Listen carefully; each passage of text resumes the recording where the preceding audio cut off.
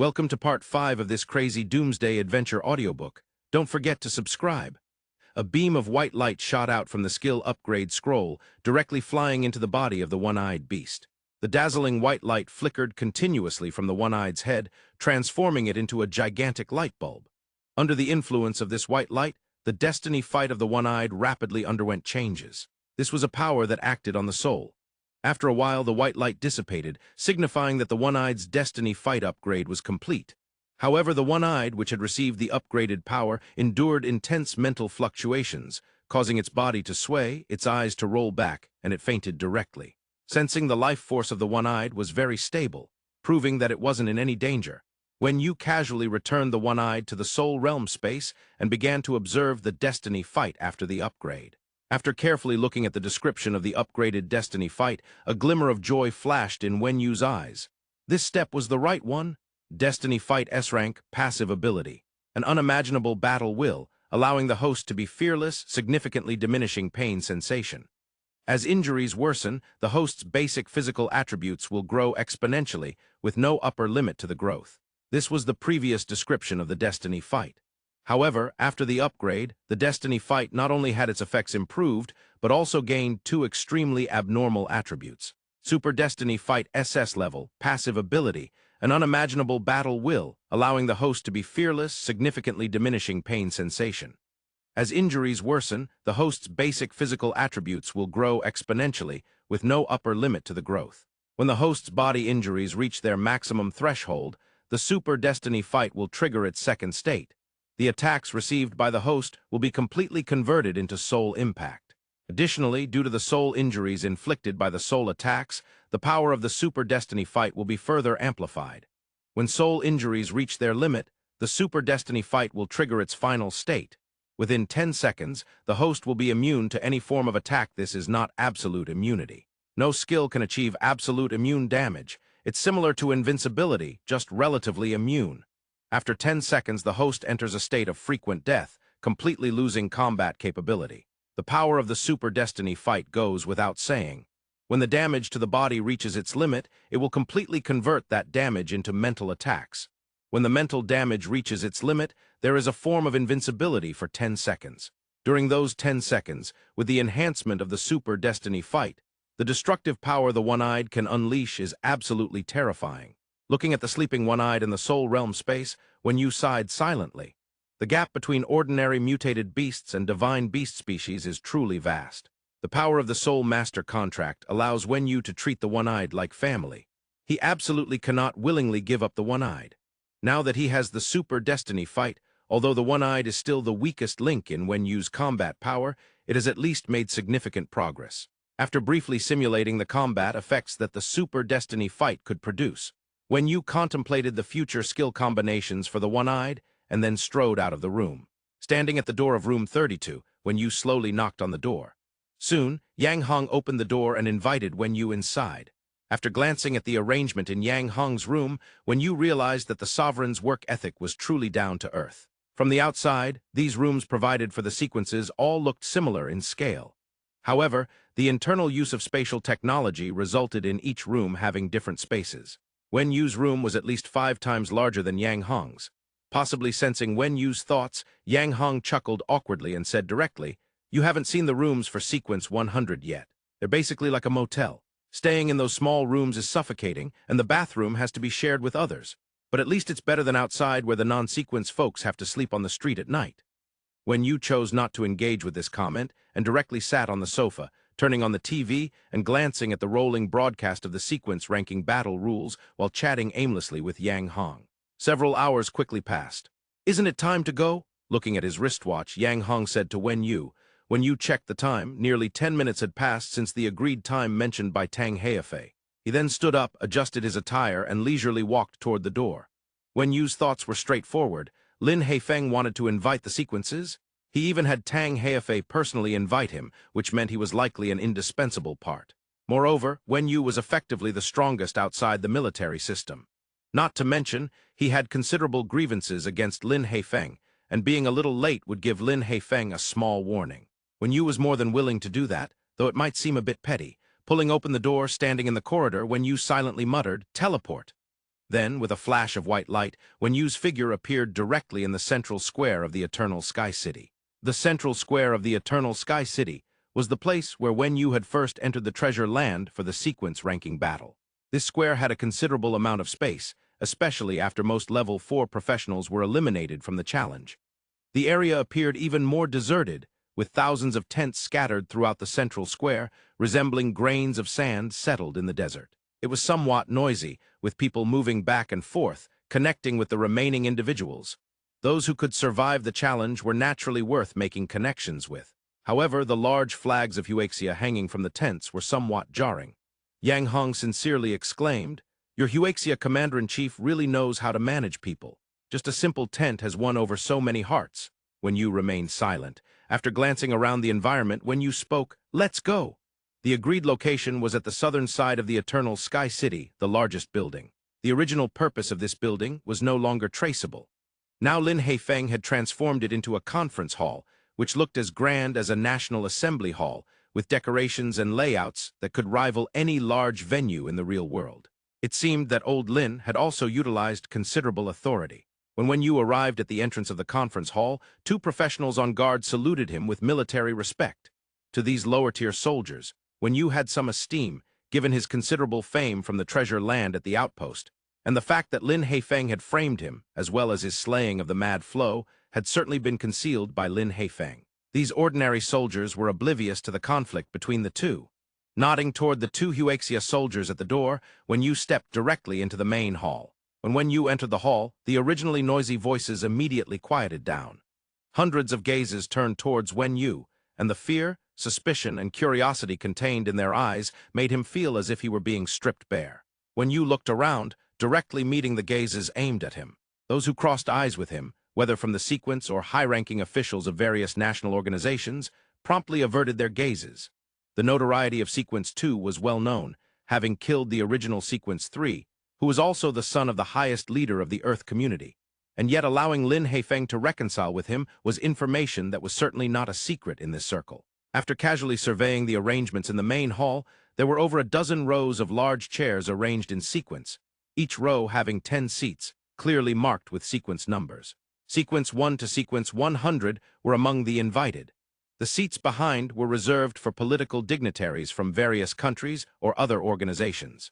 At this moment, nearly all the chairs in the hall were occupied, with only a few remaining empty, likely due to special circumstances, such as being sent out by puppets during yesterday's challenge. Wenyu led Yang Hong directly toward the sequence seats. Yang Hong sat down in the fourth row, while Wenyu continued deeper into the hall until he spotted Tang Heifei's nonchalant figure, at which point he stopped and sat beside him. "You're not punctual, that's a bad habit," Tang Heifei mumbled, going on about various irrelevant matters that Wenyu ignored, turning his gaze elsewhere. In Sequence 3, Chaos. Wenyu had seen Chaos's photo in the album before, but now seeing him in person, he was significantly more handsome than the blurry image in the photo. Around 40 years old, wearing a black priest's robe, coupled with calm and deep eyes, he was undoubtedly a very charming, mature man. Possibly sensing someone observing him, Chaos gently closed the Bible in his hands and smiled kindly at Wenyu. "Hello, I am Chaos." Wenyu nodded and extended his right hand, saying, "I am Wenyu. Long time no see." With a gentle smile and an extremely friendly face, if this had been before the apocalypse, he would have undoubtedly been a heartthrob. Unfortunately, after a simple compliment, Chaos immediately opened the Bible again and began to read it with great interest, as if it contained boundless power. This scene left Wenyu momentarily stunned. It was Tang Heifei who chimed in, "If you want to chat, come find me. You've definitely found the wrong person looking for him. This guy doesn't like to talk." At the end, Tang Heifei added, "He really doesn't like to talk. I followed him for 3 days once, and he only said 3 sentences to me, averaging 1 a day. Long time no see. Thanks, I'm good, and goodbye. How about that?" Wenyu was at a loss for words. Originally, Wenyu and Yang Hong were half an hour late. However, now an hour had passed since the scheduled time, and the meeting still hadn't started. Lin Haifeng was still nowhere to be seen. As for the notion that Lin Haifeng was kicked out of the treasure land by a puppet, Wenyu would never believe that. As the highest authority figure globally at the moment, it was laughable to think he couldn't even defeat a level 4 peak puppet. Wenyu scanned the surroundings. Most of the seats in the conference hall were filled, with only one remaining empty, the 5th seat in the first row, Sequence 5 Arcade. Casually asking, "Is the meeting not starting yet?" Still waiting for someone? Yes, this meeting is for all sequences to discuss some issues and resolve some disputes. The focus of today's meeting is to address the matters involving the three of you, Chaos, and Arcade. In fact, the military's dispute with Arcade is much larger than the one with you. Tang Heifei rambled on and then added, Arcade is about to arrive. The military has already sent someone to invite him. This Arcade must have quite a reputation. Hearing Wen Yu's mutter, Tang Heifei smoothly picked up the conversation. Isn't that right? That guy's abilities are terrifying. Although his combat power isn't great, his survival abilities are impeccable, and he's ruthless. You wouldn't know, but not long ago, he slaughtered hundreds of thousands in the United Kingdom. Sai, he's a madman, an inhumane, antisocial, nearly indestructible madman. When Tang Heifei spoke of Arcade, his expression turned a bit grim, clearly indicating that even he found this guy troublesome. This piqued Wen Yu's interest in Arcade. Someone who could make a formidable being like Tang Heifei feel a headache was certainly not to be underestimated. I heard about this a while ago. When Tang Heifei discussed Arcade, Chaos also became interested, rarely shifting his focus to Wen Yu and Tang Heifei. When I stepped out earlier, I happened to cross paths with Sequence 5. I could sense that he is surrounded by resentful souls, and the negative emotions within him are extremely extreme. He is like a collection of evil. Then, Chaos looked at Wen Yu and Tang Heifei, his expression extremely serious as he said, Such a monster should not exist in this world. He needs to be purified. After saying this, Chaos immediately returned his attention to the Bible in his hands, completely ignoring the flushed and barely suppressing laughter on Tang Heifei's face, as well as Wen Yu's increasingly unsightly expression. The Lone Walker Sequence Recruitment Plan. This was the name Wen Yu and Yang Hong had come up with for organizing the team. Moreover, among the top 10 sequences, only Wen Yu, Chaos, and Arcade belonged to the Lone Walkers, but it was evident that these two individuals had vastly different personalities. One was a devout, nearly insane believer, while the other was a lawless madman. Given the current situation, the conflict between them seemed irreconcilable. Adding to that, Wen Yu belonged to the type that could kill without a second thought but still maintain some principles. The incompatibility between the three super lone powerful beings was clear. Wen Yu could already sense the difficulties he would face in executing his plan. Another 10 minutes passed, and the doors to the meeting hall were pushed open forcefully. A figure nearly 1.9 meters tall but extremely slender walked in. Dressed in a blood-red trench coat, wearing a black top hat, with narrow eyes flashing a bizarre and fierce cold light, the pungent smell of blood instantly filled the entire meeting hall. Sequence 5 Arcade. This is a guy who, just by looking at him, you can tell he isn't a good person. Here he comes. Tang Heifei didn't even turn his head, just calmly said a single sentence. Wen Yu also furrowed his brows. The smell of blood emanating from Arcade was too intense, even affecting Wen Yu's sense of smell. Even Chaos, standing beside him, carefully closed his Bible, then kept his gaze focused on Arcade's face, his expression growing increasingly profound. Gently adjusting his top hat, Arcade slowly lowered the brim to shield his long, slender eyes. He licked the corner of his mouth and walked leisurely toward the front row. The blood-red trench coat floated lightly, the smell of blood spreading around, even making some weaker professionals feel nauseous. This man, just by walking, could bring immense torment and suffering to the lives around him. Amen, Chaos sighed softly, repeatedly drawing a cross over his chest, as if seeking forgiveness and divine will. Arcade, as if ignoring everyone's expressions and attitudes, walked to the front row without a care in the world. Arcade's seat was the fifth in the front row, with Sequence 4, Chin Min, and Sequence 6, Fang Bai on either side. Coincidentally, both of them had interacted with Arcade before, though it wasn't under pleasant circumstances. Once, when Arcade unleashed a sea of blood in the United Kingdom, Chin Min, Fang Bai, and now Sequence 7, Michelle, were responsible for hunting him down. However, looking at Arcade's current state, it seemed they hadn't achieved much by teaming up. Instead, they had only deepened their grievances. His long, evil eyes scanned the crowd sitting in the front row. Then, Arcade's gaze lingered slightly on Chaos before swiftly turning to Chin Min. Heh. His laughter grew increasingly low and eerie, and then 2 pure black pistols appeared in his hands, firing frantically at Chin Min. Boom, boom, boom. The explosive sounds were like cannon fire, echoing continuously, while Chin Min merely crossed his arms, sitting in his seat without moving an inch. The rules of the sequence challenge match stated that while inside the Eternal Sky City, professionals could not inflict any harm on each other. Although Arcade's actions sounded impressive, they had no real effect. However, it seemed Arcade was simply venting, and the firearms in his hands were no ordinary weapons. Even as bullets whizzed and fired in a continuous barrage, they showed no signs of running out. 3 minutes later, Arcade silently retracted his guns, a cryptic smile hanging at the corner of his mouth. Then he bypassed Chin Min and plopped down in his seat. Chin Min slightly opened his eyes, an unmasked disdain on his face. Boring trick. Hehe, this is no trick. This is revenge, avenging my 865 lives. 1 bullet for 1 life, how fair, how harmonious. Your life really isn't worth much. Chin Min casually retorted, then ignored Arcade. But Arcade seemed to have found a topic to latch onto. With an eerie smile, he leaned in closely, his long face almost touching Chin Min's ear as if whispering, though his voice carried far.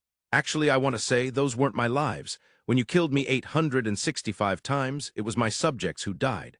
Oh, one of them was named Wang Dong, right? Do you remember that time you guys launched missiles at me? Wow, what a scene! That Wang Dong was taken out as a scapegoat and blown to bits.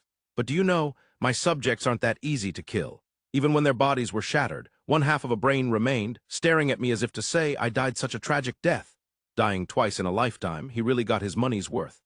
After speaking, Arcade glanced at the increasingly grim expression on Chin Min's face, then gently extended his long, pointed tongue and lightly touched Chin Min's face. He seems to be your personal guard, right? Son of a BTCH, you're looking for death. Provoked by Arcade, Chin Min finally erupted, his entire body radiating golden light as he raised his fist and struck forcefully at Arcade's head. Arcade reacted quickly, crossing his arms and striking a pose, watching as Chin Min's attack landed on his head, only to be blocked by a protective shield. Tusk, I knew it. Why were you acting so tough earlier? It turns out that this calm demeanor in the face of an impending attack is quite impressive. All right, Chin Min, why are you bothering with this madman? Feeling the gaze of the entire venue upon him, as if they were watching a monkey show, Tang Heifei's face became somewhat awkward as he shouted at Chin Min. After all, Chin Min was still Tang Heifei's nominal subordinate, essentially one of his own. Ha! Chin Min exhaled heavily, focusing intently on Arcade's grinning face, then straightened his military uniform before turning to sit back down. Arcade, meanwhile, shot a sinister glance at Tang Heifei and once again drew his guns, aiming at Fang Bai on the other side and pulling the trigger. Son of a BTCH, you little bastard. You've killed me over 500 times. Come on, let's have a one-on-one, damn it. With the sound of gunfire and Arcade's continuous curses, the entire venue was engulfed in an indescribable, bizarre atmosphere. This Arcade came here today just to create chaos. Hey, listening to the chaotic sounds around him and Arcade's manic performance when you let out a long sigh. Beside him, Tang Heifei's expression was equally grim. This guy is really a madman. He slaughters cities at the slightest disagreement. The number of people who have died at his hands in the UK is even greater than those who died from zombies. Now do you understand why we want to kill him? Wen Yu had no words in response. From this guy's behavior and Tang Heifei's words, it was clear that he was a human-shaped walking nuclear bomb with an extremely exceptional survival ability, combined with a brutal killing nature, making him a mobile natural disaster. More importantly, when you had now confirmed that this person was absolutely unsuitable to be a partner, he was far too skilled at causing trouble. Furthermore, his values and worldview were in stark conflict with Wen Yu's own. After a moment, Wen Yu once again asked, "Then why don't you take action and kill him? Don't tell me you can't." "I can kill him, but it would take too much time. I was busy with Chaos's matters earlier, and now I've finally managed to carve out some time, but I've already lost track of Arcade's position." For a Sequence 5 expert, hiding without being discovered was indeed very simple. It was Chaos, who had remained silent for a long time, who suddenly interjected. "This person truly deserves to die. Even at this close distance, I can sense that his body seems to be filled with a moving hell, echoing with the wails and cries of the dead. The Lord said, the innocent should be freed and the demons must fall into hell forever. I will personally purify him, amen." After making this statement, Chaos drew a cross over his chest, then closed his eyes, mumbling incomprehensible words, likely some form of prayer. Wen Yu rolled his eyes, looking disdainfully at Chaos's mumbo-jumbo. Wen Yu had already lost hope in these lone sequences, and someone like Chaos didn't seem any better to him than Arcade. Arcade was a madman, and Chaos was just a self-righteous meddler. Whether madman or meddler, both were the types Wen Yu kept his distance from. After a while, perhaps Arcade found Fang Bai's expressionless demeanor too boring, or maybe he had finally avenged his 500 lives. He finally stopped his actions and leisurely returned to his seat. Sensing that the greatest trouble in the entire venue had quieted down, the absolute protagonist of today, Lin Heifeng, appeared. Old Lin was dressed in a neat military uniform, his shoulders adorned with numerous badges, and he walked with a spirited demeanor to the front podium. nodding to the crowd below without any preamble, directly stating the general content of today's meeting. The purpose of inviting everyone here today is primarily to mediate the contradictions between our Earth community and certain sequence-level experts, and regarding, with a loud bang. Before Lin Haifeng could finish his sentence, a bullet had already slammed into his head. Arcade calmly blew on the gun's muzzle, as if sensing Lin Haifeng's gaze, he shrugged lightly. "Go on, I'm just messing around. No one will die anyway." Lin Haifeng lightly nodded, ignoring Arcade's joke, and continued, "About the human race hunting plan after the demonic disaster began, my view is..." Boom! Another bullet. "Are you done yet?" Beside him, Chin Min suppressed his anger, gritting his teeth as he spoke to Arcade. In response to Chin Min, there was a continuous barrage of gunfire from Arcade. In such an environment, Lin Haifeng naturally couldn't pretend to remain calm and continue his speech. Adjusting his collar lightly, Lin Haifeng surveyed the many sequences in the audience, then quickly walked up to Arcade, fixing his gaze directly on him, completely disregarding the continuing attacks from Arcade's dual guns. Perhaps sensing that Lin Haifeng was totally unfazed by his attacks, Arcade raised an eyebrow, directly putting away his guns and poking Fang Bai beside him. "Your big boss is here, aren't you going to give up your seat? And maybe fetch me something to drink?" The casual tone made it seem as though Fang Bai was his servant, as if they were in his own home. Lin Haifeng signaled to Fang Bai, who immediately left his seat and stood aside, while Lin Haifeng took Fang Bai's spot and extended his hand to Arcade. "I'm the highest leader of the Earth community, Lin Haifeng, nice to meet you." Slap!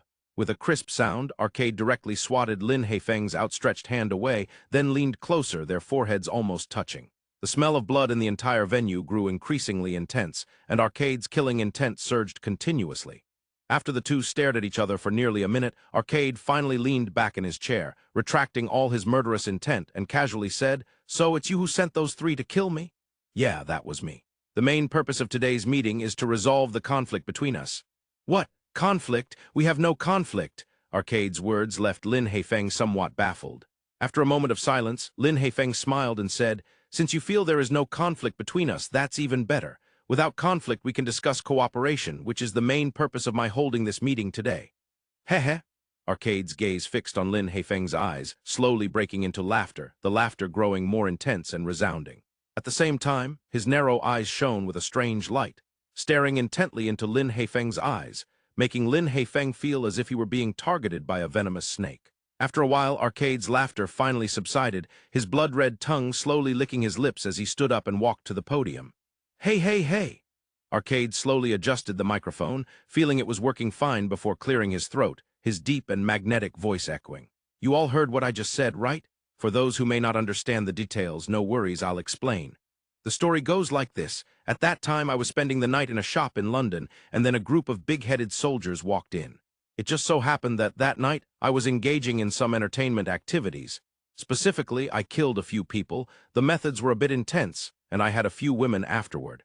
I can't remember whether I killed them first or had my way with them first. Since I'm not good at remembering things, I forgot to tidy up the crime scene. But my little activities undoubtedly provoked those big-headed soldiers. While a large group of self-proclaimed righteous soldiers rushed at me, yelling something about justice, about the people, saying they would kill me, the demon. I was so scared I nearly died." Arcade's performance was vivid, and that last outburst, along with his expression and tone, made it seem as though he truly had been frightened by the soldiers. However, the gaze Lin Haifeng directed at Arcade grew increasingly sharp. Arcade continued.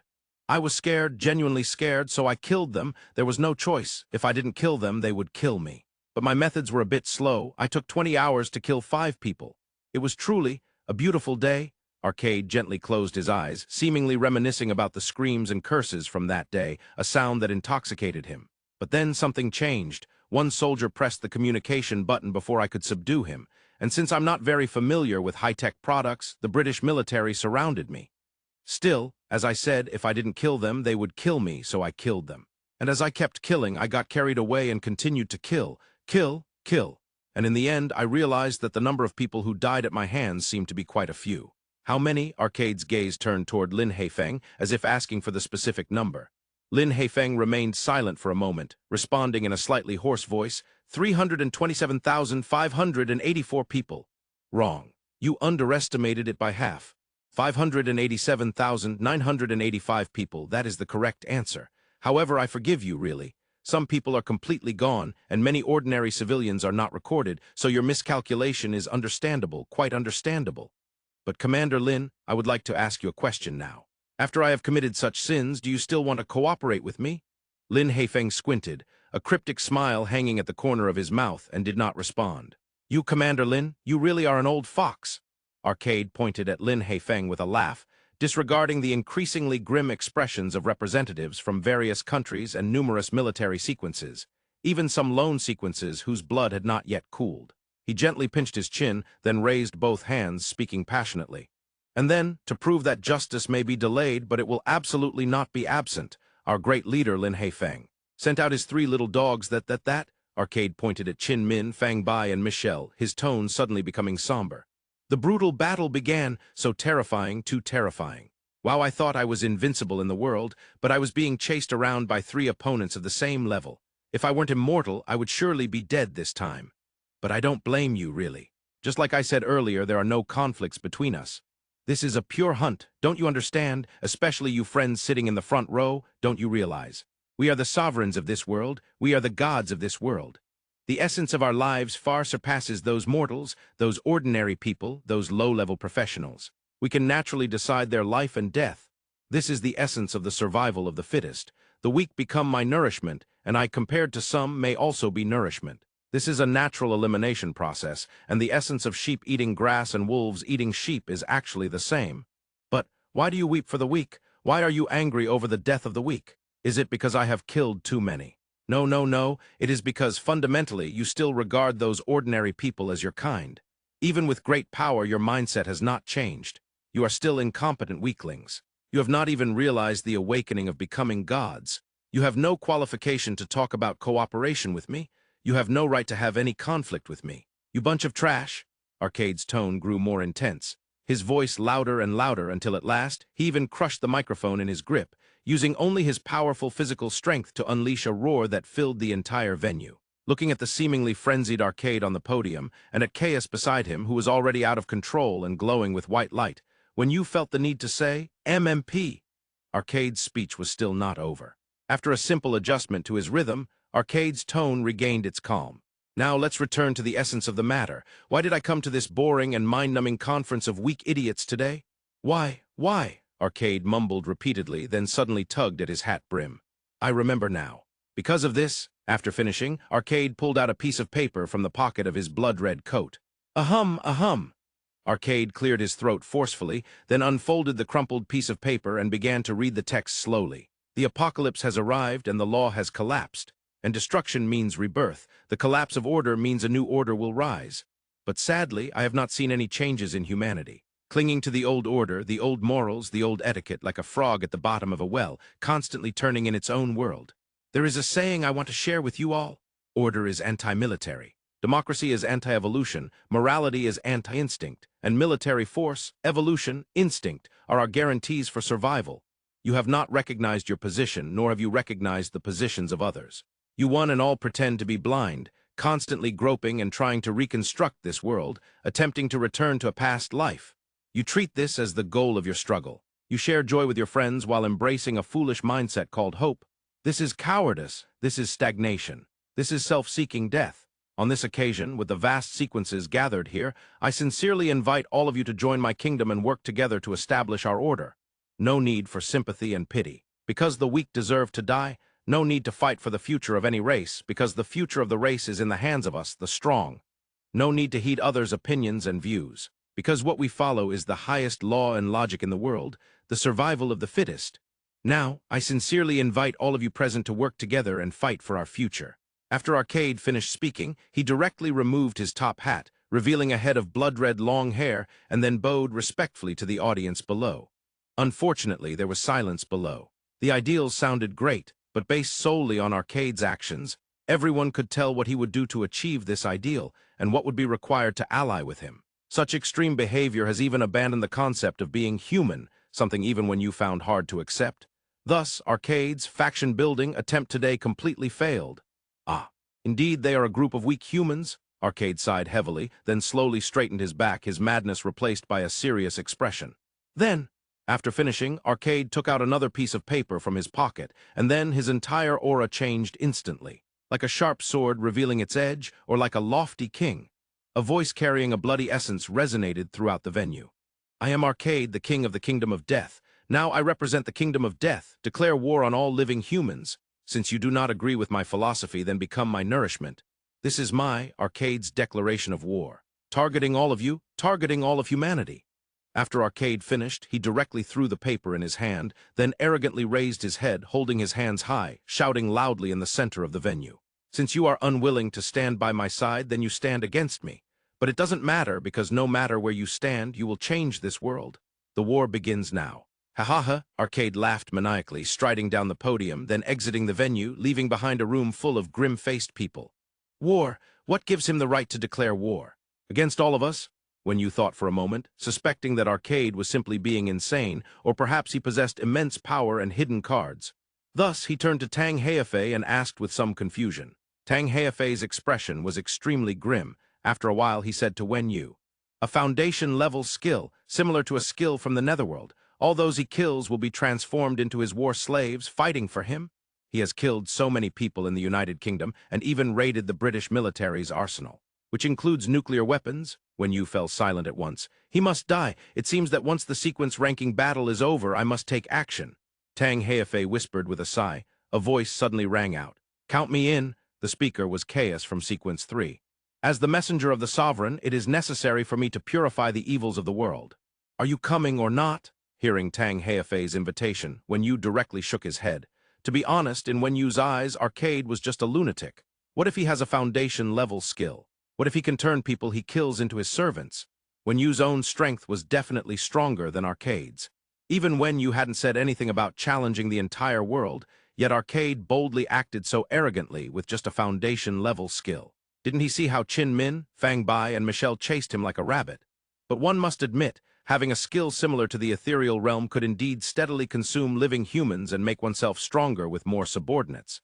After all, Arcade is just one person, and whether it's fighting or fleeing, he has the advantage. Of course, that's just in theory. In practical terms, this goal is nearly impossible to achieve, the main reason being Arcade's own strength is too weak. When you still had a glimmer of possibility, one could only say that lunatics have broad thinking. As for teaming up to deal with this big trouble, sorry, but Wen Yu didn't think Arcade was a problem. If he dares to come looking for him, Wen Yu would definitely teach him a lesson. After experiencing this farce, Lin Heifeng's expression wasn't too great either.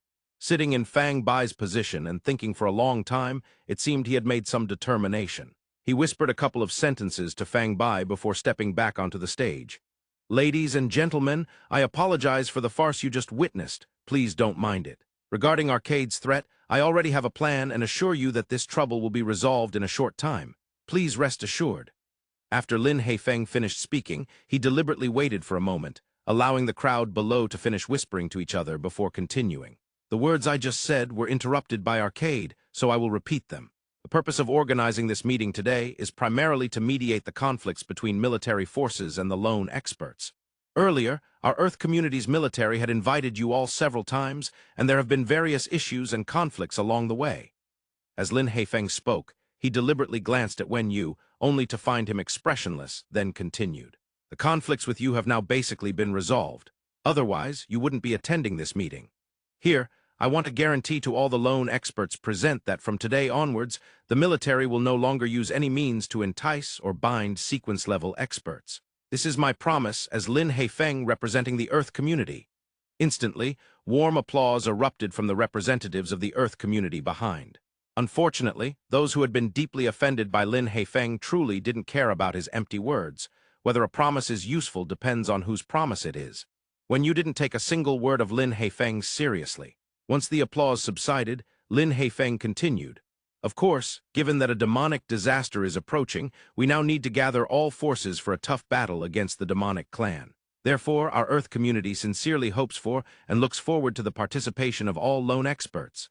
Here, I would like to sincerely invite all lone experts to join the Earth community system. Of course, I won't speak about doing it for all humanity. Instead, here are the benefits we can offer you. Furthermore, the benefits provided to sequence-level experts originally belonging to the military will be equivalent to the terms I will issue." Lin Heifeng gestured. and a considerable number of soldiers immediately appeared from the back of the venue, each holding a stack of beautifully printed booklets to distribute to the sequence-level experts present one by one. When you took the item and casually tossed it to Tang Heifei, when you didn't even want to look at it, and both Tang Heifei and Lin Heifeng naturally understood Wen Yu's mindset, pretending not to see it. As most people were looking at the booklets while whispering to each other, Lin Heifeng spoke up again.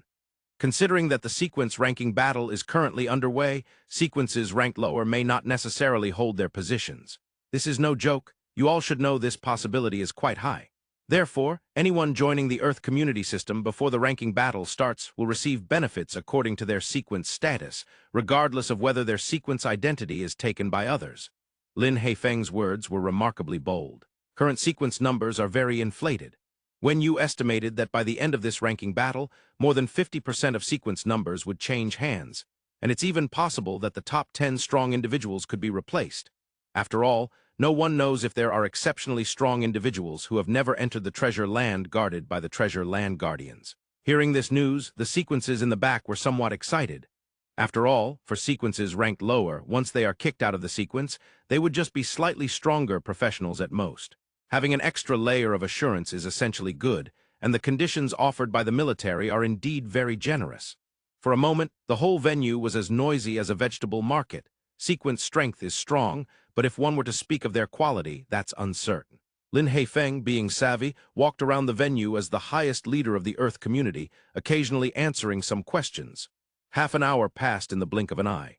Lin Heifeng cheerfully agreed on a time for the next meeting with Sequence 72, smiling as he walked back to the podium. Currently, there are only 14 sequence-level experts not under the control of the Earth community. Of course, no one in this venue could tell who belonged to the military, as there is a type of being called the pawn. Just now was when these pawns played their part. Lin Heifeng had spoken with a total of 18 sequences and received 12 requests to join, 8 of which were pawns.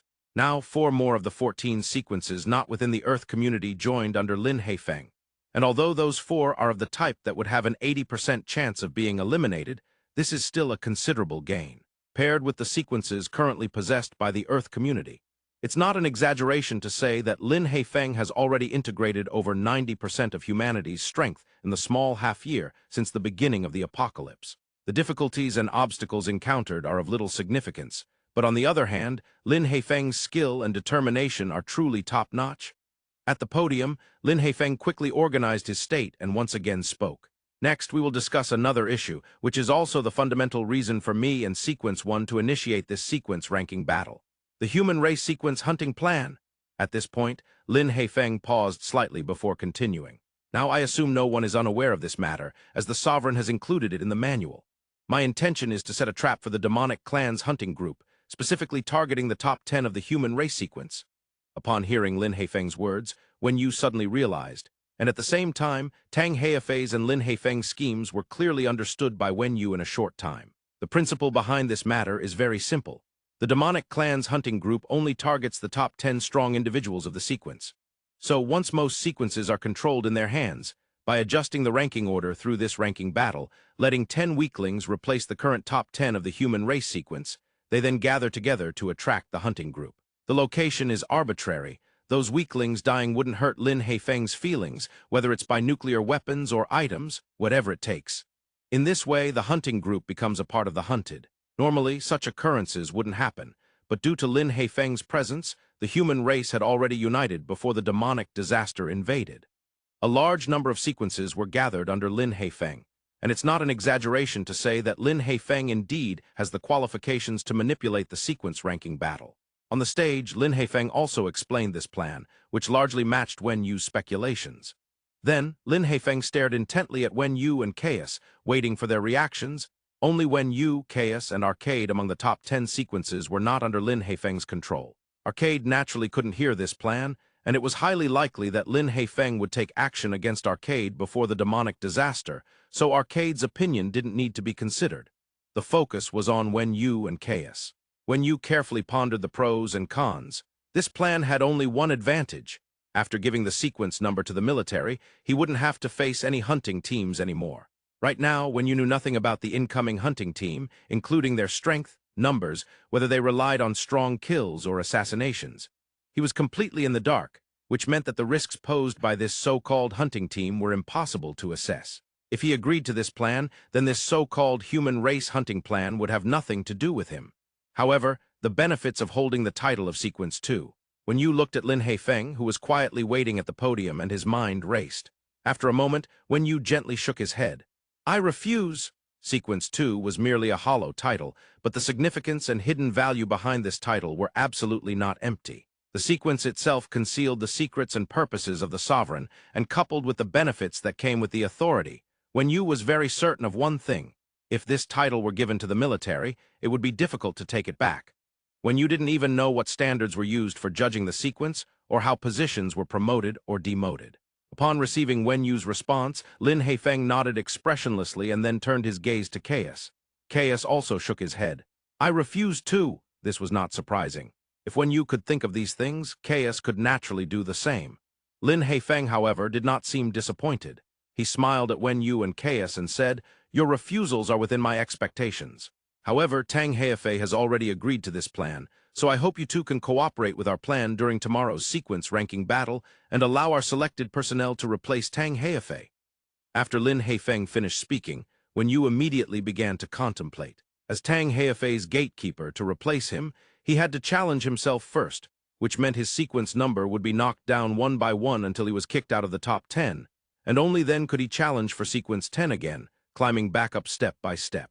The process sounded complicated, but in reality it was quite simple. It was just throwing fake punches. The only thing that worried Wen Yu was if Tang Heifei firmly held onto sequence 10.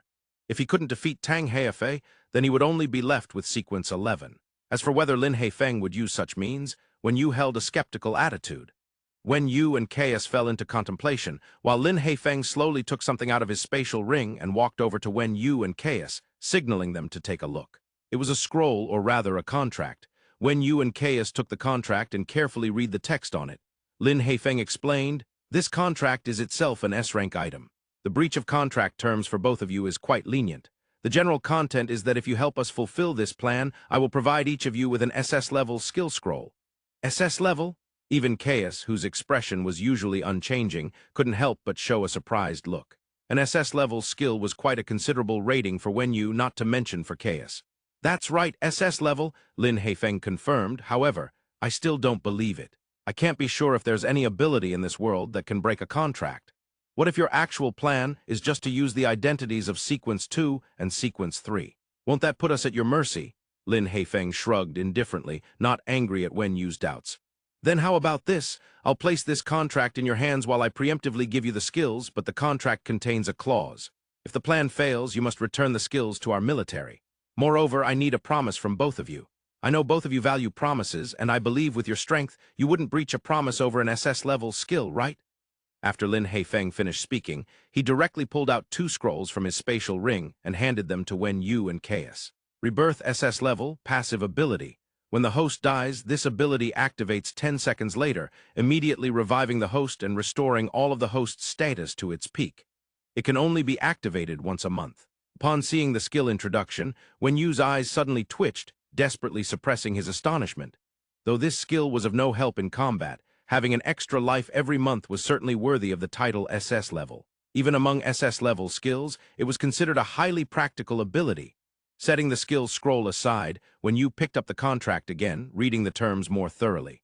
After a while, a wave of fluctuation suddenly appeared beside Wen Yu, and Victor's somewhat fatigued figure appeared next to him. "Check if this contract has any illusion traps or the like." In this world, relying solely on the eyes to judge authenticity was no longer reliable, but when it came to illusions, Victor was an expert. No illusion could deceive his eyes. Victor stepped on the contract, his Eye of the Night ability at its peak, and after a while he lightly shook his head. "No problems here?" After recalling Victor back into the Soul Realm space to continue healing, Wen Yu handed the contract back to Lin Haifeng and nodded slightly, indicating his agreement to the matter. However, Lin Haifeng had been staring intently at Victor since he appeared, and only after Victor disappeared did Lin Haifeng reluctantly withdraw his gaze. He then extended his right hand to Wen Yu, saying, "Then let us wish for a pleasant cooperation. I hope this collaboration marks the beginning of military reconciliation with you." Wen Yu nodded expressionlessly. The number of terms in the contract was not many, but that was to ensure there were no textual traps. The contract clearly stated that in the event of unforeseen situations, as long as Wen Yu returned the rebirth ability to Lin Heifeng, it would not be considered a breach of contract. At the same time, Wen Yu was not allowed to use the skill scroll until the plan was completed. Additionally, it stated that Tang Heifei could not occupy Sequence 10, and the military could not use any means to prevent Wen Yu and Chaos from reclaiming the titles of Sequence 2 and Sequence 3. There was also the price to be paid by the military in case of a breach of contract. The cost was considerable, but these things were worthless. Since the contract itself posed no issues and came with an SS-level skill scroll, Wen Yu had no excuse not to proceed with it. Wasn't it just throwing fake punches?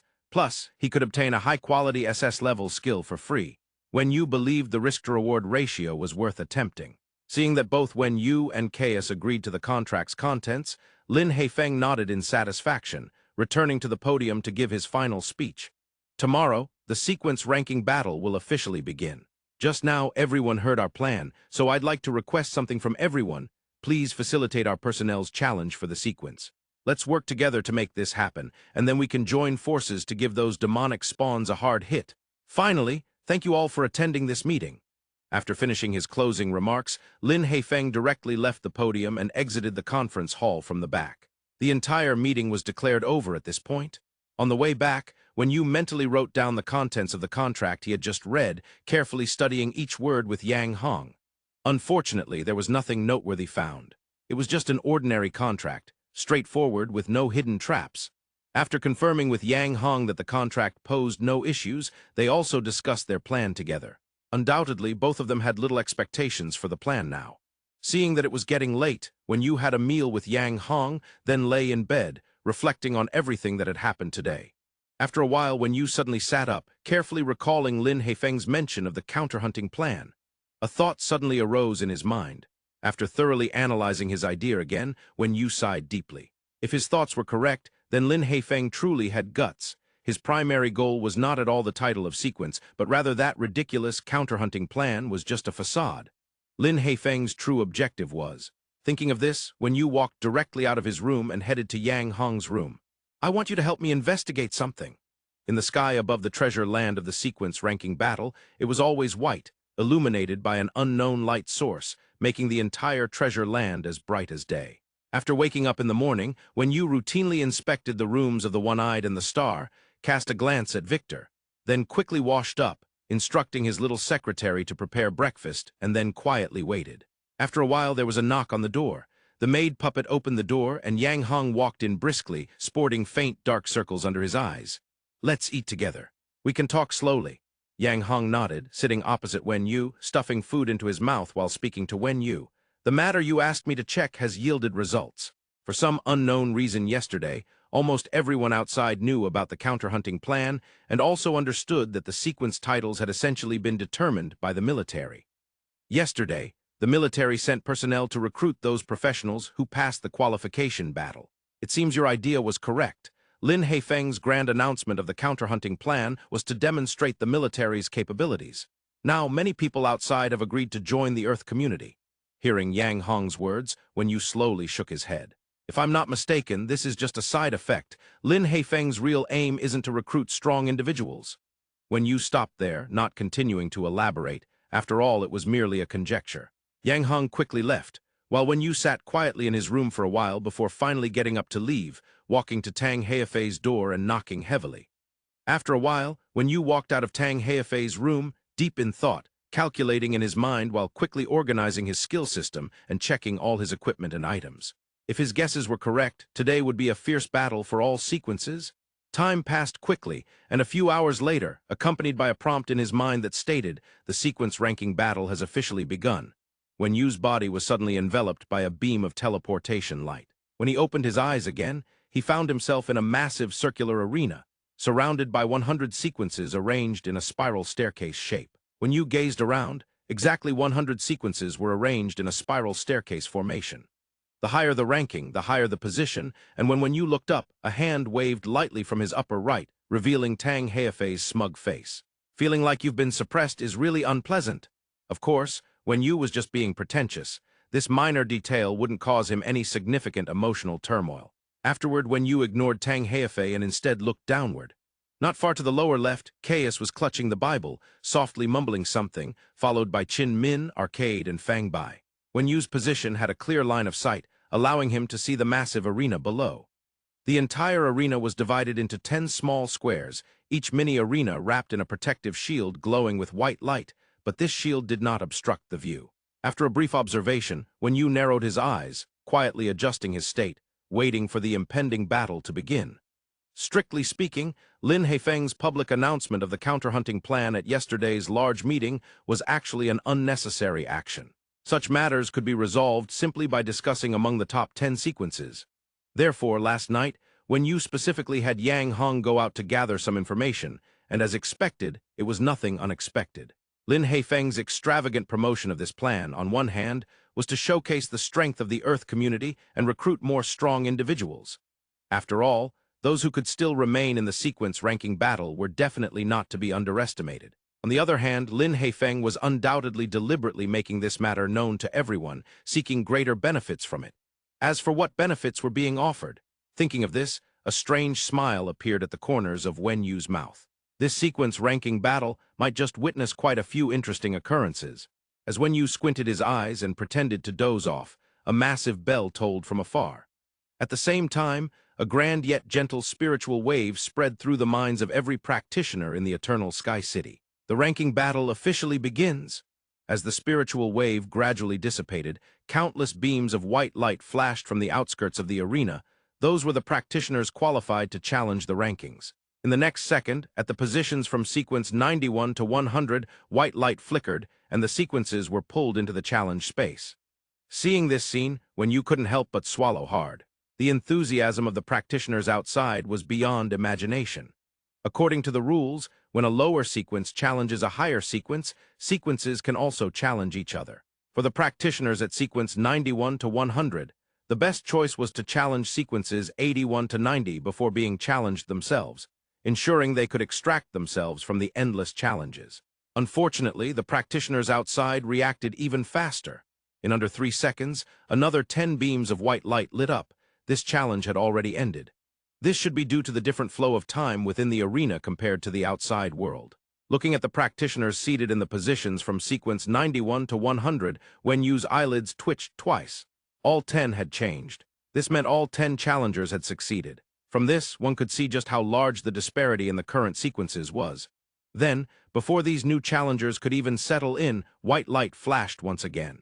The newly promoted practitioners from sequence 91 to 100 vanished, and simultaneously, sequence 87 was also engulfed by a beam of white light.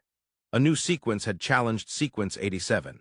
3 seconds later, another wave of new and old faces changed frequently below, and Wen Yu suddenly sensed how miserable the lower-ranked sequences would be. With over 15,000 practitioners, they had enough to fight for a while.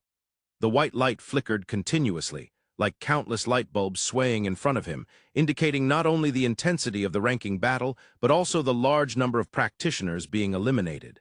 However, this had nothing to do with the top 10 sequences seated at the front.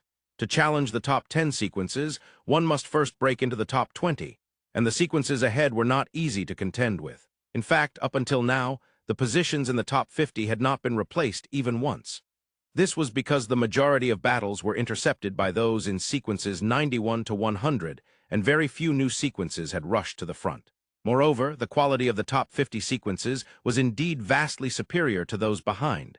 Sequences were also wary of making reckless moves. The rules of the ranking battle state that each person only has one chance to challenge. As a sequence, if one challenges a higher-ranked sequence and succeeds, that's fine, but if they fail, they can only passively endure challenges from others while losing the opportunity to advance further. Thus, sequences not mired in the mud stood still like great Buddhas, motionless.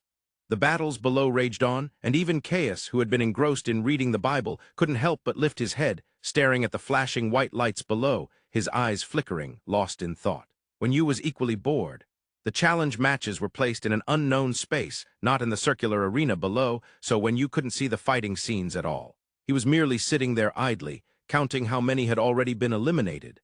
In just half an hour, over 1,000 practitioners had failed their challenges, and the result of exhausting their challenge qualifications was naturally being teleported out of the ranking battle. Up until now, Lin Haifeng's plan still hadn't been initiated. The early chaos was too much. It would be better to wait until the situation stabilized a bit. Suddenly, a voice came from above. Do you think Lin Haifeng's plan could succeed? Tang Haifei sat at the highest point of the entire arena, looking down at Wen Yu. Wen Yu shook his head. Not sure. By the way, how many do you think can break into the top 10 sequences?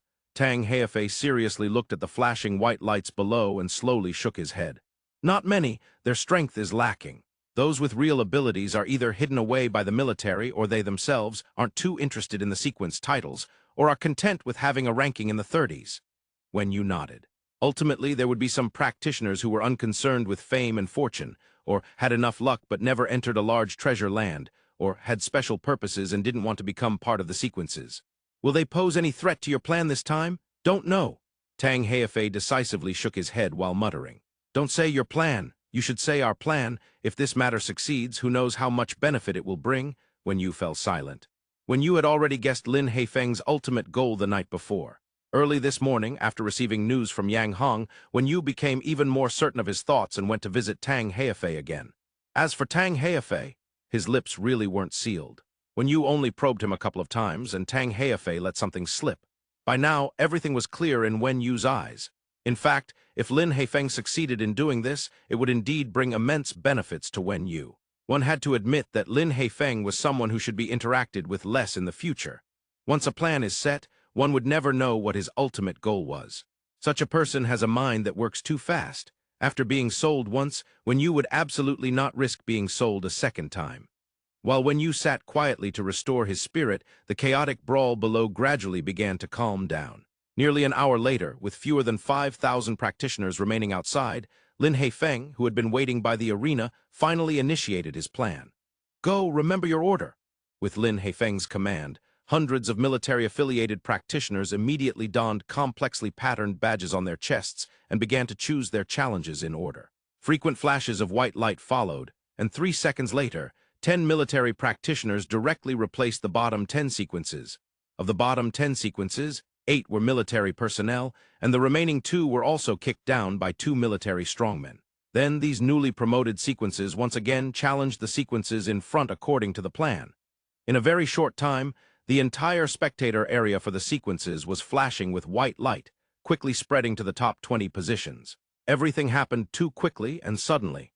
When Wen Yu regained his senses, over 60 of the bottom 80 sequences had identical badges hanging from their chests, and this number kept increasing. It has begun, Wen Yu sighed softly, his expression instantly becoming serious. Lin Haifeng's tactics had been employed, and now it was up to see whether someone would enter the game. Continue.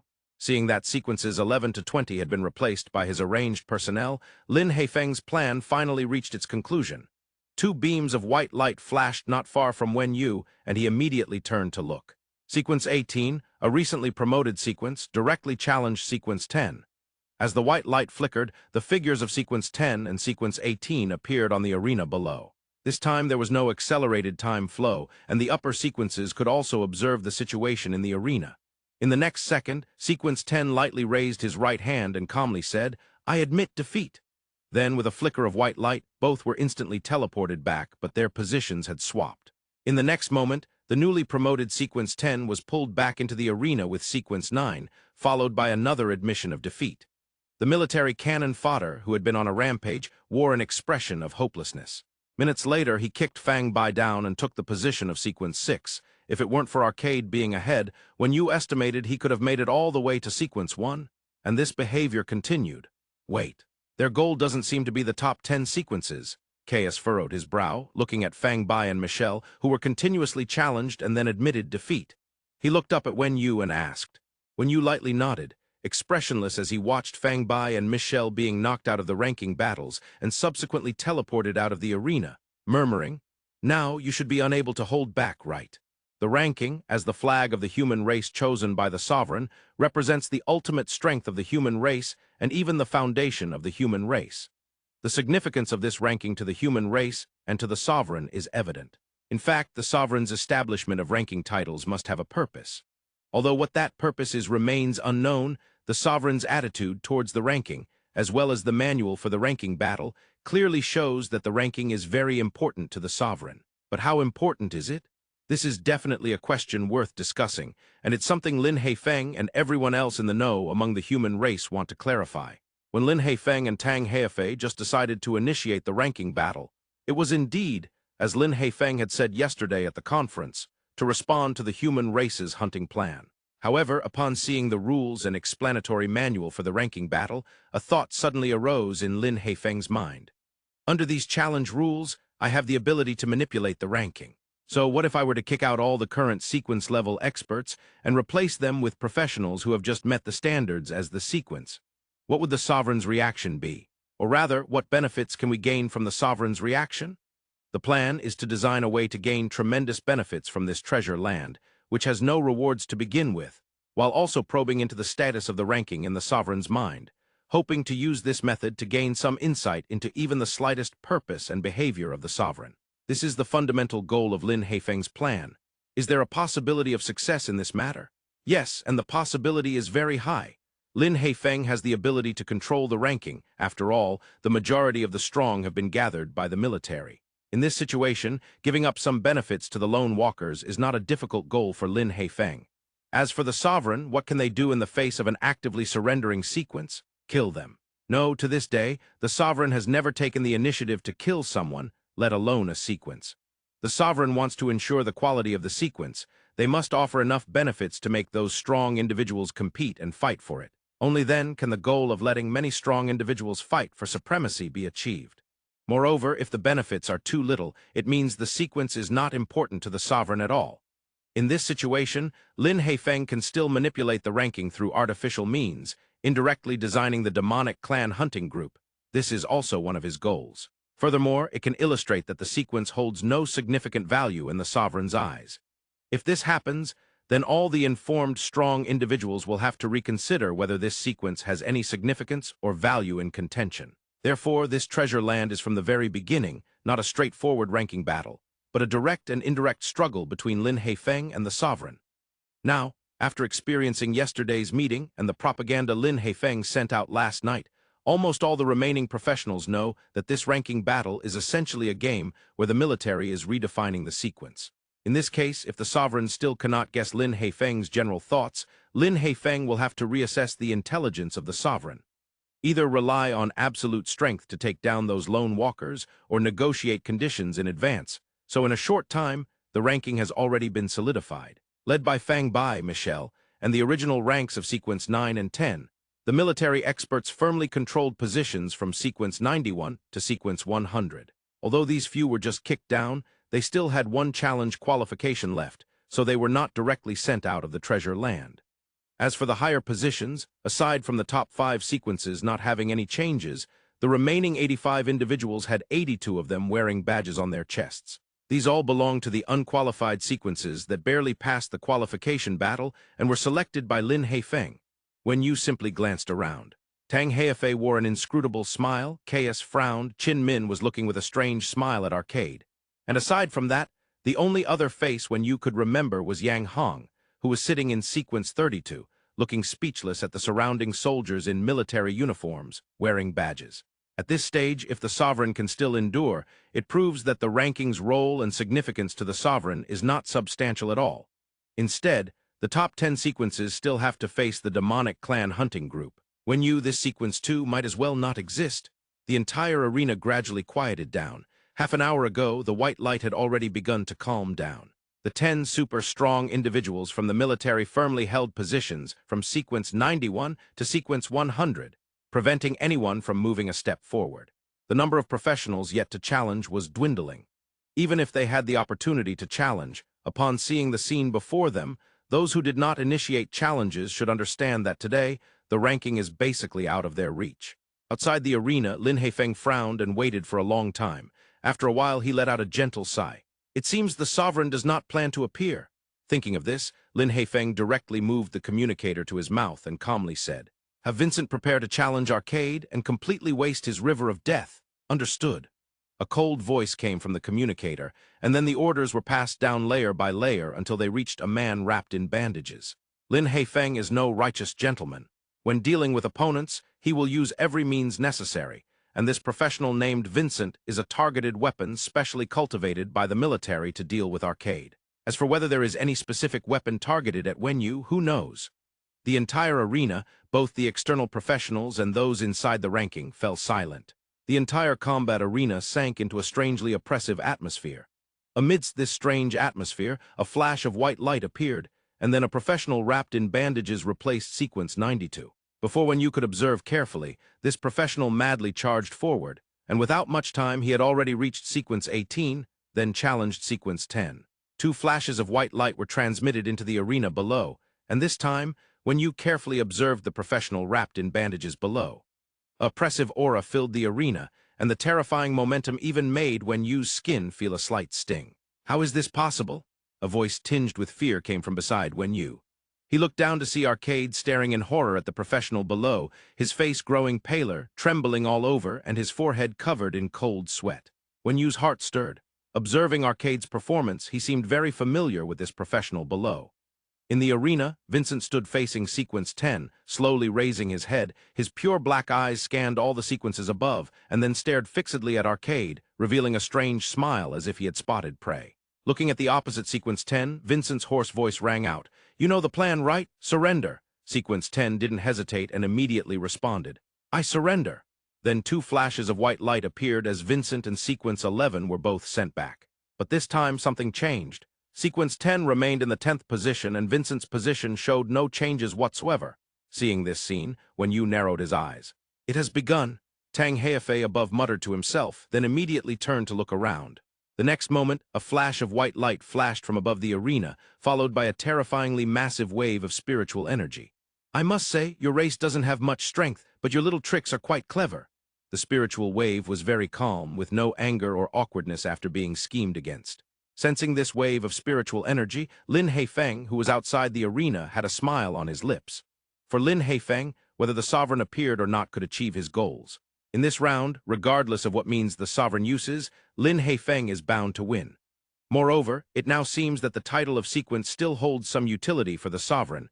As for how much utility, that will depend on what the sovereign says next. The sovereign's answer did not exceed Lin Heifeng's expectations. As the white light slowly dissipated, an old man wearing a white robe and a kind demeanor appeared above the arena. First, he expressionlessly looked around at the current sequences. Filled with military uniforms and badges, this undoubtedly displeased the sovereign. His gaze shifted to the outside of the arena, where, separated by a spatial barrier, the sovereign's gaze intertwined with Lin Heifeng's. After a long pause, the sovereign wore a teasing smile and helplessly shook his head. "Your little tricks are quite amusing. I must say, you played this round beautifully. Moreover, I didn't expect you to dare to scheme against me. Your name is Lin Heifeng, right?" Lin Heifeng gently nodded. Even though the distance was considerable, he believed the sovereign could see his actions. "You won this round, I have to admit that. In all the worlds I have experienced, some have regarded me as a savior, while others as the source of calamity. But for the first time, someone regarded me as an opponent. You are remarkable." The sovereign wore an indescribable smile. Then the overwhelming wave of spiritual energy was transmitted into the minds of every professional present in the ranking battle treasure land. "It's rare to encounter such an interesting little fellow, especially since your open conspiracy made me very happy, allowing me to find a long-lost joy. So I will fulfill your wishes." Hearing this, almost all the informed individuals showed curious expressions, except for Lin Heifeng. As soon as the sovereign finished speaking, Lin Heifeng's smile vanished instantly, replaced by a suppressed gloom. The sovereign glanced at Lin Heifeng with a smile and could not help but exclaim, "Really wonderful. You can see the essence of things at a glance. You're so interesting, truly, a long-lost feeling. I hope you can live a little longer." After saying this, the sovereign ignored Lin Heifeng's darkening face, and the spiritual wave quickly transmitted. "Ranking, I have great use for it. This relates to the endless war between me and the demonic clan. You could say that the ranking is my main goal and purpose for descending into this world. To understand my objectives and thoughts, the most important thing is to improve power and authority, and all these authorities are embedded in the ranking titles. Am I satisfactory with what I've said?" Mockingly, the sovereign asked Lin Heifeng, and then glanced around all present, uttering his final words. 30 minutes later, the ranking battle will restart. The rules remain unchanged, but I will offer some rewards. No, it should be many, many rewards. At the same time, I will also reopen the channels to enter the ranking battle from the outside." After the sovereign finished speaking, he transformed into a flash of white light and instantly vanished from sight. "Success, Commander Lin." The assistant beside Lin Haifeng wore an uncontrollable smile, excitedly speaking to Lin Haifeng. Lin Haifeng remained silent for a while before gently sighing, "Yes, we succeeded." Perhaps sensing Lin Haifeng's unusual expression, the assistant lowered his head and tentatively asked, "Then how do you?" Lin Haifeng shook his head, then turned to fix his gaze on the assistant's eyes, his tone carrying an unprecedented seriousness. The sovereign spoke too much. There was no need for him to appear at all. Do you understand the sovereign's mentality? Fearless, indifferent. He looked at my little schemes, my little tricks, as if watching a joke, feeling no ripples in his heart. And also, you don't understand the meaning of the sovereign saying so much. He simply does not care. Even if he lays out his objectives plainly before us, the sovereign doesn't care at all. Do you understand what that means? The assistant was at a loss for words. Lin Haifeng's figure slightly hunched as he spoke calmly. It's like when you want to kill a chicken, you tie it up, and then walk over with a kitchen knife, watching its struggles with mockery and derision, saying to it as a predator at the top of the food chain, "You will be my dinner tonight." This is actually the same reasoning as the sovereign's actions just now. He does not care about our struggles and resistance, nor does he care about our desire to uncover the truth. Because the sovereign believes that even if the truth is laid out before us, we cannot make any waves. "Commander," hearing Lin Haifeng's words and seeing his somewhat despondent expression, the assistant couldn't help but call out. But he didn't know what to say. After a while, Lin Haifeng slowly straightened his back, his entire body resembling a sword unsheathed, staring intently at the position where the sovereign had just stood, a hint of an indescribable smile gracing his lips. But this makes it all the more interesting. In the treasure land of the forward base, everyone was silently waiting for the second opening of the sequence ranking battle. When Yu had nothing to do, so he first ate a little food at his position to replenish his energy, then took out the resurrection skill scroll from his spatial ring and directly threw it to Tang Haifei. The contract clearly stated that if unforeseen circumstances led to the failure of the plan, Wen Yu needed to return this skill to the military, and the penalty for breach of contract was not high, only 100 points of physical attributes. However, Wen Yu himself had made a promise to the military. An SS-level skill was not worth Wen Yu tarnishing his reputation and principles.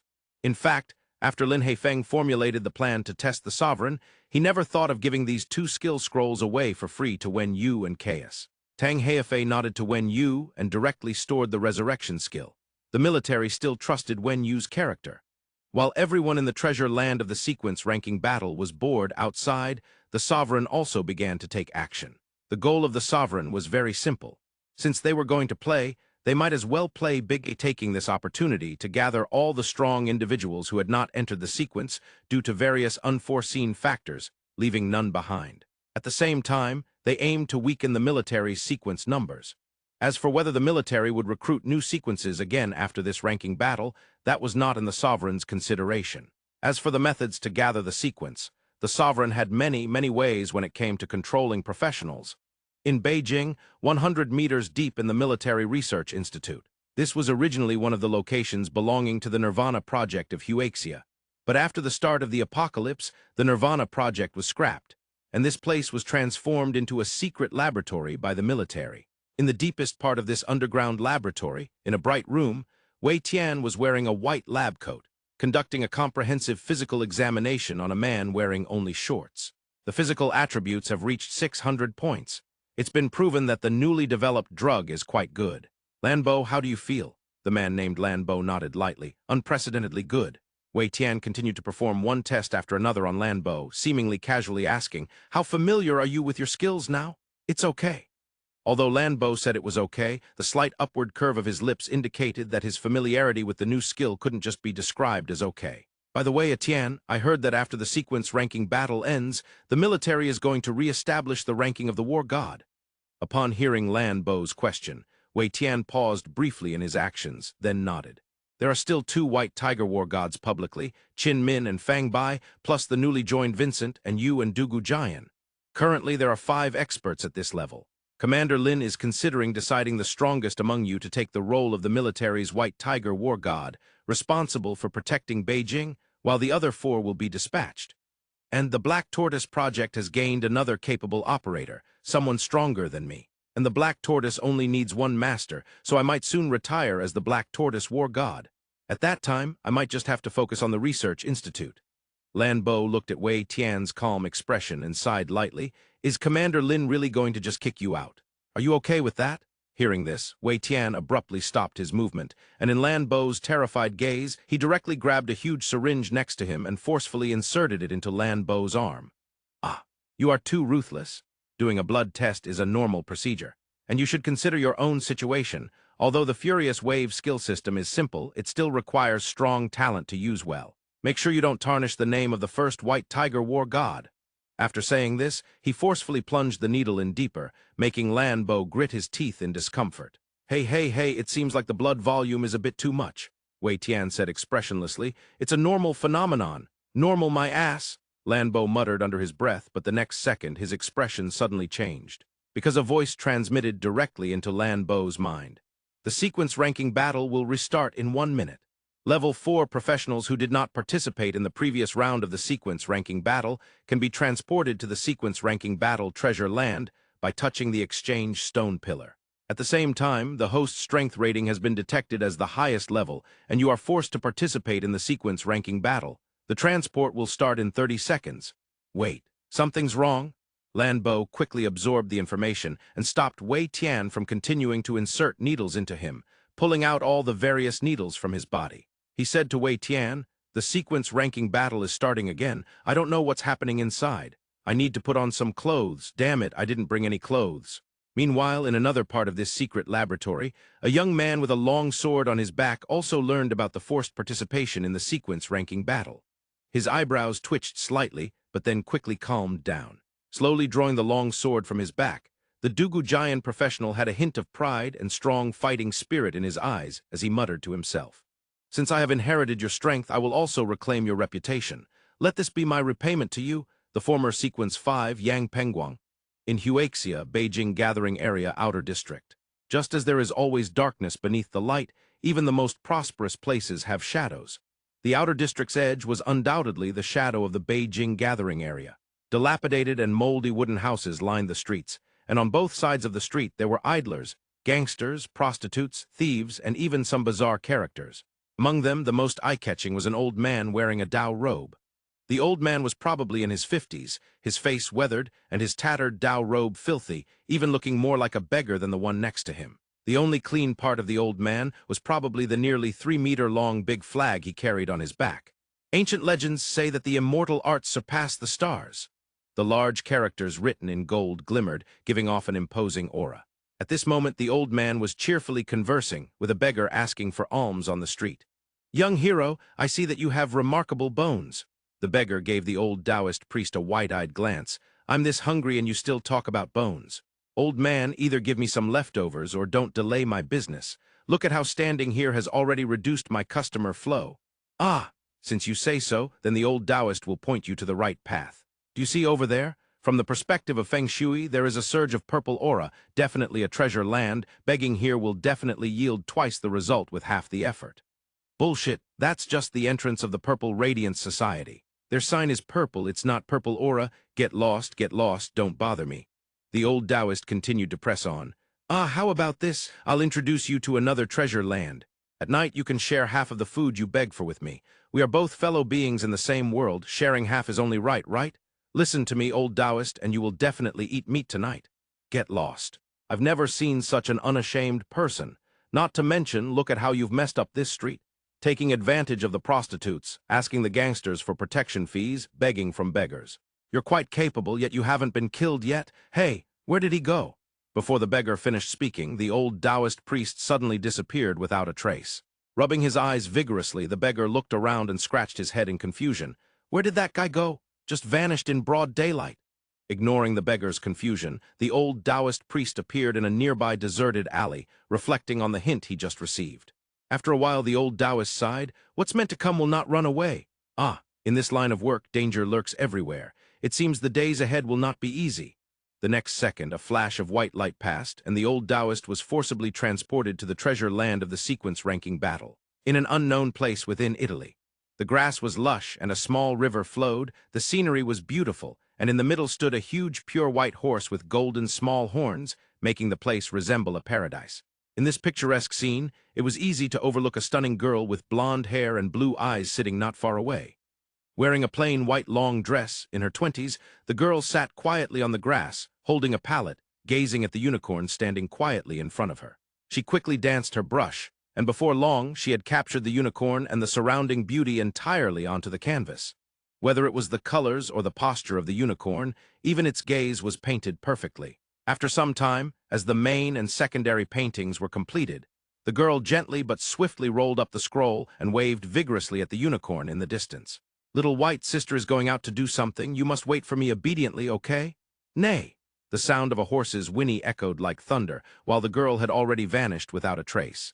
In the capital of Netherlands, outside Amsterdam, a bizarre building resembling a clock tower stood in the fields, with its pointed roof emitting bursts of strange white light, making the mutated beasts hidden in the bright or dark areas of the fields dare not step a single foot forward. Inside the clock tower, an old man dressed in silver loose casual clothes with a head full of silver hair lay back in a recliner, eyes closed, gently snoring, while several colorful plants around him swayed without wind, producing strange sounds of friction. After a while, a comfortable moan escaped from the old man's mouth, followed by a big stretch. The awakened old man looked at the oddly shaped plants around him. A peculiar smile appeared at the corner of his mouth. The timing is just right. The next second, a hint flashed through the old man's mind. The sequence ranking battle will restart in 1 minute. Level 4 professionals who did not participate in the previous round of the sequence ranking battle can be transported to the sequence ranking battle treasure land by touching the exchange stone pillar. At the same time, the host's strength rating has been detected as the highest level, and you are forced to participate in the sequence ranking battle. The transport will start in 30 seconds. The old man calmly stood up, gently tidying his somewhat wrinkled clothes from sleep, and murmured softly, "Ah, there's no way to avoid it. Being able to make it to this point can be considered the sovereign being magnanimous. After this, I'll join that Earth community thing. Thinking about it now, the timing is truly just right. It's a glimpse from the river of time." Before the old man finished speaking, he was directly transported to the treasure land. At the same time, around the world, all professionals who met the sovereign's requirements were forcibly transported to the treasure land. The numbers were terrifying. In Huaxia alone, there were 7 people. Besides the military's 3, there were actually 4 super strong individuals who were not under Lin Haifeng's control or knowledge. This world was filled with hidden dragons and crouching tigers. There would always be some people who either looked down on the sequence, were indifferent to these empty titles, or had stunning adventures that caused their strength to soar in a short time, but did not have time to gain sequence titles, resulting in the result that the number of strong individuals outside the sequence was even greater than the originally ranked strong individuals. Now, under Lin Haifeng's little maneuvers, the sovereign disregarded the personal will of these strong individuals outside the sequence and directly initiated the forced transportation. This also meant that all the strong individuals in the world had now been completely netted in this sequence ranking battle. It could be imagined that if the temptation offered by the sovereign this time was significant enough, this sequence ranking battle would surely be a fierce competition, and it would also completely weed out all the impurities from the sequence. In the treasure land of the sequence ranking battle, watching the transmission lights flickering outside the arena, when you felt calm and unruffled within. With absolute confidence in his own strength, when Yu was so confident that he felt completely unafraid of any challenge. Some tough opponents have come. Tang Heifei gazed into the distance, as if he could see through the protective shield of the arena, and muttered, "Oh, how strong!" When Yu was somewhat puzzled, trying to gather some information in advance. Tang Heifei shrugged. 3 very powerful energy fluctuations. How can I know the specifics? Besides, it doesn't mean stronger energy fluctuations indicate higher combat power. This was indeed reasonable. There were too many uncertain factors in combat. There was no saying that whoever was strong would definitely win. Tang Heifei added, "Are you scared? Scared of being knocked off the second position in the sequence?" "Scared?" Wen Yu raised an eyebrow. "To be honest, you should be the one scared. If the rewards are sufficient, I really want to sit in the highest position." Tang Heifei gently shook his head. "Don't even think about it. I can say seriously that I am absolutely invincible in this world. I am, and I will be. Then I really want to experience it." Tang Heifei smiled in response to Wen Yu's provocation, gently winking at Wen Yu. "Come on, if you dare come, I dare show you what true power is." Wen Yu fell silent. When it came to banter, Wen Yu was indeed not good at it. 30 minutes quickly passed. During this time, the challenge channel was temporarily closed. When the white light of transmission outside calmed down, the sovereign appeared once again. First, he surveyed all the people in the treasure land, then nodded in satisfaction. This is starting to have some meaning. It seemed like he was talking to himself, but the sovereign's mental fluctuations clearly transmitted to all the professionals present.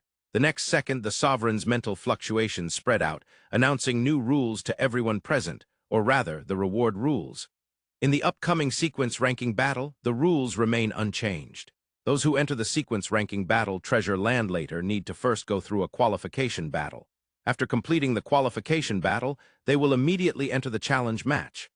At the same time, to allow you to showcase your true strength, the rewards this time can be considered me digging deep into my own reserves. At the same time, in order for you to showcase your true strength, the rewards this time can be considered as me digging deep into my own pockets. The sovereign said this with a slightly teasing tone. Then, of course, that was just a joke. My resources are quite abundant. I just wanted to lighten the mood a bit and let you understand. The sovereign's tone suddenly became serious. And let you know how generous and important this reward will be. To be honest, this time I'm really pulling out all the stops. After finishing, the sovereign casually glanced at the position where Lin Heifeng was located, and then a wave of mental energy was directly transmitted into everyone's minds. The rewards for this time are as follows. All practitioners who pass the qualification battle will receive one rank skill scroll, with skills obtained through a drawing method, and the skill attributes and effects will be random. For those in sequence 51 to sequence 100, the reward is equivalent to 2,000 points of physical quality in magic crystals. The attributes of the magic crystals can be freely selected. At the same time, you will receive one S-rank skill scroll. Skills will be obtained through a drawing method, and the skill attributes and effects will be random. For those in sequence 21 to sequence 50, the reward is equivalent to 2,000 points of physical quality in magic crystals. The attributes of the magic crystals can be freely selected. At the same time, you will receive one SS-rank skill scroll. Skills will be obtained through a drawing method, and the skill attributes and effects will be random. For those in sequence 11 to sequence 20, the reward is equivalent to 2,000 points of physical quality in magic crystals. The attributes of the magic crystals can be freely selected. At the same time, you will receive one SSS-rank skill scroll. Skills will be obtained through a drawing method, and the skill attributes and effects will be random. For the top 10 in sequence, the basic reward is 5,000 points of physical quality in magic crystals. The attributes of the magic crystals can be freely selected. At the same time, the magic crystals can be converted into points of equal value. Additionally, the top 10 will receive more extra rewards, detailed as follows. Sequence 10 will receive one SSS-rank skill scroll, with attributes that can be directly specified by Sequence 10, and will also receive either an SSS-ranked weapon or protective gear. Note, an SSS-ranked weapon can break the defenses of 9th-level beings, while SSS-ranked protective gear can withstand attacks from 9th-level beings. The impact caused by the attack is not included. Sequence 9 will receive one SSS-ranked skill scroll, with attributes that can be directly specified by Sequence 9, and will also receive both an SSS-ranked weapon and protective gear. Sequence 8 will receive one SSS-ranked skill scroll, with attributes that can be directly specified by Sequence 8, and will also receive a soul weapon that matches their profession and skills. Note, the soul weapon will grow along with the practitioner, reaching a maximum growth level of foundation level. Sequence 7 will receive one SSS-ranked skill scroll, with attributes that can be directly specified by Sequence 7, and will also receive an opportunity to upgrade skills. Note, skill upgrade can raise any skill by one level. SSS rank cannot be upgraded to foundation level. Sequence 6 will receive one SSS rank skill scroll, with attributes that can be directly specified by Sequence 6, and will also receive a second opportunity to upgrade skills. Note, skill upgrade can raise any skill by one level. SSS rank cannot be upgraded to foundation level. Sequence 5 will receive one SSS rank skill scroll, with attributes and skill effects that can be directly specified by Sequence 5, and will also receive a second opportunity to upgrade skills. SSS rank cannot be upgraded to foundation level. Additionally, a foundation level artifact will be awarded. Ground-based magic light sniping cannon. Ground-based magic light sniping cannon, a heavy war weapon, 130 meters long, 30 meters high, and weighs 3,000 tons. It fills with magic crystals and fires a powerful magic energy beam with high lethality and penetration. The lethality depends on the quality of the magic crystals, and theoretically, it can deal fatal damage to peak level 10 experts. Sequence 4 will receive one SSS rank skill scroll, with attributes and skill effects that can be directly specified by Sequence 4, and will also receive a second opportunity to upgrade skills. SSS rank cannot be upgraded to foundation level. Additionally, a foundation level artifact will be awarded. Blood and Flesh Incineration Furnace. Blood and Flesh Incineration Furnace, a strategic-level artifact that can incinerate the blood, flesh, and bones of living beings. It will automatically produce a large number of flesh and blood puppets. These puppets possess low-level intelligence and ensure loyalty. The furnace will produce flesh and blood puppets of varying strength levels based on the quality and quantity of the blood and flesh inputted, and the specific strength requirements can be set by the operator. With it, you essentially possess an invincible army. Sequence 3 will receive one Foundation-level skill scroll with attributes that can be directly specified by Sequence 3, and will also receive a second opportunity to upgrade skills. SSS rank cannot be upgraded to Foundation level. Additionally, a Foundation-level artifact will be awarded, Rebirth Capsule. Rebirth Capsule, a Foundation-level artifact that allows the owner to channel their mental energy into the capsule. When the host dies, the capsule will automatically activate, reshaping the host's flesh and soul. Remaining uses 8/10. Once the uses are exhausted, the Rebirth Capsule will disappear permanently. Note: you need to place the capsule in an undisclosed location to ensure your life safety. Sequence 2 will receive one Foundation-level skill scroll, with attributes that can be directly specified by Sequence 2, and will also receive a second opportunity to upgrade skills. One upgrade allows for Super Upgrade, which can raise SSS rank skills to Foundation level. Additionally, a Foundation-level artifact will be awarded, Heaven-Piercing Demon Vine. Heaven-Piercing Demon Vine, a Foundation-level artifact, cultivated from the flesh and blood of the demonic clan by the ancient Xiangxia civilization, is the ultimate biochemical weapon. The demon vine resides in the host's body, feeding on blood and flesh from the demonic clan. When it absorbs the blood and flesh, it will automatically nurture the host, permanently increasing the host's lifespan and physical quality limits. It can also be used as a weapon or armor, a recovery method, or a special nature artifact. The Heaven-Piercing Demon Vine is the ultimate foundation created by the Xiangxia civilization, with diverse usage methods and effects. The specific effects are for the host to develop. Note: after obtaining the Heaven-Piercing Demon Vine, the host will take a blood oath of ownership. The vine has only one master. Sequence 1 will receive one Foundation-level skill scroll, with attributes and approximate effects that can be specified by Sequence 1, and will also receive 2 opportunities for super upgrade skills. Additionally, a Foundation-level artifact will be awarded. At this point, the Sovereign's mental wave suddenly paused for a moment, then a painfully audible sound that even when you could hear emerged. Additionally, a Foundation-level artifact will be awarded Eternal Sky City. Eternal Sky City, the ultimate war platform. It is the ultimate artifact created by the Sovereign, absorbing 856 technologies, magic, fantasy, and Xiangxia civilization. Its main structure is a gigantic city with a total area of 1 million square kilometers. The defense level of the city walls is level 10. It also includes numerous war puppets, weapon factories, magic energy cannons, and defensive formations. Within Eternal Sky City, there is a permanent super treasure land, 10 large treasure lands, 100 medium treasure lands, and 1,000 small treasure lands. Eternal Sky City is equipped with an anti-gravity system, capable of soaring to a height of 10,000 meters above the ground, with a complete air circulation system, drainage system, power system, and network system. At the same time, Eternal Sky City has a high-level intelligent brain, and the internal facilities and defensive measures can be customized by the host. The detailed reward explanation is complete now. The challenge officially begins. When the Sovereign finished detailing the rewards, the entire treasure land of the sequence ranking tournament fell into silence. Even though the challenge had officially begun, not a single professional dared to initiate a challenge. Even Wen Yu was stunned by the Sovereign's grand gesture and immediately began to survey his surroundings.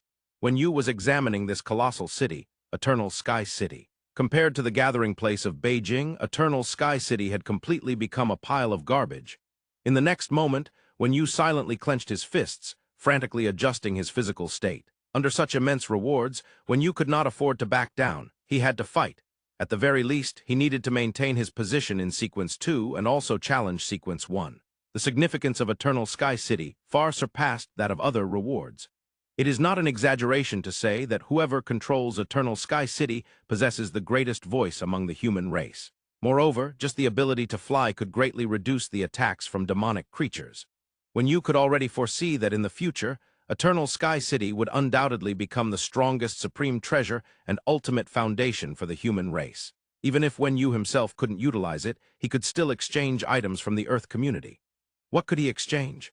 At least 2, no, 3 foundation-level skills, and he could only acquire the housing rights of Eternal Sky City after clearing out all the treasure land above. Not to mention Yu, even those powerful individuals who were reluctant to participate in the sequence ranking battle earlier now found it impossible to resist competing. Because the strong deeply understood one thing, what it meant to roll a snowball and how a strong person becomes even stronger. Now that the sovereign had piled up the snowball, it was waiting for powerful professionals to push it down the path. Under such circumstances, no one could withstand the temptation of power. Tang Heifei squinted his eyes and looked at Yu below with a smirk before silently closing his eyes. The muscles on his body were visibly heaving, a clear indicator of what was on Tang Heifei's mind. He was warming up. In the next moment, a brilliant white light from the outside flickered. Qualifying battles had begun. A large number of professionals were teleported to the unknown challenge space, where the flow rate of space was different from the outside world. In less than a minute, another wave of white light flashed. All latecomers had already completed the qualifying battle challenge. The remaining participants, up to 70%. It must be said that the quality of professionals participating in the sequence ranking battle for the second time was truly extraordinary. In the next moment, the first sequence ranking battle of the human race, and also the most intense one, commenced. The first challengers were not the non-sequences, but those from sequence 91 to sequence 100. Originally, these individuals were the gatekeepers of the sequence, all super-strong professionals arranged by Lin Heifeng, including Fang Bai, Michelle, and Joshua. Now, with Lin Heifeng's objectives achieved, these individuals naturally had no desire to continue guarding the gate. There was no need for Lin Heifeng to issue any instructions. Everyone knew that this time they just needed to climb upwards without thinking about anything else. With flashes of white light, these individuals quickly kicked down the military cannon fodder in front of them and surged forwards. Of course, these battles were not important. The first to launch an assault on the top 10, specifically the top 5, was Vincent, a professional who had just been interrupted by the sovereign and belonged to the military. Vincent and Sequence 11 were pulled into the challenge space together, and the scene repeated itself once again. "I concede." As the original rank 10 uttered these words, he let out a long breath, feeling a lot lighter. Subsequently, taking advantage of his prior rank 18 position, Vincent fought against the individual in rank 6, then shot an odd glance at Arcade above, his slightly purple lips curling into a smile as he gently smiled at Arcade. Arcade, on the other hand, turned deathly pale, his lips twitching, unable to say a word.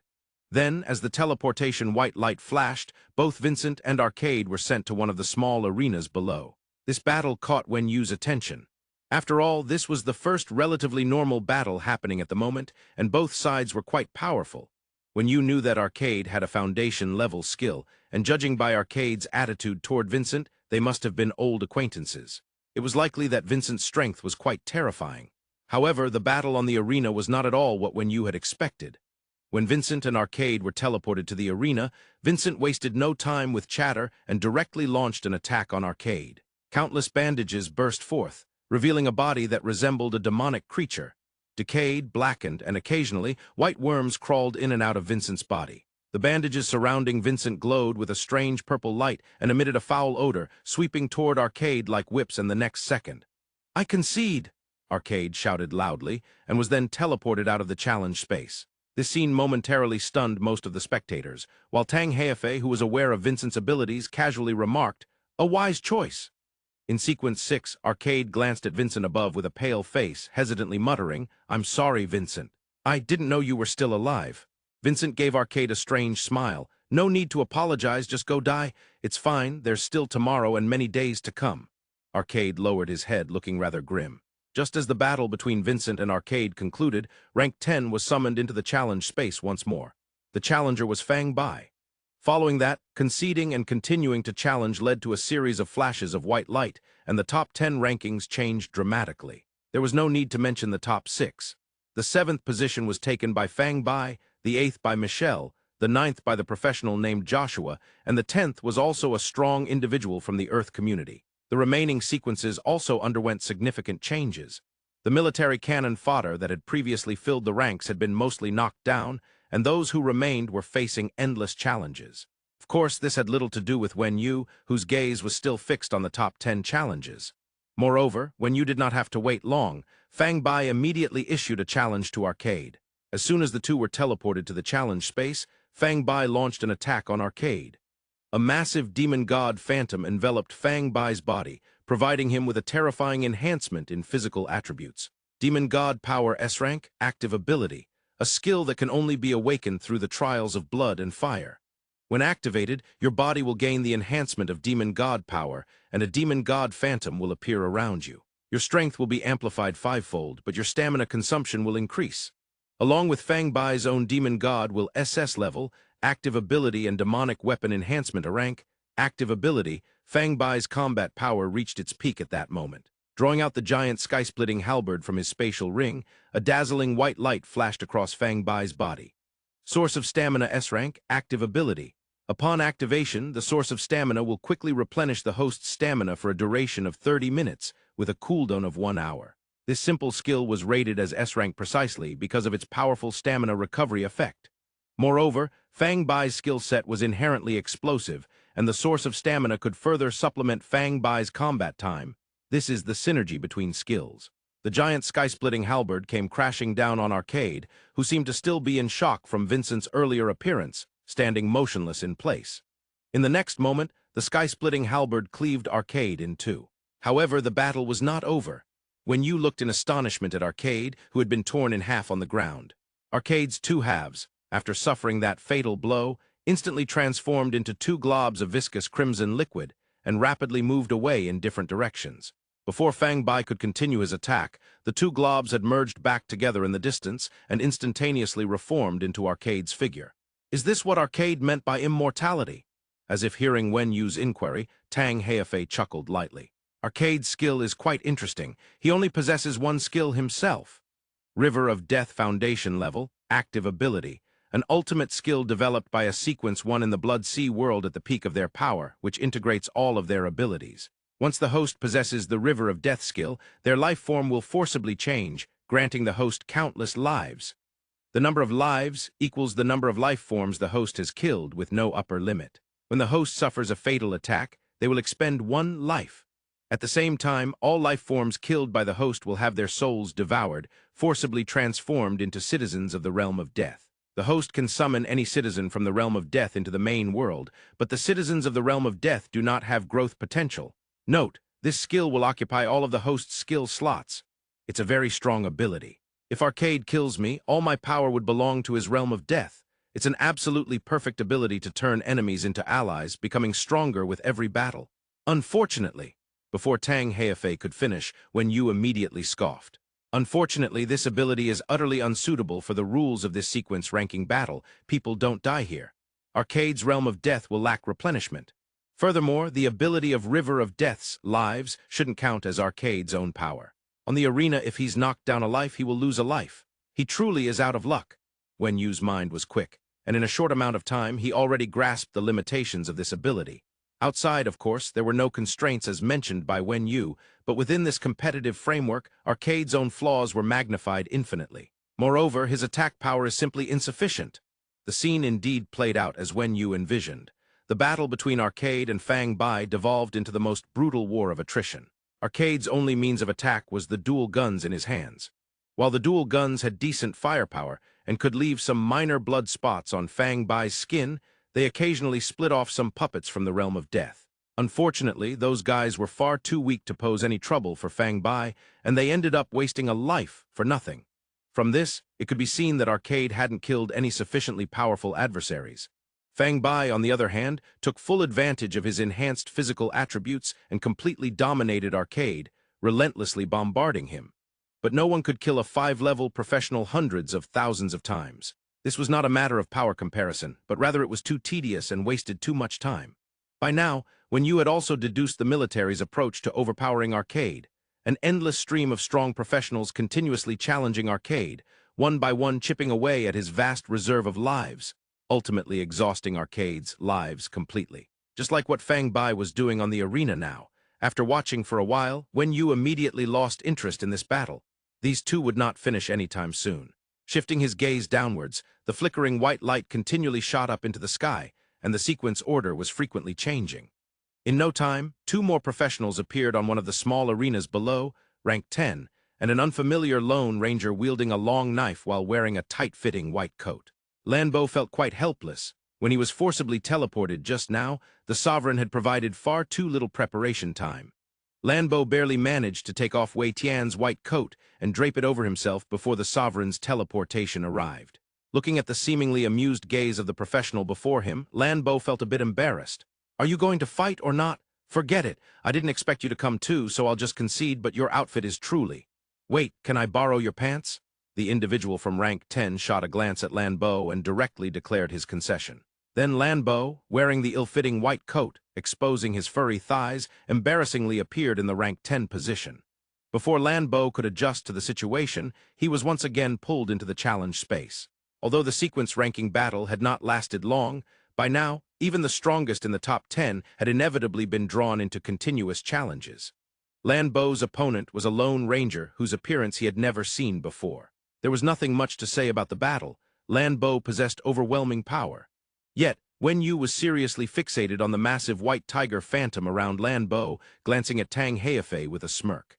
"You guys really are something, not even sparing the dead." Tang Heifei shrugged, saying nothing further. In a short amount of time, Lanbo's battle had already come to an end. After all, Lanbo's skills were purely explosive. This skill set was even stronger than Fang Bai's. According to Wenyu's calculations, this military strongman named Lanbo could easily reach the top 5 in the sequence.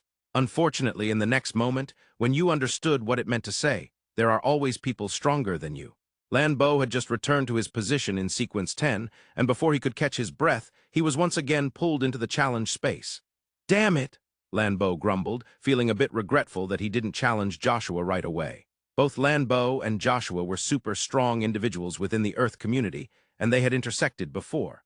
According to Lanbo's calculations, the probability of him defeating Joshua was 100%. "Since that's the case, I will challenge Joshua next time. This gatekeeper can say whatever he wants." Lanbo mumbled to himself, not sure what he was saying before he looked up ahead. A tall young man with fair skin and light blue long hair smiled slightly at Lanbo, appearing a bit shy. His fair skin wasn't pale from lack of sun, but rather had a moist sheen, and combined with the young man's soft facial features, it undoubtedly increased Lanbo's favorability. With a serious tone, he said, "Friend, I haven't seen you before. Are you the lone walker?" The young man across from him nodded shyly, showing signs of someone who wasn't used to interacting with others. "My name is Walter. I used to live on an island in the Pacific Ocean." "Oh, how about joining the military, our Earth community?" Lanbo rambled on for a while, and the young man didn't interrupt his enthusiasm, quietly standing there and listening to Lanbo's chatter. This professional named Lanbo, although he inherited the power system of Frenzy, had a personality that was nothing like Frenzy's stoic and aloof demeanor. He was just a talkative joker. After a long while, Lanbo seemed to finally remember that the two of them were standing on the arena for a reason and decisively said, "You should just admit defeat. I'm quite strong." It's no wonder Lanbo was so confident. Frenzy was once in sequence 3. Strictly speaking, even if Lanbo's strength was slightly weaker than Frenzy's, it wouldn't be by much. Lanbo positioned himself within the top 5 sequences. His highest goal was to knock Chaos down from sequence 3. Upon hearing Lanbo's words, Walter gently shook his head. "I want that thing called Eternal Sky City. If I get that, I can invite Dad Tom and Little Tom to live in a big house flying in the sky. At the same time, the children in the town won't have to face the attacks of sea beasts anymore." Walter spoke very seriously and sincerely, his gaze as honest as a blank sheet of paper. However, Lanbo shook his head slightly and said with a weighty tone, "Let me tell you, the two guys at the front are monsters. Don't even think about challenging them." Walter nodded gently and said slowly, "Actually, I'm a monster too." The next moment, a massive sense of threat surged forward, and Lanbo only saw a water droplet swiftly rushing towards his forehead. Boom! A tremendous white light enveloped the entire arena, and the terrifying shockwave even caused the protective shield in the arena to slightly deform. Then, a series of explosions erupted, and within 3 seconds, the teleportation white light flashed by. Lanbo sat pale in sequence 13, his face displaying an incredulous expression as he looked up towards Walter, who was seated high in sequence 10. His mind seemed to recall Walter's earlier words. "Actually, I am a monster." Then he thought of the explosive power that resembled a nuclear bomb, and Lanbo fell silent. The gigantic flashes and sounds from the arena naturally attracted everyone's attention. When Yu narrowed his eyes, seriously staring at Walter, who was curiously looking around, feeling an increasing sense of urgency. This was definitely an opponent capable of threatening him. Nuclear bomb? Wenyu murmured as he looked at the craters left in the arena after the smoke cleared. The battle had been too quick, and the dust and effects from the explosion made things appear very hazy, but Wenyu's perception was unmistakable. That explosion effect was definitely nuclear weaponry, or something akin to nuclear weaponry. What was even more frightening was that this professional named Walter could continuously unleash such attacks, and with the closed environment of the arena. If Arcade had been trapped by the rules of the arena, then Walter's strength was essentially significantly enhanced by the arena's environment. Before Wenyu could finish his thoughts, Walter once again challenged Sequence 9, Joshua. Boom! This time there was just one explosion and the battle was over. When you finally saw Walter's method of attack, it was merely a water droplet shot from his fingertip that quickly rushed towards Joshua. Such a strong ability! Even Tang Heifei, sitting above, couldn't help but exclaim, although his expression remained neutral, simply expressing admiration. Seeing this scene, Wenyu's inner critic flared up. You keep acting tough. A guy who treats water droplets like miniature nuclear weapons poses no threat to you. Tang Heifei shrugged, his expression not seeming to be feigned calmness. Then the sound of explosions rang out again. The military powerhouse Michelle was similarly kicked out by Walter. However, Fang Bai and Arcade were still in the arena, preventing Walter from advancing further. Lan Bo once again exerted his strength, knocking both Joshua and Michelle down, claiming the position in Sequence 9. And then yet another unknown powerhouse challenged Michelle, currently in Sequence 10. The battle between Michelle and the unknown professional was quite intense, but to Wenyu it was just par for the course. Both their skill sets were quite standard: defense, attack, physical enhancement, and then close combat. The unknown powerhouse was quite formidable, holding out for about 20 minutes against Michelle before ultimately falling to her. Just as Michelle was catching her breath, her figure was once again pulled into the challenge space. At this moment, Michelle definitely wanted to curse. Sovereign, why the hell are you wasting energy teleporting back and forth? Just let me stay in the arena. This was undoubtedly the sorrow of a gatekeeper. Michelle was quickly knocked down by another challenger, who turned out to be a hidden military powerhouse named Dugu Jian. Equipped with a long sword and a sharp combat outfit, his overall appearance was quite impressive, and the abilities he showcased felt somewhat familiar to Wenyu. Isn't that the ability of Yang Pengguang? Tang Heifei nodded. Wenyu reevaluated the military's strength in his mind. This technique that could extract the abilities of fallen professionals could elevate the military's power several levels. Frenzy's abilities, Yang Pengguang's abilities, then there were the former Andre, Suzuki Masao, and Claire. They would undoubtedly be exploited by the military. Though it seemed a bit inhumane, the military's top leader, Lin Heifeng, was a thorough utilitarian. Just as Wenyu was lost in thought, the battle between Fang Bai and Arcade finally began to change. It wasn't that they had determined a victor. It seemed the Sovereign simply couldn't stand it anymore. Arcade's death count was at 1,086, while Fang Bai had exhausted about 30% of his stamina. They should still have some fight left in them. The Sovereign likely felt it was dragging on and directly adjusted the flow rate of space in the arena. Then the battle between the two seemed to fast forward, and in just a few minutes, Arcade, risking everything, even though his life wasn't worth much, finally drove a blood-colored long sword, condensed from his energy, into the heart of the exhausted Fang Bai. The battle was over, and Arcade had died over 8,000 times. One had to say, Arcade was indeed a quality gatekeeper. To defeat him, one would have to kill him hundreds of thousands or even millions of times. Such a number would surely drive anyone to despair. You are amazing for listening to chapters 301 to 400 of Doomsday Summoning Frenzy. If you are enjoying this story, please consider subscribing and supporting the channel. Seeing the battle between Fang Bai and Arcade come to an end, Walter, a strong figure who even instilled a sense of wariness in Wenyu, directly challenged Fang Bai. The fight was still quite uneventful. The extreme destructive power of his skills resulted in an overwhelmingly terrifying strength. In just a few short seconds, Walter unleashed 7 rounds of incredibly intense explosions, directly knocking Fang Bai down to the position of Sequence 8, before turning his challenge towards Arcade. As the two were transported to the challenge space, the Sovereign, having gained some experience this time, quickly adjusted the time flow of their arena. In the midst of a blurred scene, one could vaguely see Arcade enduring Walter's brutal onslaught. From the scattered images of their battle, it was evident that Arcade was absolutely no match for Walter. However, it would not be easy for Walter to completely drain Arcade's life either. It was uncertain whether Arcade's life would be depleted first or if Walter would exhaust his stamina first. Next, there appeared no other super-strong opponents. It was unclear if they were merely watching or if there were truly no experts at Walter's level left. However, within the military ranks, several skirmishes broke out. First came Lanbo challenging Fang Bai. The gap in strength between the two was not significant, and Lanbo had a slight edge, knocking Fang Bai down to the position of Sequence 9. Then Gu Zifeng once again challenged Fang Bai, successfully taking the position of Sequence 9. Immediately afterward, Gu Zifeng launched a challenge against Lanbo. The massive phantom of the white tiger intertwined with the sword aura that filled the sky, and from the external light effects, one could see just how intense the battle between the two was. After a while, the white tiger roared and the long sword howled.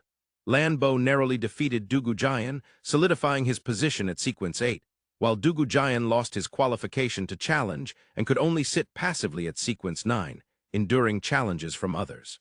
Just as the two were transported back to their seats, Fang Bai was immediately pulled into the challenge space. The challenger was a silver-haired old man. The second one, Tang Hefei, seated in the highest position, said expressionlessly, then fixed his gaze tightly on the silver-haired old man. Wen Yu's heart sank. The second one Tang Hefei was referring to was undoubtedly the very strong energy fluctuations he had just spoken about. Walter was definitely one of them, and this old man was clearly the second. Then his strength would undoubtedly exceed imagination. Fang Bai stared intently at his opponent before him, his muscles rippling, and the terrifying phantom of the demon god began to flicker into existence. Having developed to this point, Fang Bai understood that this sequence-ranking battle was incredibly deep, and all sorts of powerful beings had emerged, with strong fighters appearing one after another. Fang Bai now realized that he could not maintain his position among the top 10 sequences, but he still had to struggle a bit. Moreover, just looking at the old man's kindly demeanor, there might not be much of a threat. Of course, this was just a small flicker of good luck in Fang Bai's mind, which he quickly suppressed. Seeing Fang Bai's movement, the old man smiled kindly at him, but his actions were anything but friendly. An unknown and immense power erupted from the old man's hands, instantly enveloping Fang Bai's body. Then, Fang Bai froze in place. Time Stop SS rank, active ability, stops the time of a specific area or individual. The duration of the stoppage depends on the strength and range of the objects within that area. Each second after this skill is activated consumes a large amount of stamina. Sensing his stamina rapidly depleting, the old man quickly activated his second ability. Time Reversal SSS rank, active ability. This skill can only be applied to oneself, reverting the body's state to 3 seconds prior. This skill has no cooldown time, but each use permanently drains 3 seconds from one's lifespan. A powerful time-based ability. This ability is akin to an absolutely invincible life-saving skill, but the downside is very obvious. It consumes lifespan rather than stamina. Stamina can be replenished, but lifespan is much harder to recover.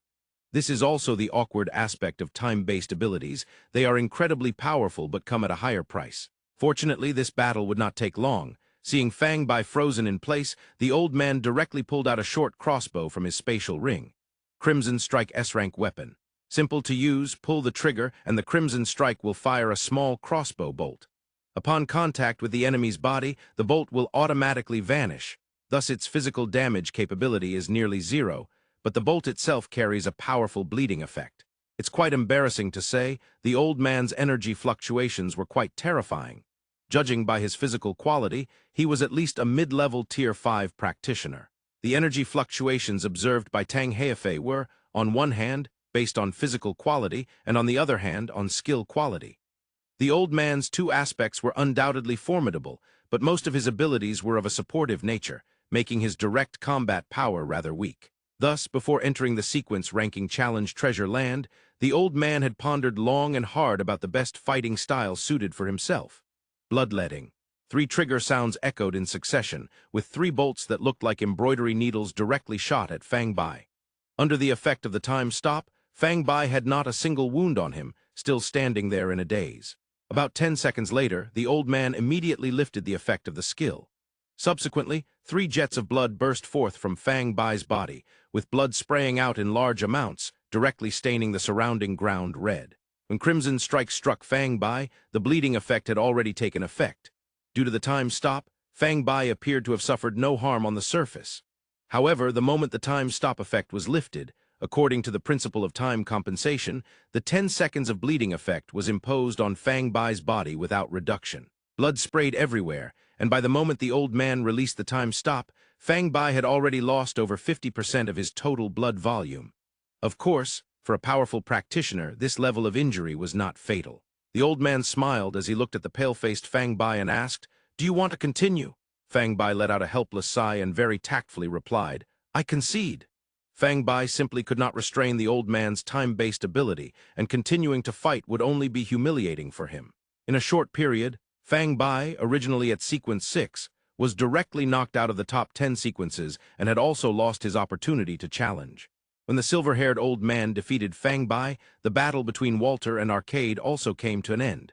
Due to the different flow of time, the outsiders were unaware of how long the two had fought, but the outcome did not surprise most people. Walter secured the position of sequence 6, while Arcade was left pale-faced at sequence 7. The unfortunate Arcade, due to the rules of the treasure land, permanently lost the lives he had, and the sovereign only restored his injuries. Without dozens or even millions of lives at his disposal, Arcade was undoubtedly the softest target among the top 10 sequences. Moreover, everyone understood this situation. Lanbo smiled strangely at Arcade and directly challenged him. In the challenge space, Lanbo's 3-meter-long sword relentlessly slashed at Arcade, who was desperately dodging the attacks. But where could he escape to? In less than 10 seconds, Arcade was struck on the head by the large sword, resulting in a judgment of failure. Sitting at sequence 8, Arcade finally breathed a brief sigh of relief. Gu Zifeng had just failed in challenging Lanbo and lost his qualification to challenge. Currently, Arcade was weak, but having a powerhouse like Gu Zifeng as a gatekeeper was somewhat good news for him.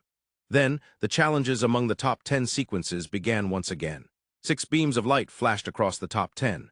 Chin Min challenged Chaos, Walter challenged Vincent, and the silver-haired old man challenged Gu Zifeng. The battle between Walter and Vincent ended quickly. When Walter shot out dozens of water droplets, Vincent decisively chose to concede. At this stage, very few could bear the bombardment of dozens of mini-nuclear bombs in a confined space. Vincent certainly couldn't. There was nothing much to say about the battle between the silver-haired old man and Gu Zifeng. As long as there were flesh and blood, it was nearly impossible to withstand the old man's bloodletting tactics. However, the showdown between Chin Min and Chaos became tense. The golden and milky white lights flickered continuously in the challenge space, and the enormous energy fluctuations spread far and wide. From their battle, it was evident that both Chaos and Chin Min possessed impressive strength, at least considerably stronger than the previous chaotic stream. This also indicated that previous sequence rankings were difficult to determine precisely in terms of strength.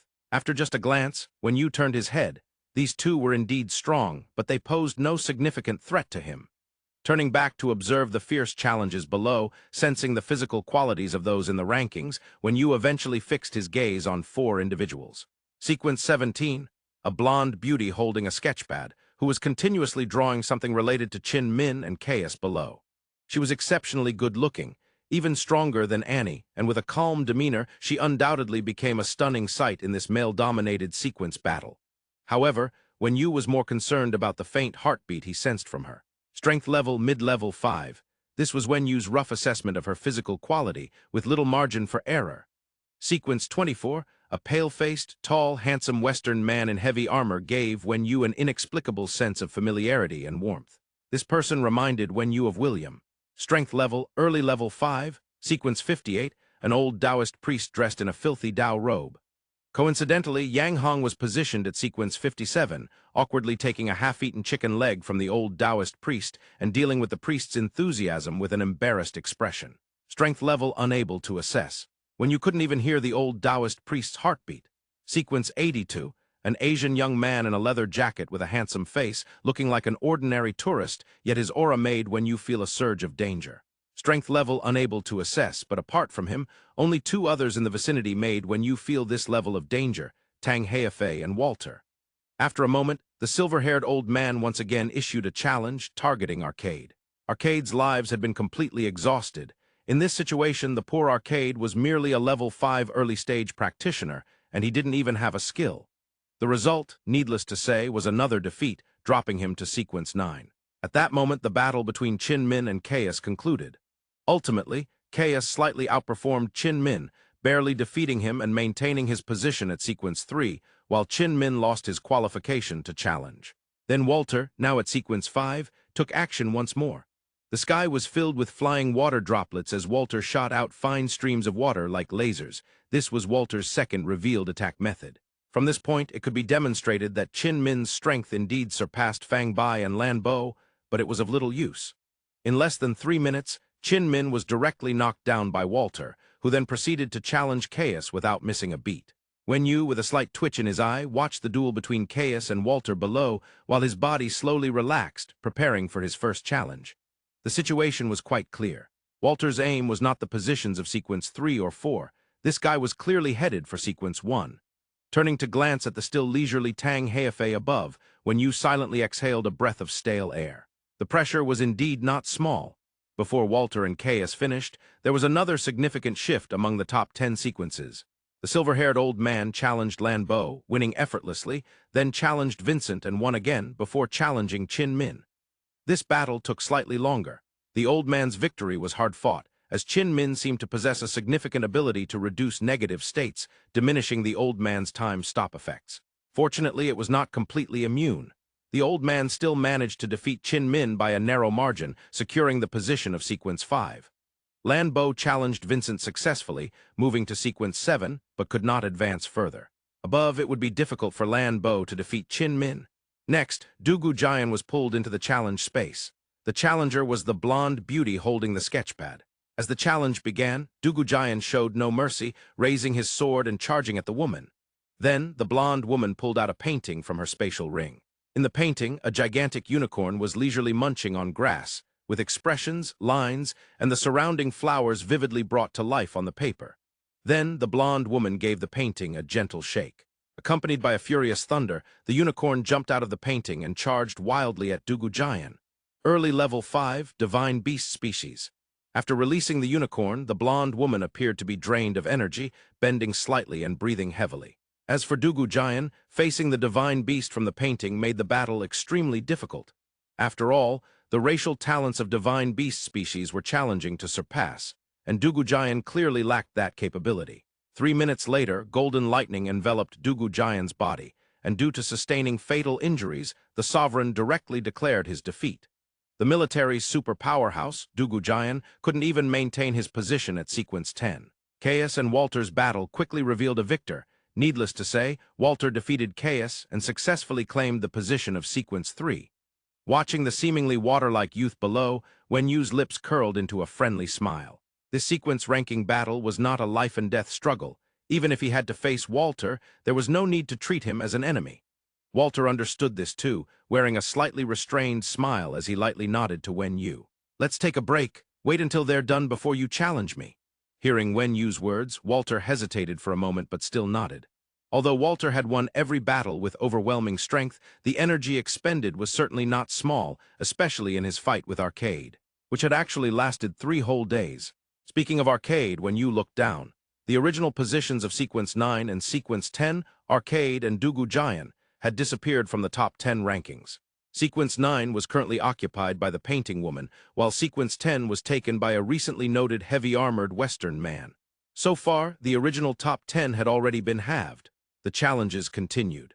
The silver-haired old man challenged Chaos, but Chaos had a significant counter against the old man. Chaos possessed a summoning skill, and it was quite powerful. The old man could immobilize Chaos, but didn't have enough stamina to control the winged humanoid bird summoned by Chaos. The battle concluded with Chaos's victory, leaving the silver-haired old man in position 5 and losing his qualification to challenge. The woman with the sketchpad challenged Vincent, still using the divine beast unicorn, which tore Vincent's bandages to shreds, succeeding in her challenge. Then she continued to challenge Lan Bo. Again, without suspense, Lan Bo's strength did not reach the level of divine beast species. Then the woman continued to challenge Qin Min. Unfortunately, Qin Min's strength was truly impressive. Exhausting all his effort to defeat the unicorn in the woman's painting, he then bloodied approached her, landing a punch on her head. The battle ended, and the woman with the sketchpad was fixed at Sequence 7. The heavy-armored knight continued to challenge upward with a grandiose fighting style, but his strength was relatively weaker.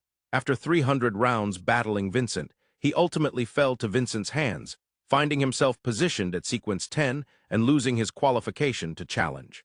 Seeing the challenges among the top 10 sequences quieting down, Wen Yu turned his gaze to the last 2 individuals he had just focused on, the Taoist priest and the young man in the leather jacket. The Taoist priest had somehow climbed to Sequence 13, sitting there lewdly observing around, without any intention of further advancing. On the contrary, the young man in the leather jacket had shot up the rankings, now sitting at sequence 11. Sensing the aura of the two, Wenyu slightly furrowed his brow and looked up at Tang Heifei, asking, "The third person with terrifying energy fluctuations you mentioned, who is it?" Tang Heifei pointed at the young man in the leather jacket. "That one." Wenyu nodded in understanding. Sure enough, it didn't take long for the young man in the leather jacket to launch an assault on the top 10 positions. The first to suffer misfortune was the heavy-armored knight. Both were pulled into the challenge space, and then the young man's pale light flickered, and the battle ended.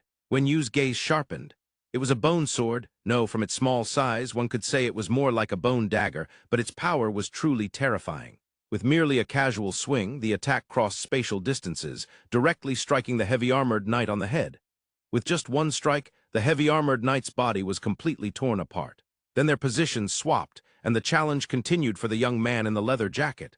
First Vincent, then Lan Bo, followed by the woman with the sketchpad, and then Qin Min. In less than a minute, the young man in the leather jacket had consecutively defeated 4 opponents, facing the silver-haired old man. Seeing this guy's seemingly unsolvable offensive power, even the faint energy fluctuations of space and time emanating from him, the silver-haired old man did not even attempt to fight, directly choosing to concede, and then the young man challenged Chaos immediately. Watching Chaos and the young man in the leather jacket being transported to the arena, Wenyu's eyes slowly narrowed, and he quickly took out some food from his spatial ring, stuffing it into his mouth. If Wenyu's guess was correct. His first battle was about to begin. Peering out from his seat, Wenyu looked down and happened to catch Walter's gaze looking up. "What, ready to start now?" Walter hesitated for a moment and gently shook his head. "Let me deal with that guy first. I feel you're a bit stronger than him." After saying this, Walter seemed to want to add some credibility to his words, honestly saying, "Although I don't have perception skills, my perception ability is not weak. I won't be wrong. What a good kid." Watching the pure, almost like a blank sheet of paper, Walter below, Wenyu lightly sighed. This was indeed advantageous for Wenyu. After all, in this competition-style battle, every round avoided was worth it. Regardless of whether Walter or the young man in the leather jacket won, Wenyu only needed to compete in one battle. The battles ended swiftly. The young man in the leather jacket easily defeated Chaos, sitting in position 4, but did not immediately challenge Walter, instead resting in his position. It seemed the young man in the leather jacket could sense that the remaining practitioners above were all of monster level. On the contrary, sequence 10, Vincent, was once again pulled into the challenge space. The challenger was the old man in the Dao robe. The battle style of the Taoist priest was quite interesting.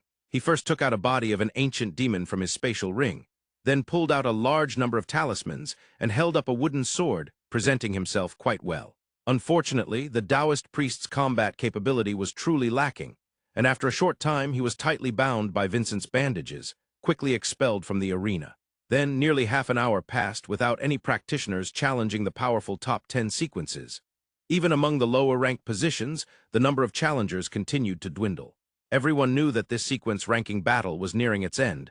What remained were the battles among the strongest of the human race. Sequence 1, Tang Heifei. Sequence 2, Wenyu. Sequence 3, Walter. Sequence 4, the young man in the leather jacket. Among these individuals, Tang Heifei and Wenyu had yet to showcase their full strength, but based solely on the sporadic battle images of Walter and the young man in the leather jacket, it was evident that the current top 4 sequences were indeed significantly stronger in terms of combat power than the other practitioners, and the strongest among the human race would be determined among these 4. Another half an hour passed, and the 100 participants in the sequence had completed their exchanges. For about 10 minutes, there had been no flash of light from the challenge transfer. This also meant that the rough sequence order for this ranking battle had already been established. Lone Walker, 62 people. Soldiers affiliated with the military, 38 people. Originally, nearly 90 participants were affiliated with the military. At the same time, among the top 10 sequences, only 4 participants affiliated with the military remained. Sequence 1, Tang Heifei. Sequence 7, Qin Min. Sequence 9, Lan Bo. And Sequence 10, Vincent. From this, one can also perceive the extent of hidden powers in the world. Most people were waiting for the final battle, and the young man in the leather jacket did not keep everyone waiting for too long. Another 5 minutes passed by, and with 2 streaks of white light flashing below Wenyu, Walter and the young man in the leather jacket were teleported into the challenge space. Everyone sitting above was staring intently at the battle about to commence below. Among powerful beings, there is always a peculiar sense of awareness, which could also be classified as a sixth sense. just as Walter, who had a unique physique and skills, could sense the threat emanating from Hanyue. He could also feel a sharp pain and an indescribable sensation when facing the young man in the leather jacket. Sharpness and a stronger, unknown power. Moreover, most of the power was concentrated in the spine of the young man in the leather jacket. "I am Walter." Walter didn't hastily launch an attack. Instead, he politely introduced himself to the young man in the leather jacket. The young man was a bit caught off guard and gradually relaxed the energy fluctuations he had gathered, lightly nodding to Walter. "I am Tian from Singapore." Logically speaking, experts of this level in Huaxia under the rule of Lin Heifeng shouldn't go unnoticed. Therefore, it made sense that Tian, as a Chinese from Singapore, was here. Seeing that the innocent Walter wanted to continue speaking, Tian wasn't in the mood for idle chatter on the stage. He directly launched an attack at the unguarded Walter. In the next second, a pale sword light shot up into the sky. Hanyue, sitting outside, clearly saw Tian's method of attack. Tian used a sword, but it was unlike any ordinary long sword. His sword was his very own bones. A long sword less than a meter long shot out from the palm of Tian's hand, and from a distance of several dozen meters, directly slashed at Walter. Force of Spatial Severance SSS rank, passive ability. Every attack by the host will add the force of spatial severance, allowing direct attacks on any target within a diameter of 100 meters, disregarding the distance and the host's own attack range. Note: who says melee fighters have short reach? At the same time, the bone sword blade also had an additional capability. Spatial Cutting SSS rank, passive ability. When using a bladed weapon, the host's attack automatically carries the power of spatial cutting, severing space and cannot be blocked by any item or skill below the foundation level. These two terrifying SSS rank passive skills enabled Tian to swiftly advance, cutting down opponents and reaching the mythic sequence 4 in an instant. The pale sword light breached space and distance, appearing directly at Walter's waist, and then the sword light bisected Walter. Walter's face bore a hint of surprise, clearly not expecting that Tian would attack him so lethally without even asking if he was prepared. Fortunately, such pure physical damage couldn't harm Walter in the slightest. As the sword light sliced through Walter's waist, it seemed to merge back together instantaneously like flowing water at the wound's location. This ability was similar to elementalization, quite akin to Hanyue's Dark Monarch, and such abilities belong to the completely physically immune, bug-level powers. Easily dodging this attack, Walter's fingertips quickly condensed a large number of water droplets, then he gently flicked his fingers. The water droplets shot towards TYeon, expanding in midair. By the time they reached Tian, most of their mass had transformed into energy, resulting in a violent explosion. Just as one wave subsided, another arose. Water droplets from Walter's hand flashed wildly, as massive amounts of water droplets surged towards Tian like a torrential downpour. Then violent explosions and smoke instantly enveloped the entire arena.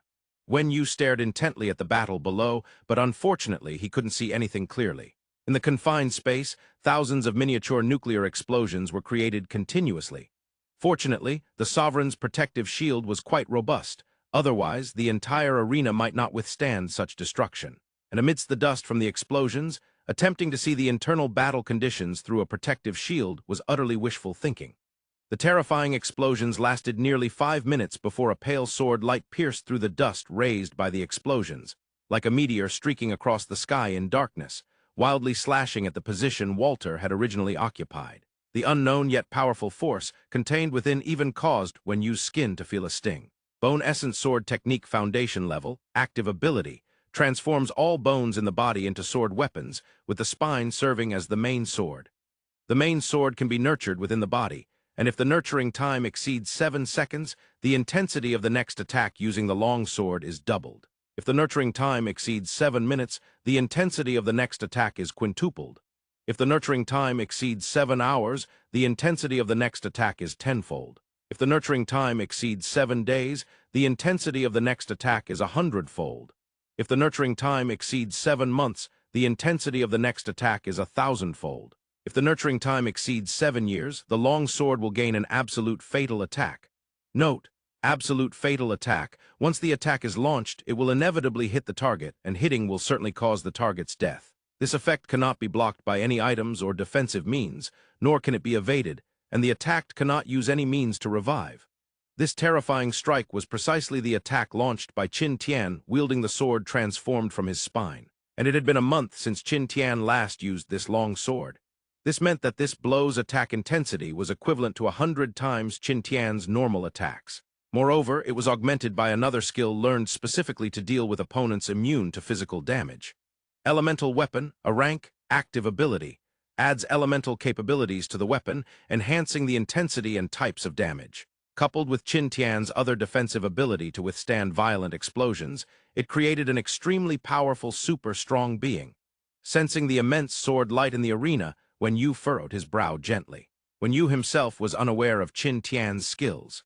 Upon witnessing the formidable sword light just now, the only way Yu could think of to deal with that attack was to retreat into the netherworld. There was no way to withstand it. He just didn't know if Walter could survive this attack. The sword light gradually dissipated, and in the next second, a flash of light from the teleportation appeared. Walter sat in his original position, pale-faced, unable to shake off the lingering fear as he looked at Qin Tian, who sighed slightly below him. The fear in his eyes grew stronger. Just now, he had come very close, just an inch away from being cut down by the sword light. If it weren't for Walter barely managing to unleash a water ray at the last moment, piercing Qin Tian's forehead while he was momentarily out of defense due to his attack, he would have been the one to lose. Recalling the terrifying feeling of the massive sword light being so close, it was the first time Walter doubted his own strength. It seemed that he could be defeated, he could be killed. This brief thought flickered through Walter's mind as he looked up at the relaxed and composed Tang Heifei and the meditating Yu, quickly adjusting his breathing. Since his strength was insufficient, he had to desperately improve it, and there was no better way to enhance his strength than the rewards given by this sequence ranking. Minutes flew by quickly, and Walter organized his state, mainly his psychological state.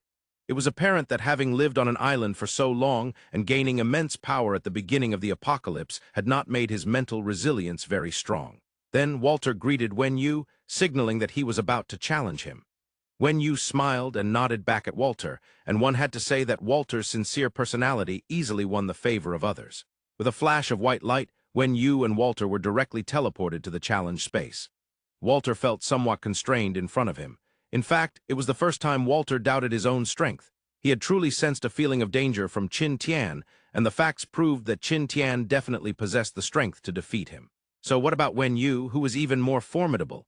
Just as Walter contemplated this, Yu had already summoned Faceless, swiftly entering combat mode. Second Soul Realm Enhancement, Fury of the Inferno SS level, active ability. Third Soul Realm Enhancement, Dragon Blood Amplification SSS rank, active ability. Fifth Soul Realm Enhancement, Netherworld Race Foundation level, passive skill. After that, Yu dripped a drop of his own blood onto Faceless. Faceless quickly underwent a transformation, having turned into Yu's appearance in a short time. In this one-on-one battle mode, especially against an opponent with super terrifying individual combat power, releasing a spirit pet to fight was absolutely an unwise choice. Qin Min had just faced the initial stage of a 5th-level unicorn divine beast species head-on, let alone Walter before him. Therefore, in this combat mode, using combat status and letting his spirit pet enhance his skills was definitely the best choice. Faceless, under such circumstances, became Yu's strongest ally. One must admit that most of the time, skills were indeed much more important than physical qualities. However, when Yu briefly scanned Faceless skills, he discovered something very embarrassing. Faceless had not completely copied Netherworld Race Foundation level, passive skill. The perfect replication by Faceless belonged to the SSS rank skills, while Netherworld belonged to the Race Foundation level skills, which had the suppression of skill levels. The Netherworld that Faceless copied suddenly seemed inadequate. Netherworld Race Foundation level, passive skill, incomplete. Between life and death, there exists such a world, not entering mortal dust, not falling into hell. Once the skill is generated, it will automatically create a nether realm with a diameter of 1,000 meters around the host. Within this realm, the host can easily alter the rules, including but not limited to space, time, speed, gravity, and more. The ability of Netherworld was directly cut in half, and even the transformation function of Nether warriors disappeared. After familiarizing himself with this truncated version of Netherworld, Yu discovered that even the aspect of altering the rules within the realm was significantly weaker than the original. This was akin to forcibly downgrading the Foundation-level Netherworld to the SSS-level Netherworld. Casually changing the skill of the 5th Soul Realm, Yu replaced Netherworld with Misty Trail S-rank, active ability. Then he dispelled Faceless copied state and dripped another drop of blood onto Faceless. This time, after Faceless transformed into Wen Yu's appearance, it immediately activated Misty Trail, and its figure vanished instantly. Second Soul Realm Enhancement, Super Destiny Fight SS level, passive ability. Third Soul Realm Enhancement, Dragon Blood Amplification SSS rank, active ability. Fifth Soul Realm Enhancement, Netherworld Race Foundation level, passive skill. While the process sounded complicated, it actually happened very quickly. Within a few seconds, when Yu had completed this series of actions and then looked up at Walter in front of him. "What's wrong? Aren't you going to strike? That was a great opportunity just now." Walter shook his head. "It's impolite to attack someone who is preparing for battle." "All right, the young man is developing." When Yu silently praised him in his heart, then looked up seriously at Walter and said, "I'm ready, shall we begin now?" Walter nodded, and then a black light rushed directly into Walter's body, Dark Absorption S-rank, active ability. Starting with a curse has now become Wen Yu's fighting habit, especially since the effects of Dark Absorption after being enhanced by Dragon Blood Amplification were extraordinary. However, Walter's body suddenly radiated water light, and in an instant, the connection between Wen Yu and Dark Absorption was severed. As if made of water, Walter's body shimmered with waves of water light, and ripples emerged from his body, while the sense of threat radiating from him grew stronger. A clear voice came from Walter. "Be careful. My profession is called Sea King, and my affinity for water has reached the peak of all professions, while I am completely immune to damage from water attribute abilities and physical attacks." Hearing such a self-introduction, Wen Yu's actions suddenly contracted. If all enemy units were as innocent as Walter, how wonderful that would be.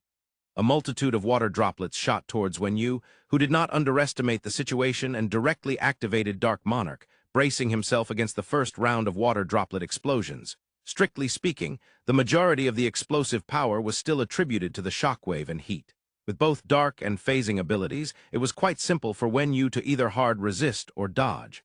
The frenzied energy fluctuations made Walter's eyelids twitch, while the skill's power was boosted to its peak. Fountain of Immortality Race Foundation level, passive ability. Also known as the Source of Water, the practitioner with this ability has reached the peak of water elemental affinity, and this skill will transform the host's physical body from flesh into a water elemental body, completely immune to water-type damage and physical damage. Contact with water will speed up the recovery of stamina and injuries. Additionally, all water-related or water-variant skills, blood, ice, etc. possessed by the host will have their effects increased to SSS level, but the skill consumption remains unchanged. This ability is Walter's core ability. For instance, the attack Walter just unleashed, Water Drop Bomb, is an enhanced C-rank skill. Water Drop Bomb C-rank active ability. Fires a drop of water, converting part of its mass into energy to create a powerful explosion. When this ability is enhanced to the effect of an SSS rank skill, the explosion power is comparable to that of a 1,000-ton TNT explosion, and what's even more terrifying is that its stamina consumption is nearly negligible. Water Ray D-rank, active ability after being transformed by Fountain of Immortality, boasts power comparable to a laser. Water Light Barrier B-rank, active ability, originally a pitifully weak defensive skill, can now be described as an impregnable fortress. Storm Rain Technique E-level, active ability, originally equivalent to a large-scale artificial rain, but when Walter casts it, it is akin to raining nuclear bombs from the sky, infinitely powerful. The space within the challenge arena wasn't small, but for the two super-strong individuals, it really wasn't that big. Dark clouds, inexplicably appearing, began to drift through the sky. This was Walter's Storm Rain technique, a precursor to its deployment. At the same time, Walter noticed that the water drop bomb he had just used was ineffective, prompting him to quickly change tactics. He rapidly refreshed layer after layer of water light barriers around himself, creating a large water ball that enveloped him. Then it began to rain. The torrential downpour not only replenished Walter's stamina, but also provided him with a massive amount of material for skill release. After all, squeezing out water droplets from his body required consuming the moisture within him. Enveloped in a large ball of water light barriers, Walter immediately activated his skill. Water Drop Bomb. In this humid, torrential environment, once a large number of water droplets exploded, the destructive power produced was undoubtedly unimaginable. However, the development of events took an unexpected turn for Walter. The moment Walter activated the water drop bomb, Wen Yu, who had been surrounded by the downpour, suddenly vanished. The next second, a violent explosion rang out, but the water drop bomb had completely gone to waste. The Dark Demon Lord's massive figure had already appeared right in front of Walter. Teleportation in the Netherworld was an incredibly simple ability. At the same time, Wenyu directly altered the rules within the Netherworld, instantly blocking Walter's ability to move. In the next moment, the huge war blade formed from darkness swung down directly at Walter. The pitch-black war blade instantly shattered the dozens of layers of water-light barriers surrounding Walter. Just as it was about to hit Walter's body, he finally managed to react. All along, Walter had relied on the powerful combination of the Fountain of Immortality and water drop bomb against enemies. In the face of horrifying explosions, this combat style was practically invincible. Unfortunately, now Walter had finally encountered a power that countered him. Teleportation combined with a binding ability and the Dark Demon Lord's extreme destructive capability. This was akin to a direct confrontation between a berserker and a mage, with the mage unable to move at all. Before Walter could release another water-light barrier, a pitch-black shadow sprang up behind him, faceless. The dark power gathered in Faceless's hands transformed into a sharp military dagger, engulfed in demonic flames, which instantly pierced through Walter's remaining water-light barriers and plunged directly into his body. The black flames burned fiercely, and under Walter's pure water element body, the burn damage wasn't particularly severe. However, the pain from the soul strike made Walter increasingly terrified. I can't win, I can't escape. What should I do? It must be said that even though Walter's strength was formidable, his combat experience and psychological resilience were indeed his shortcomings. And Wenyu would not show mercy simply because Walter was terrified and distracted.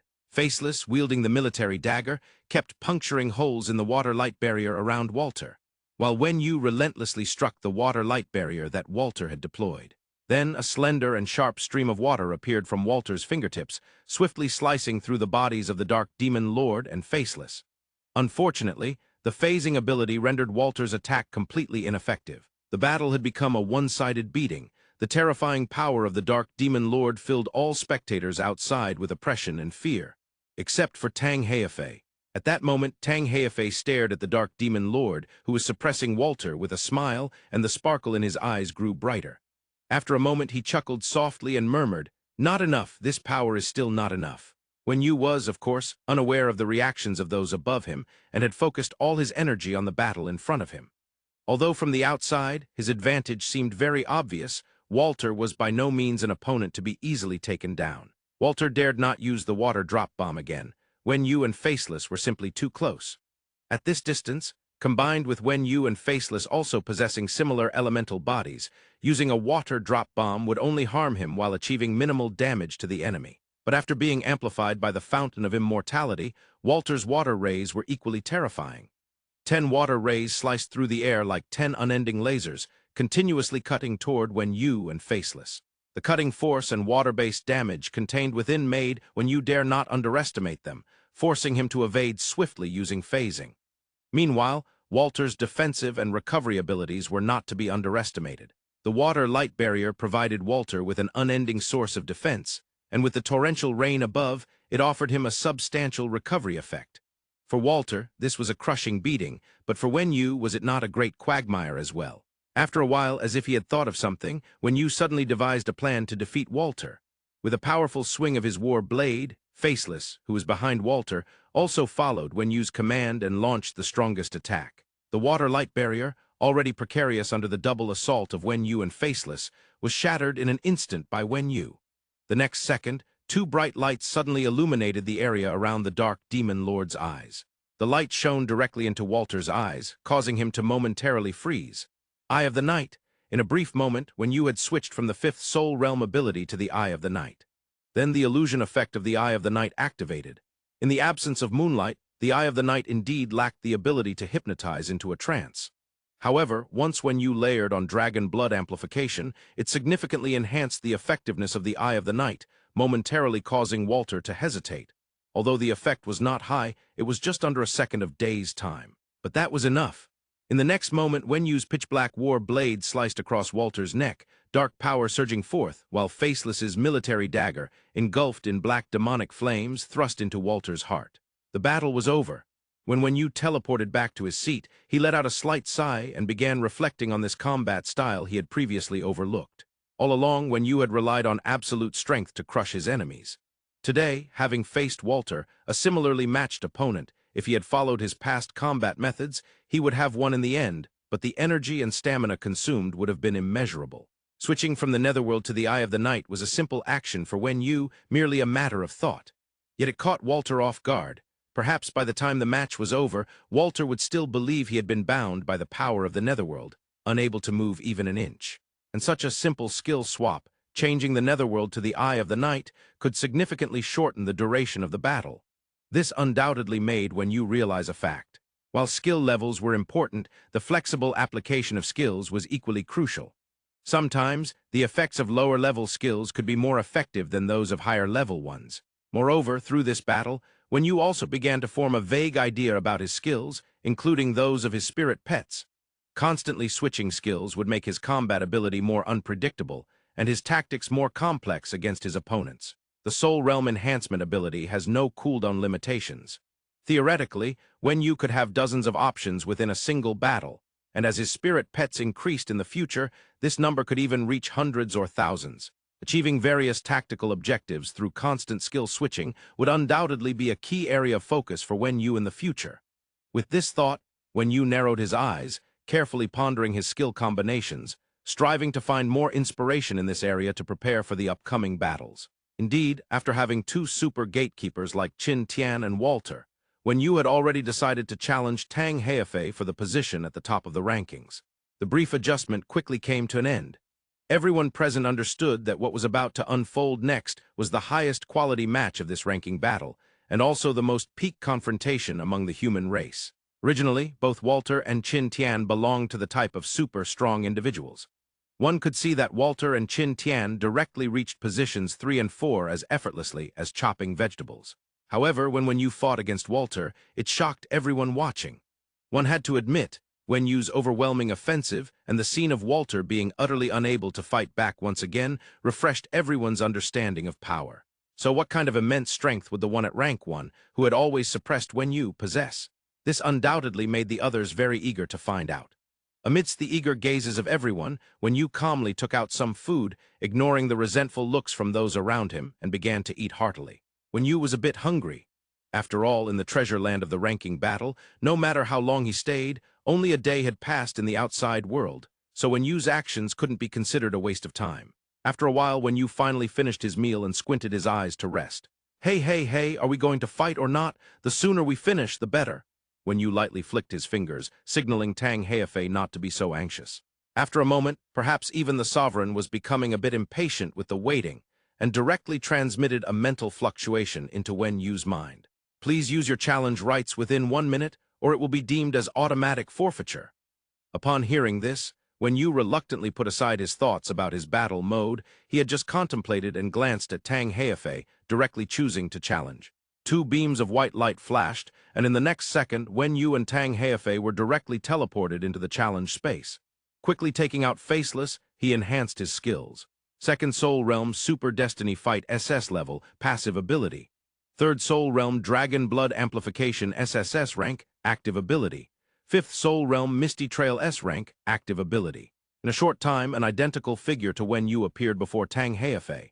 Seeing Wen Yu's battle preparations, Tang Heifei not only didn't strike first, but instead curiously examined the Faceless in front of him, continuously praising, "Tusk, tusk, tusk. This must be the human creation that Lin Heifeng mentioned. It's truly unimaginable that with the current technological strength, combined with the skill system brought by the sovereign, such interesting things could be created." Wen Yu curled his lips.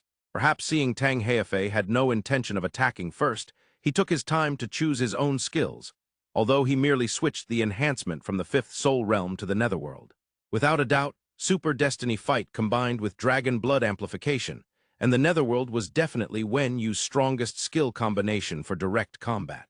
As for the rapid transformation of skills during battle that Wen Yu had just been contemplating, this new combat mode was something he hadn't mastered yet, so it couldn't be applied in this fight. An unfamiliar combat style, regardless of whether the effects that could be exerted were strong or weak, the most important thing was the position of rank 1, or rather the Eternal Sky City. Wen Yu wanted that too. Looking at the now activated Dark Demon Lord state of Wen Yu and Faceless, Tang Heifei straightened his expression, his muscles slightly tensing for just a moment. Looking at the rapidly extending war blade in Wen Yu's hand, Tang Heifei smiled lightly at Wen Yu. Ready? Seeing Tang Heifei's relaxed and confident demeanor when you couldn't tell if it was due to his absolute strength or if he was deliberately putting on a show. But it didn't matter now. The only thing that was important was to fight. When Yu stepped forward, the war blade in his hand flashing with dazzling black light, and it directly fell toward Tang Heifei's head. Sensing the sharpness and terrifying dark energy coming from above his head, Tang Heifei chuckled softly and then uttered a single word. Freeze! In the next second, an immense power descended upon the entire arena, and Wen Yu finally felt the fluctuation of abilities emanating from Tang Heifei. That vast, magnificent sensation even made Wen Yu, who was battling Tang Heifei, suddenly feel a sense of helplessness. It was a feeling of being against the entire world. The war blade stopped just less than a centimeter from Tang Heifei's head, unable to advance another inch. At the same time, Wen Yu felt his control over the rules in the netherworld instantly drop to the lowest point. Without a doubt, the word freeze that Tang Heifei spoke belonged to foundation-level ability. And in the collision between the netherworld and Tang Heifei's foundation-level ability, Wen Yu's netherworld was completely defeated. In the next second, Tang Heifei's figure instantly vanished, and then a violent explosion erupted behind Wen Yu as if something had shattered. In an instant, Faceless was directly kicked back into Wen Yu's fourth soul realm. Faceless, who had only one skill different from Wen Yu, was annihilated by Tang Heifei.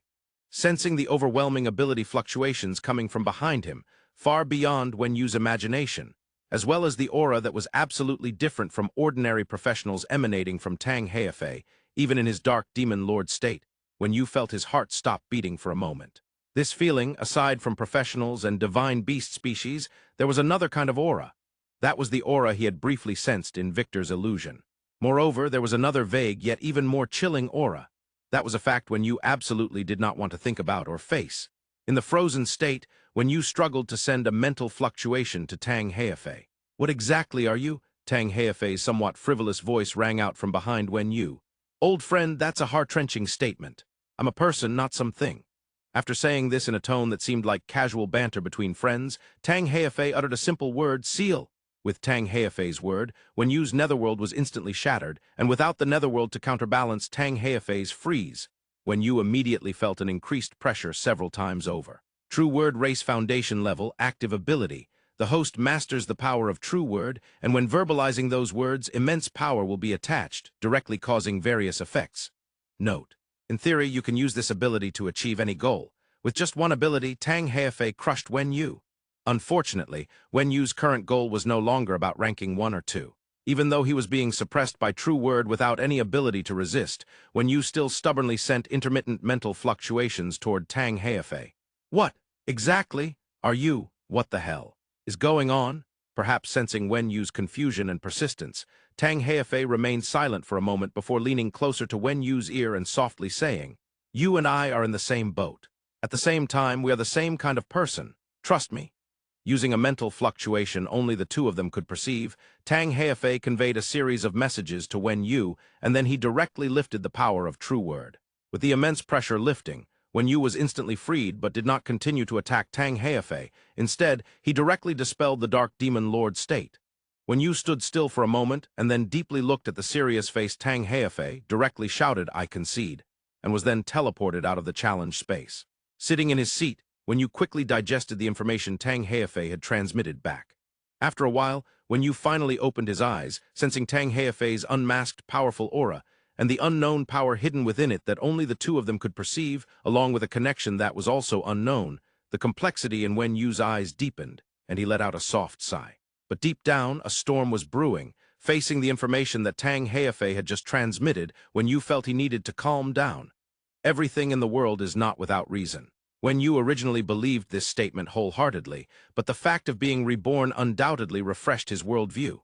At the same time, Wen Yu began to doubt the statement that there are no events without reason.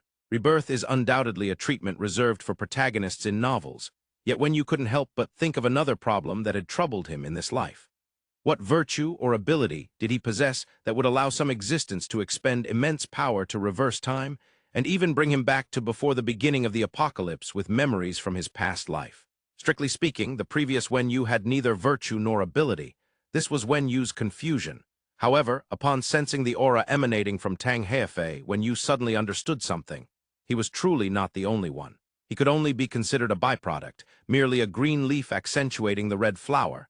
In this world, he was just a supporting character. Even the treatment of rebirth was not solely his to enjoy. And the real protagonist was currently pressing down on Wen Yu, quietly enjoying the glory of the strongest among the human race while sipping on a drink above him. Yes, Tang Heifei is also a reborn person, and he is the protagonist of this world, the protagonist chosen by the Earth's will and possibly also by the sovereign. Name, Tang Heifei. Occupation, Child of Destiny, also known as the King of Plains, the protagonist. Occupation characteristics. This occupation is unique, and only one Child of Destiny can be born in each major world. When the Child of Destiny of this plane dies, the occupation will permanently disappear in this plane. When the Child of Destiny appears in their main plane, they will receive the focus of the world's consciousness, be favored by destiny, and their fortune will be elevated to the limit. Additionally, all creatures in the plane that oppose the Child of Destiny will be rejected by the world's consciousness. Reborn plus Child of Destiny. This is Tang Heifei's identity. He is a humanoid divine beast species with absolutely no rivals or nemesis on Earth. He is an ultimate monster that cannot be defeated. Wen Yu reread the mental fluctuations transmitted by Tang Heifei several times in his mind. Unfortunately, the information revealed in the mental fluctuations merely pointed to Tang Heifei's identity. But on this point, Wen Yu was absolutely convinced. Because the four kinds of auras sensed from Tang Heifei, professionals and divine beast species, were something Wen Yu frequently encountered. However, the third aura was the aura of Earth's consciousness, which was the only time Wen Yu sensed it in Victor's illusion. The most crucial was the fourth aura. If it hadn't been actively released by Tang Heifei, Wen Yu definitely wouldn't have sensed it, nor would he have discovered the aura that also existed within himself. The connection between two reborn individuals. Tang Heifei's mental fluctuations might deceive Wen Yu, but the aura emanating from Tang Heifei absolutely could not be fake. Thinking of this, Wen Yu directly looked up at the calm-faced Tang Heifei above him, his voice slightly hoarse as he said, "Cough, cough. After we finish distributing the rewards, we need to meet immediately." Right now, Tang Heifei's action of sipping his drink paused, and he nodded lightly while a mental fluctuation transmitted into Wen Yu's mind. "Don't say it here, the sovereign will hear. And regarding the matter of rebirth, make sure to keep it from the sovereign. Wait for me to find you." After that, Tang Heifei continued sipping through his straw with a normal expression, while Wen Yu's demeanor quickly calmed down, narrowing his eyes and quietly waiting for the ranking battle to conclude.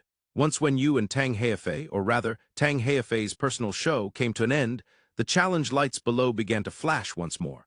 After all, with only one challenge right at hand, why not use it? There's no need to worry about any losses. What if he could seize another ranking title? Unfortunately, this kind of weakling trying to pick up scraps simply couldn't make it to the stage. Out of a large number of professionals who challenged, only 2 managed to climb from sequence 91 to sequence 100. After a while, when no one else issued a challenge within half an hour, the sovereign's figure appeared above the arena once again, and a mechanical voice echoed in the minds of all professionals who had passed the challenge. The sequence ranking battle has ended. All professionals who passed the challenge but did not become ranked will receive a uniform reward and a rank skill scroll, which can be collected through the exchange stone pillar. This voice could be heard by everyone, whether they were in the treasure land or had failed the sequence challenge. Then, as the mechanical voice calmed down, the sovereign's calming power rapidly spread into the minds of every ranked individual present, now starting to distribute sequence rewards. Those from rank 51 to rank 100 will each receive an S-rank skill scroll and an equivalent of 2,000 points of magic crystals. As soon as the sovereign's voice fell, 50 figures instantly appeared around him. Wen Yu slowly calmed his emotions and shifted his focus to the rewards issued by the sovereign. Although the fact that Tang Heifei was a reborn person and the Child of Destiny had a tremendous impact on Wen Yu, strictly speaking, this matter didn't seem to pose any harm to him at the moment. Because Tang Heifei had never shown any hostility towards him. Moreover, could this be considered a step closer to the truth? Wen Yu could only mockingly comfort himself like this. He then slowly scanned the practitioners from sequence 51 to 100. Yang Hong had gone through this sequence ranking battle and had dropped to the 82nd position. One must admit that this ranking battle had caused a significant impact on the original sequences. What made Wen Yu feel even more apprehensive was that Arcade's ranking had fallen from sequence 5 to sequence 52. After losing all additional lives, Arcade's combat power had really diminished. The River of Death was powerful, but its weaknesses were quite obvious.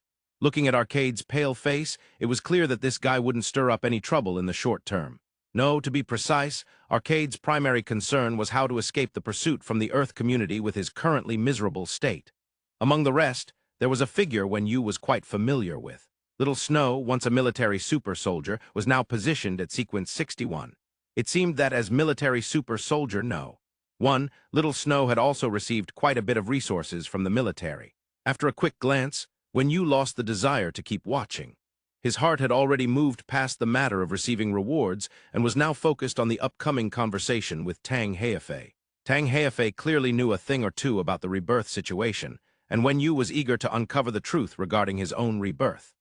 Practitioners from sequence 51 to 100 received their respective rewards, followed by the rewards for sequences 21 to 50, and then for sequences 11 to 20. Not to mention, the Sovereign had been quite generous this time, issuing 50 S-rank skill scrolls, 30 SS-level skill scrolls, and 10 SSS-rank skill scrolls, totaling for just 90 practitioners. Lin Heifeng's plan was remarkably successful. At the very least, through this sequence-ranking battle, the power of the human race would undoubtedly see a significant boost. Finally, it was time for the rewards for the top 10 sequences. As the white light of teleportation flickered, Wenyu and the other 9 quickly appeared around the Sovereign's body. The Sovereign looked around at the current top 10 sequences. Sequence 1, Tang Heifei. Sequence 2, Wenyu. Sequence 3, Walter. Sequence 4, Qin Tian. Sequence 5, Chaos. Sequence 6, Fran, the silver-haired old man with time abilities. Sequence 7, Qin Min. Sequence 8, Carmel, the blonde beauty holding a drawing board. Sequence 9, Lanbo. Sequence 10, Vincent. The scrutinizing gaze of the Sovereign made when you feel a bit uncomfortable.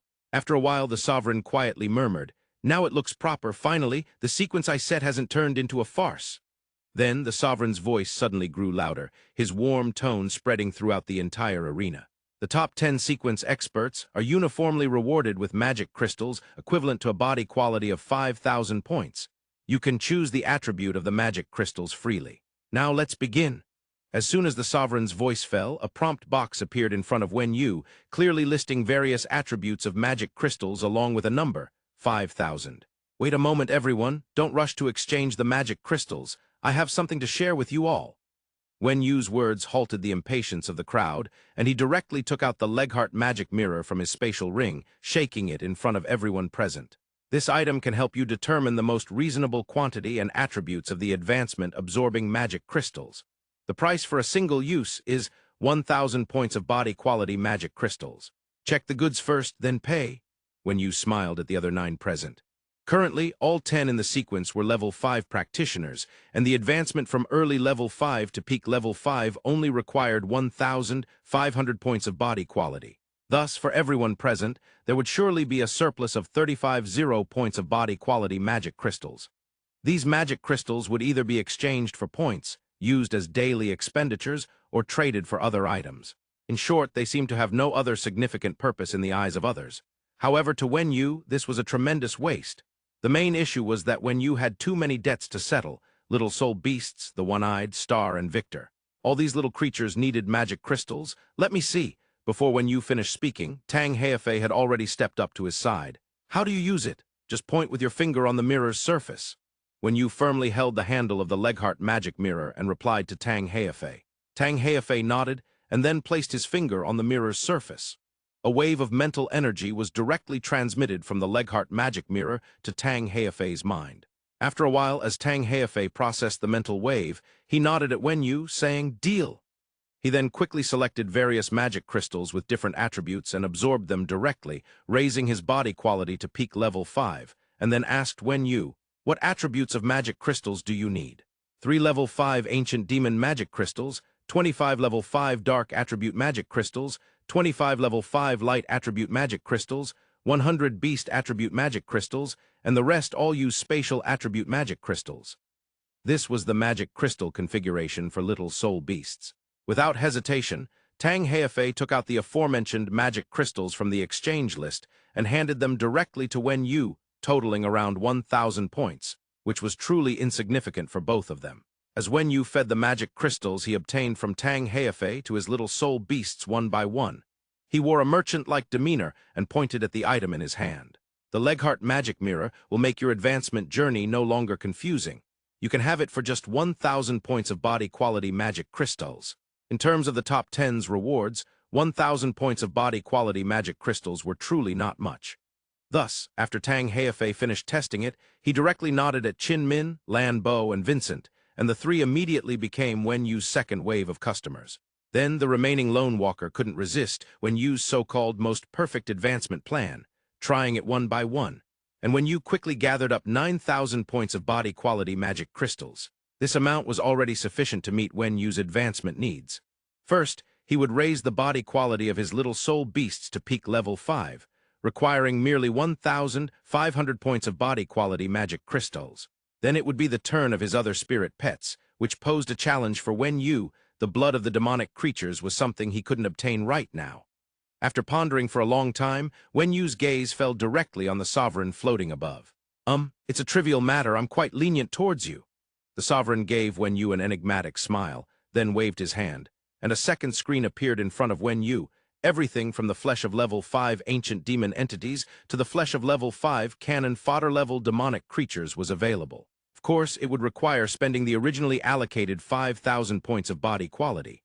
One had to admit, regardless of the sovereign's underlying motives, at least now, no one from the human race could completely detach themselves from the sovereign, unless they sought death themselves. Following the optimization pairing suggested by the Leghart magic mirror, Wen Yu directly raised the body qualities of the One-Eyed, Star, Faceless, and Victor to peak level 5.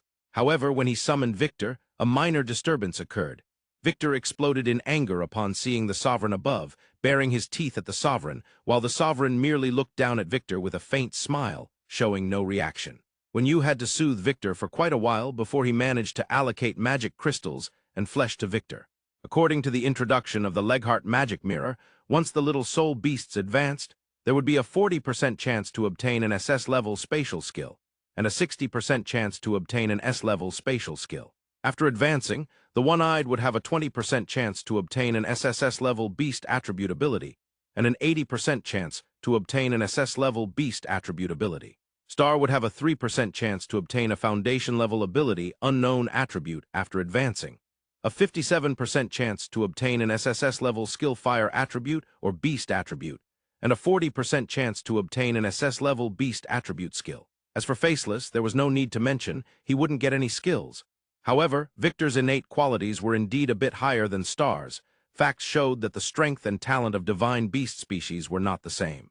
After advancing, Victor would have a 5% chance to obtain a foundation-level ability unknown attribute, an 85% chance to obtain an SSS-level skill dark attribute or mental attribute, and a 10% chance to obtain an SS-level skill. What the Leghart magic mirror and Wen Yu himself could do was limited. The rest was all based on luck.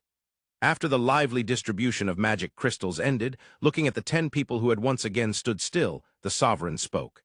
"Now I will issue the second set of rewards, skill scrolls and opportunities for skill sublimation." A prompt sound rang in their ears. "The current reward is a foundation-level skill scroll and 1 sublimation opportunity, as well as 1 super sublimation opportunity. Please choose host." When you had already decided on these items, choose a light attribute foundation-level skill scroll. As soon as he finished speaking, a skill scroll glowing with white light appeared in Wen Yu's hand.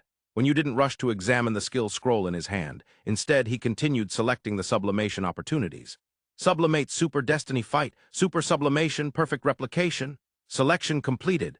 As soon as Wen Yu's voice fell, a white light suddenly enveloped the One-Eyed and Faceless beside him. The transformation began. During this time, Wen Yu started examining the light attribute foundation-level skill scroll in his hand. Pure Light Realm Race Foundation Level, Passive Skill. Pure light elements envelop the host's surroundings, with the range determined by the host's power level. Within the Pure Light Realm, all skills other than light attribute are ineffective foundation-level skills will trigger a power judgment based on both host strengths. Additionally, the host transforms into a pure light body, gaining infinite stamina when in sunlight, while the upper limit of body quality slowly increases. Light attribute skill effects double. All cooldown times for light attribute skills, if any, vanish. A powerful skill, however, Wen Yu stood there with a difficult expression, constantly pondering the usage of the Pure Light Realm. The conclusion was it was practically useless. Wen Yu's initial goal was to obtain a foundation-level skill to lay the groundwork for the future awakening of divine light. But while he did obtain a light attribute foundation-level skill, the effect left him feeling unfulfilled. For someone who was entirely equipped with light attribute skills, the pure light realm was an ability that could lead to a significant transformation. However, neither Wen Yu nor his spirit pets possessed any light attribute skills. Once Wen Yu used this ability, it would effectively nullify all skills of both himself and his spirit pets. The conclusion was that it was completely useless. As Wen Yu pondered how to handle this foundation-level scroll with a grim expression, a savior appeared. "Is the skill unsuitable?" Tang Heifei, sensing Wen Yu's displeasure, casually asked. Wen Yu nodded, and then a skill scroll flew from Tang Heifei's hand to him. "Take a look at this. It's suitable for us to exchange. Feast Race Foundation Level Passive Skill. After obtaining this skill, the host will undergo no changes, but the power of the feast has already modified the host's physique. Whenever the host eats, they will gain immense energy from the food, enhancing their body quality limit and physical talent, while slowly altering their shape and appearance, gradually transforming into a form more suited for combat and slaughter. Note, fresh blood food has better effects. Note, this skill has a significant impact on appearance and physique changes. The ultimate goal is to reshape the host into the most suitable killing form, sharp fangs, exoskeletal armor, and possibly even more limbs. Hosts should use it with caution." As Wen Yu carefully studied this ability, Tang Heifei's voice rang out once more. "Originally, I had selected a beast attribute ability, specifically one that could break through body quality limits. After all, under the level restraint, how to maximize the enhancement of physical strength within the same level is our ultimate goal for becoming stronger. But instead, I got this thing." Tang Heifei's tone was filled with undisguised frustration. The feast ability indeed aligned with Tang Heifei's earlier assessment, but the changes in appearance were not something a human could easily accept, especially since Tang Heifei currently had 3 foundation-level skills and 2 super sublimation opportunities, which could potentially create a super boss with 5 foundation-level skills. Therefore, even if the effects of the feast were strong, they weren't within Tang Heifei's considerations. At this moment, the transformation of the one-eyed and faceless was also completed. Without rushing to check the effects of the newly promoted Super Destiny fight, Wen Yu waved his hand and directly summoned the one-eyed creature. At the same time, a slightly hesitant mental wave was transmitted into the one-eyed creature's mind. "I have a skill, Sai, in my hands, a foundation-level skill, and its effects are very good, but..." After thinking for a long time, Wen Yu still couldn't figure out how to bring this up with the one-eyed creature. Indeed, upon seeing the skill effects of the banquet, Wen Yu immediately thought of the one-eyed creature. It was just too suitable. The fact that the one-eyed creature was not of divine beast species had greatly hindered its combat power. Even though the one-eyed creature was very powerful among ordinary mutated beasts, it was not enough for Wen Yu, far from enough. However, the banquet could sufficiently fill this gap. A foundation-level ability, based on Wen Yu's estimates, would definitely have a terrifying transformation effect on the one-eyed creature, potentially even surpassing divine beast species. But the change in appearance was too great. According to the skill description, once this skill was learned, its appearance would gradually change until it became a monster. It might even be a bit light to call it a monster. After the transformation, the one-eyed creature could no longer be considered a dog. With the one-eyed creature's intelligence and awareness, Wen Yu was uncertain whether it could withstand such a change in appearance. This was similar to Tang Heifei's thoughts, gaining a more powerful strength at the cost of abandoning its original identity and race. Whether this action was worth it would depend on each individual's perspective. Wen Yu placed the skill scroll next to the one-eyed creature, allowing it to examine the scroll's effects on its own, while he silently stood straight, waiting for the one-eyed creature's choice. Wen Yu could make the decision, but he didn't want to force his spirit pet, regardless of which one it was. After a while, the one-eyed creature examined the banquet skill scrolls several times before lifting its head. The determination in its eyes made Wen Yu's heart tremble. The one-eyed creature ultimately wanted to become stronger, or rather, wanted to be more helpful to itself. "Have you decided? Once you decide, this change will be permanent, and those little beautiful dogs will be gone. Woof woof. Consider it the price for being brother dog, for causing so much trouble for so many good families." The seemingly easy response actually carried a deeper meaning that Wen Yu didn't want to express lightly. After a moment, he asked again, "Have you thought it through?" The one-eyed creature nodded. Wen Yu directly tore open the banquet skill, replacing the one-eyed creature's high-frequency blade rank active ability. The skill description of the banquet noted that it would gradually change the host's body. Therefore, it was likely that the teeth and claws were also within the scope of transformation. The high-frequency blade rank active ability appeared somewhat redundant now. He glanced at the newly upgraded Super Destiny Fight skill, and the name remained unchanged. Super Destiny Fight SSS rank passive skill. An unimaginable fighting will that makes the host fearless, significantly reduces pain perception, and with increasing injuries, the host's basic physical attributes will grow exponentially, with no upper limit on the increase. When the host's physical injuries reach their limit, the Super Destiny fight activates the second state. The attacks on the host's body will completely convert into soul impacts, and the soul injuries caused by these attacks will still enhance the power of the Super Destiny fight. When soul injuries reach their limit, the Super Destiny fight activates the final state. The host's current physical attributes are tripled again, while for 30 seconds it is immune to any form of attack, not absolute immunity. No skill offers absolute immunity to damage, similar to invincibility, just relatively immune. After 30 seconds, it enters a critical death state.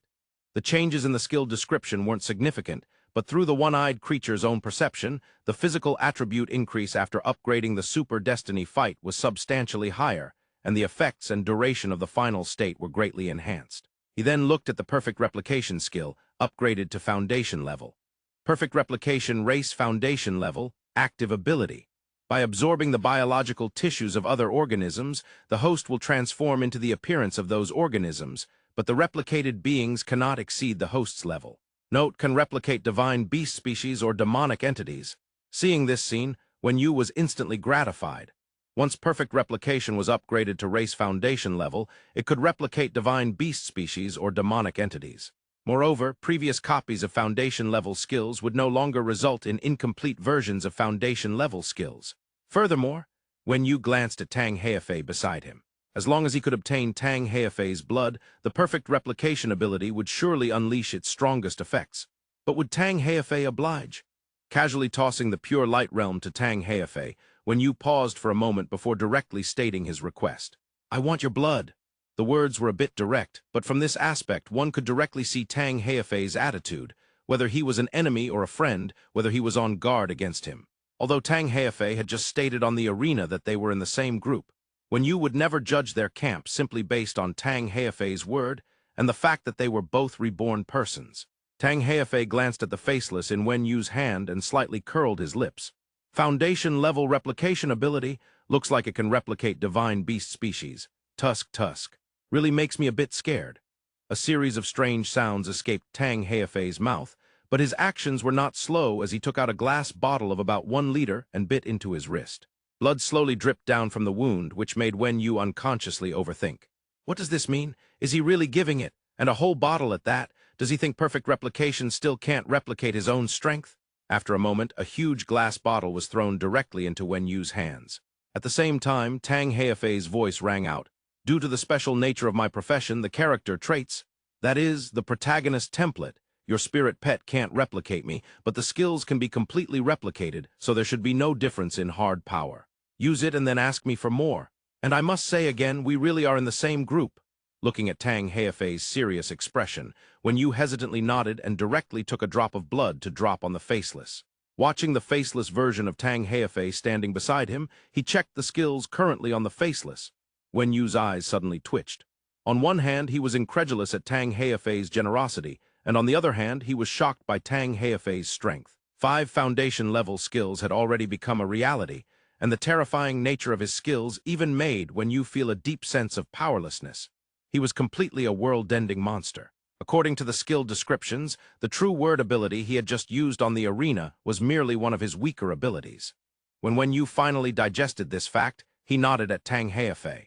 Putting aside everything else, the mere fact that Tang Heifei had given him his blood without hesitation was enough to prove that he truly did not view him as an enemy.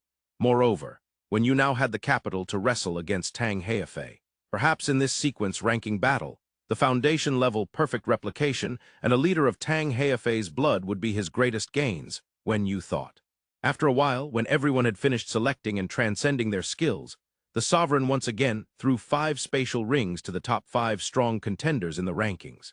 Inside, these contained the rewards in the form of artifacts from the Sovereign for the top 5 contenders of this ranking battle, along with corresponding usage instructions. The next moment, the Sovereign's voice echoed. "This ranking battle has concluded. At the same time, as the Eternal Sky City has recognized its master, it will descend into the main world. Please, the first sequence should choose the landing location, and the landing time will be 1 Earth day." During this time, the remaining sequences can choose to continue staying in the Eternal Sky City. Once the Eternal Sky City descends into the main world, transportation devices will be activated. Any exchange stone pillar will become a teleportation coordinate for the Eternal Sky City, allowing practitioners to directly teleport there via the exchange stone pillar. The specific entry and exit restrictions can be set by the current owner of the Eternal Sky City. As soon as the sovereign finished speaking, Wenyu felt as if the world was spinning, and the next moment he found himself in the room of the second sequence.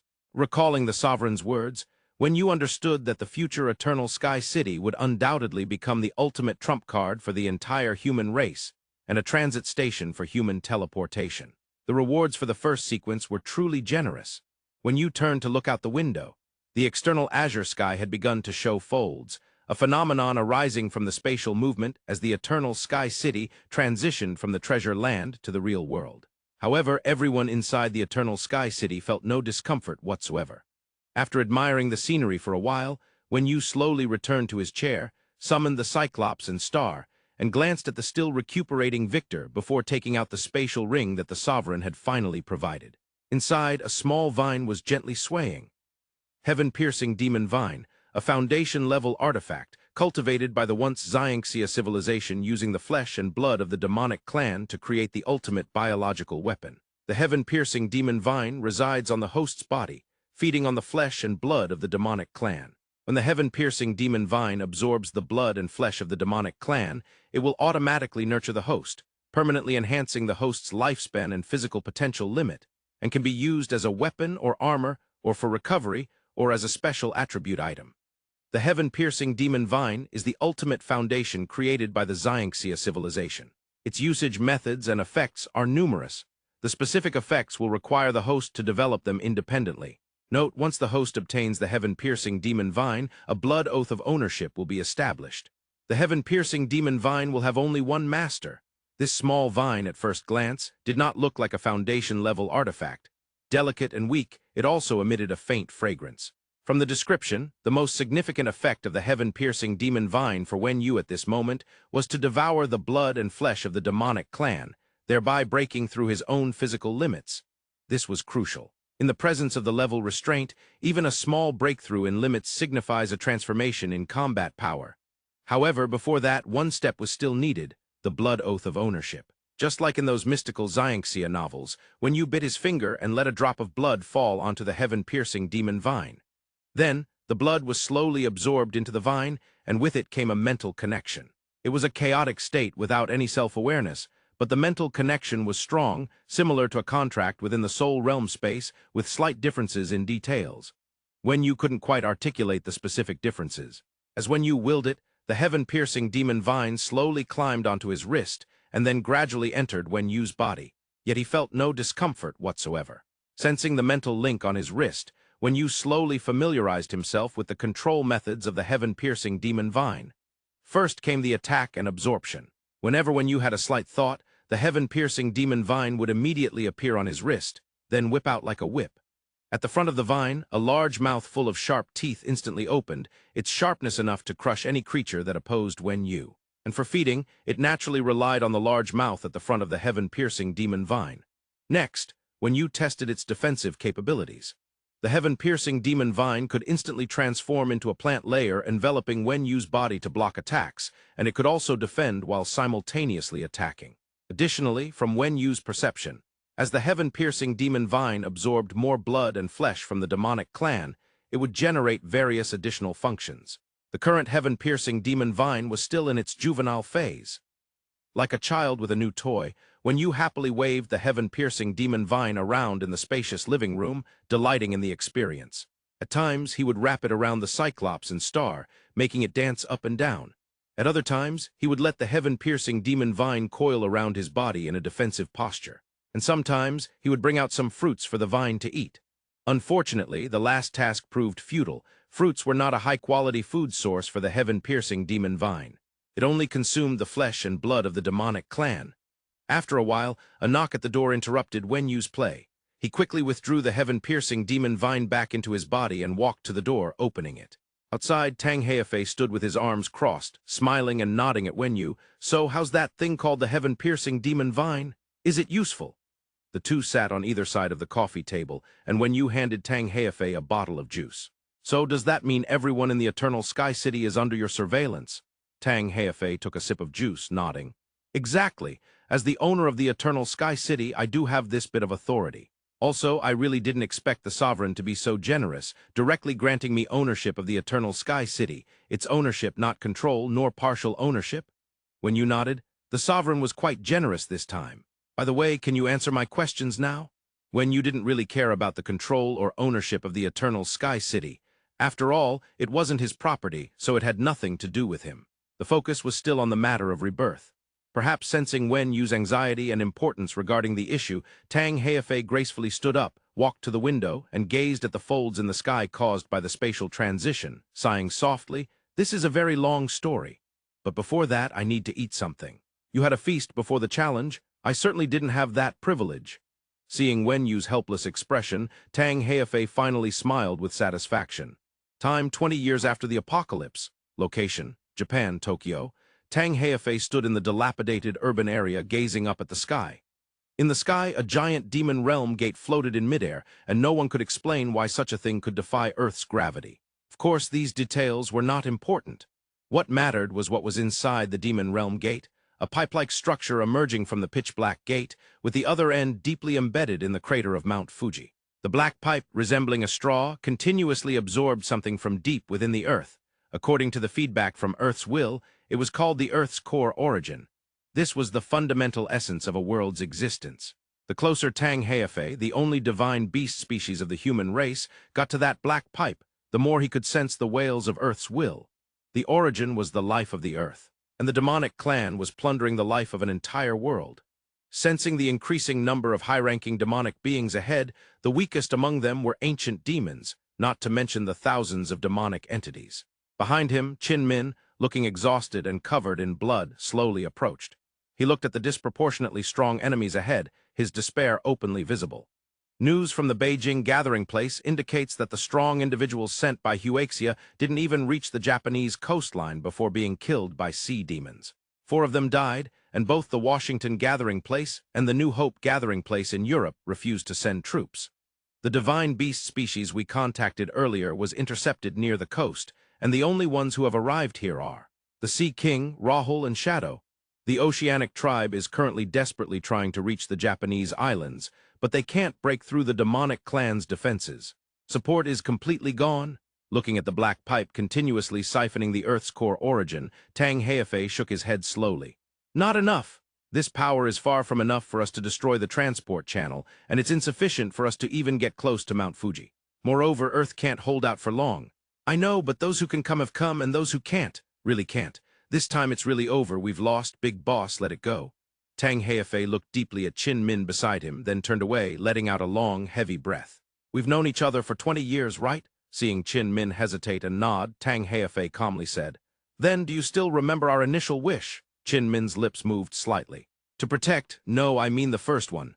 Seeing the confused look in Qin Min's eyes, Tang Heifei patted his shoulder vigorously and laughed heartily. "When the apocalypse had just begun, we met, and you said you were strong, the strongest in your town, but I broke several of your ribs with a single punch." As if recalling the past, Qin Min's gaze became a little nostalgic. "And then we chopped zombies together, sitting under the sunset drinking beer. When was that? It was less than a month after the apocalypse began, right? I said, 'Follow me.' You asked what we could gain. I said we could gain this world. This was our first wish and also the initial wish behind forming the ultimate combat team. Our strength could carve out a place in this apocalypse we thought we knew.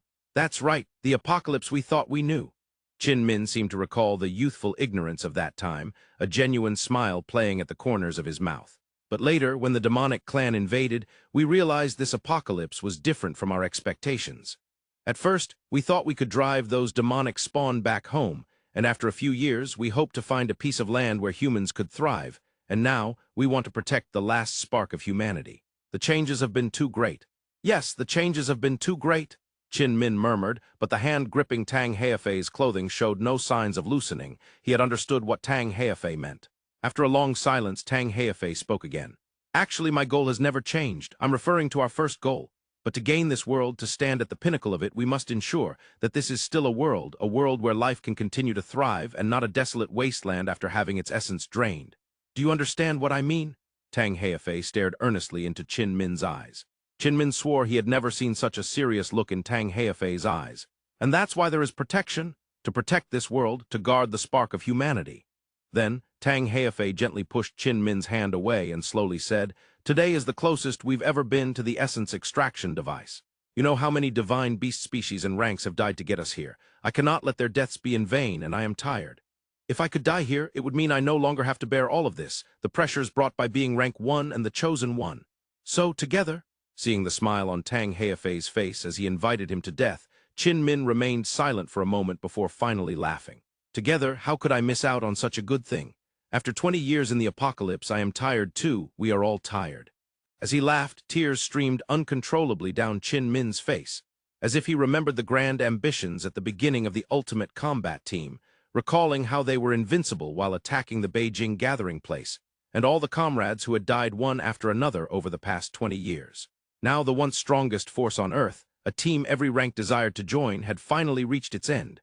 Finally, they had come to today, a day even the chosen ones of Earth's will and sovereign could not withstand the pressure. Actually, I miss zipping a little. Although that old woman always scolded me, I must say, it feels pretty good to have someone care. Tang Heifei punched a level 10 ancient demon away, the massive force exploding from the ancient demon's body, naturally leaving it with no remains. Then 2 more ancient demons charged towards Tang Heifei. "And I miss Duoju. That little girl always asked me for lollipops. I wonder where a 10-year-old girl learned so much." 2 level 10 ancient demons had their heads smashed, while Tang Heifei also bore a wound. After all, it was a level 10 ancient demon, fighting against a level 8 Tang Heifei, and Deidu, who often wanted to drink with me, always drank too much. Tang Heifei chatted endlessly, but his movements were not slow. Within a short span of time, he had killed nearly 10 ancient demons, and Qin Min had long vanished from sight, level 8 fighting level 10. Not everyone possessed Tang Heifei's strength. When Tang Heifei, covered in wounds, reached the foot of Mount Fuji, his journey finally came to an end. Being the protagonist does not mean invincibility, nor does it mean immortality. When the exhausted Tang Heifei was captured in one strike by a level 10 demonic entity, he closed his eyes. In the hazy distance, Tang Heifei heard the demonic clan's voices beside him. "This is a divine beast species that still contains the Earth's core origin power. Let's throw it into the Earth's core to melt it. It can add to our origin power." Then, he was roughly transported like a pig. When Tang Heifei opened his eyes again, the sunlight was bright outside, and the time was 1 month before the apocalypse began. Looking at Tang Heifei, whose eyes were somewhat misty, Wenyu sat in a chair, speechless. After a long while, Wenyu hoarsely asked, "So, in the last life, we only managed to survive for 20 years? Tang Heifei took a deep breath and slowly shook his head. "It's over 20 years. According to my estimates, after the Earth's core origin was completely drained, humanity could last a while longer.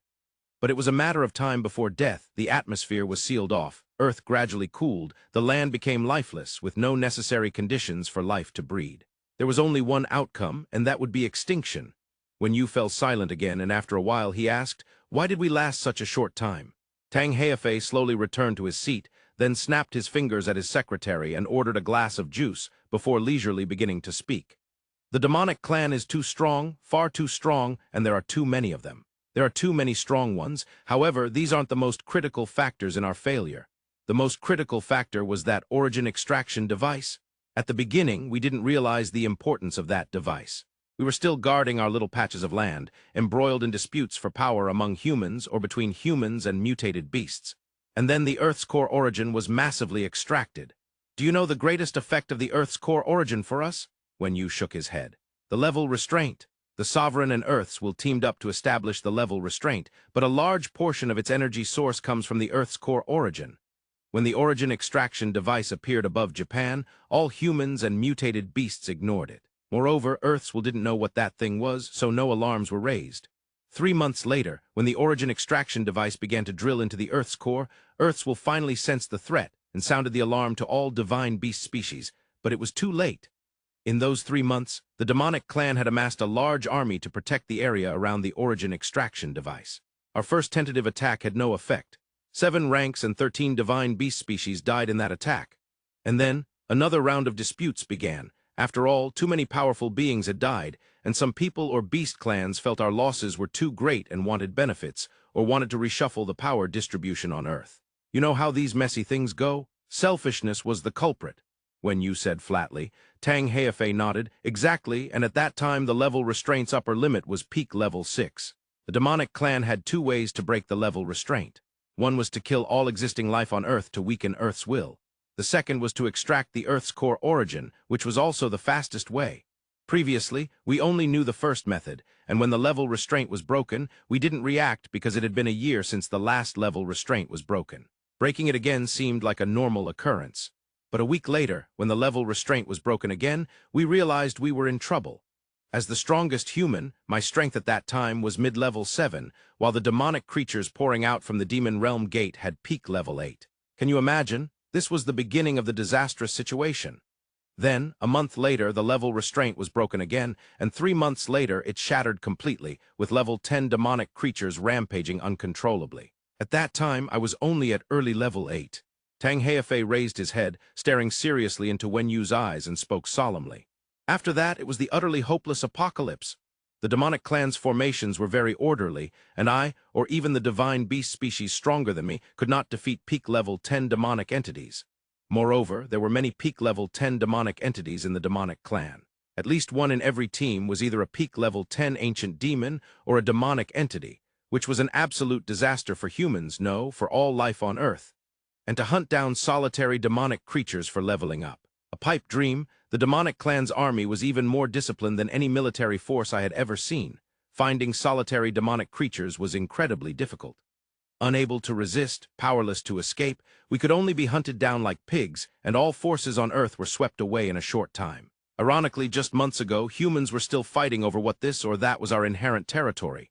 At this point, Tang Heifei was drenched in sweat, breathing heavily. And then you were reborn, Tang Heifei nodded. A month before the rebirth and having an understanding of the world's direction, tusk. This truly is the treatment of a protagonist. Yu sighed and shook his head, clearly envious of Tang Heifei's favorable treatment. Tang Heifei smiled, putting away the earlier somber expression. It was evident he realized this was a new life, and he had the ability to change the course of the world. No, to be precise, Tang Heifei was already doing this. What had not appeared in the Earth community in the last life had now appeared.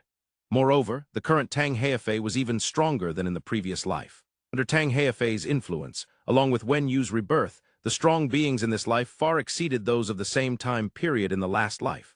Taking a sip of juice to calm his nerves, Tang Heifei looked at Yu, who seemed to be lost in thought, and smiled as he asked, "When did you come back to life in your last life?" "I've never heard of you." Yu tugged at the corner of his mouth. "A year into the apocalypse, I was a cannon fodder in my last life." "Ha, you really had bad luck." "No, being reborn is already very fortunate." Tang Heifei nodded affirmatively. "Indeed, in fact, I thought I was the only reborn person until I met you in Las Vegas and realized you were also a reborn person. I was still wondering where you had popped out from." Yu smiled and shook his head then, as if recalling something, directly asked Tang Heifei, "What about the Sovereign? Did the Sovereign not sound the alarm when the origin extraction device appeared?" When the Sovereign was mentioned, Tang Heifei's expression suddenly grew serious, and he gently shook his head. No, he did not. When it came to the Sovereign, Tang Heifei's expression instantly became serious. He slowly stood up straight and paced back and forth in the spacious living room. "I didn't thoroughly investigate the Sovereign's purpose in my last life, but I know for sure that the Sovereign is definitely not on our side." Yu nodded. "If he was on our side, he should have sounded the alarm for the human race when the origin extraction device appeared. So you didn't find out anything about the Sovereign's purpose?" It was really disappointing for Yu to think that Tang Heifei, who was also rank 1 in his last life, didn't uncover anything about the Sovereign's motives. However, Tang Heifei was indeed a talented individual.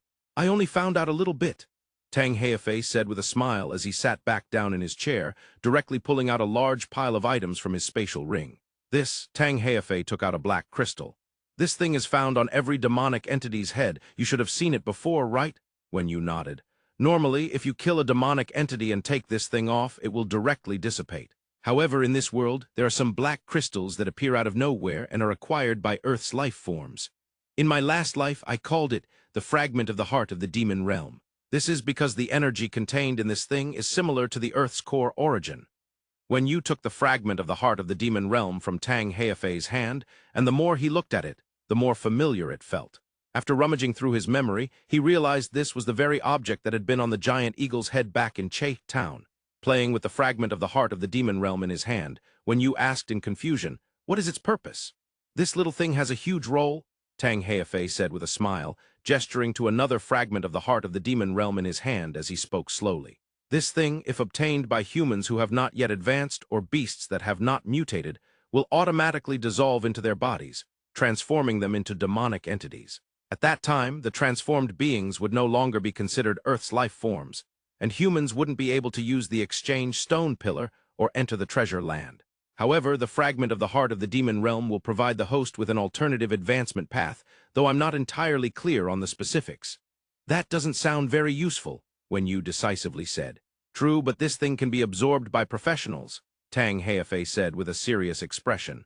When a professional consumes such an item, they will fall into a deep sleep, and their body will be modified.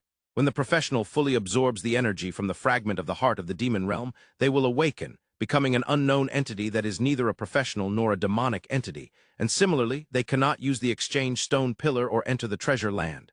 When you frowned, what's the use of that? To break free from the sovereign's control?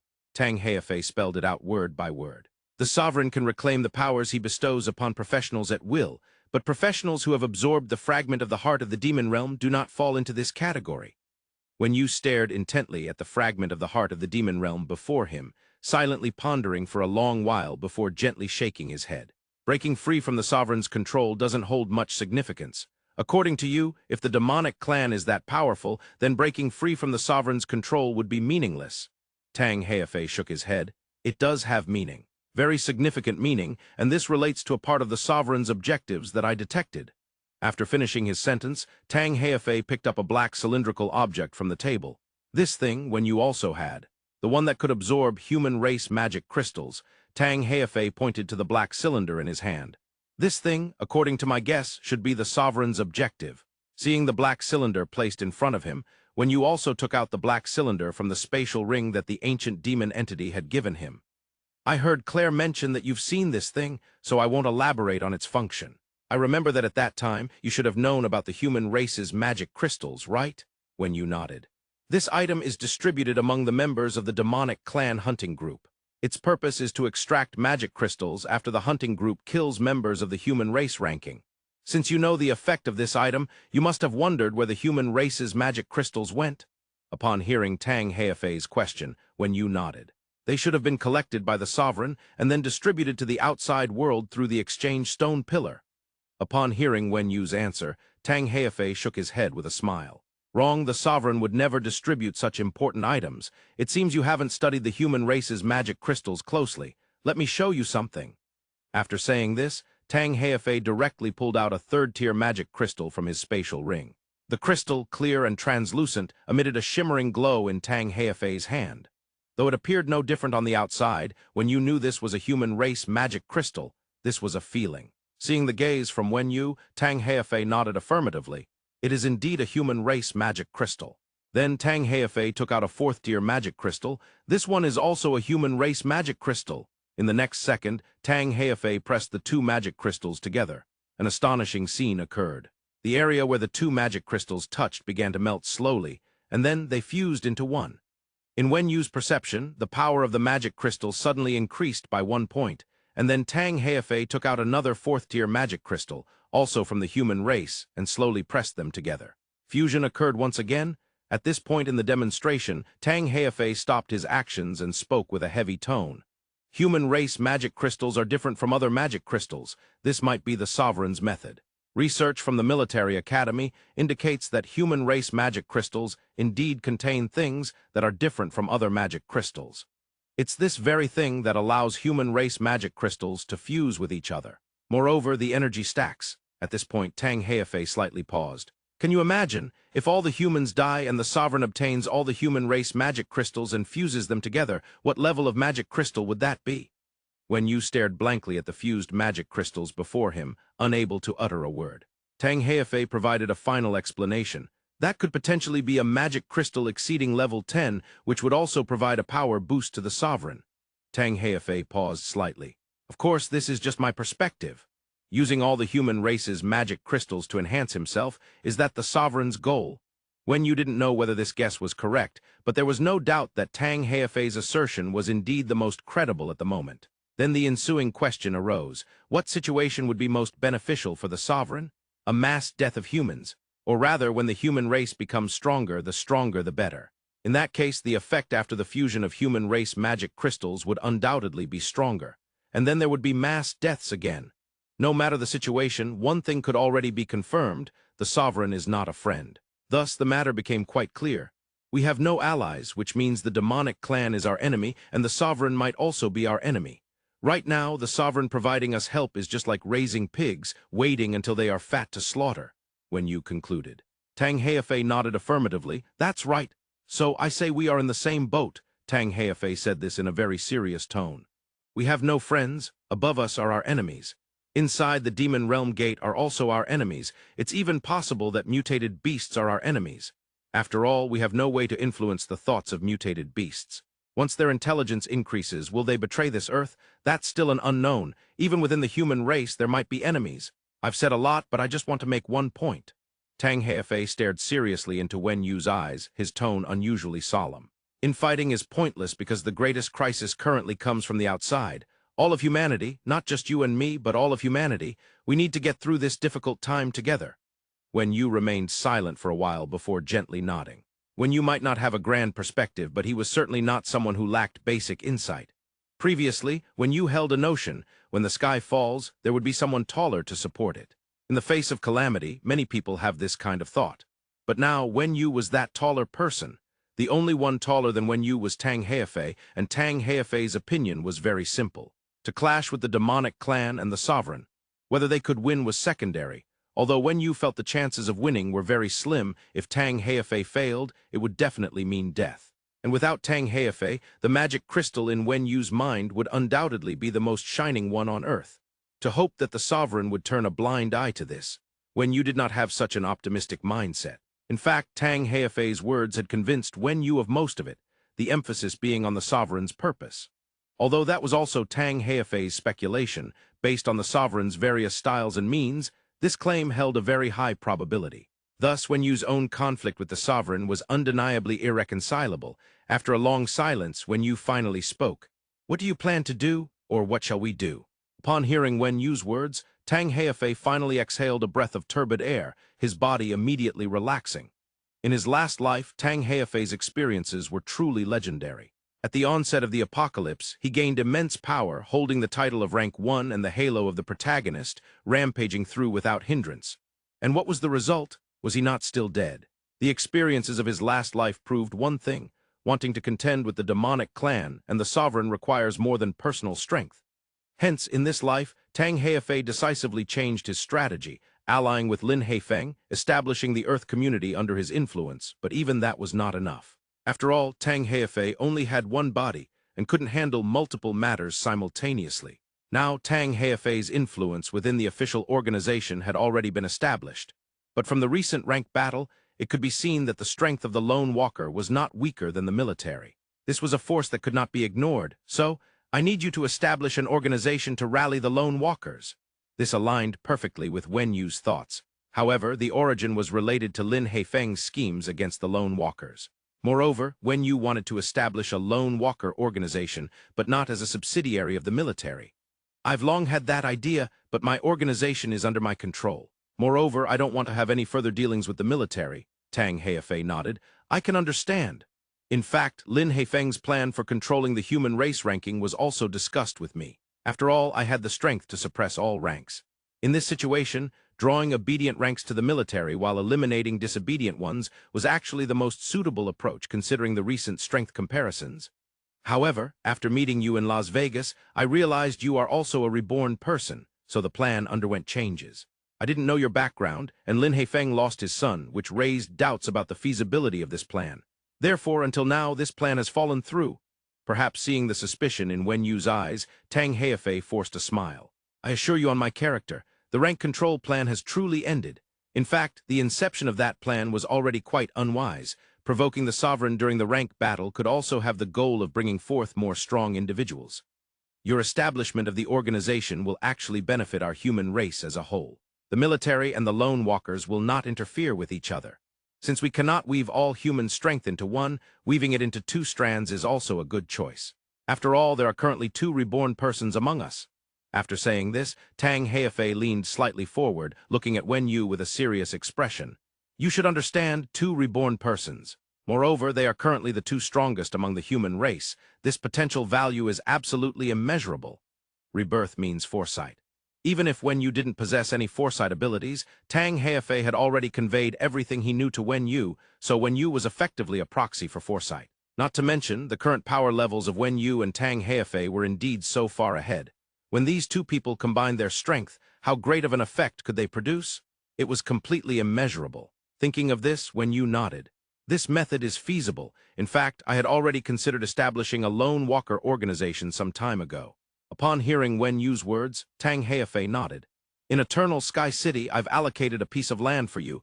You can use it as the headquarters for your organization. If you still don't trust me, you can also establish a headquarters in the outside world. It doesn't matter. Wen Yu smiled and said, I trust you very much. In fact, we can say that we are the most solid allies. After all, we each have the biggest hold over the other. Rebirth, does it count as a leverage for both sides? In Wen Yu's eyes, it certainly does. It is the greatest secret shared between them. After all, there is no secret more important than rebirth. The influence a reborn person can wield is obvious, and for the current greatest enemies of the human race, the sovereign and the demonic clan, reborn individuals could very well be an unforeseen variable, especially for the sovereign. Under such circumstances, the fact that Wen Yu and Tang Heifei are both reborn must be strictly kept under wraps by both parties, and that is the foundation of their cooperation. Then may our cooperation be pleasant. Tang Heifei extended his right hand. May our cooperation be pleasant. The two hands clasped together, symbolizing the alliance of two reborn individuals and representing a consensus reached by the highest military force in this world. When Tang Heifei left, he tossed a communicator to Wen Yu. With this communicator, he could connect directly with Tang Heifei. After seeing Tang Heifei off, Wen Yu sat in his chair, incessantly contemplating the contents of their earlier conversation. After a while, he let out a soft sigh. The situation for humanity is far more severe than Wen Yu had imagined. Although Wen Yu had anticipated the sovereign's ill intentions towards the human race, he did not expect the sovereign to be so ruthless, treating the entire earth as a pig farm. Moreover, what is even more terrifying is that the human race currently has to rely on the occupational system provided by the sovereign to counter the demonic clan. This is akin to drinking poison to quench thirst, and there is no way to avoid it. From what Tang Heifei just said, Wen Yu could also deduce something else. If the sovereign's goal is the magic crystal within the minds of the human race, while the demonic clan's goal is the Earth's core origin, then strictly speaking there is no major conflict between the two. Both parties could completely cooperate to divide the resources on Earth. Once this scenario becomes a reality, humanity, or rather Earth, will have no capital for resistance. The situation has developed to this point. It is no longer under anyone's control. Humanity's fate is entirely in the hands of the relationship between the sovereign and the demonic clan, and that is the most desolate aspect. Wen Yu forced himself to drink a little beverage, suppressing the despair that surged from deep within. Regardless, the world continues to turn, and Wen Yu, even for the sake of his own life, cannot ignore the facts. Issues regarding the sovereign can be set aside for now. There is currently no solution to that problem. The most pressing issue is the imminent demonic disaster. With that thought, Wen Yu put down his cup and walked straight towards the door. Knock, knock, knock. A crisp knocking sound resonated, followed by a creak as the door opened, revealing Yang Hong's face peeking from behind. Come in, there's been a situation. Oh, what situation? Wen Yu raised an eyebrow as he stepped into Yang Hong's room. Yang Hong pointed at another person in the living room and gave Wen Yu a wry smile, saying, just see for yourself. So, you want to join me? Looking at the old man in tattered Dao robes, who was picking his nose, Wen Yu sighed lightly. Although he indeed had plans to establish a lone walker organization, he did not expect someone to come knocking before he could announce it. The old Taoist priest nodded. That's right.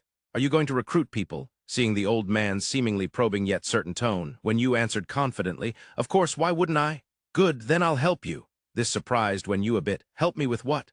Help you establish the organization quickly. Otherwise, having just a few individuals around won't lend any legitimacy.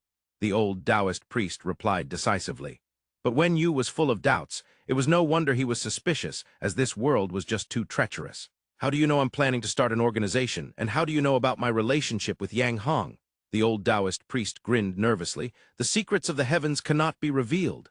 After a while, having talked with the old Taoist for quite some time, Wen Yu finally learned the reason for his visit. the military has already taken action.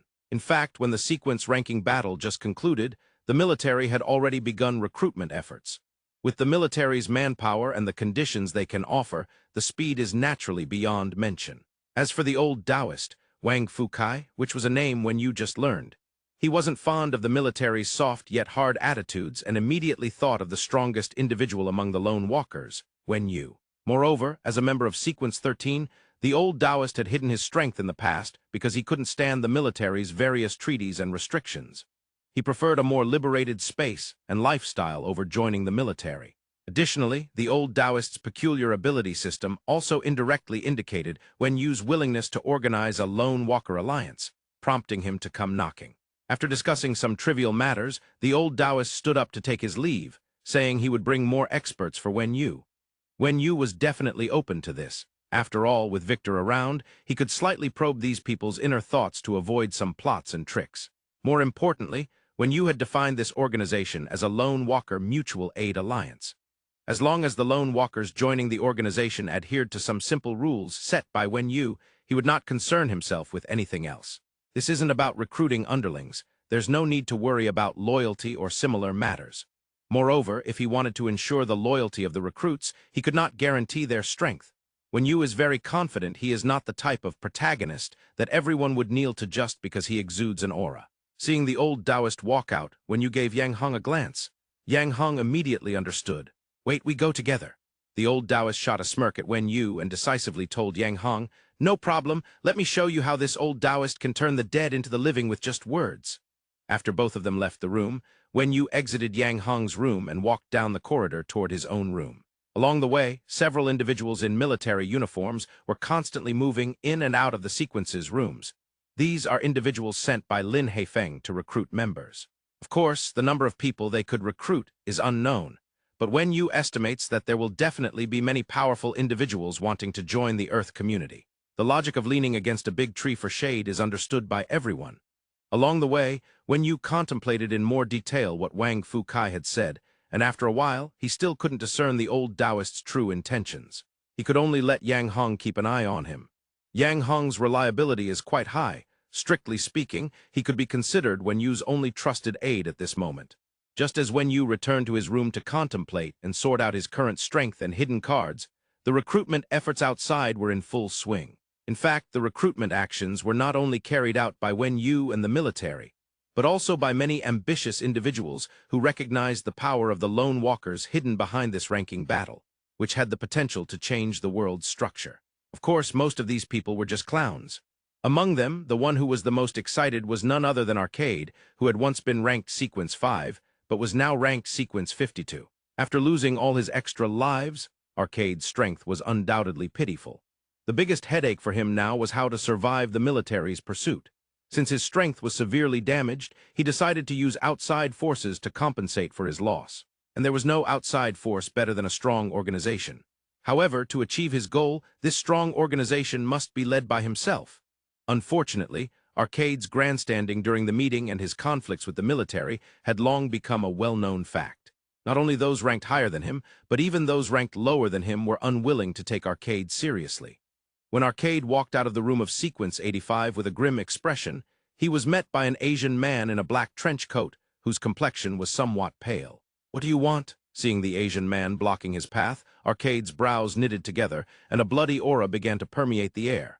Currently, the Eternal Sky City was still in peace mode, but making threats over minor disputes was Arcade's trademark and habit. Although he had lost all his lives, Arcade's strength and skills remained intact. With the river of death skill at his disposal, he did not believe he would fall into despair easily. Naturally, he had no intention of tempering his rage. On the contrary, the Asian youth opposite him was unperturbed by Arcade's foul temper.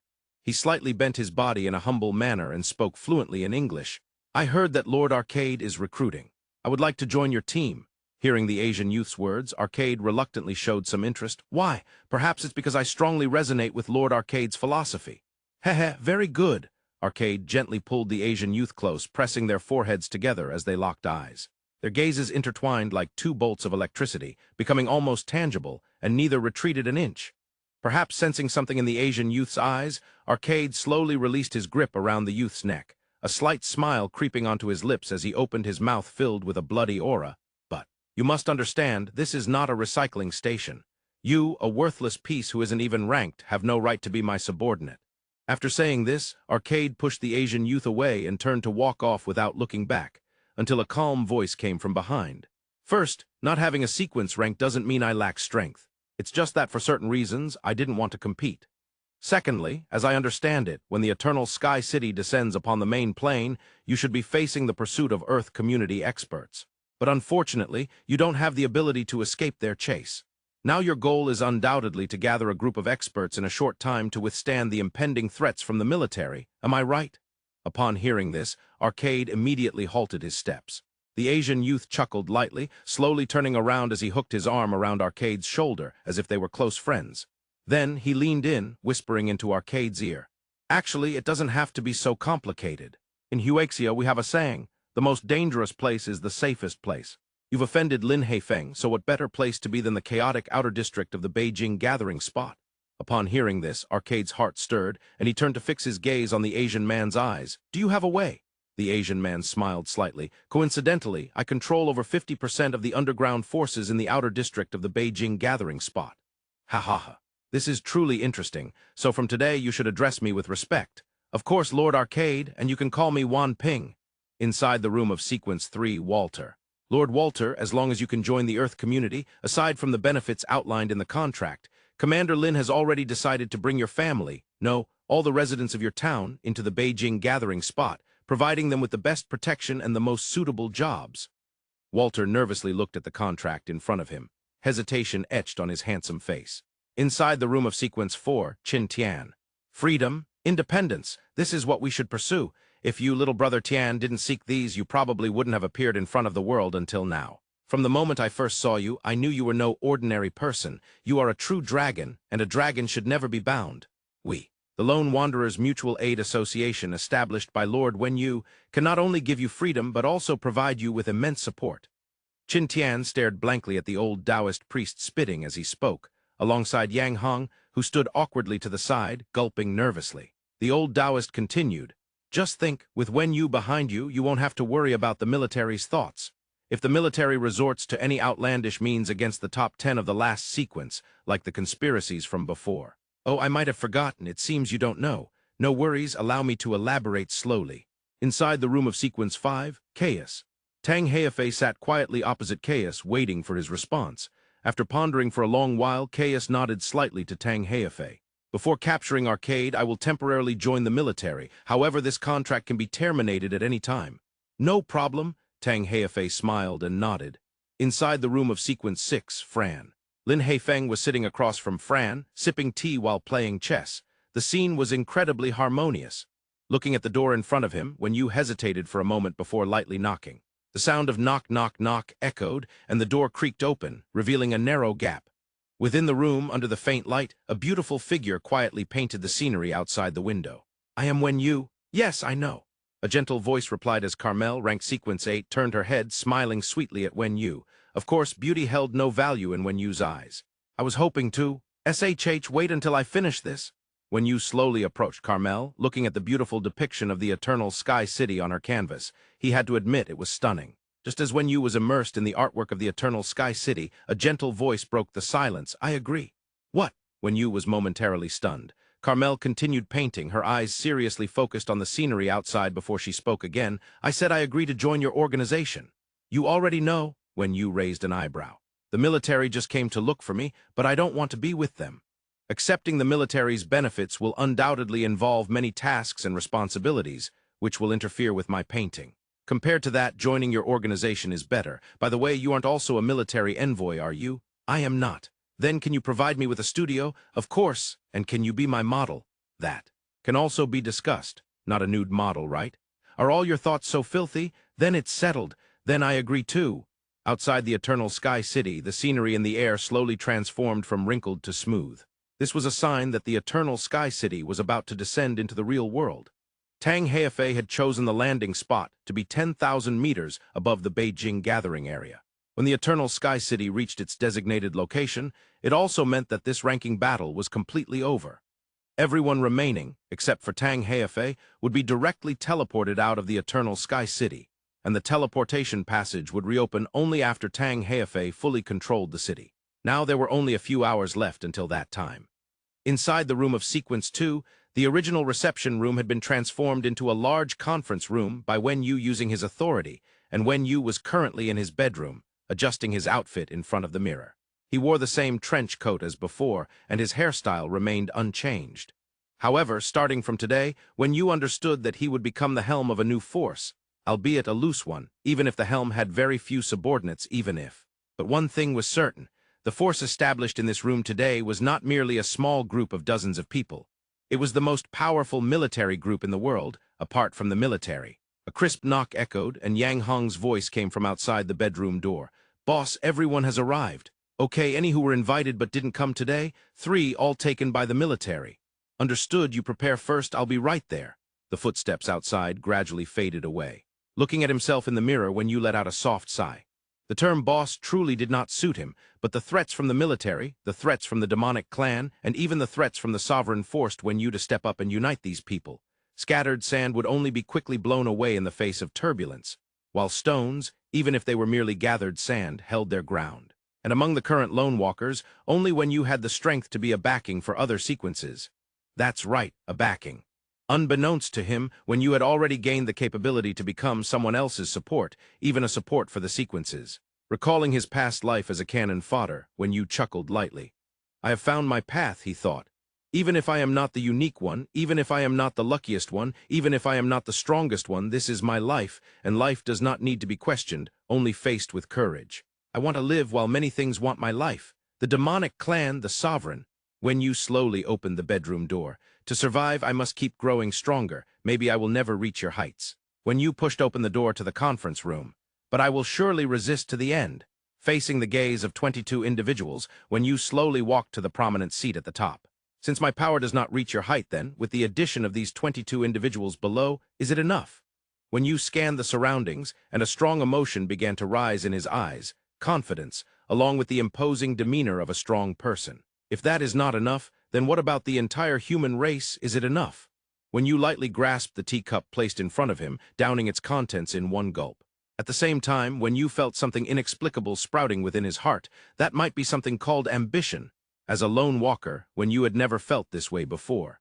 In a daze, Wen Yu thought of Tang Heifei. Perhaps his current thoughts were similar to Tang Heifei's when he formed the Ultimate Combat Team.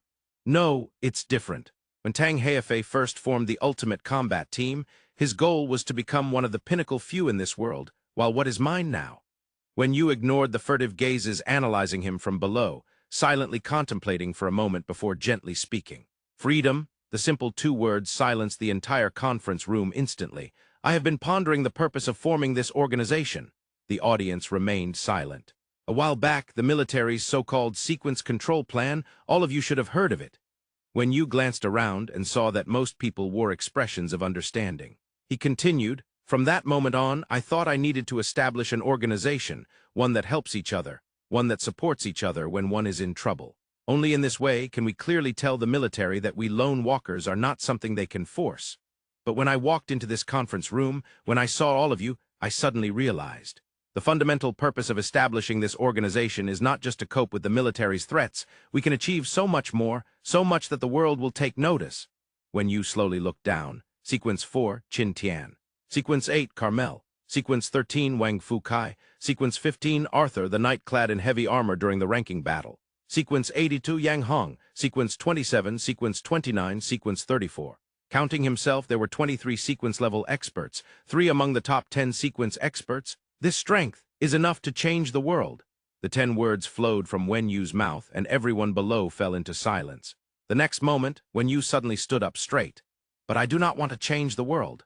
Nor do you. To change the world, joining the Earth community is clearly much better than joining this organization with only 22 people. So what do we need? Freedom." Qin Tian on Wen Yu's right gently echoed the 2 words Wen Yu had just uttered, and his eyes suddenly shone brightly. "Exactly, it is freedom. We want to live, but we want to live our way, not the way others dictate. We do not need power, we do not need status, but we need to live the life we want. We need to be ourselves, not puppets of others. Our demands are simple, really simple, but there will always be those who covet our power, fear our strength. worry that we will become a tumor in this world or want our lives. This is unacceptable. For this simple reason today we sit together. Now, as the initiator of this organization, I pledge that I will not restrict your freedom. I will not force you to do things you do not want to do. I will not give orders to you. Then, I will hand over the right of choice to all of you, whether to join this organization built in the name of freedom. No one left. In fact, many people had a rough understanding of the purpose behind when you establishing this organization before they arrived. However, when you uttered the word freedom, it undoubtedly touched the hearts of everyone present. No one wanted to be bound, and no one wanted to become someone else's sword. Those who could come here were undoubtedly free-spirited professionals, unwilling to be restrained. Their choice was clear. Seeing this scene, Wenyu gently nodded. Essentially, Wenyu was someone who disliked constraints and wanted to do as he pleased. But wasn't this also a manifestation of freedom? The cost of pursuing freedom was high, the most typical point being that the free are often lonely, because very few can break free from the web of morality, law, and universal concepts. And now, when you had finally found a group of like-minded individuals, so I announce that starting today, the Lone Wanderers Mutual Aid Union is officially established. Gently raising his hand to suppress the applause from below, when you looked up and surveyed the crowd before slowly speaking. First, I want to confirm the goals of this organization and our future development path. As he noticed everyone's gaze focused on him, when you surprisingly felt none of his usual irritability and caution. Instead, he felt an inexplicable sense of satisfaction. That satisfaction stemmed from the recognition of his strength by others. After slightly organizing his thoughts, when you spoke again. I just mentioned that the purpose of this organization is freedom. However, the word freedom is too hollow and overly idealistic. Therefore, freedom can only be our ultimate goal, and to achieve this goal, we need to detail the path to freedom. We should first take a look at our opponents and potential threats. When you exchanged a glance with Wang Fukai, and the old Taoist priest immediately stepped forward as planned, then began to share all the intelligence he knew about the sovereign, the demonic clan, and even the military, with animated gestures, of course. He couldn't disclose the more detailed and secretive issues. Wang Fukai's task was merely to present the rough intelligence. This was also one of Wen Yu's purposes, the flow of intelligence within the organization. In fact, most of the content the old Taoist priest spoke about was already known to many in the crowd, but there would always be things they were unaware of. Wen Yu undoubtedly knew much more than this group. Once the old Taoist priest finished speaking, Wen Yu opened his mouth again. The purpose of sharing this is simply to explain to everyone that the threats to our freedom come not only from the military, but also from the demonic clan and the sovereign. However, I will not force anyone present to fight to the death against the demonic clan and the sovereign. In fact, our organization is merely a mutual aid organization, and our greatest threat still comes from the military. What Wang Fukai just mentioned is my little gift to all of you for joining the Lone Wanderers Mutual Aid Union. Here, I want to announce 3 rules for our Lone Wanderers Mutual Aid Union. First, within the Lone Wanderers Mutual Aid Union, all positions are equal. There is no hierarchy. Second, within the Lone Wanderers Mutual Aid Union, no one has obligations or responsibilities towards another. In other words, if you wish to receive help from the Lone Wanderers Mutual Aid Union, you need to pay a price. Third, given that the greatest threat to the Lone Wanderers Mutual Aid Union currently comes from the military, when the military uses coercive means to harm us or forcibly control us, all members of the Lone Wanderers Mutual Aid Union must unconditionally stand against the military. We do not seek trouble, we do not need to rule this world, but we are not afraid of trouble. I, Sequence 2, Wen Yu, hereby assure everyone that if any of you are persecuted or threatened by the military, I will make the military pay the price. The fundamental purpose of Wen Yu establishing this organization was to counter the military's threats. But when he reached a consensus with Tang Heifei, the military's threat had essentially vanished. Thus, the Lone Wanderers Mutual Aid Union was merely a name, a facade draped in the banner of freedom. Wen Yu's true aim was to unite the Lone Walkers into a cohesive force, but this created another paradox. Since they were all constrained by others, why not join the military? The military's strength surpassed Wen Yu's, and their resources were greater than his. If they were to be subordinates or henchmen, everyone would naturally choose the strongest one. This was a thought anyone would have. In this world, no one was foolish. No one would completely submit to another for the sake of so-called freedom, especially since everyone present was strong. So when Yu began to implement his strategy, casually pulling out a large number of eagle-emblazoned badges, when Yu signaled to Yang Hong to distribute them, then explained, "These are the insignia of our Lone Wanderers Union. After this meeting, I will negotiate with the military." If the military uses extreme measures to force you into serving them, you can present this badge to identify yourselves. If the military still does not relent, it means the military is at war with us, and that will be our moment to show our strength. Also, regarding the internal communication of intelligence within the organization, I will choose a location periodically for us to exchange intelligence or items. Consider it a small internal exchange meeting. This matter was beneficial for everyone, and there was no basis for any rebuttal. And now, concerning new members. When newcomers wish to join the Lone Wanderers Mutual Aid Union, I will personally approve them. First, their strength must reach the sequence level. Regardless of the specific sequence, strength is necessary. Our little group is taking the elite route, and then 3 members must provide joint guarantees. Finally, I will meet with them in person. If any member seeks help, they can contact others through the Eagle badge. Yes, the badges you hold in your hands are a transformed communication device. As for the price for asking someone for help, that will be determined by each of you. Our Lone Wanderers Mutual Aid Union is here to provide you with a platform for communication, sharing resources, and mutual assistance. It must be said that this organization was quite loose, but precisely because of its looseness, it could attract so many strong individuals unwilling to join the military. Then the strategy began. When you finished explaining the organization's goals and general regulations, everyone nodded in agreement.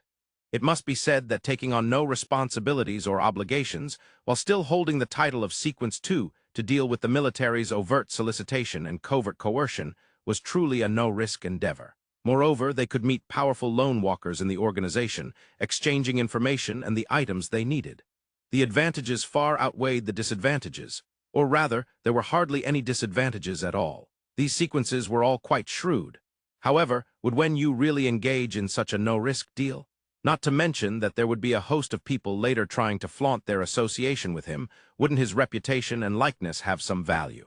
Just as the atmosphere became lively, Carmel, who was seated to Yu's left, cleared her throat twice, drawing everyone's attention, and then said gently, I have a question.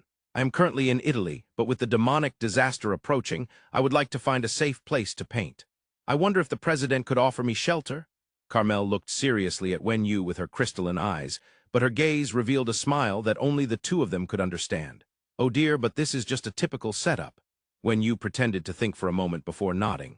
Sure, but you should know that due to the loose nature of our organization, I cannot guarantee that there aren't any military spies or undercover agents among those present. In other words, I cannot fully trust you. So, Yu directly activated the 5th Soul Realm and summoned Victor.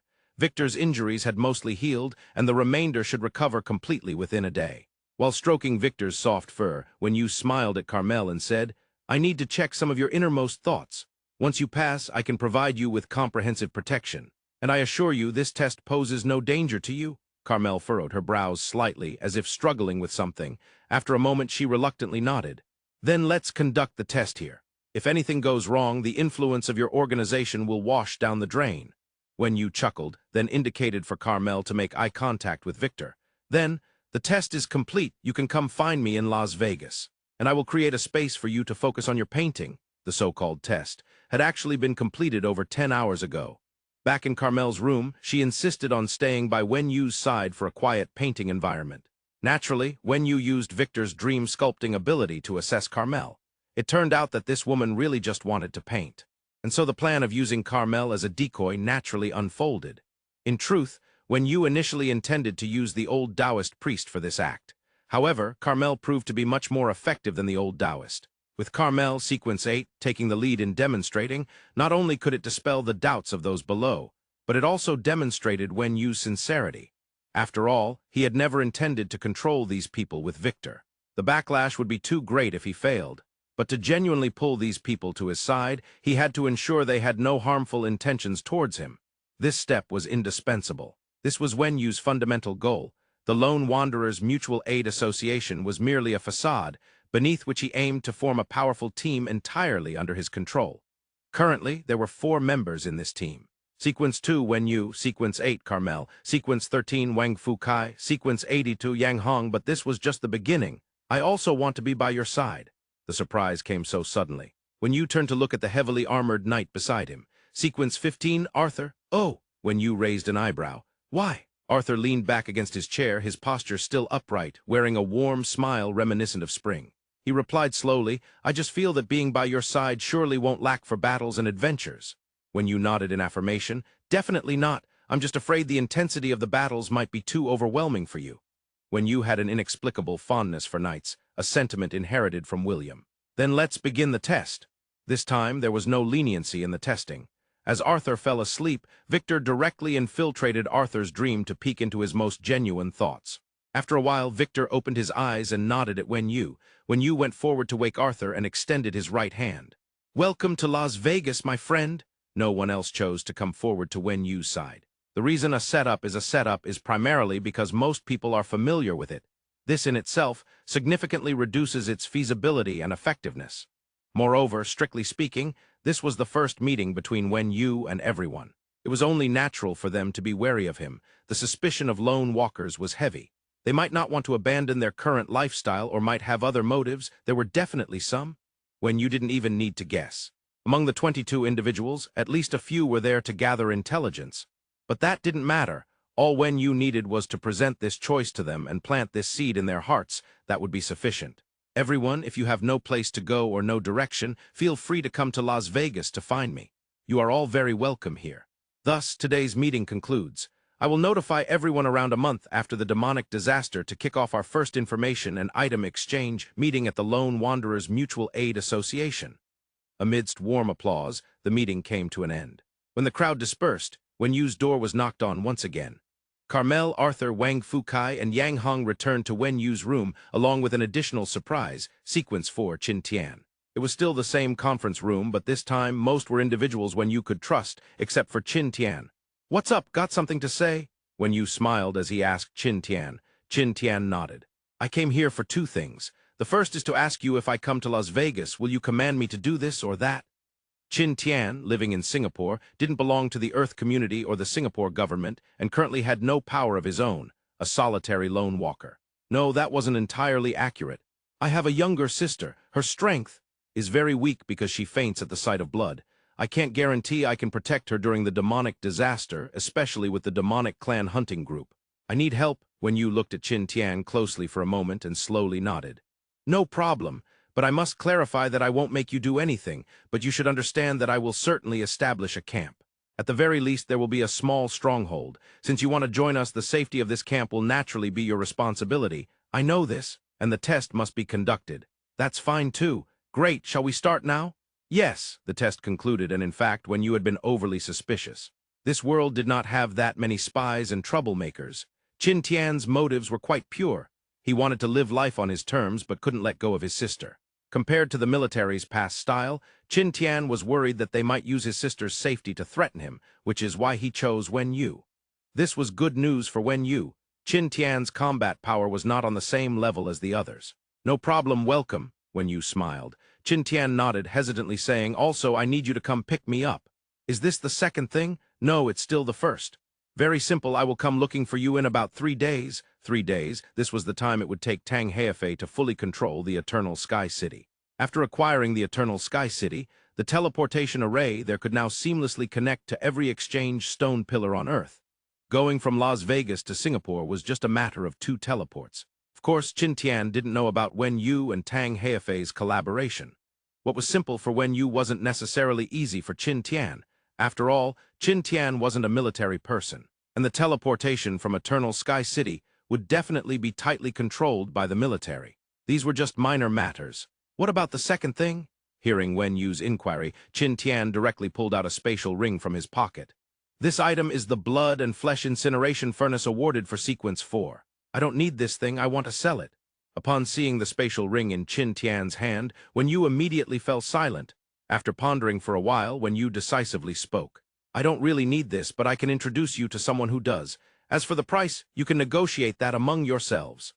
Wen Yu had the heaven-piercing demon vine, the Book of Darkness summoning chapter, and access to the netherworld. The combination of these 4 items or skills completely drained all the blood, flesh, and soul value, be it from the demonic clan, the human race, or the mutated beasts. Thus, the blood and flesh incineration furnace held little significance for Wen Yu. Qin Tian reluctantly nodded. "Okay, but I'm not very good at negotiating." "I can handle that," Wen Yu replied confidently. Looking at the 5 individuals before him, Sequence 4, Qin Tian. Sequence 8, Carmel. Sequence 13, Wang Fu Kai. Sequence 15, Arthur. Sequence 82, Yang Hong. When you remained silent for a while before deciding to be straightforward. I've just mentioned the purpose of establishing the Lone Wanderers Mutual Aid Association, but beyond that, there is indeed another objective. And that is you. Hearing Wen Yu's words, the remaining few nodded. I have some collaboration with Tang Heifei, who is Sequence 1. The focus of our collaboration is to resist the invasion of the demonic clan. On this matter concerning the demonic clan, Tang Heifei and I, or rather I and the military, have reached a consensus. I believe you all hold no fondness for these invaders. Combat is inevitable, and the situation may be more brutal than expected. Thus, my goal is to gather sequence-level lone walkers together to form an unyielding organization independent of the military. This goal and the specific implementation methods differ somewhat from the Lone Wanderers Mutual Aid Association. In practical terms, at times, we might need to act together, meaning there will be times when you must follow my commands. This small group, while still part of the Lone Wanderers Mutual Aid Association, will have different internal rules. We will need to discuss the specific rules together. Is that okay? The 5 individuals below, mainly Qin Tian and Arthur, thought for a moment before nodding. Then we can discuss the specifics when we meet in Las Vegas. For now, I will address Qin Tian's issue. When you led Qin Tian out of the door and knocked on Sequence 1's door. After a while, Tang Heifei, looking exhausted, opened the door. Come in, help me brainstorm. I'm about to go insane. This Eternal Sky City is just too complicated. When you wasn't polite and pulled Qin Tian into the room. What's going on? The various functions of the Eternal Sky City have dazzled me. Just reading the manual has my head about to explode. When you directly sat on the sofa and picked up the Eternal Sky City manual placed on the table, glancing over it briefly. A long string of instructions and specifications made when you feel the veins on his forehead popping. After a while, he put down the manual and directly asked, "So, can the teleportation be opened within 3 days?" "That's not a problem." Tang Heifei answered with his mouth full while sipping watermelon juice. With this answer, when you didn't pick up the manual again and got straight to the point. The Lone Wanderers Mutual Aid Association has been established, and I'm here to sell some items to the military. Tang Heifei first glanced at Wen Yu and then at Qin Tian, instantly understanding what Wen Yu meant. He took out a communicator and dialed. "Old Lin, Qin Tian wants to sell us the blood and flesh incineration furnace. You should come over." After receiving the message, Lin Heifeng arrived at Tang Heifei's room in less than 3 minutes. Next was a series of negotiations. As a foundation-level artifact, the blood and flesh incineration furnace naturally needed no further explanation. The military would definitely not mind having a completely controllable army at their disposal. Thus, Wen Yu and Qin Tian were not hesitant in their demands. Lin Heifeng paid with 2 SSS-rank skill scrolls and a hidden job change scroll to buy the blood and flesh incineration furnace. Wen Yu did not inquire about the specific skill effects or what hidden job it was, but according to Qin Tian, it was prepared for his sister. Then, Wen Yu and Lin Heifeng discussed the establishment of the Lone Wanderers Mutual Aid Association in a small meeting room for a while. This was to remind, or warn, Lin Heifeng, and they also reached a consensus regarding issues like the demonic disaster. Lin Heifeng left Tang Heifei's room satisfied, while Wen Yu naturally looked relaxed. It must be said that often, communication is the premise of a win-win situation, and exchanging ideas is undoubtedly much easier than throwing punches, provided there isn't a significant disparity in power between the two parties. After bidding farewell to Tang Heifei, Wen Yu returned to the room with Qin Tian to discuss the specific meeting time with the team. Qin Tian, Arthur, and the old Taoist priest could directly arrive in Las Vegas when the Eternal Sky City opened. But Carmel might take a bit longer since she had a divine beast species partner, and mutated beasts couldn't enter the Eternal Sky City without using the exchange stone pillar. Carmel's arrival would definitely be delayed, but she should be able to make it before the onset of the demonic disaster. After seeing everyone off, Wen Yu finally had some leisure time. Though it seemed there wasn't much to do, the tasks were quite trivial. For Wen Yu, dealing with these things was far less satisfying than fighting against the demonic clan. Unfortunately, Wen Yu sighed suddenly. He was not in control of his own destiny. Whether it was the military, the demonic clan, or the sovereign, they all needed him to enhance his strength as much as possible, yet individual power had its limitations. For Wen Yu, having a strong team might be the best choice. Outside the Eternal Sky City, the folds in the sky had completely dissipated, and the clear blue sky along with the warm sunlight poured down on the Eternal Sky City, signaling to everyone there that the descent had come to an end, and the time to leave had arrived. Wenyu slightly closed his eyes as the light of teleportation enveloped his body. In the next second, he appeared in his room at the Redstone Grand Hotel. He glanced at the clock on the wall. Exactly 1 day had passed, not a second off. Outside the Redstone Grand Hotel, noisy sounds penetrated the walls and reached Wenyu's ears, proving that the renovations in Las Vegas were in full swing. Today marked 14 days left until the demonic disaster, just 2 weeks. It's over, and the harvest is considerable, Yang Hong said excitedly to Wenyu after briefly getting adjusted to the dizziness brought by the teleportation. Wenyu nodded. This sequence-ranking battle not only offered generous rewards, but more importantly, it heralded the establishment of the Lone Wanderers Mutual Aid Union and the arrival of Qin Tian and others in a few days. Though until now, Wenyu still didn't fully acknowledge that more people meant greater strength. For the sake of reducing future covetousness and schemes aimed at him, and in order to deal with the demonic tide, forming a tightly knit team next to him was inevitable. Moreover, the strength of the teammates Wenyu chose meant he wouldn't have to worry much. The team would usually handle their own matters, and when real situations arose, they would unite together. Essentially, this team was just a small, closely knit version of the Lone Wanderers Mutual Aid Union that allowed Wenyu to feel more at ease. Thinking of this, Wenyu said directly to Yang Hong beside him, "When they arrive, you'll be responsible for receiving them. As for matters about the Lone Wanderers Mutual Aid Union, I need you to pay more attention. If you're unwilling to do so, let Klaus be the internal affairs chief." Yang Hong smiled. "I'm willing, these matters won't take much effort." Wenyu nodded, "That's good." Then Wenyu and Yang Hong walked out of the room together, heading downstairs. As soon as they exited the front door of the Redstone Grand Hotel, Wenyu saw Klaus walking toward them with Victor's dual body. Klaus's voice came from a distance. "I heard from Victor that you returned. How was the harvest?" "Quite considerable," Wenyu replied, stepping forward and directly embracing Victor's dual body.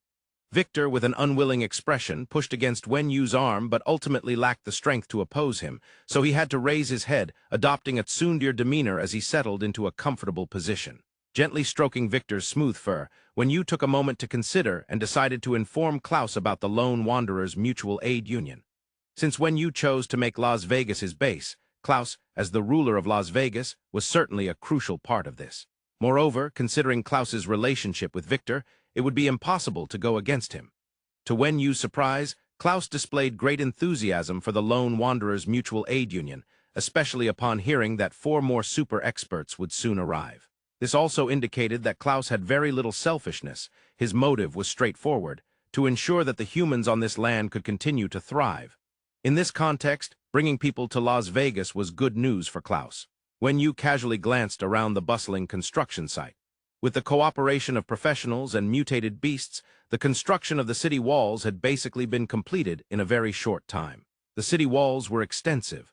Although not very tall and not excessively sturdy, the mere fact that they could be erected in such a short time frame was a considerable achievement. Besides, the purpose of the walls was merely to defend against the first wave of the demonic disaster and prevent the defensive facilities from being flattened. The walls were of little use for completely resisting the demonic disaster. The focus still needed to be on hard power. Furthermore, Klaus and Victor had also drafted an initial defense plan against the impending demonic disaster. Of course, Wenyu didn't inquire in detail about these matters. He wouldn't understand them anyway, and when the demonic disaster hit, Wenyu was sure he wouldn't be left behind to defend Las Vegas. He needed to deal with the demonic clan hunting group. After bidding farewell to Klaus, Victor's dual body jumped out of Wenyu's embrace and followed Klaus away. With nothing to do, Wenyu started to stroll through the streets of Las Vegas. The streets of Las Vegas were somewhat bustling. Here, perhaps only here, could one observe the phenomenon of humans and mutated creatures coexisting harmoniously. Tall mutated dogs were running back and forth with stones in their mouths. Mutated cows were pulling transport carts made of wood in a short time. And occasionally, some short-statured professionals were seen carrying huge amounts of supplies, striding through the streets. With the suppression of Victor and Klaus, the peaceful coexistence of humans and mutated beasts had become possible.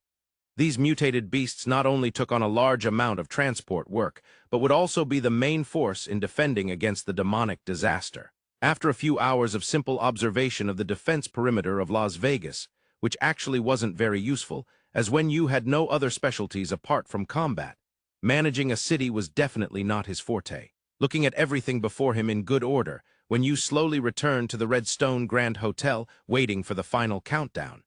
2 weeks, neither long nor short, would undoubtedly be the last tranquility of this world. When the demonic clan invaded, it would mean the official start of war, and quite possibly it would be endless. 3 days later, in the very center of the Eternal Sky City, the control core.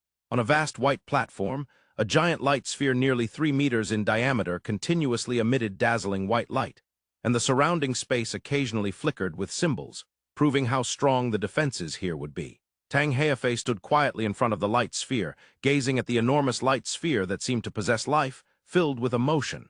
One had to say, Lin Heifeng's idea was brilliant and executed beautifully. After 3 days, Tang Heifei had barely grasped the main brain and various essential facilities of the Eternal Sky City. But these things were merely the tip of the iceberg compared to the entire Eternal Sky City. Even this little bit of the iceberg that Tang Heifei knew was enough to leave him astonished. In the last life, if I had this thing in the last life, it should have lasted a bit longer.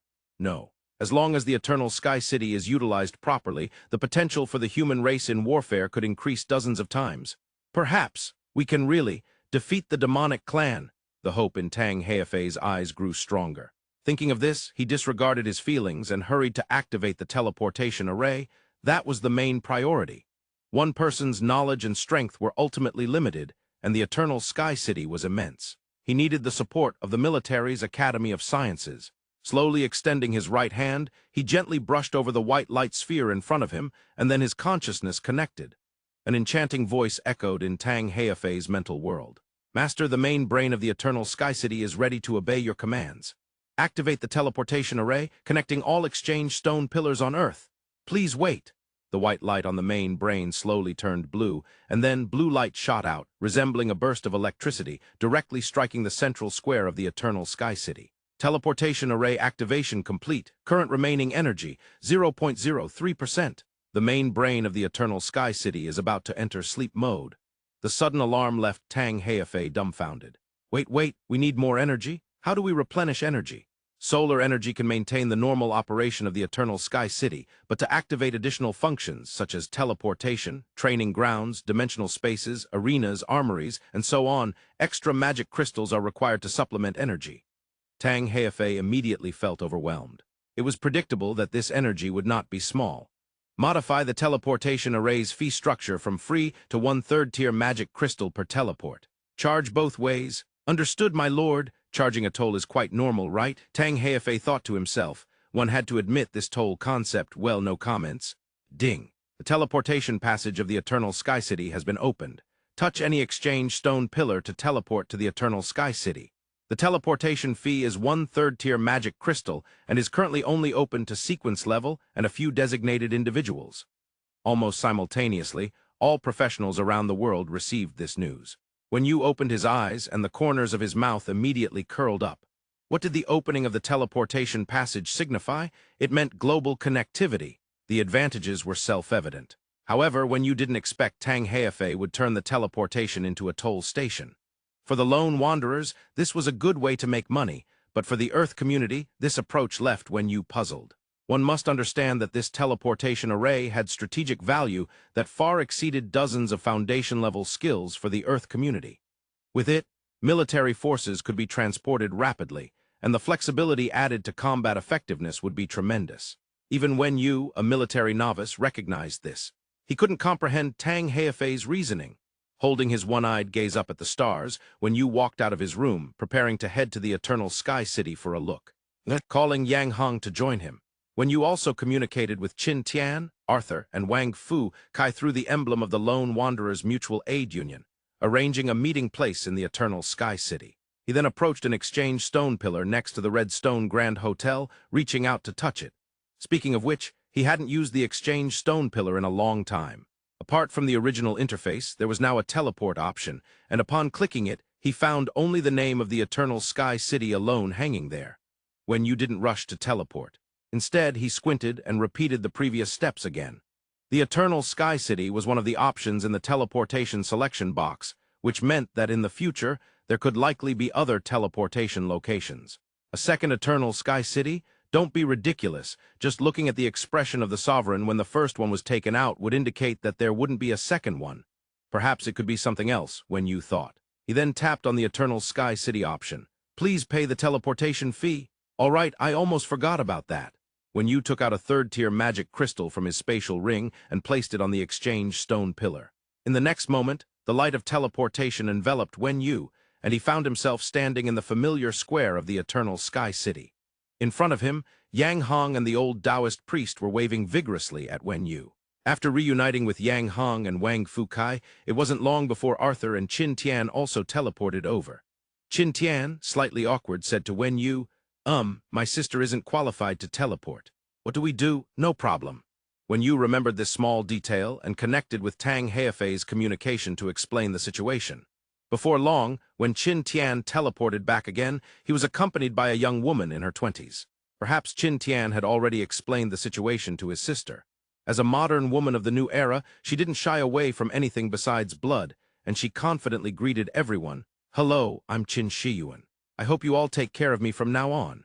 Everyone greeted Qin Shiyuan with smiles, while only the old Taoist priest shook his head and said, It won't do to mess up the generation. Speaking of which, you're not that old yet." As the old Taoist priest spoke, he suddenly stopped, falling silent. Life and death partings were common stories in the apocalypse. Let's take a stroll." Wenyu shifted the topic, leading the way out of the square. The area of the Eternal Sky City is 1 million square kilometers. Many people may not have a concept of the figure of 1 million square kilometers, so to put it simply, the total area of the 3 eastern provinces of Huaxia is 787,300 square kilometers. This is like a small country floating above Huaxia, so one can imagine the magnificence of the Eternal Sky City. Of course, for sequence-level experts, even those in sequence 9 or 10 positions could easily cover this distance on foot. It might not even take an hour. However, with the group accompanying Qin Tian's sister, and considering that Qin Tian's sister was a level 1 peak professional, it became a bit awkward. After nearly 5 minutes, the group had yet to exit the central square of the Eternal Sky City. Qin Tian seemed a bit embarrassed and said apologetically to the group, "How about I go to Las Vegas with my sister first?" "No need, take your time. Anyway, there are still 11 days left, and we don't have much to do during this time. It's good to just wander around and enjoy the leisure.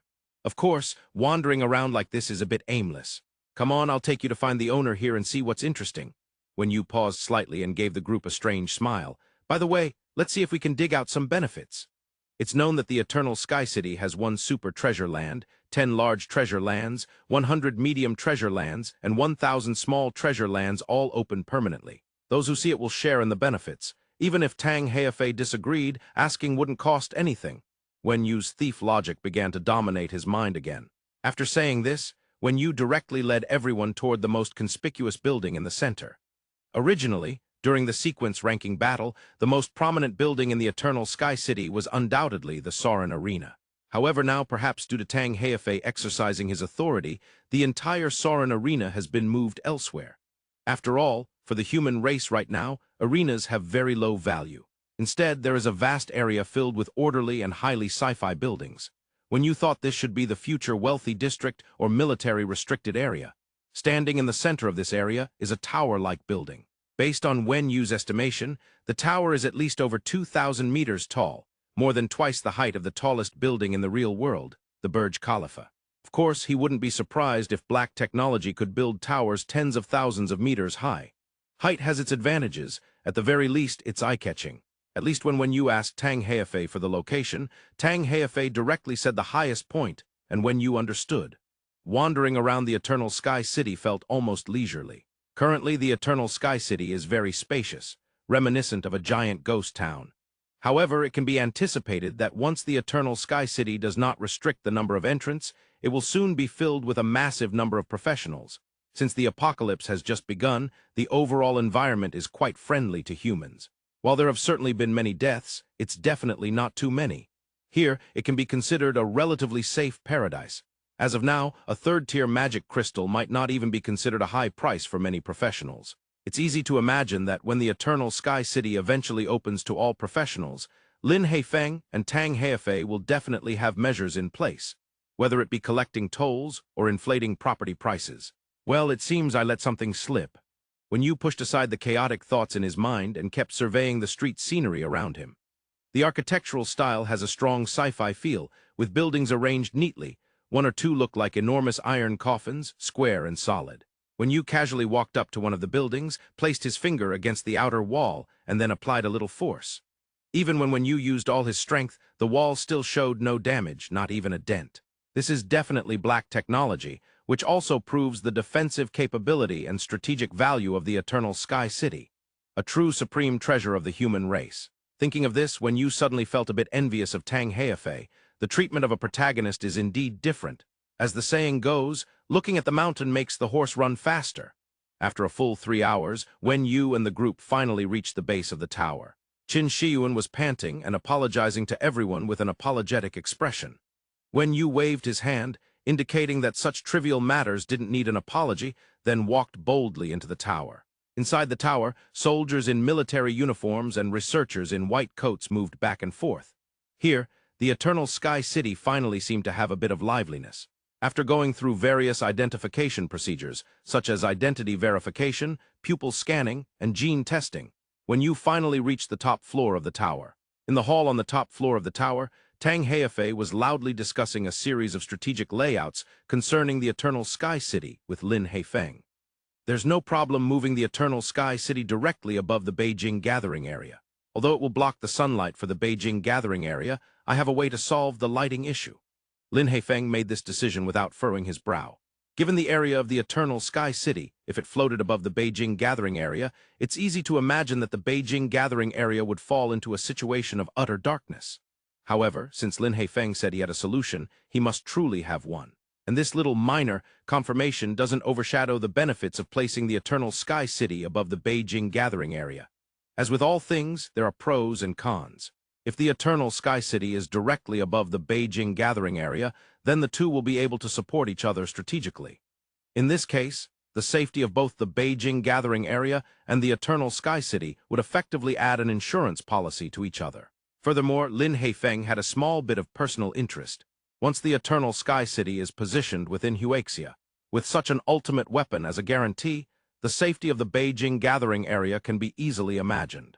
Since the Eternal Sky City certainly cannot accommodate all the population, even if it could barely squeeze in all the existing population in the world, Tang Heifei and Lin Heifeng would definitely not allow this. Comfort can dull the wildness of living beings. By that time, those who cannot stay in the Eternal Sky City might find it acceptable to remain in the Beijing Gathering Area. If such a situation were to occur, the Beijing Gathering Area would undoubtedly become the human race's second defense stronghold after the Eternal Sky City, and the most influential gathering area in the world. Hearing Lin Heifeng's explanation, Tang Heifei remained silent. After all, such matters surely involve many intricate issues, and Tang Heifei's political instincts are certainly not excellent. If Lin Heifeng says so, then so be it. Tang Heifei relaxed. Just after finishing this discussion, Wen Yu had already walked up to Tang Heifei and Lin Heifeng. Lin Heifeng greeted Wen Yu without any intention of avoiding him and continued speaking. I'm planning to install Fran's ground-based magic light sniping cannon in the Eternal Sky City, and also I'm not sure if the Eternal Sky City can be transformed into a black tortoise. Tang Heifei nodded. We can give it a try. That's good. I'll bring Wei Tian over.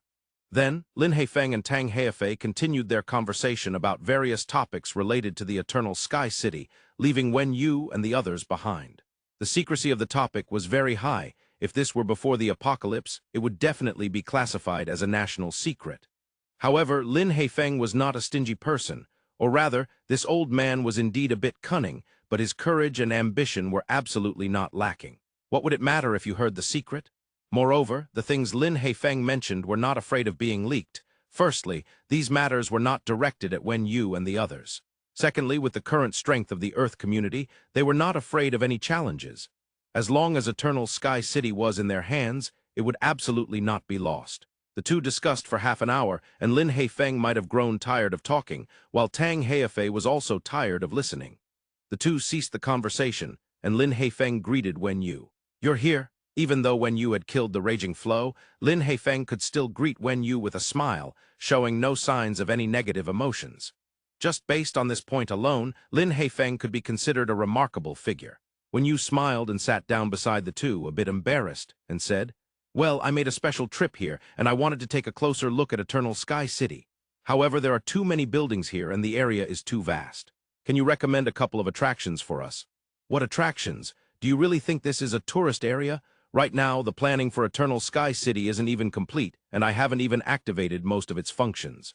I'm adept at swallowing magic crystals, though. Tang Heifei rambled on without understanding Wen Yu's true intentions. On the contrary, Lin Heifeng caught the meaning behind Wen Yu's words. Let me introduce you to a site. You should like it. Lin Heifeng smiled mysteriously at Wen Yu. Lin Heifeng led Wen Yu and his group directly out of the central control tower. This was the full name of the tall tower, and its function needed no further elaboration, as it was the core of the entire Eternal Sky City. By saying this to Wen Yu, it indicated that the Earth community had little defense against Wen Yu's established Lone Wanderers Mutual Aid Union, which could be seen as a form of sincerity and goodwill, or it could be viewed as an attitude of reconciliation with Wen Yu. Perhaps Tang Heifei had also communicated with Lin Heifeng. Though the details of their communication were unknown, one thing was clear. The Earth community led by Lin Heifeng and the Lone Wanderers Mutual Aid Union established by Wen Yu could now be considered an unspoken alliance. As for the unpleasantness that had occurred a while back, for both Wen Yu and Lin Heifeng, that unpleasant matter was now in the past. Lin Heifeng had schemed against Wen Yu had retaliated, and Lin Heifeng had paid the price. They were all adults, and in matters of business, it was all about the relationship of interests. Wen Yu understood, and so did Lin Heifeng. As for past events, they could now be considered buried. Of course, Wen Yu's guard against Lin Heifeng was still significant. Currently, there was little need for the two parties to be adversarial, unless Lin Heifeng were to lose his mind and resume the human race sequence control plan. But now, Wen Yu was no longer alone. After the establishment of the Lone Wanderers Mutual Aid Union, the cost of framing Wen Yu had become too high. For a clever person, it was not a worthwhile endeavor. The group walked along the quiet streets of Eternal Sky City, looking at the magnificent city before them, and Lin Heifeng remarked with emotion. After Tang Heifei obtained Eternal Sky City, the military immediately arranged for personnel to fly up to explore and research it. However, Eternal Sky City is too large and complex. So far, aside from the central control tower, we have barely understood two other locations. Can you guess what they are? Lin Heifeng smiled at Wen Yu. Wen Yu pondered for a moment and decisively said, "It should be related to energy and treasure land, right?" Lin Heifeng shook his head. "Actually, you're not entirely wrong.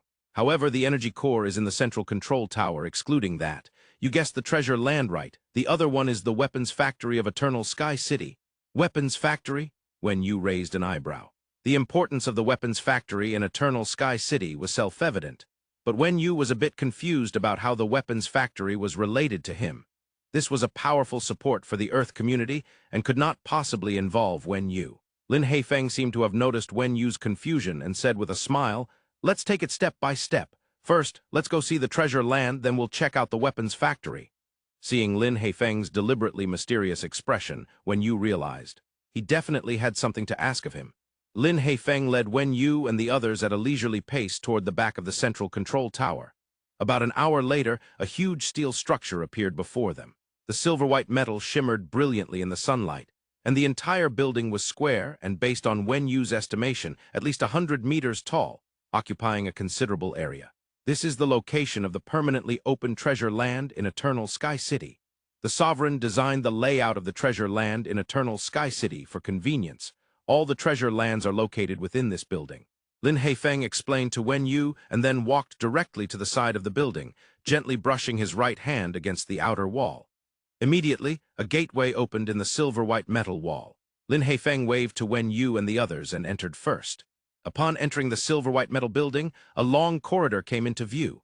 The entire corridor was bright and tidy, with rooms lining both sides. Each room is a treasure land. Of course, you can't enter without permissions. Watching Wen Yu touch and explore nearby, Lin Heifeng chuckled and explained, then added, "These are all small treasure lands. The rewards aren't much, but they are all permanent in nature. Over time, the overall rewards can be quite considerable. However, we are not here to let you see these little guys. The bigger ones are upstairs. Follow me." After Lin Heifeng finished speaking, he took the lead and walked deeper into the corridor. At the end of the corridor, a staircase was hidden in the corner. Following the stairs, Lin Heifeng led everyone directly to the third floor. In a short amount of time, Wen Yu realized the layout of this building. There were 4 floors in total, with the super treasure lands on the top floor and the remaining treasure lands arranged in descending order based on their levels. The third floor was where 10 large treasure lands were located. Lin Heifeng led Wen Yu and his group directly into the room numbered 305. As soon as the door opened, a gigantic silver-white vortex directly caught Yu's attention. "Large treasure land number 5, come on, let's go in and take a look," Lin Haifeng said and stepped into the vortex first.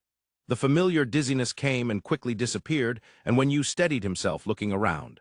The entire treasure land was very spacious, essentially a vast white space, and in the center of the white space stood a silver-white stone pillar, resembling the exchange stone pillar but differing in color. Before Yu could fully take it in, a notification sound appeared in his mind. "Welcome to the 5th large treasure land subordinate to Eternal Sky City. Note that the treasure lands subordinate to Eternal Sky City are different from those in the outside world. This treasure land does not have a treasure land guardian. This treasure land covers an area of 10,000 square kilometers and is currently in an inactive state.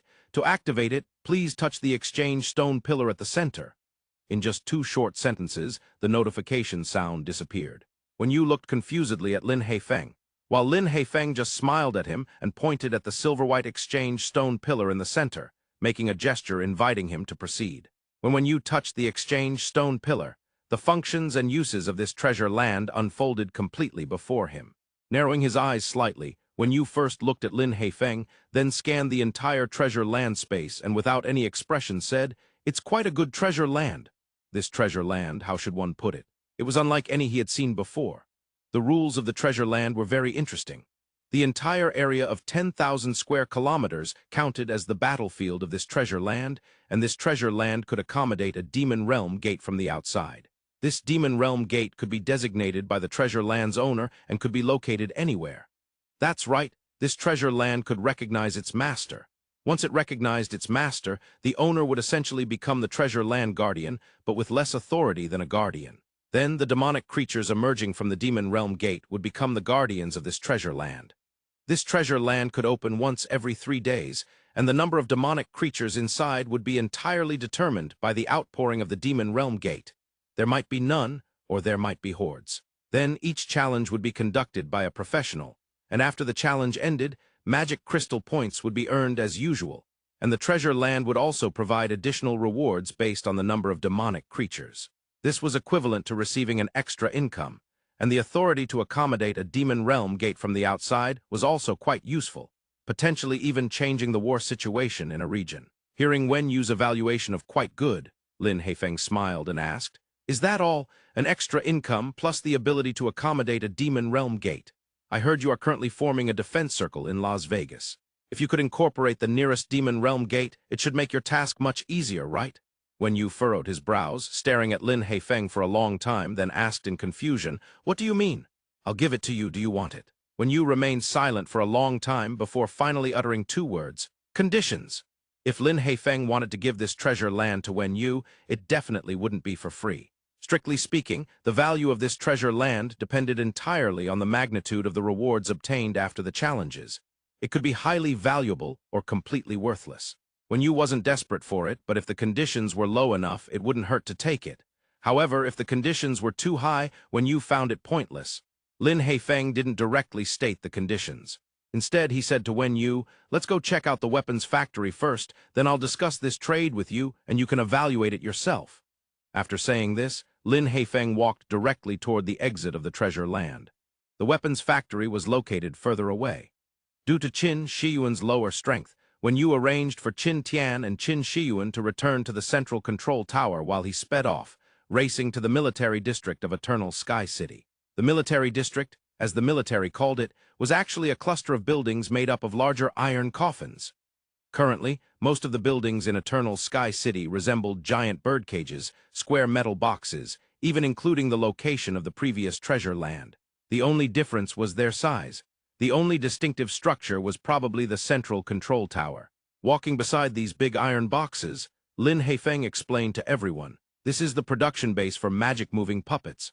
Over there is the exoskeleton armor production base. Over there is the mechanical warrior production base. I placed Qin Tian's flesh melting furnace in that building, right next to the biochemical battle beast cultivation area. Over there is where our transaction content lies." Lin Haifeng pointed to an inconspicuous iron box ahead and said to Yu. Once again, the opening method was the same as before. Lin Haifeng pressed his right hand against the outer wall of the building, and then a gateway opened. As the archway formed, an unpleasant odor rushed toward Wen Yu, causing him to wrinkle his brow immediately. Lin Heifeng seemed unfazed, explaining to Wen Yu, "The technology used for production here belongs to the biological gene category, and the smell inside is indeed unpleasant. Just bear with it."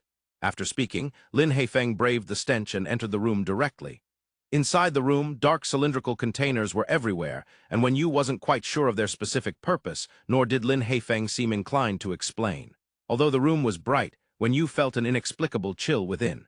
After thinking for a while, Wen Yu's brow furrowed. This chill seemed to stem from a strong person's instinctive perception of danger. This room, or rather the things produced in this room, even posed a certain danger to Wen Yu. What was produced in this room seemed to be significant. In the bright and silent corridor, the footsteps of the group echoed distantly, the thump-thump sound adding a touch of eeriness to the entire room. "Why does it feel so spooky here, like there are ghosts?" Wang Fukai muttered quietly, tightening his collar. "I feel that way too, and there's also a sense of danger," Arthur echoed. "It is indeed a bit eerie in here. I don't know the reason, but I suspect it has something to do with the events that occurred here before. According to our inspections and scans, it seems that many creatures have died in this room. When I first came here, I also felt a cold, eerie sensation. You'll get used to it," Lin Heifeng replied without looking back as he heard the old Taoist priest's words. After about 3 minutes, the leader, Lin Heifeng, finally stopped in front of a room. "We're here." With that, Lin Heifeng directly opened the door. The room was not large, only about 100 square meters. Inside the room, there was only one thing, a purple cylindrical container. Before Wen Yu could examine it closely, Lin Heifeng had already started to explain, "This is a culture dish." "A culture dish?" Wen Yu raised an eyebrow. "It's similar to the devices used for cultivating clones. Although it looks different, its nature is the same. However, this thing is not just as simple as cultivating clones." Lin Heifeng stared seriously at the culture dish, slowly speaking in a deep voice. "When we discovered this room, we initially didn't pay too much attention to this thing. After all, the time was too short, and Eternal Sky City is too vast, with plenty of weapon factories. Plus, this item was placed in such an inconspicuous spot. It wasn't until Tang Heifei activated the teleportation array and obtained information on some forbidden and dangerous areas of Eternal Sky City that this room came into the military's sight. The object before you is a taboo technology left by a world where biological technology developed to an extremely advanced level. It was preserved by the sovereign and placed in Eternal Sky City. This technology, translated into Chinese, is called Celestial God. The entire military district has a considerable number of weapon factories, and the finished products they produce vary in strength. And the culture dish, codenamed Celestial God, absolutely belongs to the most terrifying ones. Of course, right now it is only a semi-finished product." After finishing his words, Lin Heifeng walked directly in front of the culture dish, carefully stroking its outer wall, his eyes showing a strange gleam. "But when you couldn't see that, our transaction is related to the Celestial God. This technology, codenamed Celestial God, was only crafted into one set by that biological technology civilization, and it is a one-time use item. I'll briefly explain the function of the Celestial God technology." Lin Heifeng collected his thoughts slightly, then spoke word by word. "This technology combines the genes of various organisms to cultivate a perfect super monster, an ultimate killing machine. From what you say, it sounds like a kind of biochemical battle beast, maybe just slightly stronger." According to Wen Yu's understanding, the so-called gene combination is similar to a monster that is a mix of various creature traits. Even if all the advantages of Earth's creatures are combined, it still remains a flesh and blood entity. No matter how strong, there are limits. No, the horror of the Celestial God does not lie in the gene combination. It lies in the reorganization of skills and growth potential. Seeing the confusion in Wen Yu's eyes, Lin Heifeng continued to explain. "The growth potential is easy to explain. The faceless in your hand is an artificial creation, and the final product of the Celestial God grows similarly to the faceless and mutated beasts, leveling up by absorbing the flesh and blood of organisms and magic crystals. But the way it acquires skills is different. The Celestial God can absorb the blood of organisms, directly extracting the strongest skill from within the organism to use as its own, combined with the effect of gene combination, which is equivalent to having a feast included." Lin Heifeng paused, then directly shared his plans with Wen Yu. "I plan to use the blood genes of the divine beast species to cultivate an ultimate Celestial God. This way, the final product will surpass the racial talents of the divine beast species, and its racial talents will also become stronger through secondary gene combination. Plus, the Celestial God can automatically generate skills by absorbing blood genetic material. meaning the final product will be an ultimate monster far exceeding the divine beast species, with the potential to possess 10 foundation-level skills. Lin Haifeng's plan left Wenyu completely silent.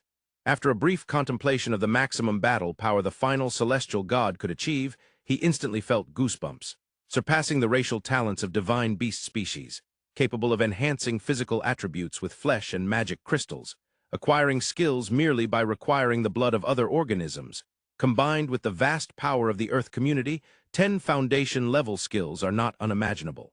In that case, Tang Heifei would probably not be a match for the celestial god. After a while, Wenyu finally spoke, "So, what exactly is our transaction? You should have 2 divine beast species at hand, right? I need their blood, and I need more of the night god cat's blood since I want to implant the netherworld into the body of the celestial god." What I can get in return is the treasure land you just took me to see, right? That's right.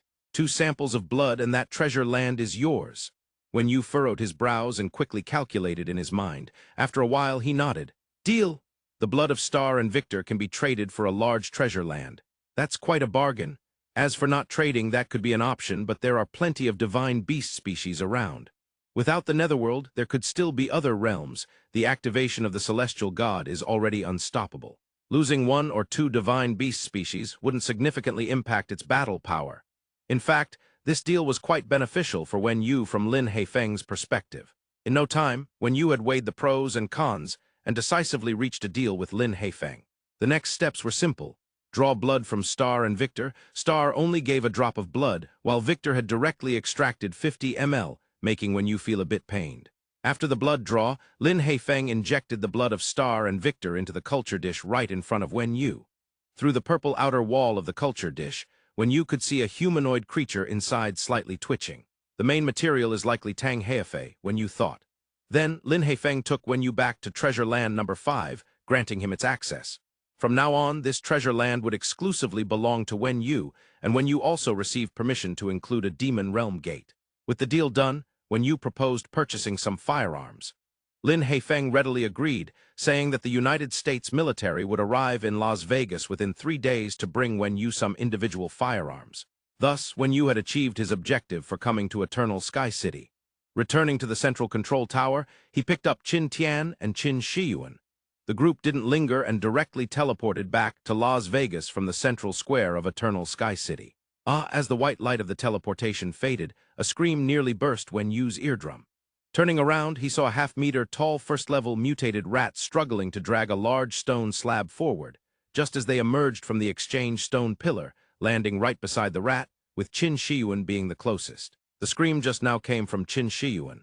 Wenyu quickly stopped Qin Tian from drawing his sword, loudly reassuring, "Don't panic, don't be afraid.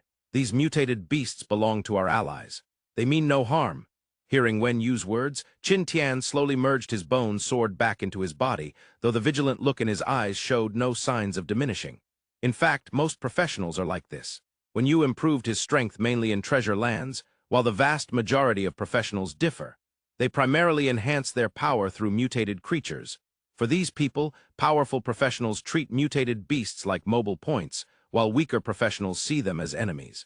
In reality, during Wenyu's previous life in the apocalypse, mutated beasts could never be considered allies. The large rat huffed past the group, and not far away, a 10-meter-tall giant mutated lion was quickly passing by, carrying a massive amount of stone and cement just within 10 meters of them.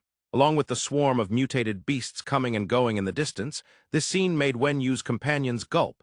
One must say that due to the presence of Victor, Las Vegas is indeed different from other cities right now. Qin Shiyuan was still clinging to Qin Tian, sobbing. It seemed the harm caused by the rat was not insignificant.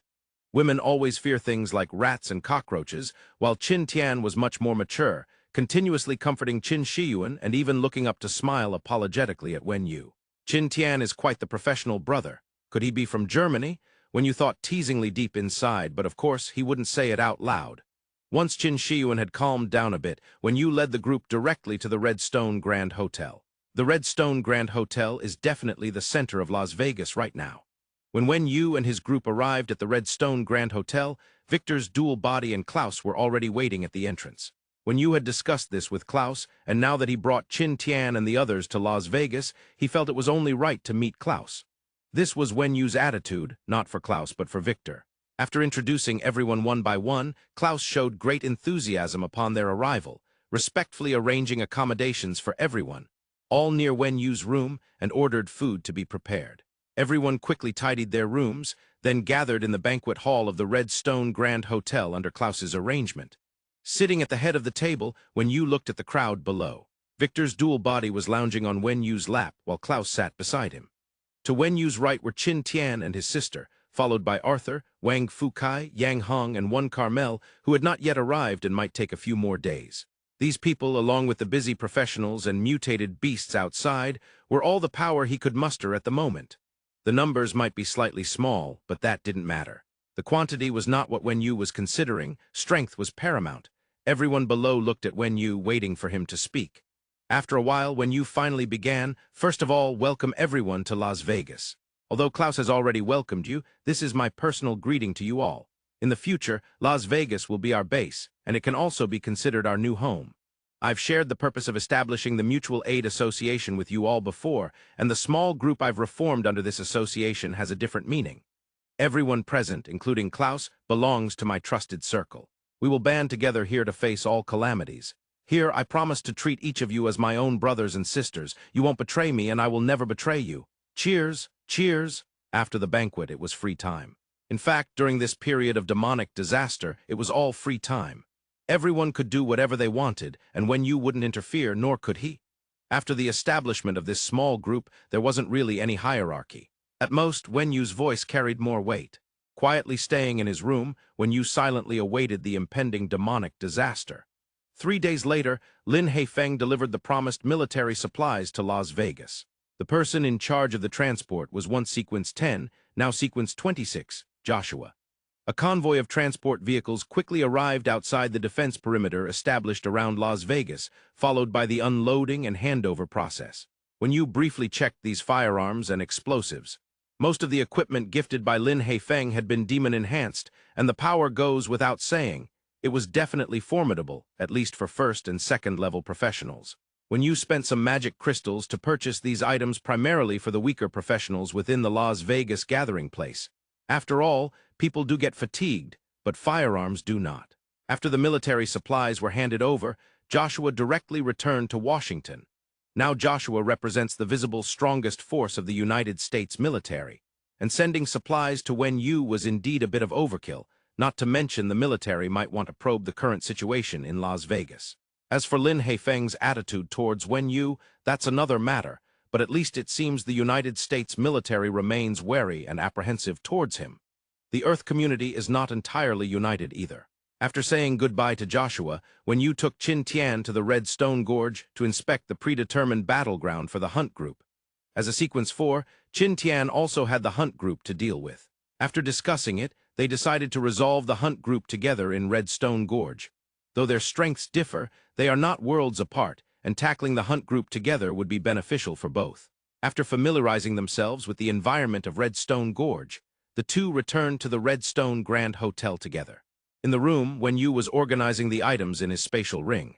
After a while, it seemed he thought of something and directly took out his communicator to call Carmel. Beep, beep, beep. After a few beeping sounds, the communicator on the other end connected. "Is that Wenyu?" Carmel's gentle voice came through. "It's me. When will you be able to arrive? I might not be able to make it in a short time. I ran into a situation here in Europe." Wenyu contemplated for a moment. "How long is a short time? It could take a month. I found an amazing material in Spain, a super large mutated beast. I'm currently following it. SHH, it seems like it saw me." Wenyu suddenly heard silence from Carmel on the other end. After a while, Carmel's voice came back. "A month might be an understatement. That big gorilla is running too fast." Wenyu fell silent, and after a moment he seriously reminded her. "You still have your hunting team to deal with. You won't be able to come before the demonic disaster. I might not be able to help you. It's fine. I'll contact you when the time comes. I'll hang up now. It's running far away." After Carmel finished speaking, she directly hung up, leaving Wenyu with a black line on his forehead. During his interactions with Carmel, Wenyu had already discovered that this girl named Carmel had an extraordinary obsession with painting, and she was also lucky.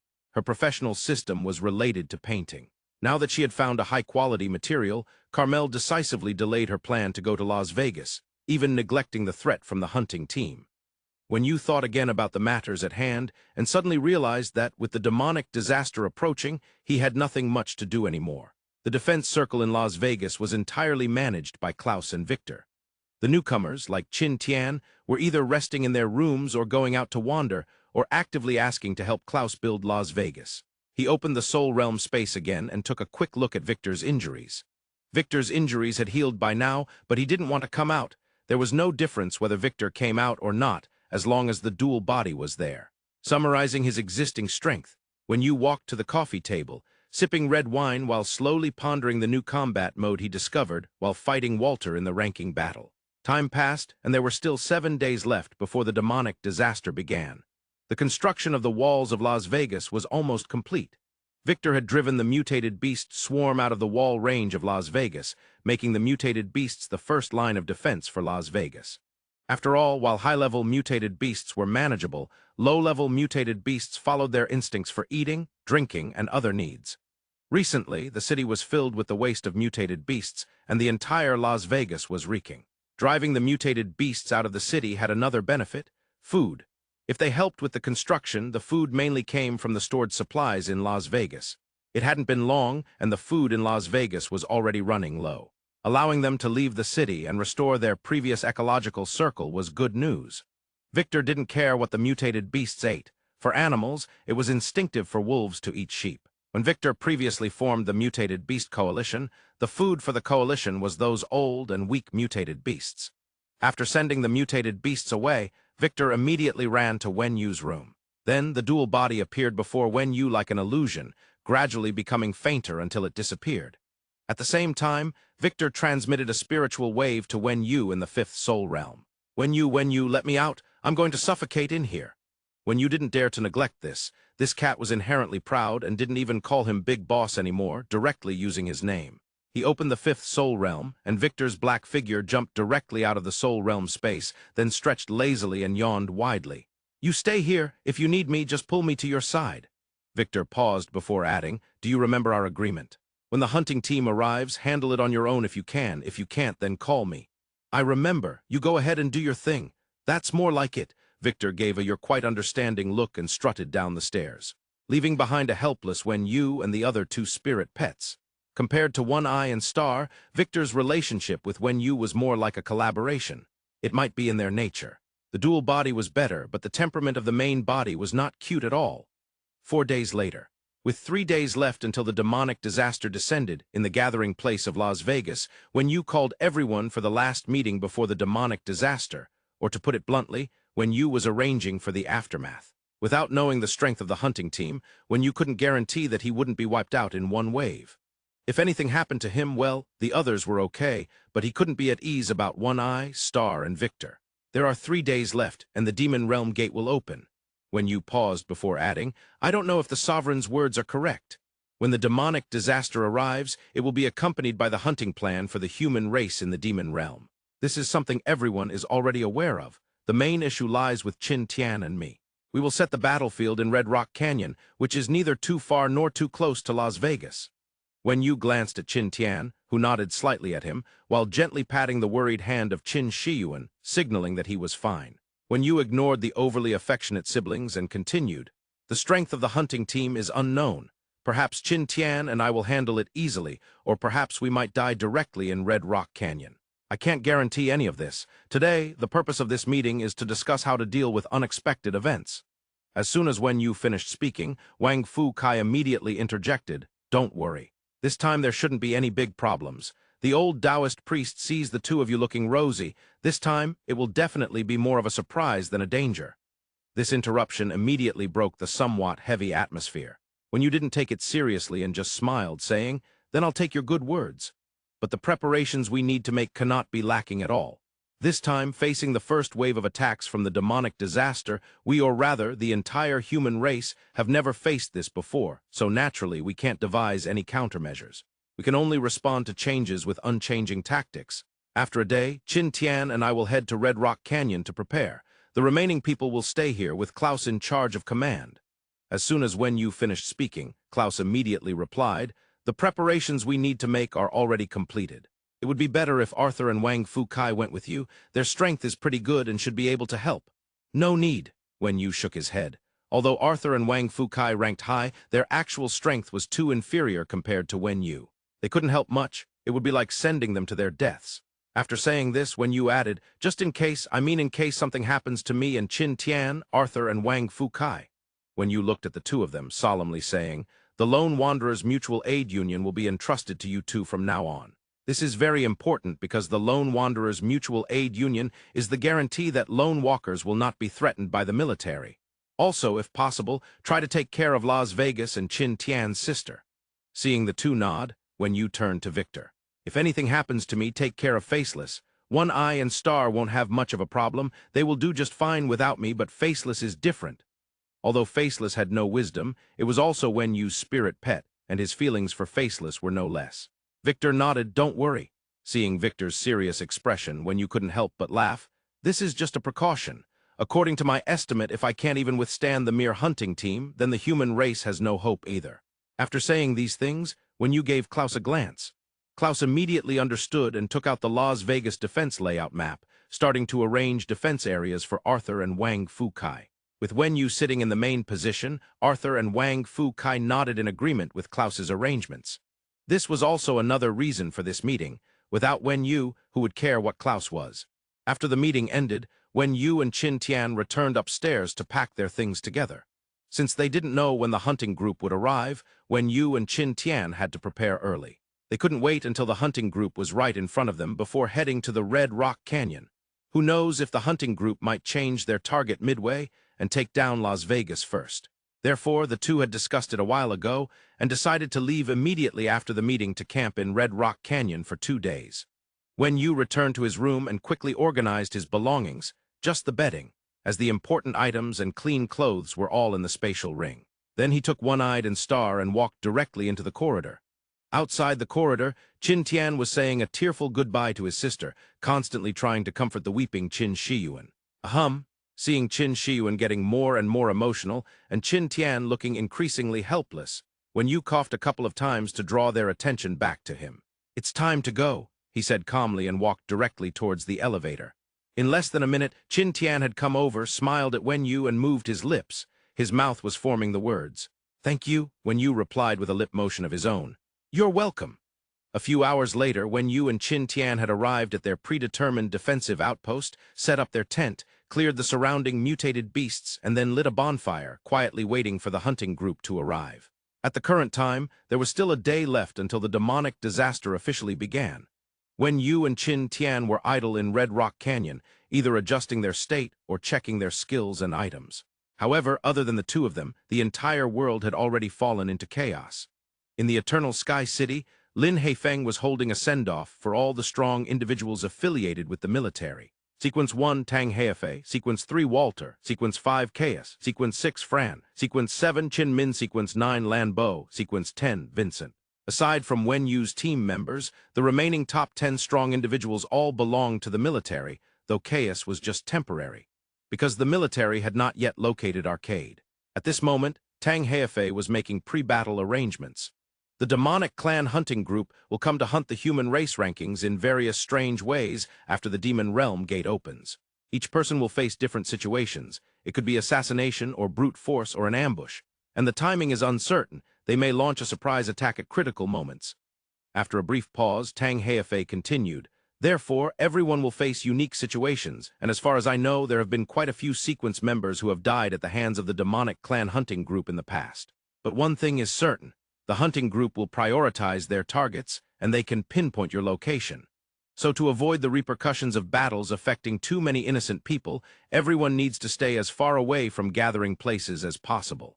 This means aside from the traps set on the battlefield, we have no backup. At most, we could detonate a nuclear bomb when death is imminent. Tang Heifei made a silly joke that didn't really make sense. I will personally go to Siberia to face the hunting group. The number of demonic creatures in each round of the hunting group will not exceed 5, but we have no way of knowing how many there actually are, so don't let your guard down. I can give you a suggestion. When you kill more than 3 members of the demonic clan hunting group, you can return to the Beijing gathering place, even if there are still some left. They won't cause much of a storm. That's about it for the intel. I hope everyone can survive. After Tang Heifei finished speaking, he turned to look at Lin Heifeng. Lin Haifeng cleared his throat twice, then looked towards Walter, Caius, and Qin Min. This time Tang Haifei is acting alone, but you all know Fran's importance, so Walter, Caius, and Qin Min, you three need to protect Fran's safety. After finishing, Lin Haifeng glanced significantly at Walter and Qin Min. When they solemnly nodded, he continued. Lanbo and Vincent will operate solo. Lanbo has already chosen his battlefield, but Vincent, do you really not need the military to arrange some conveniences for you? No, I'm prepared. Vincent, wrapped in bandages, spoke in a hoarse voice that exuded a sense of assured confidence. Lin Haifeng didn't push further, just nodded, then gave a serious bow to the 7 present and said his final blessing. I hope everyone can return safely to the Beijing gathering place. The human race needs you. Of course, just saying it wasn't really Lin Haifeng's style. He paused slightly before starting to give out treasures. Today, before all of you leave, you can freely choose items from the military's treasury, just don't empty out the inventory of Huexia. Under the Eternal Sky City, inside the Beijing gathering place. Ever since the Eternal Sky City descended, the Beijing gathering place has been completely covered in the massive shadow of the Eternal Sky City, and the sun was nowhere to be seen. Fortunately, Lin Haifeng was indeed prepared. A huge light source was embedded beneath the Eternal Sky City, providing continuous warmth and light to the entire area around the Beijing gathering place. Ironically, this enormous light source would automatically extinguish at night, with the military stating it was to save energy. As the residents of the Beijing gathering place put it, it was just like having a huge streetlight in the sky. Although this situation brought many inconveniences to the residents, Lin Haifeng didn't need anyone else's approval to install such a light. It said, people don't fight the officials, and in this context, it felt even more stark. Moreover, the military already stated, if you find it inconvenient, get as far away as you can. Now, in the Beijing gathering place, in response to the demonic disaster, countless people had been packed in, not afraid that you would leave, but afraid you wouldn't. Aid for refugees doesn't require food, right? Of course, very few dared to leave. Inconvenience is nothing compared to life. At the city gate in the outer area of the Beijing gathering place, a massive influx of professionals and refugees was continuously heading into the Beijing gathering place. This was due to Lin Haifeng's policy. All non-large gathering places or large gathering places with inadequate defenses could relocate their populations to the Beijing gathering place. This command was issued a month ago, along with news about the demonic disaster. Let's not even talk about the chaos it caused. Besides, Lin Haifeng seemed indifferent to it. After brief unrest in various locations, life had to go on, and survival was paramount. Hence, the current influx of people into the Beijing gathering place was not surprising. In this vast sea of people, a black-robed figure was closely following another person, slowly queuing up at the city gate. Then came the inspection. Lift your hood so I can see. The soldier in charge spoke to the black-robed figure. The person ahead quickly said, Brother, I'm a relative. Of course, whether they were relatives or not was irrelevant. What mattered was how many magic crystals they brought out. The quantity satisfied the guard. All right, you can go in. Simply a few magic crystals, and the guard immediately let them through.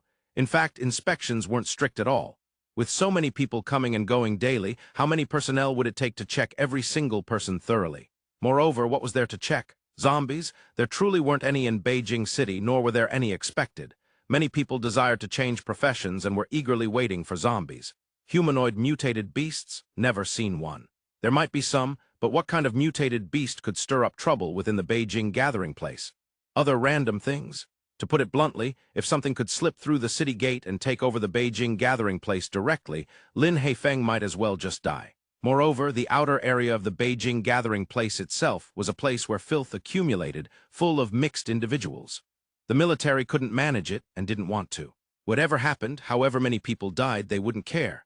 Those with capabilities wouldn't die or would have already voluntarily joined the military. Those without capabilities would die. What could be done? The places that were truly strict about inspections were at the city gate of the inner area. So no one knew that a disaster star had slipped into the Beijing gathering place. The two walked along the filthy and chaotic street, occasionally approached by beggars and prostitutes. But as soon as the man in front took out a badge-like object and hung it on his chest, all disturbances instantly disappeared. In no time, the two entered a slightly dirty, dilapidated two-story building. Sir, we've arrived. The person at the front respectfully turned to the black-robed figure behind him, bending slightly and pointing upstairs. Brother is waiting for you upstairs. The black-robed figure, naturally it was arcade, nodded slightly and then directly plunged his hand into the chest of the guide. With a burst of blood, a soft heart was pulled out by Arcade. Tusk, tusk, tusk, though I don't know how this guy provoked Lord Arcade, but good job. Since Lord Arcade wants him dead, he must die. Accompanying the words, footsteps could be heard descending the stairs. Wan Ping, clad in white, slowly walked down with two subordinates. Drag the body out and feed it to the dogs. Wan Ping instructed his subordinates, then walked up to Arcade with a smile. Sir, this room is the hiding place I prepared for you. Although it looks a bit shabby on the outside, I've had my men redecorate the interior. Why don't you go upstairs and take a look first? Arcade casually scanned the surroundings. The interior of the small building was indeed quite nice, evidently arranged with care. Nodding lightly, Arcade casually patted Wan Ping on the head with his bloodied right hand. Not bad, but are you sure it's safe? Even with the warm, sticky blood dripping through his hair, Wan Ping remained unfazed and nodded gently. Absolutely safe. Well done. Also, send me 10, no 20 people every day. Don't bother me during regular times. Wan Ping smiled broadly and said, Sir, you may not be aware of the current situation in the Beijing gathering place. Upon hearing this, Arcade's brow immediately furrowed. What? Is 20 people hard to manage? No, sir, 20 is too few. I think even if 100 people go missing in the outer area each day, no one would inquire about it. Arcade looked at Wan Ping in surprise, clearly not expecting someone to feel the task was insufficiently burdensome and voluntarily ask for more. After a while, Arcade smiled and patted Wan Ping on the shoulder, leaving several blood stains on Wan Ping's pristine white garment. You're good, really good. To reward your hard work in serving me, I've decided not to kill you today. What do you think? Thank you for your grace, my lord. In the outer area of the street, inside a dilapidated low tent, a disheveled figure lay on the ground, motionless as if dead. Suddenly, a silver vortex appeared beside the figure, and silver light burst forth as the figure vanished in an instant. The silver vortex then slowly disappeared. Treasure lands appear at seemingly random times and places. They could materialize in the deepest parts of the ocean, beyond human reach, or at an altitude of 10,000 meters. And of course, they might suddenly appear right in front of a person, unexpectedly sucking a professional into the treasure land. The figure lying on the ground was a perfect example, perfectly illustrating what it means to receive unexpected fortune or disaster. Who knows? As the silver vortex completely vanished, there was no trace of the figure left in the tent, until a faint sound of footsteps approached from afar.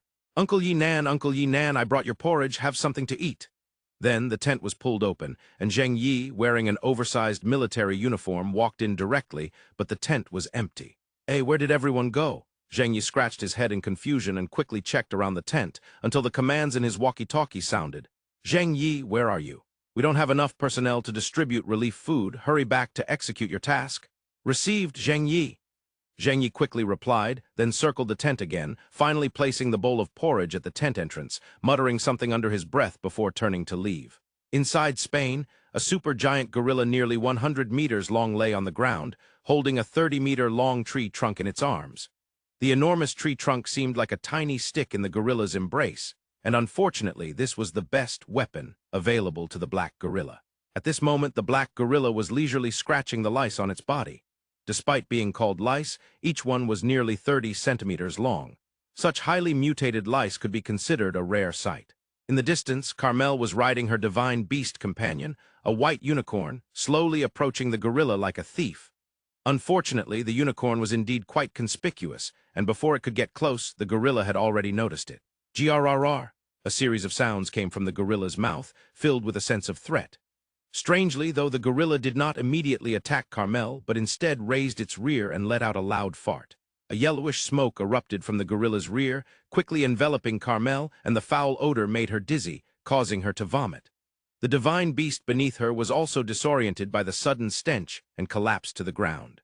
Seeing this scene, the gorilla instantly became excited, using its disproportionately agile movements to leap up, pounding its chest vigorously as if it accomplished something thrilling, letting out triumphant howls, more playful than hostile, resembling a child finding a new toy. Meanwhile, Carmel, desperately enduring the terrible smell, quickly took out an easel from her spatial ring and began to sketch the silhouette of the gorilla rapidly. This woman showed no sense of urgency about the impending arrival of the hunting group. As time slowly passed, the gathering points around the world had basically completed their integration.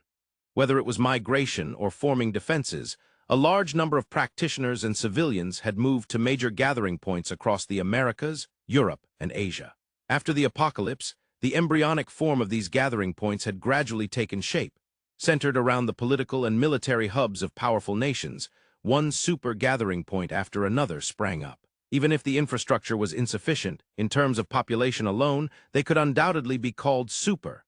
Within the United States, apart from Las Vegas, which was quite small with only 3 officially recognized gathering points, the Washington Gathering Point, the New York Gathering Point, and the Los Angeles Gathering Point, which was very close to Las Vegas.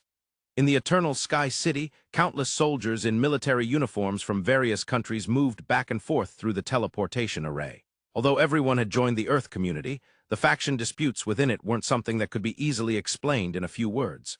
Seeing that a demonic disaster was imminent, powerful individuals who belonged to the Earth community quickly used the Eternal Sky City to teleport back to their own countries, attempting to do their part in defending their homes. At this moment, Lin Haifeng was in the central control tower of the Eternal Sky City, having the last video call with leaders from various countries before the demonic disaster struck. The main points of attention are these.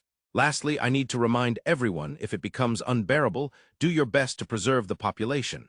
I will remain in the Eternal Sky City. If there are places that cannot hold out, inform me in a timely manner, and I will unilaterally open the teleportation passage to bring people and resources to Huaxia. The major powers were indifferent to this, but some smaller countries that had yet to find a backing seemed to have found a savior.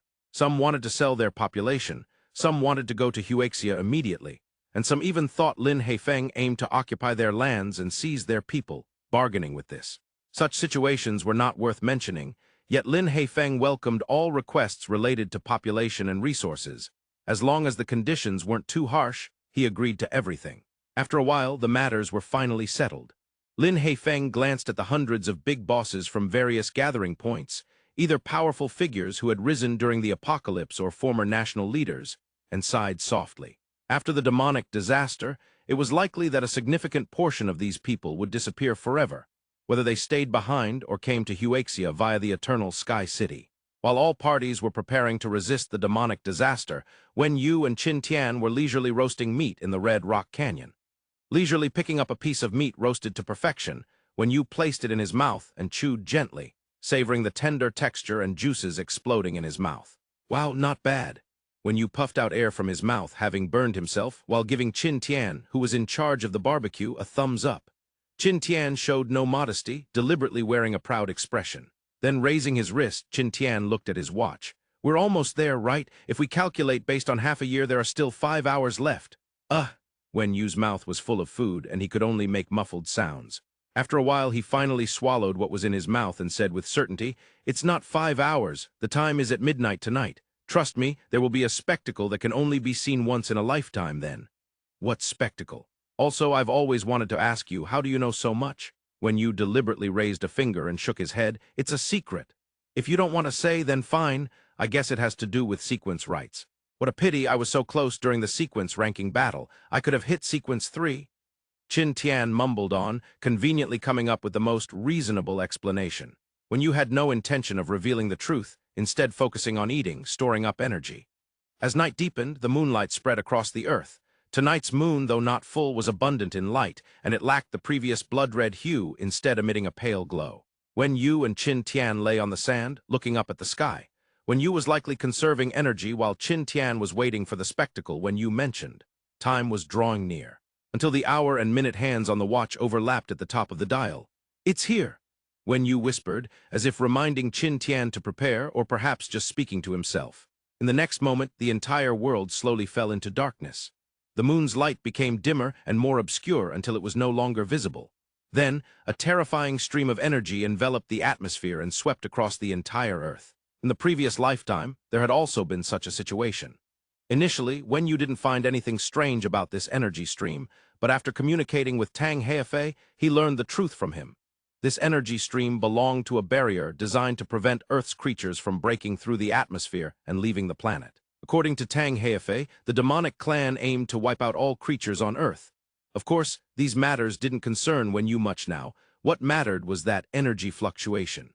As the energy wave completely swept over the Earth's surface, leaving no dead angle, Wenyu and Qin Tian suddenly felt the concentration of demonic energy in the air rise rapidly, until it filled the air with a faint gray mist visible to the naked eye, before the energy fluctuations gradually calmed down. In just a short time, the concentration of demonic energy on Earth had exceeded 10 times that of before, which was the prerequisite for the opening of the Demon Realm Gate. As the energy fluctuations slowly settled, the moon above revealed a corner again. No, when you couldn't even tell if it could still be called a moon. A dark red spherical object hung high in the sky, replacing the original moon, casting an eerie red light over the Earth's surface. Before the demonic disaster even arrived, it had already added a layer of blood and killing intent to the surface. In just a few seconds, the world had changed dramatically. The means of the demonic clan were beyond imagination. Even though Wen Yu had witnessed such scenes in the previous life, he still couldn't help but feel a wave of fear. The more one knows, the closer one gets to the truth, and perhaps the more one realizes their insignificance, the terror of the truth, and the nearer they get to death. Within seconds, the entire world had completely transformed. The atmosphere was sealed off, and Earth had truly become a bloody arena, with the duel between Earth's creatures and the demonic clan, neither living nor letting live. Exhaling a breath of foul air, Wen Yu looked around. The dark gray mist drifted everywhere, lightly brushing over Wen Yu's skin and creeping into his nostrils. Accompanying it was an indescribable stench, similar to the odor on the demonic clan but somewhat different. Then visibly, the gray mist gradually faded. The bizarre demonic energy had merged into the entire Earth space, stimulating the mutation and evolution of Earth's flora and fauna on one hand, while providing the necessary energy for the opening of the Demon Realm Gate on the other. In just 10 minutes, the gray demonic mist had dissipated completely.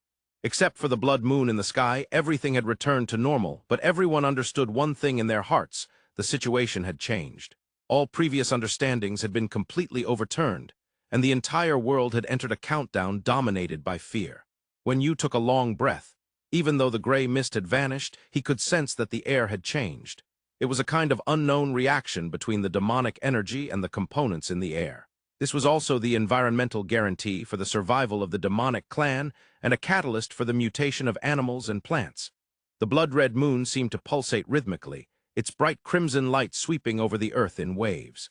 The next moment, the entire world seemed to tremble, and then, all around the globe, from the surface to the deepest depths of the sea, mounds of earth suddenly bulged.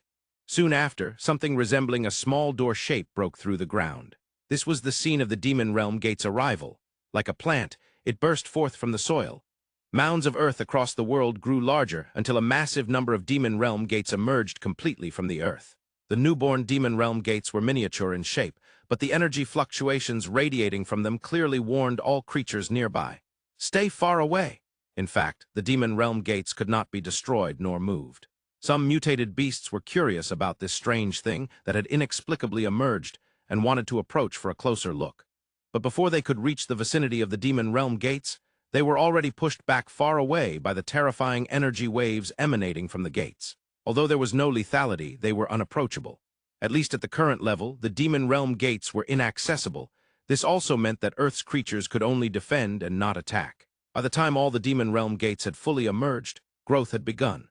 These Demon Realm Gates crazily absorbed the demonic energy from the air and rapidly grew taller and larger at an extreme and terrifying speed, transforming into gigantic gates about 50 meters high. After the vast amount of demonic energy gave birth to the Demon Realm Gates, the air seemed to be purified, with even the rotten smell diminished greatly. But this was certainly not a sign of improvement. It was, in fact, the true beginning of the apocalypse. A long creaking sound echoed, instantly spreading across the entire earth.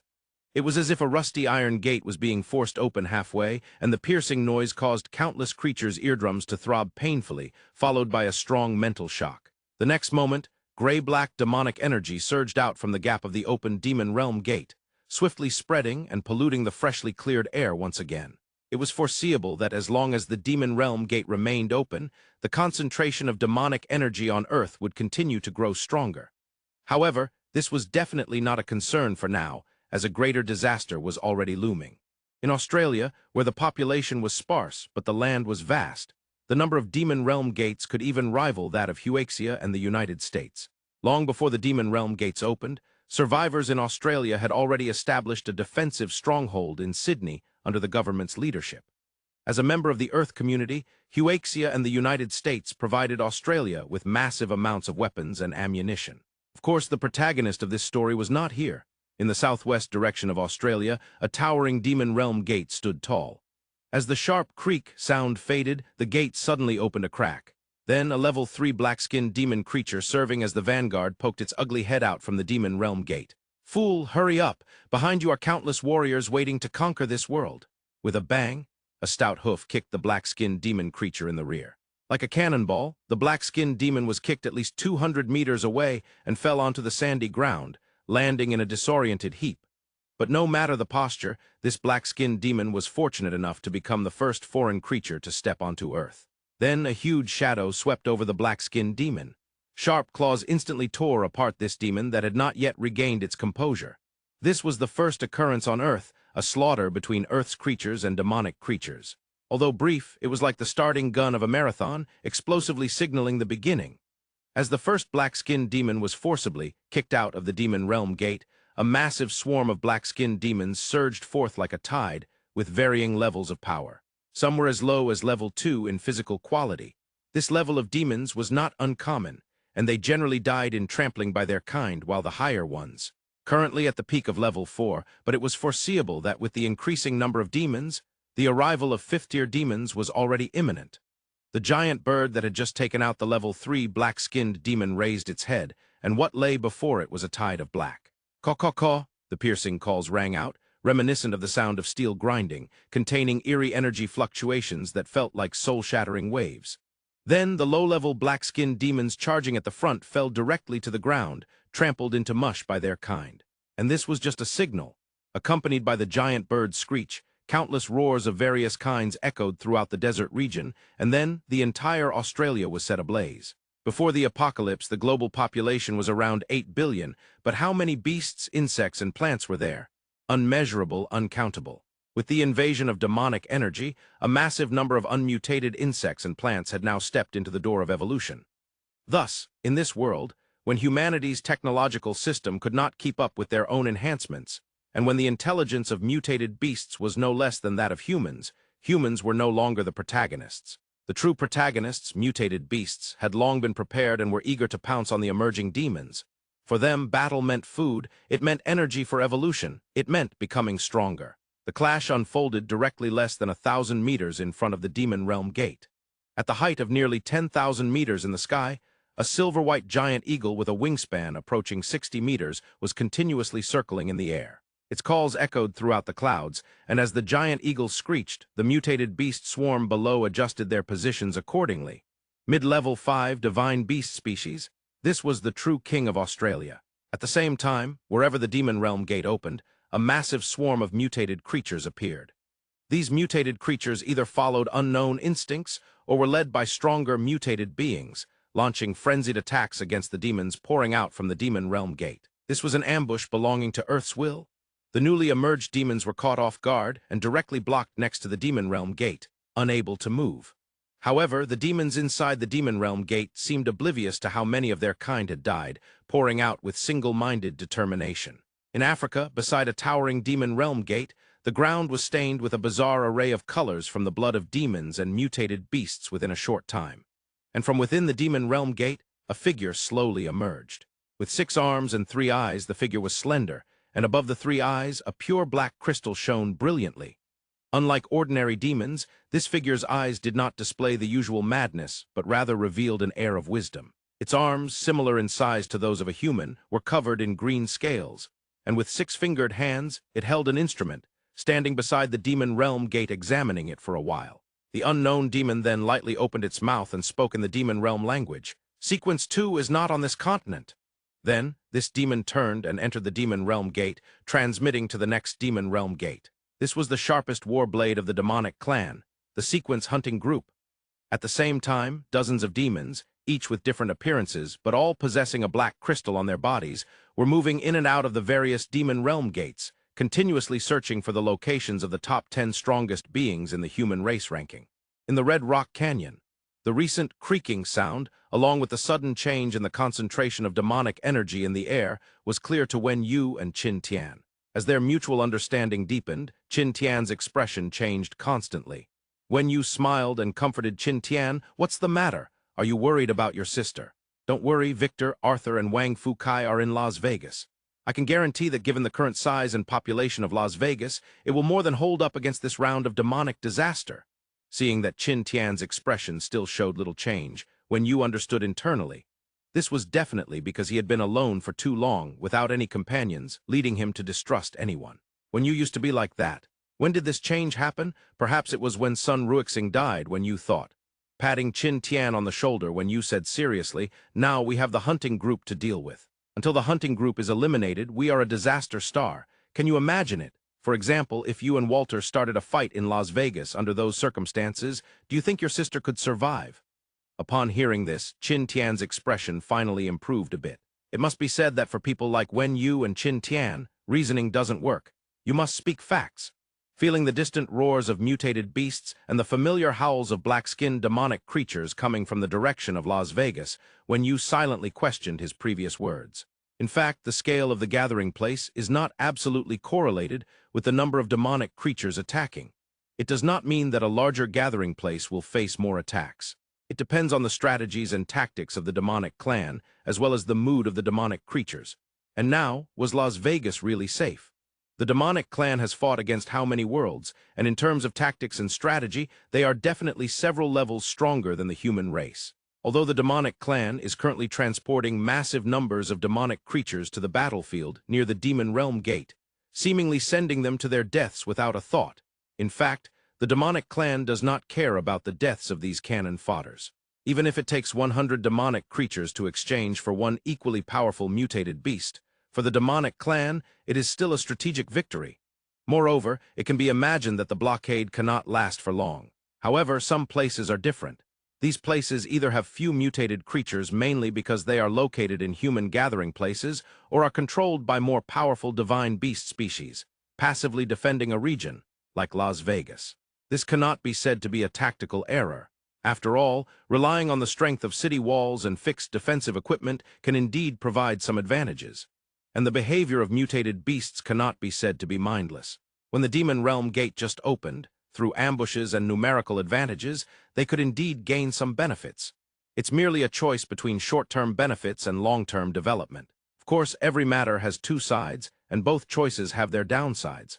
Although the actions of mutated beasts can catch the demonic clan off guard, once the demonic creatures break through the defenses of the mutated beasts, the situation for the mutated beasts will collapse immediately. In a cold weapon battlefield, the highest death toll does not come from direct combat, but from one-sided slaughter during a rout.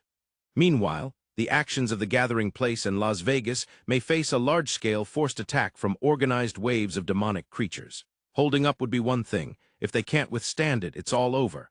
Surrounding Las Vegas, there are a total of 10 Demon Realm gates that can bring Las Vegas into their attack range. Among them, 2 are slightly further away and have been besieged and blocked by mutated beasts, while the remaining 8 Demon Realm gates are completely unguarded, because all the mutated beasts in this area have been gathered by Victor around Las Vegas. This also means that these 8 Demon Realm gates can launch attacks on the gathering place of Las Vegas without any hindrance. Massive numbers of demonic creatures surged out from the 8 Demon Realm gates near Las Vegas. Leading the charge were the slave race of the demonic clan, the black-skinned demon creatures. This race has a characteristic: they are easy to sustain. They can eat anything, and even if they don't eat, they can automatically enter a state of dormancy to maintain their life. And now the black-skinned demons have an even more important role: devourers. The so-called devourers refer to eating all living beings in sight. This includes insects and plants. These tiny creatures, often overlooked by humans, can also mutate. Who knows, it might even produce a divine beast species. Of course, the more important reason is to massively exterminate the life on Earth, thereby weakening the Earth's will, aiming to break the level restraint in the shortest time possible. At this moment, the massive black-skinned demonic creatures moved like locusts, consuming all the sparse vegetation in the Las Vegas area. This was nothing but a mere appetizer for these overwhelming black-skinned demon creatures. Just when the black-skinned demonic group intended to move further, a gentle mental wave suddenly spread. "Children, gather around me." Within the mental wave, there seemed to be a magical power, causing the slightly dull-witted black-skinned demon group to move in unison, as if they were an army towards the Demon Realm Gate before them, then standing in neat rows. Seeing this scene, a nearly 3-meter-tall black-skinned demon standing in front of the Demon Realm Gate lightly nodded. As the commander of this Demon Realm Gate and the chieftain of the Samagru tribe, This level of control was merely a small feat. Then, the black-skinned demon directly took out a black object that resembled a leg bone and input a mental wave. Report to the Americas Command Center. The formation at Demon Realm Gate No. 587 is complete, and there has been no attack from local creatures. Please give instructions. Command Center received. Please remain on standby. The star-eating monster is on its way to Demon Realm Gate No. 587, and commands will be issued after subsequent support arrives. Yes, my lord, the black-skinned demon humbly replied to the communicator, as if the commander on the other side of the communication device stood right before him. Communication devices, command centers, tactics and strategies, even armies, powerful beings, and even strategic weapons. The demonic clan has all these. This is not a group of terrifying demonic creatures that only know how to kill and evolve, but a complete tribal system. This is a civilization. The arrival of the Demon Realm Gate signifies an all-out war of one civilization against another, and it is evident that Earth is at an absolute disadvantage. Time passed quickly, and in the blink of an eye, over half an hour had passed since the black-skinned demonic creatures in formation at Demon Realm Gate No. 587. Various appearances and levels of demonic creatures continued to pour out from the Demon Realm Gate, and whenever a demonic creature emerged, it would immediately line up in formation under the instructions of the black-skinned demon leader. Yet the black-skinned demon leader showed no signs of impatience on his face. After a long while, the skeletal communication device in the black-skinned demon leader's hand suddenly vibrated. Demon Realm Gate No. 587, please issue battle orders from the command center. Command center received, issuing battle orders now. Target name, Los Angeles, coordinates XXX.XXX.XXX. Demon Realm Gate No. 587 received. After accepting the orders from the Battle Command Center, the black-skinned demon leader's face revealed an uncontrollable killing intent and brutality. Finally, they could unleash a massacre and enjoy delicious meat. Just as the black-skinned demon leader prepared to lead his subordinates directly to the Los Angeles gathering place, a blue figure pushed through the crowd of demonic creatures congesting at the Demon Realm Gate and stepped out. With six-fingered blue hands, he took out a bizarrely shaped device and adjusted it for a while, then the blue three-eyed demonic creature slowly nodded. Found it, Sequence 2. Upon seeing the black crystal atop the blue three-eyed demonic creature's head, the black-skinned demon leader's expression immediately changed. Before the blue three-eyed demonic creature could approach, the black-skinned demon had already called for all his kin to kneel down. My lord, the black-skinned demon leader knelt on the ground, not daring to lift his head. The humble respect in his voice was as if he were worshipping an ancestor. The blue three-eyed demonic creature gently nodded. Are you the overall commander of this Demon Realm Gate? Yes, my lord. Give me your communication device. Without a word, the black-skinned demon leader immediately handed over his communication device. Then the blue three-eyed demonic creature immediately connected with the America's Battle Command Center. I am Argus. I have discovered Sequence 2, and Sequence 4 is also together. Argus communicated with the Battle Command Center for a long time. After a while, Argus approached the black-skinned demon leader and directly threw the communicator in front of him. New battle task, listen for yourself. After saying that, Argus immediately embraced himself with 6 arms and stood by the Demon Realm Gate waiting. The black-skinned demon picked up the communicator, still maintaining a kneeling posture, and listened carefully to the transmission within the device. Battle target changed. New coordinates are XXX.XXX.XXX. The number of combat units at this target is unknown, but there are 3 sequence-level experts among them, and Sequence 2 and Sequence 4 are located 30 kilometers from that site. Your objective is to eliminate all living beings at the target location. Meanwhile, troops from the other 9 portals nearby will also converge on that direction. There was a slight pause on the other end of the communicator. And everything is at your discretion, Lord Argus? Understood. The black-skinned demon leader had no doubts or dared to voice any objections. The hierarchy among demonic beings is strict to the extreme. Lower-level demons must unconditionally obey higher-level demons' commands. The black-skinned demon leader cautiously raised his head to glance at Argus, who had his 3 eyes squinted and arms crossed, and asked humbly, My lord, what next? Wait. Argus coldly uttered a single word, as if even one word from the black-skinned demon leader was an insult to him. Understood, my lord. All the black-skinned demons quietly knelt on the spot, not daring to move an inch. This was the power of the demonic clan hunting group. Their strength was comparable to the human race ranking, but throughout their long careers in the demon realm, These terrifying demonic creatures at the same level had deeply instilled into every demon the concept of being unbeatable. Another half an hour passed. Just when the black-skinned demon leader felt that his knees were about to go numb from kneeling, the situation finally changed once more.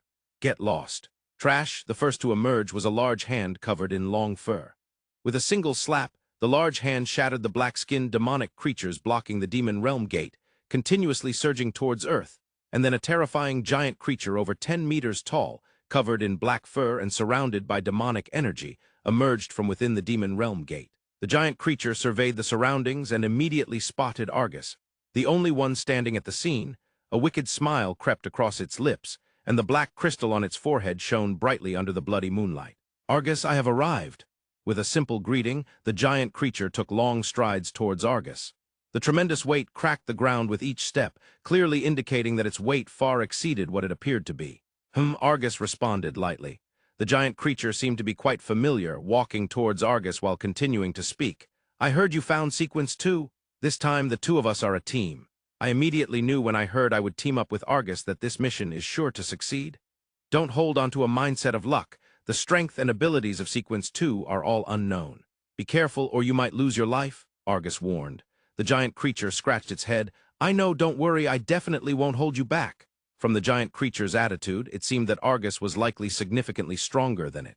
After a while, seeing that Argus was still standing there, eyes closed in meditation, the giant creature grew a bit anxious. "These damned black skins around here had a heavy smell," the giant creature thought. Feeling it could no longer endure the stench, the giant creature directly asked, "Argus, isn't the hunting group for Sequence 2 just the two of us? Why aren't we moving out yet?" Argus squinted his eyes and glanced at the giant creature. With just one look, it seemed to freeze the giant creature's very soul. After a long moment, Argus retracted his gaze and said lightly, "Sequence 2 and Sequence 4 are together. We have to wait for the hunting group of Sequence 4, otherwise it would be 2 against 2, which carries too much risk." "Understood," the giant creature swallowed hard. Far away in the Red Rock Canyon, Yu and Tian were already prepared for battle.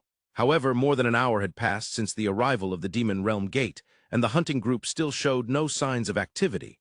Regarding the hunting group, Yu also asked Tang Heifei about it, but Tang Heifei could not provide any information. He only told Yu that every time and each person's way of appearing and hunting in the hunting group is different. It's easy to mislead Yu if he explained, so it would be better not to say anything. Thus, concerning the intelligence of the hunting group, Yu only knew they were extremely powerful and could be multiple beings and nothing more. And waiting, without a doubt, was the most excruciating. Until another half hour passed, the dominant demonic clan hunting group finally made its preparations, or rather awaited reinforcements. At the Demon Realm Gate, just as the giant creature felt its sense of smell had gone dull, the hunting group of Sequence 4 finally appeared. At the Demon Realm Gate, a four-armed ancient demon entity with wings emerged from the gate. Suddenly, with a flash of silver light, it appeared beside Argus. With a deep and calm gaze, it surveyed its surroundings, then looked over Argus and the giant creature, its mouth filled with sharp teeth slightly curling into an indescribable smile. "Sequence 4 hunting group is ready. Argus, long time no see. Marquez, you're late." Argus rarely showed a hint of a smile to the ancient demon entity named Marquez. "Not too late, just held up by some matters." "Ah, it's fine, as long as you're here. I just didn't expect that the Sequence 4 hunting group would be led by you," Marquez calmly replied. "It's been a while since I've been active. Just came out to stretch my muscles." Argus tugged at the corner of his mouth. "Didn't you just go to that place called some outpost? Heard that the mission was quite successful." As if recalling something interesting, Marquez smiled slightly at Argus. "Of course. It was really fun back then. I even killed 2 of the top 10 experts from the human race ranking, and even exchanged a few moves with Sequence 3. "Oh," Argus raised an eyebrow. "How was the strength of Sequence 3? "Not much to write home about," Marquez replied, curling his lip before looking at Argus with an oddly glinting gaze. "The quality of strong beings in this world isn't great. I estimate this hunting operation should be quite simple." Looking at the mysterious smile on Marquez's face, Argus felt a bit uneasy but couldn't pinpoint why. After a while, he completely dismissed his doubts and said to the 2 demon entities beside him, "Let's go." Marquez deliberately fell back a position behind Argus, an odd gleam flashing in his eyes, before following Argus as they flew towards the Red Rock Canyon. Marquez, also known as Yu, had encountered the ancient demon entity at the outpost Treasure Land, and throughout, had not revealed any information about Yu. The speed of a peak-level ancient demon entity is naturally not to be underestimated. With the pace of the three demon entities, they could reach the location where Wen Yu and Qin Tian were in no more than a minute. However, before they even reached the boundary of the Red Rock Canyon, Argus suddenly stopped, directly blocking the two demon entities behind him. "Wait here for a moment." The giant creature was somewhat afraid of Argus, and since its own strength was the weakest among the three, it naturally obeyed Argus's command. Marquez, on the other hand, was puzzled.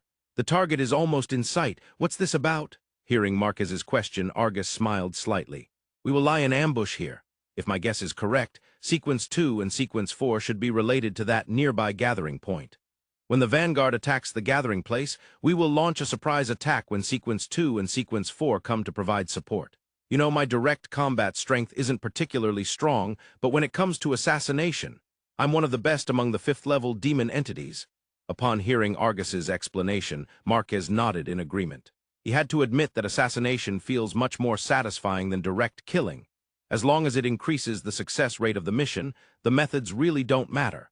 Moreover, in the War of Races, there is no such thing as fair competition or knightly spirit. Any method that can kill is a good method. The giant creature seemed a bit confused, but didn't the Demon Palace give the order to? It is to kill the human race ranking, but it doesn't specify what methods to use. If the plan fails and we can't lure Sequence 2 and Sequence 4 over, we can still go for a strong kill. That's fine. Right at this moment, we can get rid of Sequence 2 and Sequence 4 and also take the heads of 3 ranked individuals in the gathering place. Then Argus looked at the two behind him, a flash of fanaticism in his eyes. "Then we can hunt freely, whether it's divine beast species or those ranked individuals. As long as we take down one, the rewards from the Demon Palace will definitely elevate our strength to a higher level." The giant creature took a while to comprehend this and finally nodded, a sinister grin appearing on his face. "When that time comes, I'll definitely want to eat more of those beings called humans.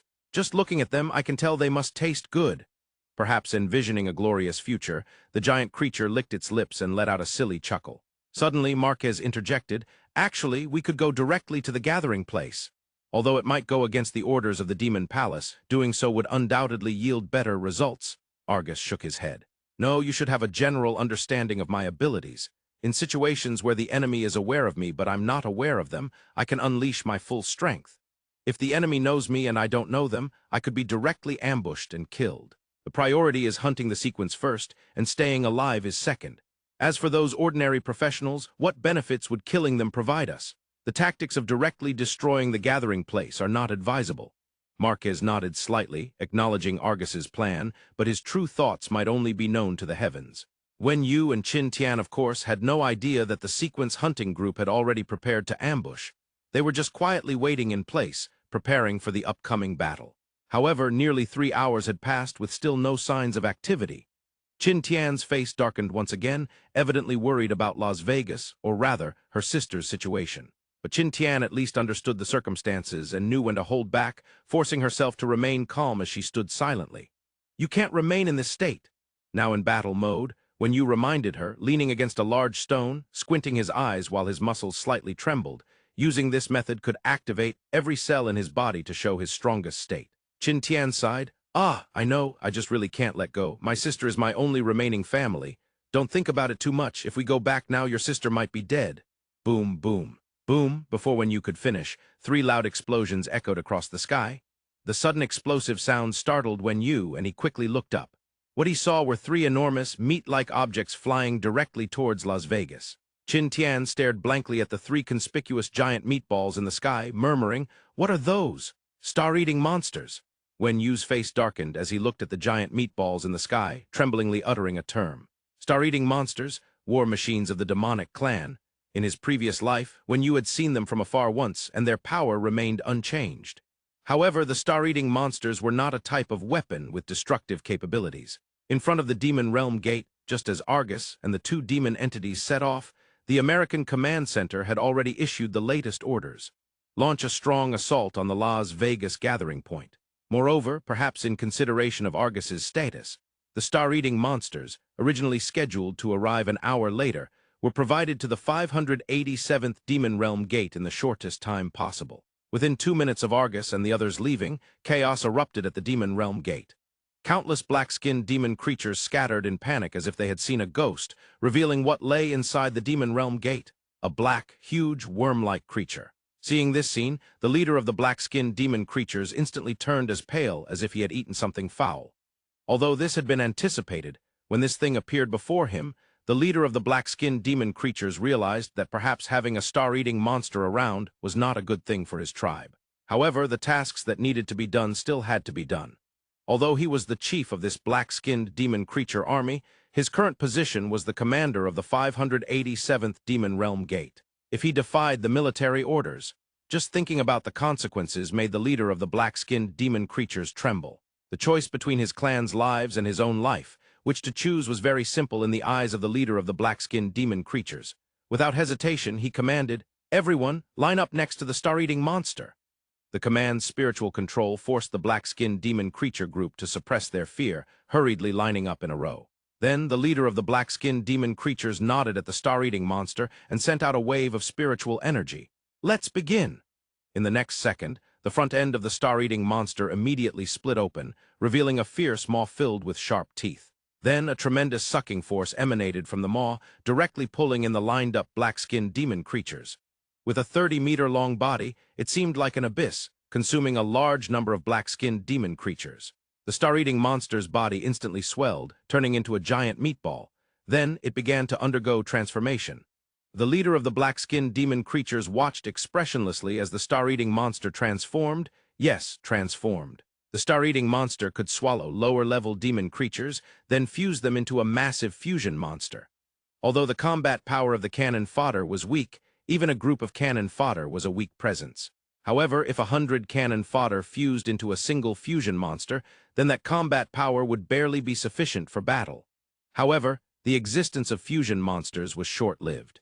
No matter what happened after fusion, they were destined to die. In other words, the demon creatures currently sucked into the stomach of the star-eating monster were already dead. In an instant, 30 seconds passed. The top of the ball-shaped star-eating monster bloomed as if flowers had blossomed, and then a tremendous force surged from within its body.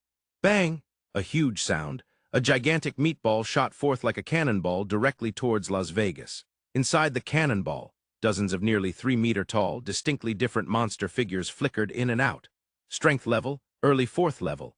Meanwhile, in the sky from another direction towards Las Vegas, 2 more meatballs shot towards Las Vegas almost simultaneously. In a short time, Las Vegas had gathered 3 star-eating monsters, along with a massive number of low-level demon creatures.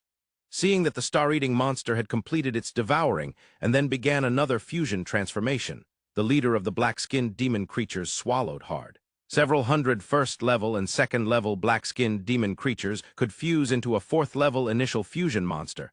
Strictly speaking, this was quite a bargain. However, just thinking about how his tribe would be used as raw materials batch after batch, the leader of the black-skinned demon creatures naturally didn't feel very good about it. Commanding the star-eating monster to continue devouring the demon creatures surging from the Demon Realm Gate, the leader of the black-skinned demon creatures immediately issued an order to the nearby black-skinned demon army. "All troops charge, kill all moving things." The murderous words spilled from the leader of the black-skinned demon creature's mouth, and the next moment, all the black-skinned demon creatures gathered in front of the Demon Realm Gate immediately sprang into action. Target Las Vegas. Star-eating monsters? What are star-eating monsters? Qin Tian looked at Wen Yu's grim face and couldn't help but ask. Wen Yu shook his head, saying nothing, but inwardly he couldn't help but murmur. How is it possible? The scale of Las Vegas isn't large. Why would it attract at least 3 demonic clan armies with star-eating monsters to attack? In the face of reality, Wen Yu selectively forgot what he had just said about the scale of the gathering point having no relation to the number of attacking demon creatures. It has begun. Argus watched the meatballs flying like cannonballs in the sky, a fleeting excitement flashing in his eyes. The plan had already commenced, and according to Argus's estimation, the probability of success was quite high. If they could successfully eliminate Sequence 2, the Demon Palace might reward him with a foundation-level skill, and the channel for advancement would definitely open up for him. Taking a long breath, Argus suppressed his excitement and waved to the 2 demon entities behind him. "Let's go find a place to wait for the guests." The speed of the meatballs was swift. In a very short time, they had crossed the open space between the Demon Realm Gate and Las Vegas, passed over the mass of mutated creatures in front of Las Vegas, gone beyond the hastily made walls of Las Vegas, and then directly crashed into the Las Vegas gathering point. Smack, smack, smack. 3 sounds that resembled rotting flesh hitting the ground echoed, as the three cannonballs were accurately delivered by the star-eating monsters into the Las Vegas gathering place. Then the protective film on the outer layer of the meatballs quickly evaporated, revealing the fusion monsters inside. They had black skin, but their appearances were bizarre, as if someone had crudely sewn several low-level demon creatures together with needle and thread. Some of the fusion monsters, due to their mismatched bodies, looked like squishy meatballs and couldn't move an inch on the ground. But this was just a minority. Most of the fusion monsters still had the strength to fight, and they were quite powerful. Among the professionals in Las Vegas, those achieving fourth-level strength were exceedingly rare. As if devoid of rationality, the fusion monsters roared and charged towards the streets of Las Vegas. When the fusion monster landed, the professionals in Las Vegas had no time to react. It can only be said that the launching speed of the star-eating monster was too fast. So, when nearly 100 fusion monsters charged onto the streets of Las Vegas, they encountered humans who were completely unprepared. When a peak level 2 professional just discovered the traces of the fusion monsters, it was already too late to run. A fusion monster slapped the professional before it into a pile of mush, then let out a frantic roar, grabbing the chunks of flesh and corpses on the ground to feast. Then, more fusion monsters unleashed a bloody massacre in the Las Vegas area, a perfect internal blossoming tactic. When the shell crashed into Las Vegas, Klaus was observing the movements of the demonic creatures from the city wall. He initially thought that was the long-range weapon of the demonic creatures, something that would be difficult to deal with, and for the moment, they could only endure. It wasn't until chaos erupted in the city that Klaus finally reacted. "Victor, what's going on?" Victor was standing on Klaus' shoulder. Upon hearing Klaus' question, he narrowed his eyes and carefully examined the situation in the netherworld. After a while, Victor said gravely, "A lot of nether warriors have suddenly appeared in the netherworld, and many professionals in the city are dying. The three cannonballs just now shouldn't be lethal weapons, but rather a means for the enemy to transport troops." "Damn it!" Klaus cursed angrily and quickly issued orders. "Victor, you command the mutated beasts outside. When they launch an attack, you must hold your ground." He then turned around and shouted loudly at the professionals still on the city wall, "Let's kill those demonic creatures that have already entered the city." When Klaus led the elite professionals of Las Vegas back into the city, fusion monsters were already everywhere. These irrational, tactless idiots knew only killing and devouring flesh, but the terrifying part was that these fusion monsters were unmatched in Las Vegas. Moreover, the more troublesome thing was that when Klaus and his men returned, 3 more rounds, totaling 9 fusion monster meatballs, crashed into Las Vegas. These fusion monsters were simply endless. At this point, even Klaus' expression became extremely grim. He grit his teeth and said to the professionals behind him, "Charge, let's get back to the Red Stone Grand Hotel first." Watching the meatballs raining down every 30 seconds from the sky, when Yu's expression had darkened to the lowest point. This tactic was very despicable. Based on experience from his previous life, the Demon Realm Gate was temporarily not something that could be approached, and the star-eating monster was staying near the Demon Realm Gate. Trying to behead it was also a major hassle. They could only passively endure one round of attacks after another. Thinking of this, when Yu immediately dialed Klaus' communicator. The communicator rang for nearly 30 seconds before Klaus finally picked up. "How's the situation inside the city?" Klaus was panting on the other end, and the sounds of shouting and roaring surged around him. "The situation is extremely bad. These monsters are too powerful. Have you dealt with the hunting group?" "Not yet. The hunting group hasn't appeared." Klaus was silent for a moment. "Understood." At this point, Tian snatched the communicator from Wen Yu's hand, anxiously asking, "How's my sister?" "She's in the shelter Arthur is responsible for guarding, so she should be safe." Tian held the communicator with a confused expression, clearly anxious to the extreme. This anxiety and concern, even though Klaus clearly stated that Arthur was responsible for protecting non-combat personnel, could not dispel Tian's inner fear. Ultimately, Tian did not trust Arthur. After a moment, Tian gritted his teeth. "No, I can't care about that anymore. I have to go back." "Are you sure? You could actually contact Arthur to ask about your sister," Wen Yu countered. "No, I'm not at ease. I must go back." Without another word, Tian dashed directly towards Las Vegas. Seeing this, Wen Yu gently furrowed his brows and took out the faceless, dripping Tang Heifei's blood onto it. In just a few seconds, Faceless had completed the copying process. Then, with his dark abilities activated, Wen Yu slowly merged into the night, like a blurry shadow, closely following behind Tian. "They're coming, it's Sequence 4, and Sequence 2 is right behind it," Argus whispered, then his body slowly faded until he completely disappeared. In terms of stealth, Argus was definitely one of the top in the demonic clan hunting group. In contrast, Wenyu's half-baked stealth method was easily seen through by Argus. As a hunting group, they naturally had means to identify their targets. Not far away, Qin Tian's figure quickly appeared in the sight of 3 demonic entities. "How do we proceed?" Marquez asked softly, and then Argus' voice rang in his ears. "You two take down Sequence 4 first, and I'll directly charge into ambush Sequence 2. Hearing Argus' response, a strange look flashed in Marquez's eyes, then he quietly said, "Let's begin." Qin Tian was filled with anxiety and irritation. Strictly speaking, Qin Tian was not overly protective of his sister. Having lost their parents at a young age, he and his sister relied on each other, so their bond was beyond words. From childhood to adulthood, protecting his sister had become his habit and instinct. She was his only family, nothing must happen to her. Thinking of this, Qin Tian quickened his pace. As he approached the entrance of Red Rock Canyon, Qin Tian charged out without stopping. In the next second, his body flew back like a cannonball. At the entrance, a terrifying monster over 10 meters tall, covered in black fur, slowly crawled out from the ground, staring menacingly at the fallen Qin Tian, letting out a roar that echoed throughout the entire Red Rock Canyon, before charging towards Qin Tian at high speed. The underground strike, it caught the anxious Qin Tian completely off guard. A gigantic hand came crashing down, unleashing a violent force that whipped up a storm, coming straight for Qin Tian's head. Qin Tian barely dodged the lethal blow before being slammed hard by the giant monster's hand against his waist. In an instant, his bones shattered and blood splattered. Fortunately, as a peak level 5 professional, Qin Tian's physical strength was considerable. He was not directly crushed by the sudden attack. Instead, he crashed against the rock wall of Red Rock Canyon like a cannonball. The immense force even made the rock wall tremble, and broken stones rained down like raindrops. Qin Tian struggled to prop himself up, disregarding the pain in his lower body, and immediately activated his skill. Void Sword Barrier S-Rank, Active Ability. Upon activation, the host's body will be surrounded by constantly roaming Void Sword energy, which will effectively defend against external attacks and deal damage to attackers. However, once the host launches an attack or the Void Sword energy is depleted, the barrier will automatically shatter, requiring a long time to absorb the surrounding spatial power to restart.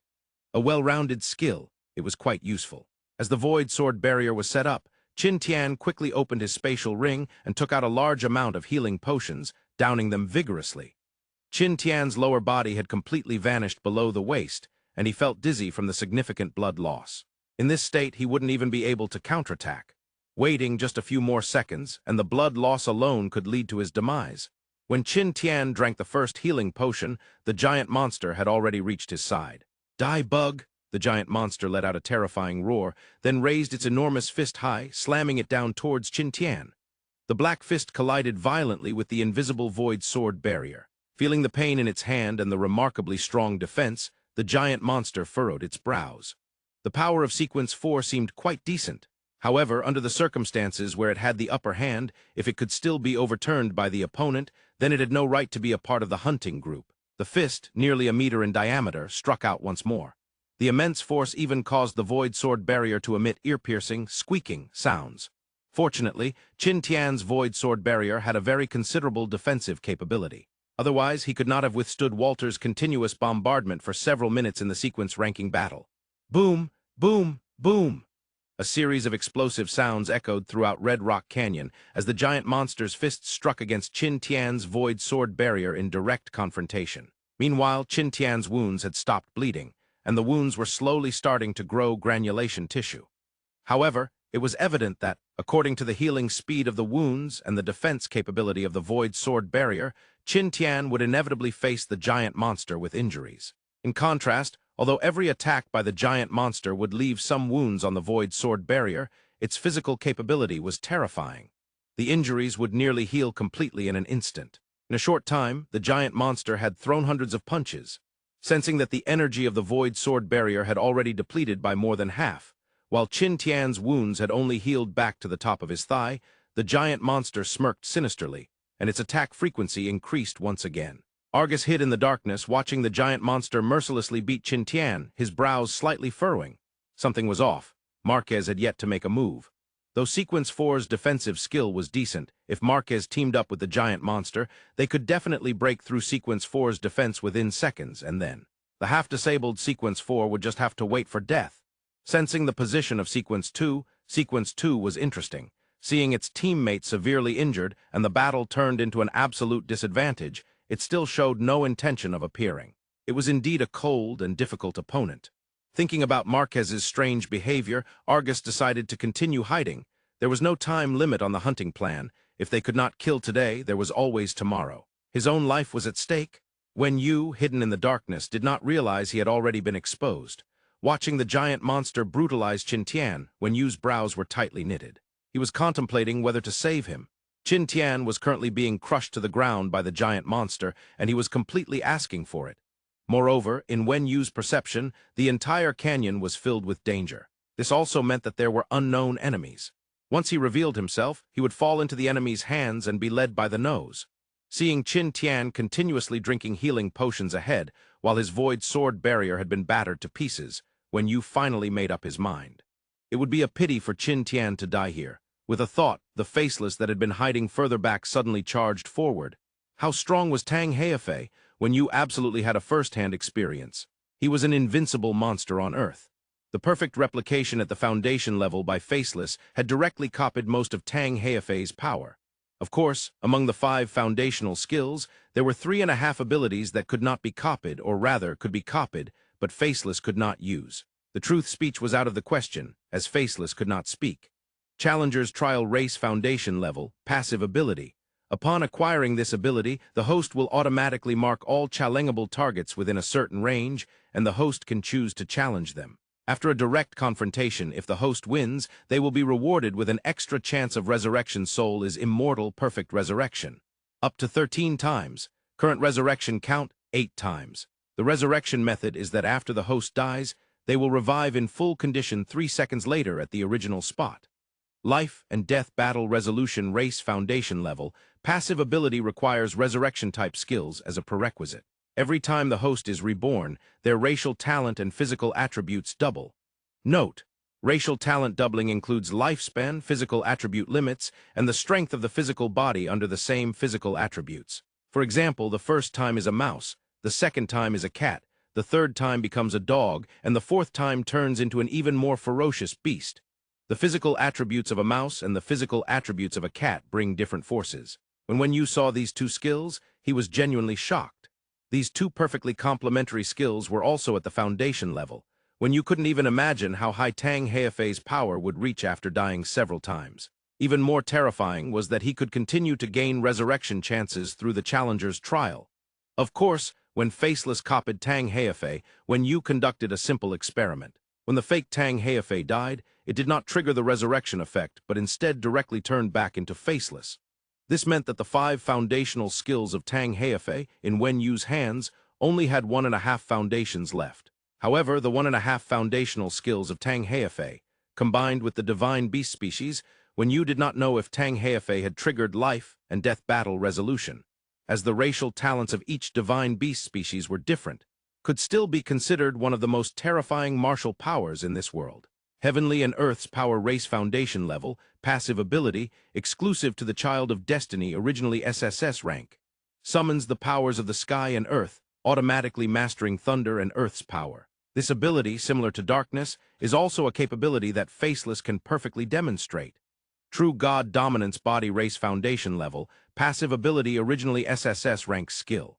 Permanently transforms the body into a divine body, doubling the skill power, and permanently increasing physical attributes by 3 times. Each time damage is taken, the body's defense and recovery capabilities are permanently enhanced, while also improving physical attributes and the limits of physical attributes. This ability was the remaining half-point copied from Tang Heifei's blood by Faceless. It was merely the state of Tang Heifei at that time. Besides the doubling of skill power and the permanent tripling of physical attributes, everything else was useless to Faceless. Moreover, Wen Yu realized that this ability was a substantial enhancement to the challenger's trial and life and death battle resolution. Simply using physical attribute enhancement and skill power increase seemed like a waste. 5 foundations combined to create an invincible Tang Heifei, and the 1.5 foundations of the fake Tang Heifei at least could easily kill that giant monster. Wen Yu's order was, kill that giant monster. As for how to kill it, that would depend on Faceless' performance. Faceless had also inherited Tang Heifei's combat experience. Although it had no soul, its combat ability was inherently strong, which was enough. when Yu's command was transmitted directly into Faceless's mind through the Soul Realm space, and then the Tang Heifei version of Faceless activated with full force. With legs slightly bent, in the next second, the muscles in his legs compressed instantly, as if a spring was being unleashed with crazy power. Faceless's entire body shot forth like a cannonball. In midair, the sky was already flashing with lightning, and the violent power of thunder struck Faceless, providing his body with a layer of light blue, almost tangible lightning armor. Then a faint blue light began to shine at Faceless's right hand, swiftly growing and transforming into a light blue spear forged from lightning. Still in midair, Faceless exerted force from his waist, relaxing his body slightly, and in a very comfortable posture, directly threw the spear in his hand with great strength. The spear, transformed from thunder, seemed to possess a physical form, rippling waves in midair, and then, like a beam of light, struck directly at the giant monster's chest. Blinding white light flashed. In the next second, the sound of a sonic boom and the explosion of the lightning-forged spear rang out simultaneously, followed by the giant monster's roar. After a moment, the lightning subsided, revealing the wound on the giant monster's chest. A huge pit nearly 1 meter in diameter appeared on the giant monster's chest. However, this strike did not penetrate the giant monster's body. The giant monster's anatomy was different from that of terrestrial creatures. Faceless's strike had even penetrated half of the giant monster's body, but what was exposed was still a muscle tissue as hard as a rock. No damage to the internal organs. And not injuring the internal organs meant that it was just an external wound. Black blood gushed out from the giant monster's wound, instantly covering the ground, and then the wound began to heal slowly. Within 3 seconds, all the scars had returned to normal.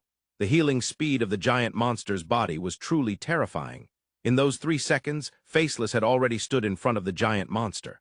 In a short amount of time, the reinforcements from the sequence had appeared, and they had only brought a few insignificant small wounds with them. Looking at the expressionless figure before him, the giant monster quickly sensed. It wasn't from the sequence, but the physical power emanating from the figure was indeed noteworthy. The giant monster roared furiously, its massive fist swung violently towards Faceless's head while shouting in the demon realm language, "Marquez. Sequence 4 is up to you." Before finishing his words, a massive fist nearly 1 meter in diameter had already struck above Faceless's head. Then Faceless also raised his right fist. When their fists intertwined, the ground beneath Faceless began to shake violently. Then an unknown, mysterious power surged madly from the earth into Faceless's body. At the same time, blue and earth-colored light began to flicker on Faceless's striking right fist. Boom! As their fists collided, a thunderous explosion echoed throughout the Red Rock Canyon.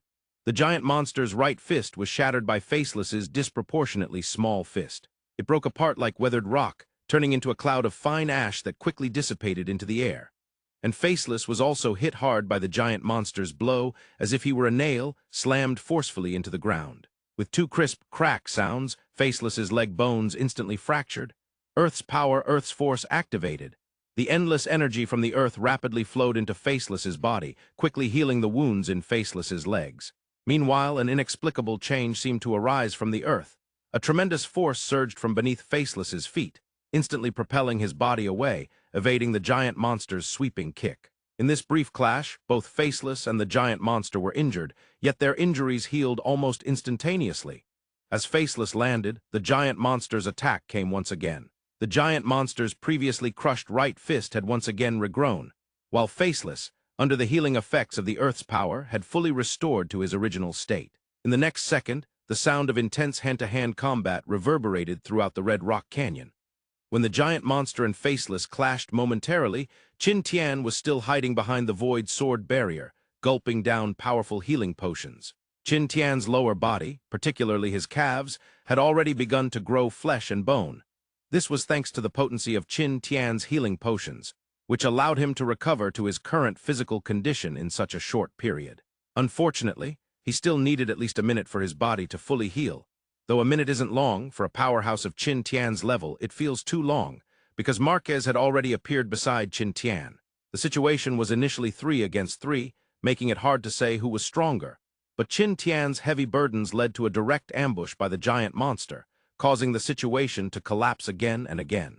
At this point, it was difficult to say whether Qin Tian regretted it, because Qin Tian understood that if Wen Yu didn't step in to save him, he would be dead for sure. Marquez looked at Qin Tian, whose complexion was slightly pale and was continuously pouring healing potions down his throat, and a faint smile crept across his face. Then a dimensionality reduction strike was launched, and a fist glowing with white light struck the void sword barrier in an instant.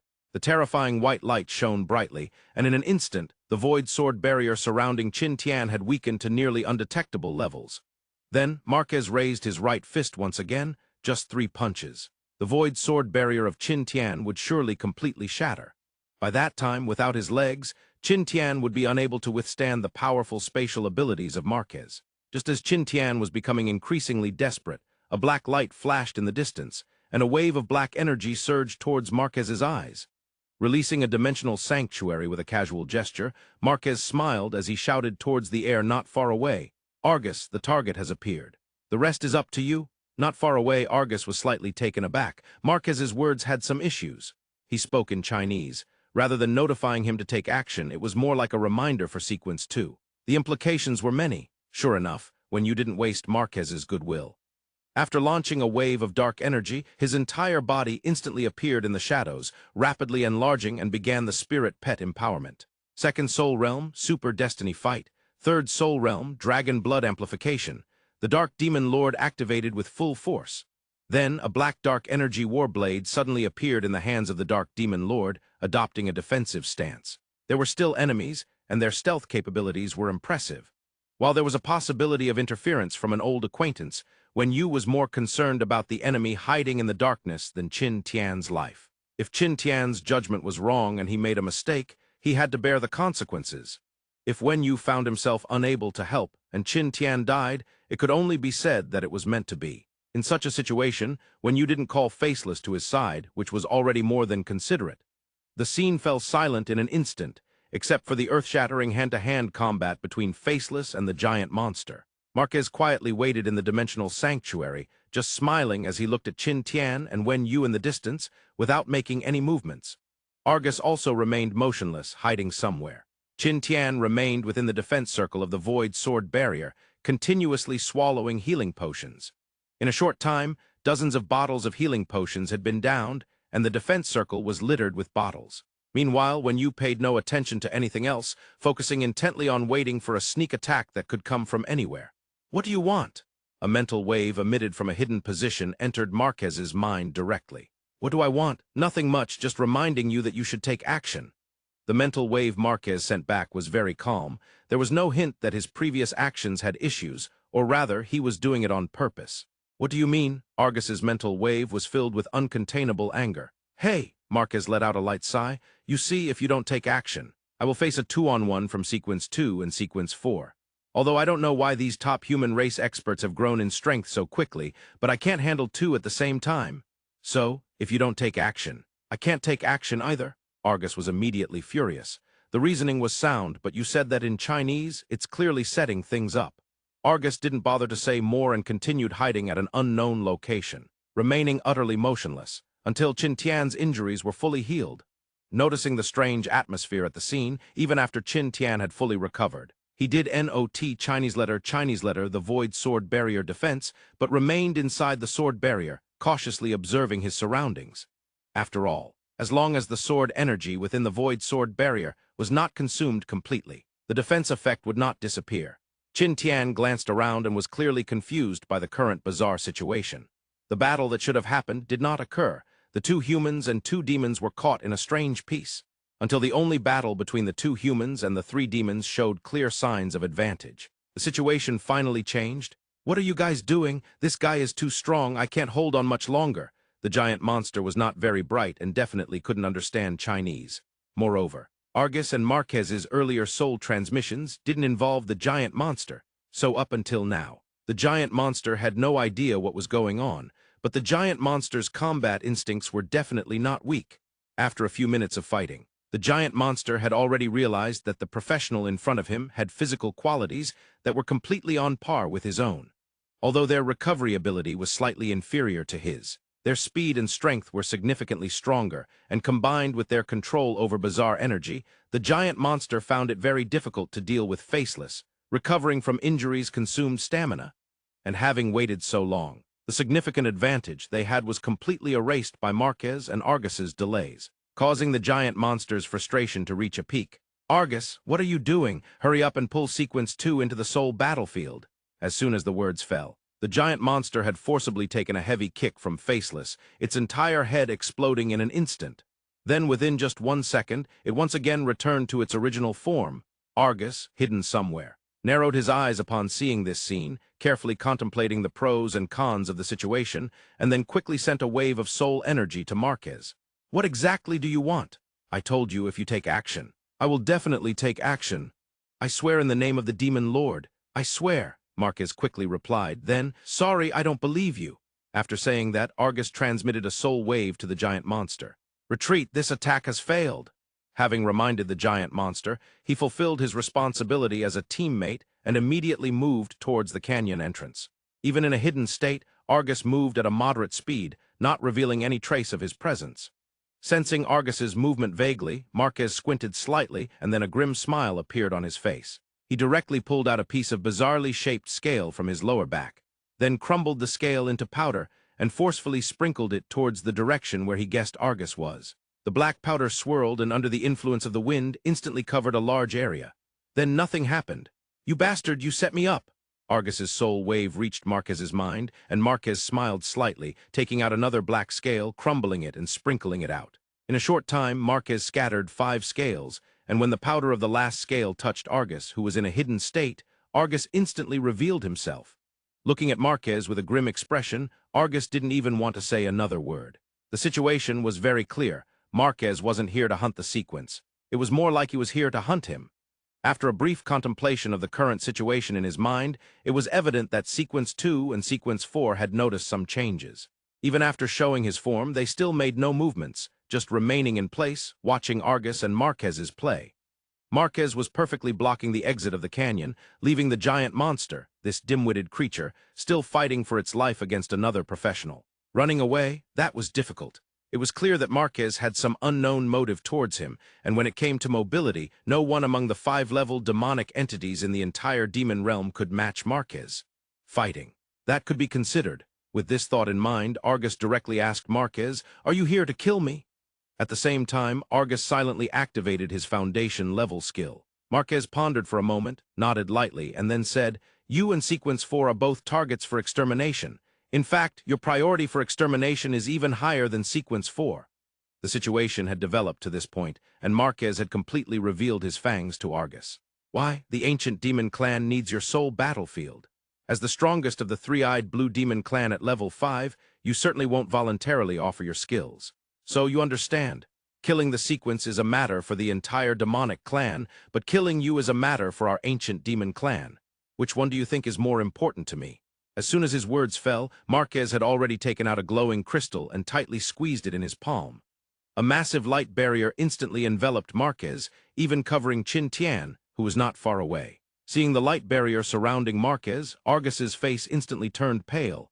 "You bastard." Hey, Marquez chuckled ominously. "Since I'm here to kill you, how could I not make some preparations for the soul battlefield?" Then Marquez warmly greeted Wenyu. "Hello, Sequence 2, long time no see. Also, the 3-eyed, 6-armed, blue-skinned monster is already blocked by me. Are you sure you don't want to kill him? The Sequence hunting group won't stop until they achieve their goal." Wenyu's eyes immediately narrowed. The situation seemed to have become complicated. Soul Battlefield Race Foundation level, active skill. After activating this skill, the host's body instantly merges into the target unit's body, initiating the Soul Battlefield. Within the Soul Battlefield, both parties' physical qualities remain unchanged, but only soul-type skills and soul armaments can be used. When the soul battle concludes, the victorious side will devour the loser's soul, enhancing their soul strength. Note, soul strength can amplify the host's physical quality in the soul battlefield. It also enhances the effects of soul-type skills. Note, this skill can only be blocked by a few soul defense-type foundation-level skills. No other skills can prevent the activation of the soul battlefield. It ignores level differences. Argus had not possessed the soul battlefield for long. His original skill system was more suited for stealth and gathering intelligence. However, once he acquired the soul battlefield, the situation changed drastically. The terrifying aspect of the soul battlefield lies in its growth potential. After obtaining the soul battlefield, Argus devoured some lower-level demonic creatures, significantly enhancing his soul strength. Coupled with the near-impervious nature of the soul battlefield itself, Argus's power surged dramatically. He even jumped to become one of the strongest demonic entities in the hunting group. However, Argus narrowed his eyes and quickly scanned his surroundings. The crystal in Marquez's hand was a form of soul defense. This item was a one-time consumable, quite rare among the demonic clan, mainly held by high-level demonic entities. It seemed that having Marquez hunt him was likely a command issued by the higher-ups of the ancient demon clan. Then, Argus swiftly calculated and turned around, his entire body transforming into a blue light, instantly drilling into Wenyu's body not far behind. Argus's thought process was simple. Marquez and Sequence 4 were inside the barrier, while the giant and the unknown professional had already fled a distance away. The only target he could capture was Wenyu, who was not far away. Engaging in a soul battlefield with Sequence 2, while the soul battle had not yet determined a victor, this body still belonged to Wenyu. However, once he achieved victory, Wenyu's body would instantly change to Argus's form. And before that, Sequence 4 would most likely protect the body that still resembled Wenyu, while he could buy time within the soul battlefield until the energy of the crystal in Marquez's hand was depleted. By then, his soul battlefield would be the most unsolvable skill among all present. He must eliminate Marquez. After that, he wouldn't have to hunt Earth creatures anymore. He would focus solely on causing trouble for the ancient demon clan. If he could eliminate the strongest 5-level demonic entities of the ancient demon clan, wouldn't it be interesting to make Marquez? Argus thought this, then suddenly felt as if his consciousness was being pulled away, and the next moment he appeared in a vast pure white space. Not far away, Sequence 2 was observing this space with confusion, a black sphere gently bobbing on his shoulder. Soul Master? Argus looked at Sequence 2 with a pained expression, unable to suppress his exclamation. As Wenyu was racking his brain to figure out how the situation had changed, he suddenly saw that three-eyed, six-armed, blue-skinned demonic creature transform into a blue light and instantly drill into his mind. Caught, Wenyu thought, time seemed to freeze. Wenyu felt himself drifting in a vast space for an unknown duration before being pulled into a pure white space. After a quick glance around, he carefully observed his own body. Just moments ago, as he prepared, he had already entered a combat state and recalled Star and the Cyclops to the Soul Realm space. However, now, his combat state was forcibly released, and he could not sense the existence of the Soul Realm space. The Soul Realm space had been completely shielded. Then when you tried to test his combat state, usable, this had to be considered good news. He tested all his skills, only to realize that in this space, all active skills were completely unusable. This meant that his strongest means had been entirely blocked. At that moment, a shocked voice came from across, "Soul Master!" Hearing the voice, when you looked up and saw a distressed Argus. Faced with this strange situation, when you dared not act recklessly. Moreover, unfortunately, there was a language barrier. When you couldn't understand what the demonic entity was saying. Before when you could think of any countermeasures, the demonic entity moved. At the same time, it clearly uttered a phrase in demon realm language. "What can a soul master do? This is my home ground." The violent sound waves swept across the pure white soul battlefield space, and a massive fist came crashing towards Wenyu's head. Wenyu's heart suddenly sank. Too fast, it was just too fast. In this space, the physical quality of this demonic entity was not something a level 5 creature could possess. Barely turning his head, the giant claw did not strike directly on Wenyu's head, but it still left 3 gruesome blood marks on Wenyu's chest. If he had reacted just a bit slower, that blow would have been enough to disembowel him. But at the same time, Wenyu suddenly noticed a problem. In this space, his physical quality had actually shown a slight improvement. It was not very obvious, perhaps only about 100 points. Compared to Wenyu's combat state of 4,000 physical quality, it was truly minimal. But Wenyu's control over his body was terrifying. Even a slight change in his physique was enough for him to feel. Before Wenyu could find out the reason for this change, Argus launched another attack. With 6 arms, there were quite a few points of attack. Even if the first strike did not cause significant damage, that was not important. Argus's purpose was simply to buy time. His right foot kicked out rapidly, landing directly on Wenyu's stomach. Although Wenyu mitigated some of the force, he was still sent flying like a cannonball. Landing dozens of meters away, Wenyu quickly got up, looking grave at Argus while gently wiping the blood from the corner of his mouth. Wenyu was unsure of where he was, but he was certain of a few points. His strength had increased slightly, but the demonic entity in front of him was even more terrifying. Its physical quality was almost 4 times his own. Without skills, this degree of disparity in physical quality was enough to completely crush him. Outside, seeing Argus transform into a wisp of ghostly light and instantly drill into Wenyu's body, Marquez's eyes lit up. Everything was just as he had expected. What he had said led to Argus's change in mindset, indirectly determining Argus's choice. Everything had not escaped Marquez's control. The next moment, Marquez directly threw the now dull crystal to the ground. Then, he turned and left. Seeing this scene, Qin Tian, whose injuries had completely healed, was momentarily stunned. Up until now, he had been caught off guard by the sudden changes and did not know how to face this bizarre situation. Marquez's silver light flickered as he appeared at the entrance of the canyon, then glanced at the giant fighting Faceless in the distance. "Marquez, what are you doing?" the giant shouted desperately as it faced Faceless's attacks. Marquez, however, smiled eerily at the giant. "What am I doing? Completing my task. By now my task is already done, so goodbye, enjoy your last battle before you die." As Marquez's maniacal laughter echoed, and the giant's unwilling roar faded, Marquez's figure grew increasingly distant until it vanished. In the Soul battlefield, Wenyu cautiously observed the demonic entity before him while attempting to deduce the rules of this unknown space and how to defeat the demonic entity ahead. By now, Wenyu could see that this space was clearly a skill and means of the demonic entity before him, though he was unsure of the specific rules of this space. Argus's behavior was also strange. When Argus kicked him, he did not rush to launch the next attack. Instead, he stood still, closing his eyes to rest. This should also be considered good news for Wenyu, as it at least bought him some time to find the enemy's flaws. Both sides were momentarily at a standstill. But soon, Argus moved. Just as Argus had said, this was his home ground. Ever since Argus acquired the Soul battlefield, the nutrients used to enhance Soul strength had all been low-level demonic clan cannon fodder. No matter being part of the hunting group, one could not use level 5 creatures' lives to nourish their skills. Furthermore, since Argus had not possessed the Soul battlefield for long, he did not have much of a home ground advantage in the Soul battlefield.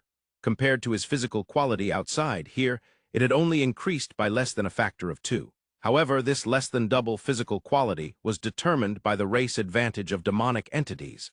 And the race advantage of demonic entities was immensely stronger compared to humans. The next moment before Wenyu could react, Argus had already appeared before him, arm raised, directly clawing at Wenyu. With blue arms gleaming with sharp nails, combined with the attack points of 6 arms, it was as if 6 legendary weapons were raining down on Wenyu. The claws created ripples in the air, and then, like cannonballs, smashed into Wenyu's chest. This punch should have struck directly at Wenyu's heart. Given the nearly 4-fold disparity in physical quality, Argus's strike could have shattered Wenyu's heart. But Argus suddenly thought of Marquez, who was waiting outside, quickly calculating the current time, still not enough. Even if he won, he would have to face Marquez's attack with the defensive crystal. This hesitation allowed Wenyu to escape a fatal blow. The terrifying attack slightly weakened, and the massive fist went from smashing to swatting, sending Wenyu flying far away. The next second, a wave of intense pain surged from Argus's calf, quickly spreading throughout his body. "Roar!"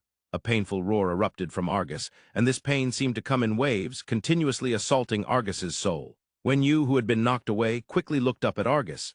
Just as Argus's attack arrived, Wenyu had no effective countermeasures. When the colossal fist was about to smash into his chest, Wenyu barely kicked out, landing a kick on Argus's calf. The original intention was to reduce the force, minimizing the damage he would sustain. However, this time the attack made Wenyu realize how to defeat Argus. Before him, Argus's entire body seemed to shatter like glass, covered in countless cracks, with a wailing sound echoing throughout the pure white space. Soul Strike, this definitely belonged to the effects of a Soul Strike. Wenyu might not be smart, but he was certainly not a fool. Almost instantly, he had figured out the nature of this space. No other skills were effective, but the Soul Strike functioned, and the damage was astonishing. From Argus's reaction, it was clear that although both of them had replicated their physical qualities from the outside world, the essence had indeed changed. Belonging to the soul body, at the very least, a normal physical body would not shatter like glass under a Soul Strike. Then, what about soul armament? Thinking of this, Wenyu's mind stirred, and his weapons, pulse, and frenzy appeared in his hands. The next second, bullets began to spray wildly from Wenyu's twin guns. Outside, Wenyu lay quietly on the ground, as if asleep. Qin Tian walked barefoot to Wenyu's side. Though unsure why, everything from being ambushed by the giant to Marquez fighting with Argus, and then Marquez silently turning to leave, had thrown Qin Tian into confusion. Fortunately, the situation was developing positively. The giant's roars in the distance were growing weaker. The previously evenly matched battle was now turning into a one-sided slaughter as the giant's stamina drained rapidly. It was predictable that in less than a minute, Faceless would be able to crush the giant. After contemplating the current situation, Qin Tian gritted his teeth and sat beside Wen Yu, protecting his body. After all, Wen Yu had just instructed Faceless to rescue him, which counted as a fact and a significant favor. Not long later, in the distance, the giant let out a heart-wrenching scream, and then the sound abruptly ceased. Faceless returned slowly, holding a translucent magic crystal, standing silently beside Wen Yu. Marquez moved quickly. In no time, he arrived at the nearest Demon Realm gate to Las Vegas. Ignoring the flattering demeanor of the gate commander, he walked straight into the Demon Realm gate. The sky in the Demon Realm is always a gray-black. The sky is filled with terrifying cracks, as if it is about to shatter at any moment. As an ancient demon entity, Marquez could naturally feel the deep twilight lurking beneath the Demon Realm. The Demon Realm, life is short. Now it can barely survive only by relying on the origin power of other worlds. Thinking of this, Marquez sighed lightly, disregarding the respectful attitudes and eyes of the massive army of demonic creatures around him, and instantly activated teleportation, flying rapidly in one direction. Before long, Marquez had reached his destination. Under the gray-black sky, two figures quietly awaited Marquez's arrival. One was a seated ancient demon entity, while the other was a 3-meter-tall, dark red, strange demonic entity, except that the large hole in its head told everyone that this lying entity was already a corpse. "You've returned, Marquez. How did the mission go?" Marquez didn't say anything else, just nodded gently. The mission was successful. Argus has activated the soul battlefield against Sequence 2. "That's good." The ancient demon entity nodded lightly, pointed to the corpse of the demonic entity lying on the ground, and said again, "Once this Sequence 4 hunting group completely destroys it, the mission will be considered a complete success." Hearing the words of the ancient demon entity, Marquez opened his mouth slightly, and after a long while he voiced his doubts. "This mission is quite strange. Sequence 2 is a soul master and possesses a soul armament. Argus should not be able to handle Sequence 2 in the soul battlefield, plus with the soul-shattering mirror. Why grant the soul battlefield ability to Sequence 2? It would be a better choice for you or even a higher-ranked member of our demonic clan." The ancient demon entity shook his head gently after hearing this. After a moment he spoke. "This is the most direct order from the Demon Palace. No, from the Lord Demon. In fact, I don't know what the Lord Demon is thinking."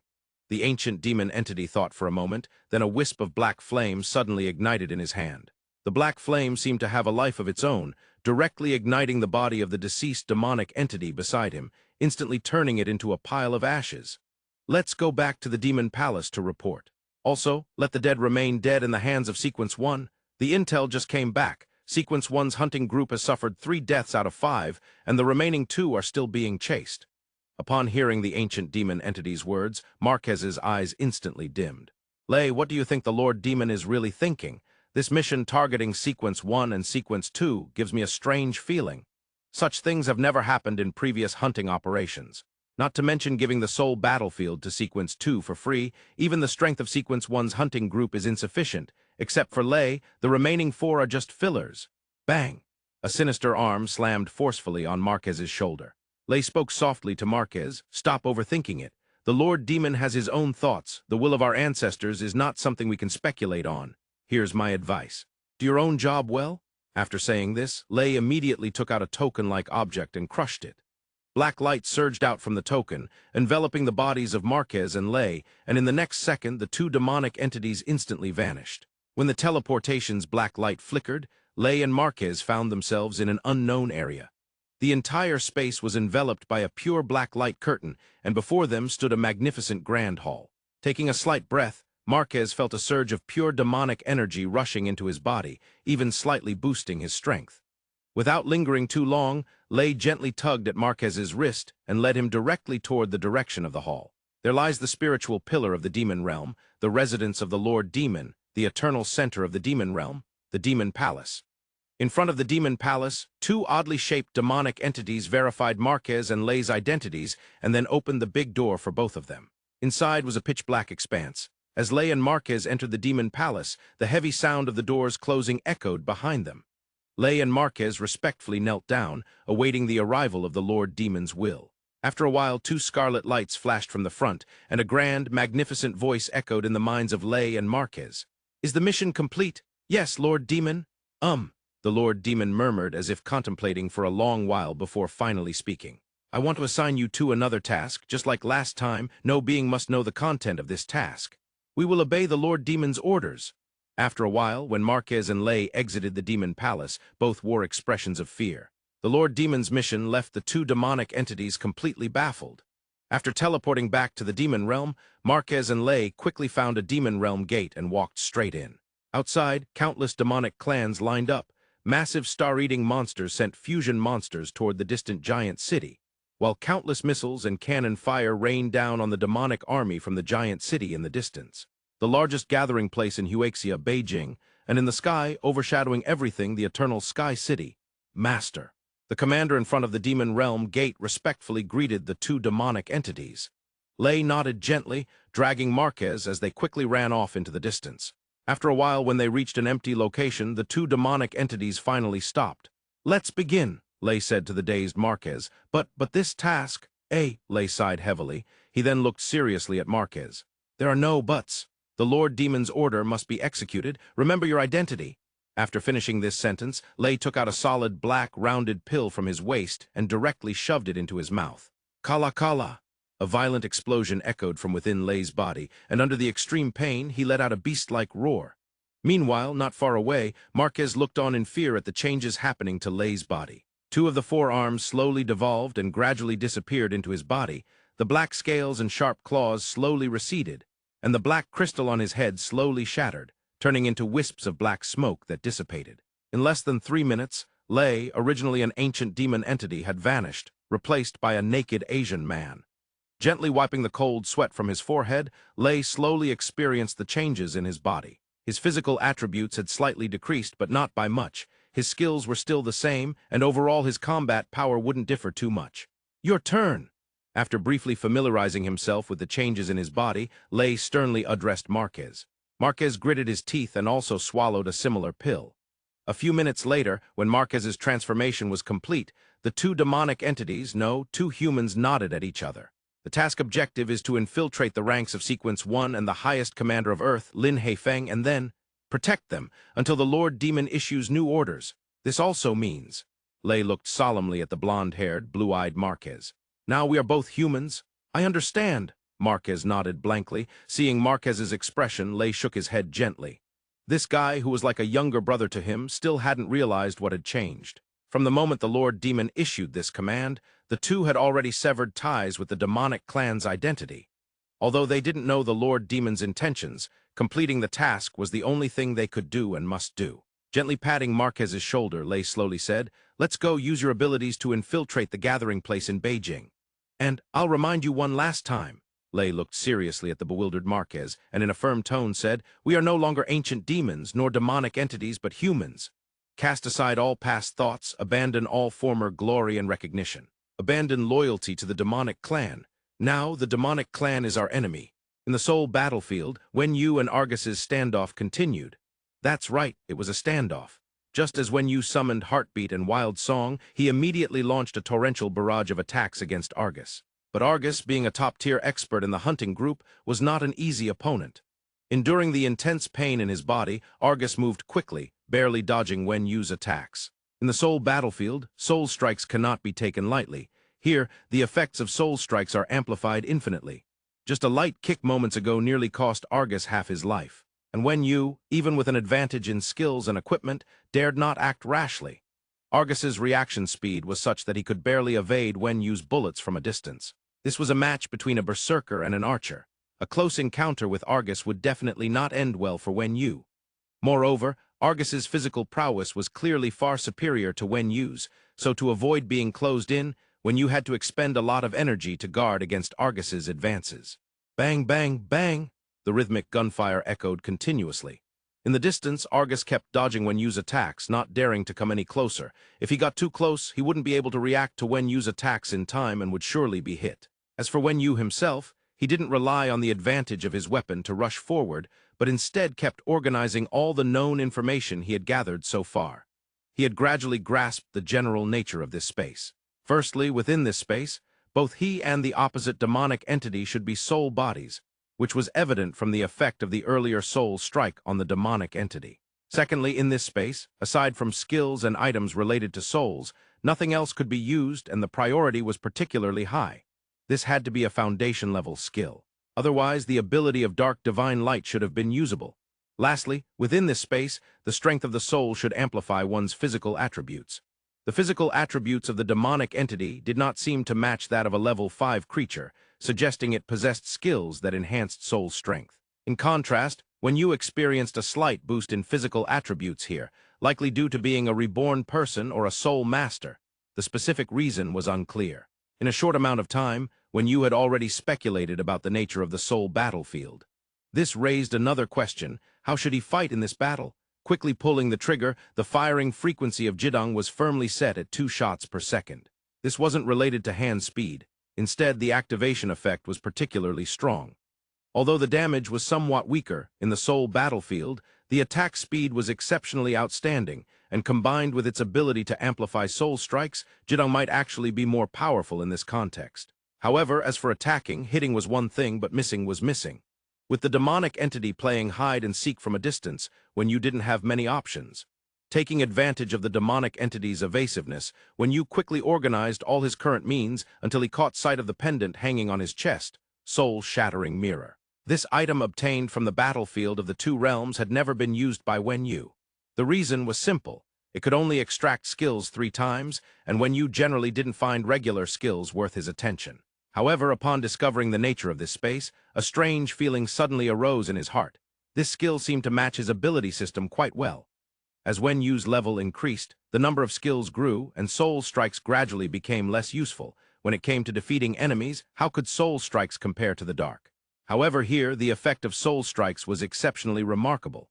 If he could obtain this skill, or extract the skill that enhanced the soul strength of the opposing demonic entity, this ability would become his greatest trump card and a powerful attack point. With this thought, Wenyu suddenly thought of Tang Heifei. If he used this skill to pull Tang Heifei into this space, what would the outcome of their battle be? It was very possible that Tang Heifei would turn into a blank slate without skills, facing off against Wenyu, who had soul strikes and soul armament in hand. In such a scenario, victory or defeat would be hard to say. With this in mind, Wenyu immediately resolved himself. Bang! Bang! Jidong and Quang Ji continuously fired energy bullets, while Argus still dared not cross the boundary even by a hair, standing at a distance and constantly dodging Wenyu's attacks. Yet even in this space, soul bodies could still get fatigued. After an unknown amount of time, when Wenyu felt his fingers going numb, finally, Wenyu's hand trembled. As if making a mistake, Jidong's muzzle had a significant deviation. Seeing this, Argus's 3 eyes instantly lit up. After a prolonged stalemate during which even Wenyu's fingers had gone numb, Argus could naturally imagine how fatigued he must be. At this point, Argus was merely relying on his significantly stronger soul power to barely hold on. He knew well that simply dodging wouldn't solve the problem. The principle of prolonged defense leading to loss was clear in his mind, and Wenyu's error was absolutely an opportunity that Argus couldn't miss. Argus suddenly powered his legs, shooting towards Wenyu like a cannonball. The slight injury on his calf from earlier still throbbed faintly. The power of soul strikes truly was terrifying. Fortunately, this level of injury did not affect Argus's movement ability. His powerful physical attributes combined with soul power granted Argus terrifying physical prowess in the soul battlefield. In just a few thousand meters, Argus closed the gap to mere dozens of meters within a second. Watching the soul master on the opposite side fumble to raise his gun, desperately adjusting his shooting stance, a flicker of delight passed through Argus's eye. In this situation, you're definitely dead, Argus thought. Then he saw a sinister smile on Wenyu's face. Bang! Jidong, which had just missed, instantly vanished from Wenyu's body, then reappeared directly on his shoulder. The gun stock was tightly connected to Wenyu's shoulder, as if it had grown there, and then a bullet shot directly at Argus's right leg. Upon witnessing this scene, Argus's 3 eyes abruptly shrank. Dodge. It was already too late. Defend. With what, being hit by a bullet didn't matter, as most of the damage came from the soul strike, and how could one defend against a soul strike?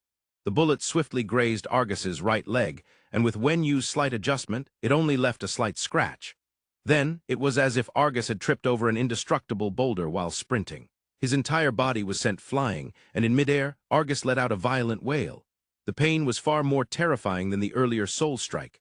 Jidong was capable of amplifying the power of soul strikes.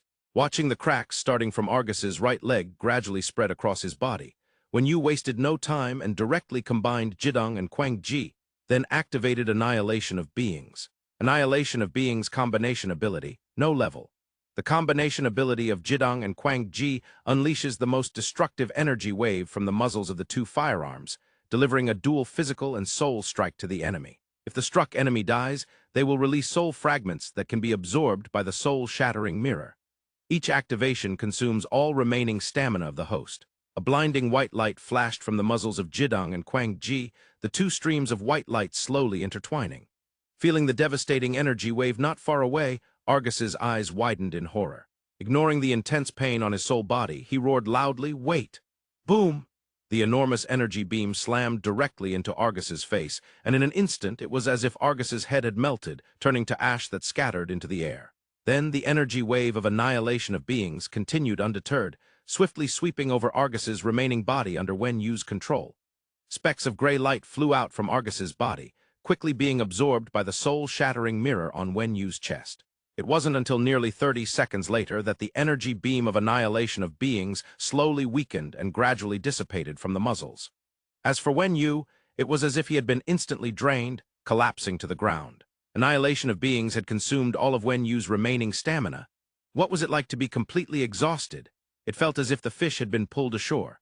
Wen Yu felt as though all the air in the world had been sucked out, his whole body slumping to the ground, cold sweat pouring from every pore and soaking the ground in an instant.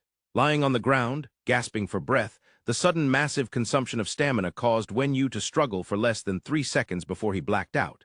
In his unconscious state, Wen Yu felt a spinning sensation, unsure whether it was the side effect of exhaustion or if his soul had once again returned to his body. In a daze, Wen Yu sensed someone nudging him. Wen Yu, wake up, Las Vegas is about to collapse. Wen Yu, stay here and watch over Wen Yu, I need to return quickly. Do you understand what I mean? Can you say something? I can't worry about that anymore. In the outside world, Wen Yu lay quietly on the ground, faceless dutifully guarding him, while not far away, Qin Tian had already taken off his shoes and was sprinting toward Las Vegas. Las Vegas. In the sky, the fusion monster clusters merged every 30 seconds without pause, and even more terrifyingly, the number of fusion monster clusters had increased from 3 to 7. This meant the number of Demon Realm gates attacking Las Vegas had risen to 7. Outside the city of Las Vegas, countless demonic creatures had already begun their relentless assault, and every second, numerous demonic creatures and mutated beasts fell in battle. Victor anxiously watched the battlefield outside. The netherworld had already fully activated. Every second, countless mutated beasts transformed into nether warriors, charging out into the world once more. In the far distance, a massive illusion of a white tiger was firmly anchored on the front line of the battlefield, its 3-meter-long war blade roaring furiously, stirring up a storm of blood and gore. Inside Las Vegas, on the blood-soaked streets filled with shattered corpses, Klaus was dealing with a fusion monster in front of him while roaring into the walkie-talkie. "What's the situation at the Redstone Grand Hotel?" "The Redstone Grand Hotel has fallen. I can't defend such a large area by myself. I have already evacuated non-combat personnel to the basement." On the other end of the communicator was Arthur, responsible for guarding the non-combat personnel. "What about Wang Fukai? Old Taoist priest, I'm getting closer to you. Sai, when will Wen Yu and the others return? Also, I must say you've set the defense perimeter too wide. Hurry up, gather around me. The manpower I brought back is almost exhausted." "Understood." Further away, a gigantic water element nearly 20 meters tall fired massive ice spikes at the ground, as if using a machine gun, while Yang Hong stood atop the water element, surveying most of the defense area of Las Vegas. After a moment, Yang Hong took out his communicator. "Klaus, it seems the western defense line has been broken." "I know, the mutated beasts outside are also about to collapse. God knows why these demonic creatures are so determined to breach Las Vegas. I've linked up with Wen Yu's communicator, but it seems something is wrong. Qin Tian is answering, and he's about to return." Even though Argus was already dead, the command from the demonic clan headquarters had not changed. The strong assault on Las Vegas continued. And Las Vegas did not have towering city walls or massive high-tech war equipment. Siberia. Tang Heifei smashed the skull of a demonic entity corpse on the ground with a punch and extracted the magic crystal inside. Looking at the several demonic entity corpses scattered around with confusion, Tang Heifei frowned tightly. "This doesn't feel right. Why is this hunting group inferior to the last life? Clearly, my strength is several times stronger than in my previous life." After thinking for a long time, Tang Heifei couldn't come up with any conclusions and decisively took out the communicator and dialed Lin Heifeng's number. "Commander Lin, my hunting group has been dealt with." "Very good. When can you return?" "I can reach Beijing in an hour." "Okay. Head to where Fran and the others are and help them deal with the hunting group." "Understood." Tang Heifei hung up the communication, stretched his body lightly, and shouted, "Rush!" A mysterious energy wave enveloped his legs. Then Tang Heifei took off, racing toward the CX direction like a laser. CX? As a country relatively close to Huaxia, in the aftermath of the apocalypse, its population had significantly declined, and before the demonic disaster struck, the original government system had completely disappeared. And the Huaxia military had chosen this place for Walter, Qin Min, and Fran to confront the hunting group. At this moment, an intense battle had been raging for who knew how long, with Walter, Qin Min, and Fran facing the assault of 8 demonic entities, appearing precarious. The water droplet in Walter's hand shot off and exploded like a nuclear bomb. Amid the violent explosion, Fran could vaguely be heard saying, "Tang Heifei has dealt with the hunting group and is on his way here. Hold on for another hour." Understood. Even if the Demon Lord's orders were strange, they only targeted Sequence 1 and Sequence 2. The hunting groups of others hadn't been downgraded at all. Spain.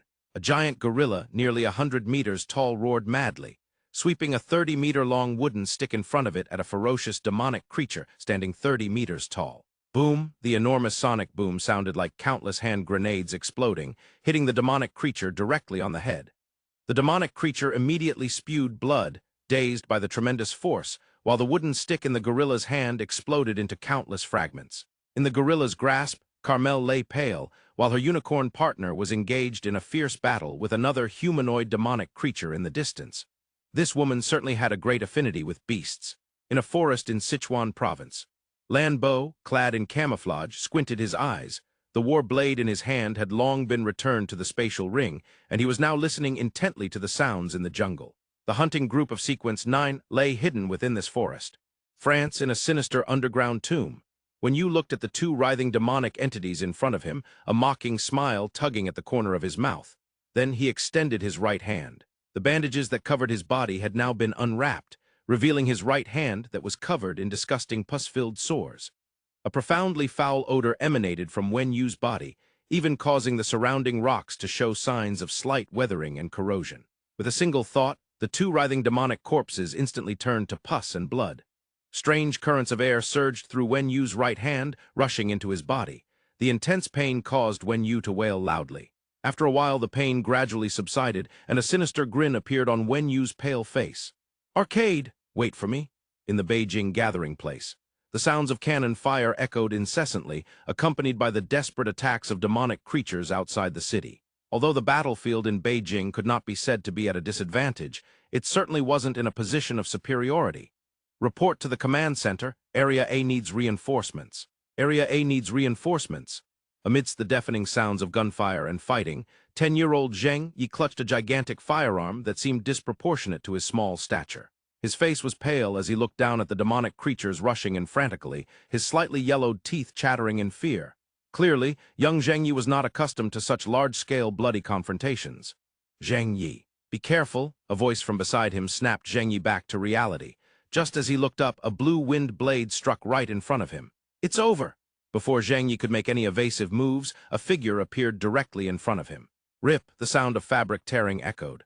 A figure, not particularly tall, appeared before Zheng Yi, using his chest to block the incoming wind blade. "Uncle Yinan!" Zheng Yi watched as he saw the bloody and mangled wound on Yinan's chest, tears streaming down his face uncontrollably. The pale-faced Yinan first glanced at the demonic creature that had unleashed the wind blade, then looked down at his own wound, a flicker of confusion crossing his eyes. In the face of such an injury, what expression should I have? After a long pause, Yinan couldn't come up with an answer. He simply turned around and patted Zheng Yi's head. "Stay alert!"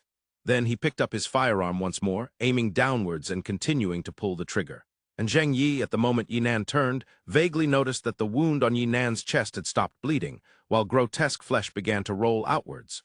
Zheng Yi swallowed hard, feeling that ever since Uncle Yinan had gone missing for a day, he had changed in some way. This must be the Beijing gathering place, humanity's largest defensive stronghold. Ray gazed at the immense gathering place in the distance, his brows tightly knitted. How could a gathering place of this scale withstand the assault of our army? If it holds for a few years, that would be lucky. Upon hearing Marquez's mumbling, Ray's brows furrowed. It's the demonic clan, not our clan, though the Eternal Sky City above has some semblance of structure. By the way, how many times has the Eternal Sky City appeared before us? The 18th time, I think it's the 19th. Who would have thought the sovereign would move so quickly? Clearly, the Eternal Sky City has undergone repairs and enhancements again. As Ray spoke, he suddenly fell silent. After a while, Ray shook his head with a wry smile. It's still useless. Even if the Eternal Sky City has doubled in strength, it can't withstand the attacks of the demonic clan. It seems this mission is quite daunting. Looking at Marquez's grim expression beside him, Ray pulled at his arm firmly. Let's go. First, we need to make a name for ourselves. That wall seems to have suffered significant casualties, so let's clear the demons around the wall and then smoothly join the military, advancing through the military's promotion channels to eventually meet Lin Haifeng and the first sequence. Marquez nodded. On the eastern side of the Beijing Gathering Place's city wall. This area belongs to the defensive zone of various gangs in the outer city of the Beijing Gathering Place. On the city wall, Wan Ping had long since removed his shirt, and two ghostly faces on his chest continuously emitted evil spirit waves. The immense power not only caught the attention of the gang members beside him, but even the military soldiers assisting felt uneasy about Wan Ping's terrifying and bizarre strength. Next to Wan Ping, a figure cloaked in a black robe stood quietly, occasionally releasing a crimson energy wave that instantly killed a cluster of distant demonic creatures. Lord Arcade, how is the effect? The figure in the black robe, Arcade, lightly nodded, turning around first to look at the two ghostly faces on Wan Ping's chest, and then at Wan Ping's smiling face, a hint of caution flashing in his eyes. This guy is quite powerful, clearly possessing the strength of a sequence, yet not trying to claim a title for himself. Thinking of this, Arcade spoke in a calm tone. The river of death can absorb the lives of these demonic creatures. In this case, the speed of acquiring life by killing demons is much faster than killing humans. By the way, I have to thank you for your contributions during this time. Don't worry, I won't forget you. Upon hearing Arcade's noticeably softer words, a strange light flickered in the corner of Wan Ping's eyes. Whether you remember me isn't important, as long as... Wan Ping gave a subtle bow to Arcade. It is my honor. Just as the whole world was engulfed in war, far away in the Red Rock Canyon, when Yu slowly opened his eyes.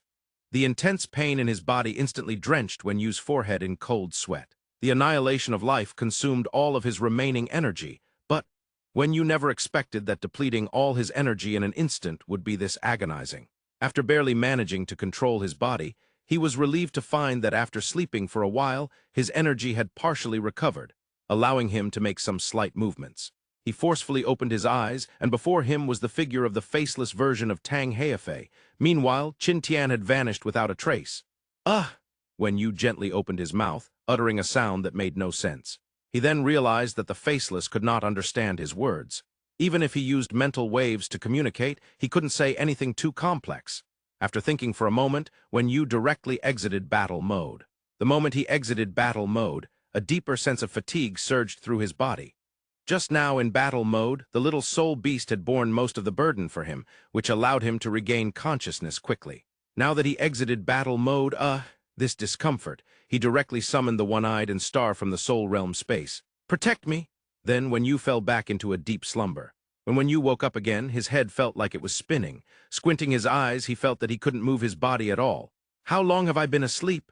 A hoarse voice escaped Wen Yu's mouth. Since I came out, it's been 2 hours. Big boss, are you okay? Wen Yu gently shook his head, then struggled to bring his right hand to the spatial ring, pulling out a large number of potions. Energy recovery potion, find it and feed it to me.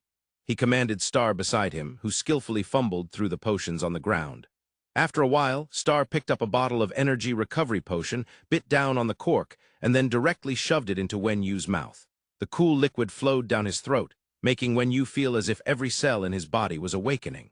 After a while, once the effect of the energy recovery potion fully kicked in, Wen Yu slowly sat up and found more energy recovery potions among the bottles on the ground, directly pouring them into his mouth. Phew, after exhaling deeply, Wen Yu began to survey his surroundings. In the distance, the enormous corpse of a giant creature lay still. However, not only was its head missing, but the One-Eyed was also perched on the giant's body, frantically tearing at the giant's corpse. Under the effects of the feast and Wen Yu's extraordinary vision, he could clearly see that the One-Eyed's body was slowly growing, bigger, sturdier, and its teeth sharper. The transformations brought by the feast could be described as visibly apparent. At this moment, Wen Yu finally understood why the feast was rated as a foundation-level skill.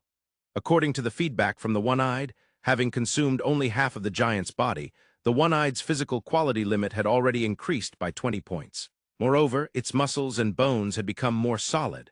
The growth of bones and muscles meant greater explosive power under equal physical attributes. It was predictable that, when the one-eyed devoured more demons, the changes in its physical quality and combat power would be drastic. When Yu slowly stood up, adapting to the recovery state after exhaustion. For now, aside from feeling a bit weak, there didn't seem to be any aftereffects.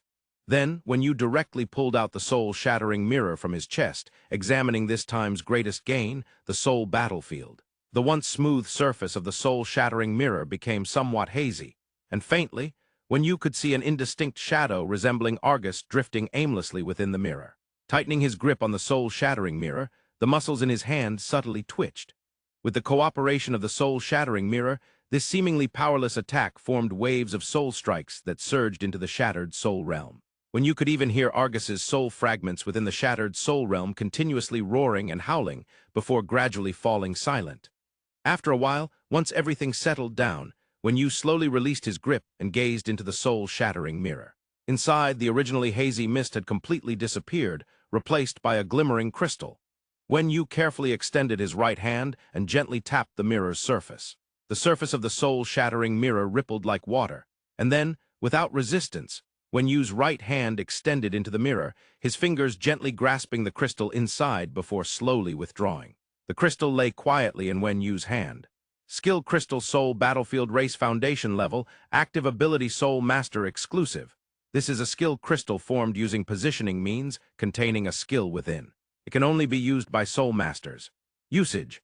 Before use, please ensure that the Soul Beast has an empty skill slot, then have the Soul Beast swallow the skill crystal to acquire the skill contained within the crystal. After reading the description of the skill crystal, Wen Yu wasted no time and ran straight to the exchange stone pillar, exchanging for a skill-forgetting scroll. He immediately washed away the empty directional ability. Even a C-rank skill, even if it's a space attribute skill, is too weak for Wen Yu. In fact, with Wen Yu's current strength, even phasing was becoming somewhat outdated. After all, darkness can largely replace the role of phasing.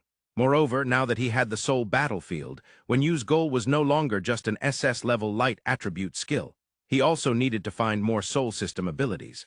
The skill slots were clearly insufficient. It seemed that phasing would likely not accompany him for much longer. Thinking of this, Wen Yu couldn't help but chuckle.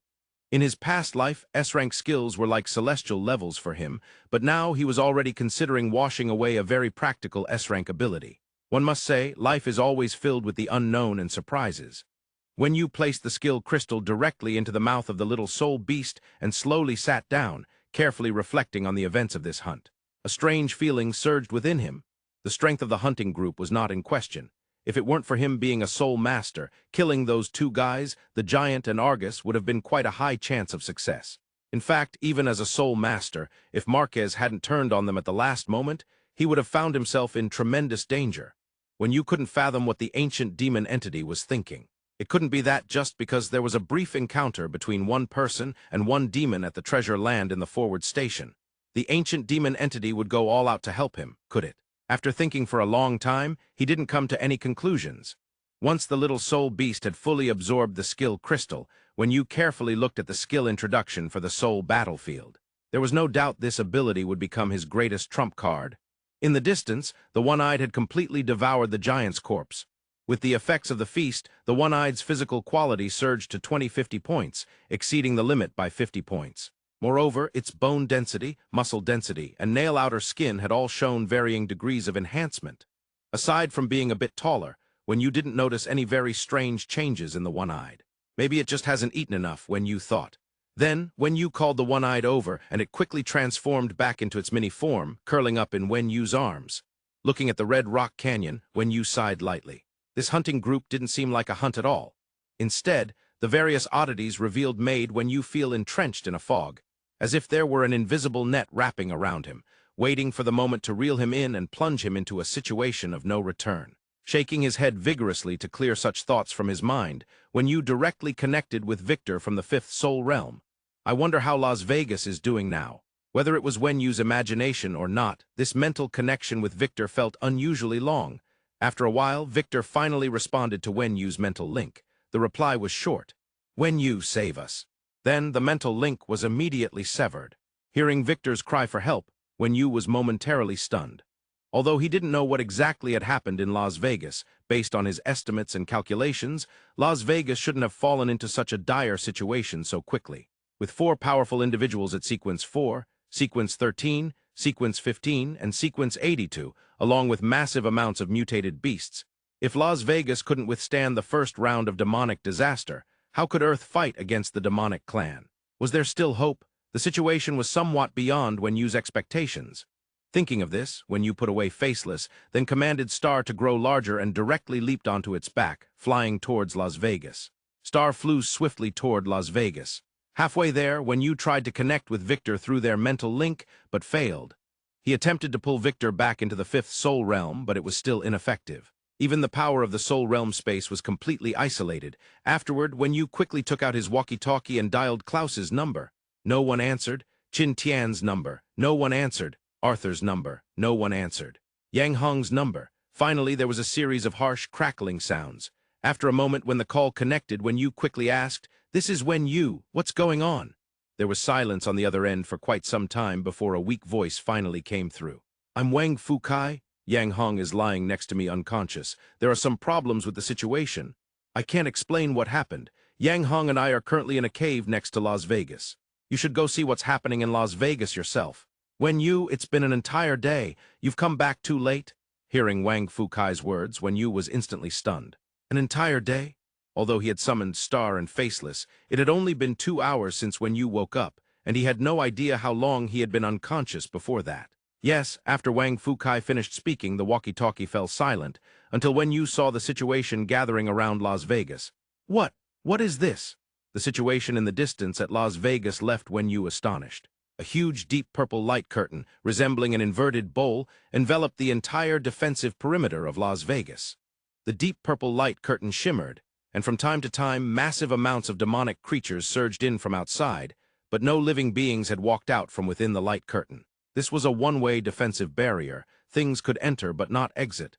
Do you see it? That thing was released by an ancient demon 8 hours ago, and then the entire Las Vegas was completely enveloped. Yang Hong and I were preparing to go out and destroy those demonic clans' transport vehicles, which allowed us to avoid disaster. Then when we saw something had gone wrong in Las Vegas, Yang Hong and I didn't continue with our mission, but instead retreated to see what this purple light curtain actually was. Unexpectedly, there were advanced demonic clan guards nearby, and Yang Hong and I didn't rush in, resulting in severe injuries. Now we're hiding in a cave. That's the specific situation? Okay. Wenyu pondered for a moment, and a decision immediately formed in his heart. In Wenyu's mind, the situation in Las Vegas was inconsequential. He wasn't organizing defenses there to turn it into his stronghold. More so, it was for Victor. And Victor absolutely couldn't get into trouble. That was the bottom line. Thinking of this, Wenyu directly told Wang Fukai, "Rest well, I'll go check it out." After saying that, Wenyu hung up the call and commanded Star to charge towards Las Vegas. Beneath the light curtain, massive amounts of demonic creatures gathered tightly, surrounding the area near the light curtain. From time to time, some demonic creatures, led by higher-ranked ones, charged directly into the light curtain. Meanwhile, in the distant wilderness, countless various demonic creatures continuously gathered around the light curtain, and the encirclement grew larger. It was easy to imagine that even if the professionals or mutated beasts inside broke through the light curtain, they would still face a massive army of demonic creatures. From a distance, when you could sense the immense energy contained within the light curtain, a strong attack would definitely not break this unknown light curtain. This was Wenyu's judgment. Then, let's do it this way. Wenyu quickly made a decision. From Wenyu's perspective, the demonic creature army below resembled a mass of ants, crawling in an orderly fashion on the ground. Just from this point, it was evident that the demonic creatures were not just mindless killers. They were organized, disciplined, and possessed massive strategic weapons. Not only the star-eating monsters, but in Wenyu's previous life, he knew of the star-eating monsters, siege beasts, and magic crystal giant cannons. So now these demonic spawns producing something akin to a barrier was no surprise. After commanding Star to circle in the distance for a while, Wenyu released Faceless, dripping Tang Heifei's blood onto Faceless. As Faceless's body twitched, it quickly transformed into Tang Heifei's appearance. Then he tossed down the One-Eyed, informing the One-Eyed to act freely and hunt down demonic creatures. Soon after, Star let out a loud dragon roar and charged fiercely toward the group of demonic creatures below.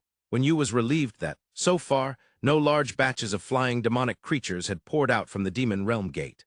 Flying demonic creatures generally took on the role of patrols in the demonic clan army, and without an air force, Star could occupy air superiority, launching a surprise attack and directly landing in the center of the demonic creature group. Indeed, when you commanded Star to focus on the area with the highest concentration of demonic creatures, the resounding dragon roar echoed far and wide, and before the sound dispersed, Star's massive body crashed into the group of demonic creatures. Activating Dragon Might Domain SS rank, active skill. Activating Dragon Blood Amplification SSS rank, active ability.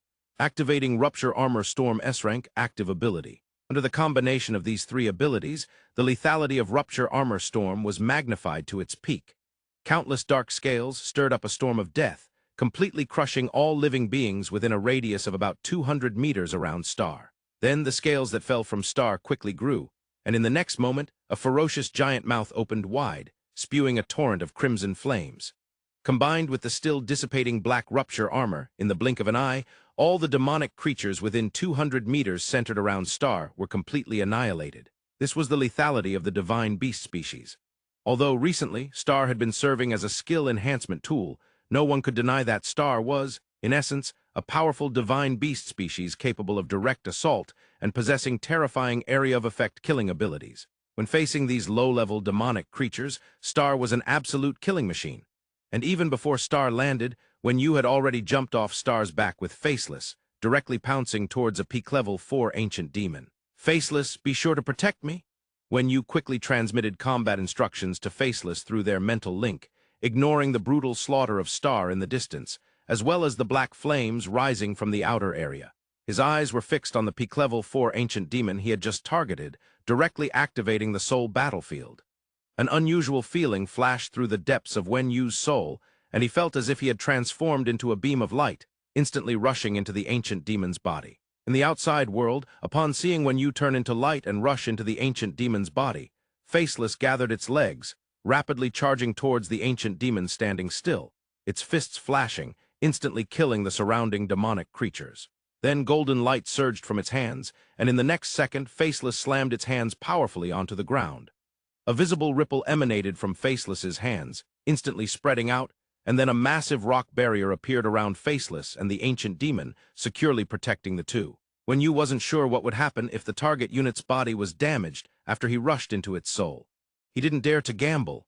Even if there was a 99% chance of coming out unharmed, that 1% chance meant death for both, and Wen Yu couldn't take that risk. The best approach was to have a qualified bodyguard by his side while activating the soul battlefield. His spirit pet was quite suitable. In the soul battlefield, the ancient demon, with a face full of astonishment, surveyed the pure white space it was in until a bullet directly struck its fingertip.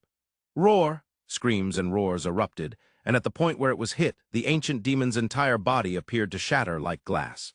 In less than a second, the ancient demon's soul had transformed into a drifting white light under the force of the soul strike. Then, as a reward for victory, the white light rapidly surged into Wen Yu's body, enhancing his soul's strength. A peak level 4 ancient demon soul increased Wen Yu's physical attributes by 5 points. The effect was quite noticeable. However, Wen Yu's main purpose was not here. Indeed, is the gap in strength too large? Wen Yu sighed lightly, then was directly teleported out of the soul battlefield. In the outside world, the ancient demon's body trembled and convulsed, and its entire body quickly collapsed and reformed. In an instant, the ancient demon's body vanished, replaced by Wen Yu's figure.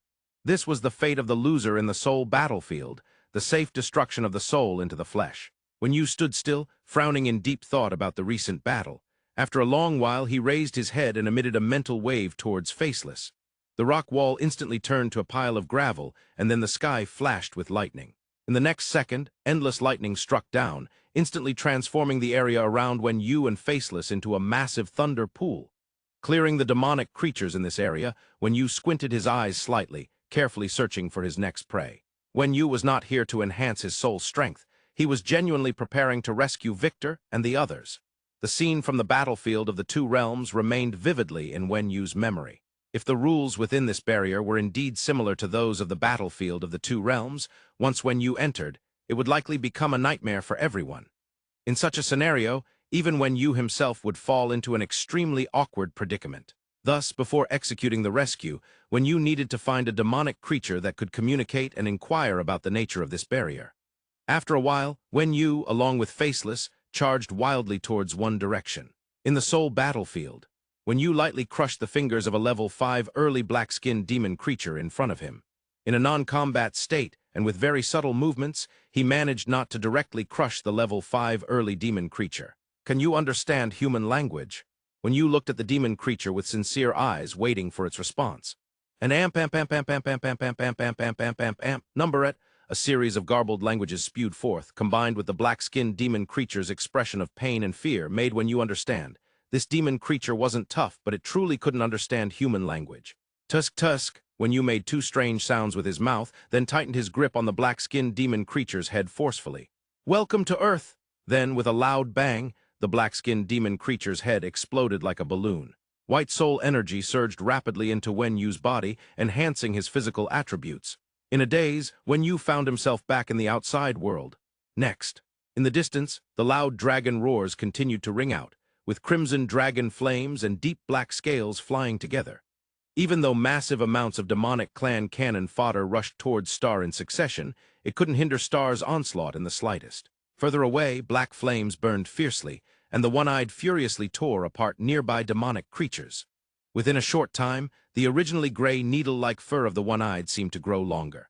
If viewed closely, it appeared that scale-like structures were slowly growing from its flesh. The effects of the feast were coming too quickly. It's very likely that after this battle, the one-eyed's appearance would undergo a drastic transformation. And at the edge of the purple light curtain, 2 inconspicuous figures flickered like lightning, hunting down the demonic creatures that Yu had set his eyes on.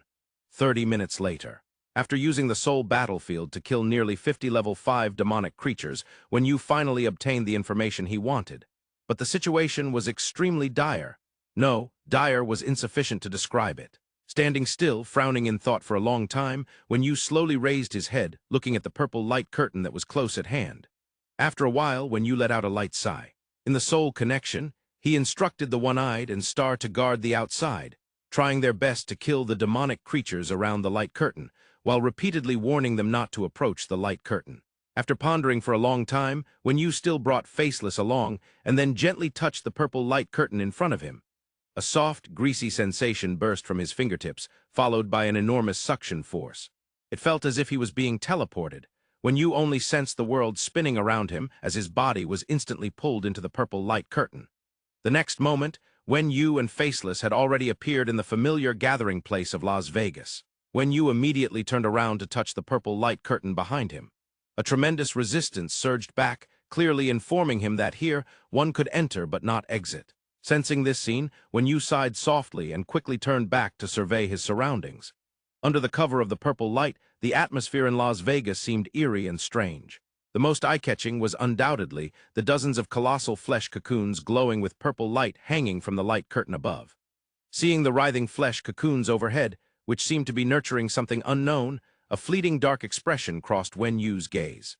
To prevent a tragedy similar to the battlefield of the 2 realms, Yu's recent activities outside were aimed at gathering intelligence on this barrier. Under the dual interrogation of the Soul battlefield and Soul strikes, he had indeed obtained the information he needed. The demonic clan had an abundance of everything, whether it be armies, powerful beings, or strategic weapons. But if one were to say what the demonic clan had the most of, it would undoubtedly be vast amounts of cannon fodder. Leading the black-skinned demon creatures, several major cannon fodder species had short reproductive cycles, with several births at a time, sometimes even dozens, and their survival rates were decent. Coupled with the fact that they could eat anything, these creatures' lives were truly worthless in the eyes of the demonic clan, and even in their own eyes, the lives of their kin were barely worth anything. Thus, how to convert these cannon fodder species into relatively powerful combat forces was a question the demonic clan had long studied, and they had even achieved results. The star-eating monster was one of those results, and the current purple light curtain was also one of the stronger conversion methods compared to the star-eating monster. Yu was not in a hurry to contact Victor. Instead, he carefully examined the flesh cocoon hundreds of meters above his head. The flesh cocoon pulsed rhythmically, as if nurturing some unknown, terrifying life form. Where the flesh cocoon connected to the purple light curtain, a thick, pipe-like object was continuously writhing, transporting vast amounts of energy to the flesh cocoon. This purple light curtain was called the purple light nurturing barrier. Nurturing conception, cultivation raising, First conception, then cultivation, and finally growing powerful synthetic monsters. Just as Wen Yu was inspecting the flesh cocoon above, a distant flesh cocoon suddenly expanded and then exploded. Amidst a rain of blood and slime, a humanoid creature fell from the sky. With his extraordinary vision, Wen Yu clearly observed the appearance of the humanoid creature. It was an unknown life form that looked exactly like Arthur, but with blackened skin and blood-red eyes. The black Arthur fell from the sky, creating a violent explosion, and then behind the ruins, Wen Yu suddenly lost track of the fake Arthur. But it didn't matter anymore. Wen Yu had roughly deduced the progress of the purple light nurturing barrier. Even Arthur has been copied. The process of conception was quite simple.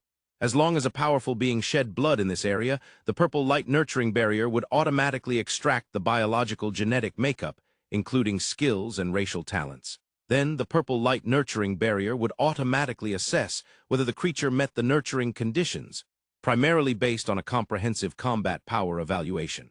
Once it passed the nurturing conditions, the conception process was considered successful. The next step was cultivation. A massive amount of cannon fodder provided by the demonic clan would rush into the purple light nurturing barrier and then launch suicidal attacks against any humans or mutated beasts inside. Indeed, these were truly suicidal attacks. Under Wen Yu's team led by Qin Tian, these cannon fodder, with an average level barely reaching level 2, could not stir up any significant waves. However, as long as the humans and mutated beasts killed the demonic monsters, then the nurturing process was inevitably unavoidable. The purple light nurturing barrier would actively absorb the energy of the beings that died within it and then transport it to the flesh cocoon, providing the necessary nutrients for the synthetic strong beings inside. Which meant here, it was impossible not to kill those cannon fodder that actively sought death. But once they did, it would just provide nutrients for stronger opponents to grow. This was a seemingly unsolvable death loop. Thinking of this, Wen Yu immediately entered a battle state and slowly extended his right hand. At his fingertips, a black light gradually condensed, deepening more and more. After a second, a wave of black energy shot out from Wen Yu, striking the flesh cocoon closest to him instantly. The violent dark energy exploded immediately. Under the unparalleled shockwave, the flesh cocoon trembled violently, and then, visibly to the naked eye, the flesh cocoon quickly expanded, its size instantly growing larger. The entire purple light nurturing barrier could absorb various attacks originating from within, including physical and energy attacks, and convert them into pure energy. This energy could reinforce the defensive capabilities of the purple light nurturing barrier, and even accelerate the formation of the beings inside the flesh cocoon. And the flesh cocoon connected to the purple light nurturing barrier naturally inherited this characteristic. The attack had no effect. This was expected by Wen Yu. The demonic clan would not apply a technology with obvious flaws on the battlefield. After quickly verifying the intelligence he had just gathered outside, Wen Yu swiftly connected with Victor through their mental link.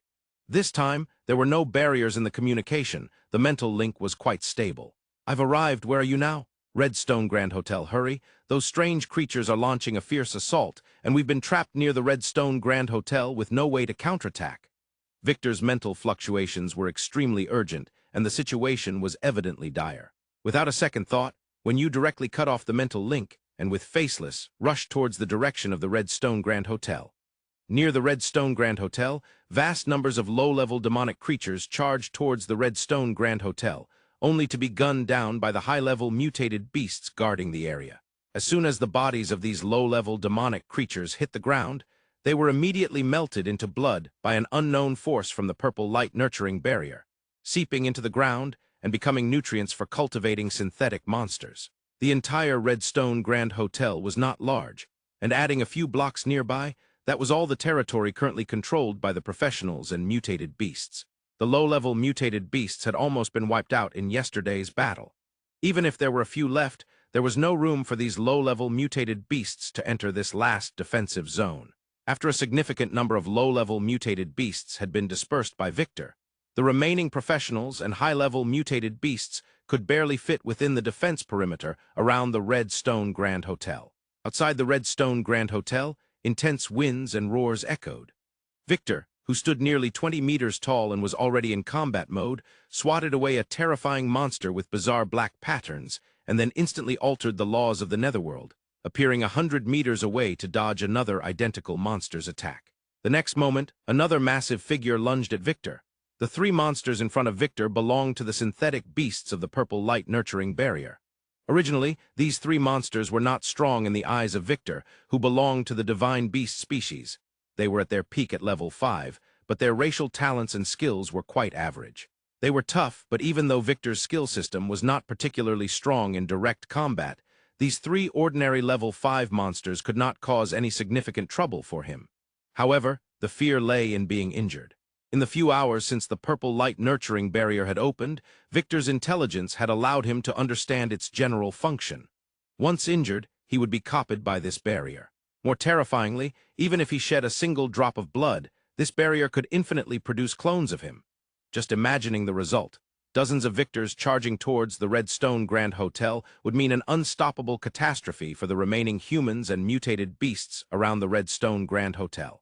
In reality, the current situation was already close to that scenario. In the distance, violent silver-white sword lights soared continuously. That was the battlefield of Arthur, with Qin Tian battling the Arthur clones.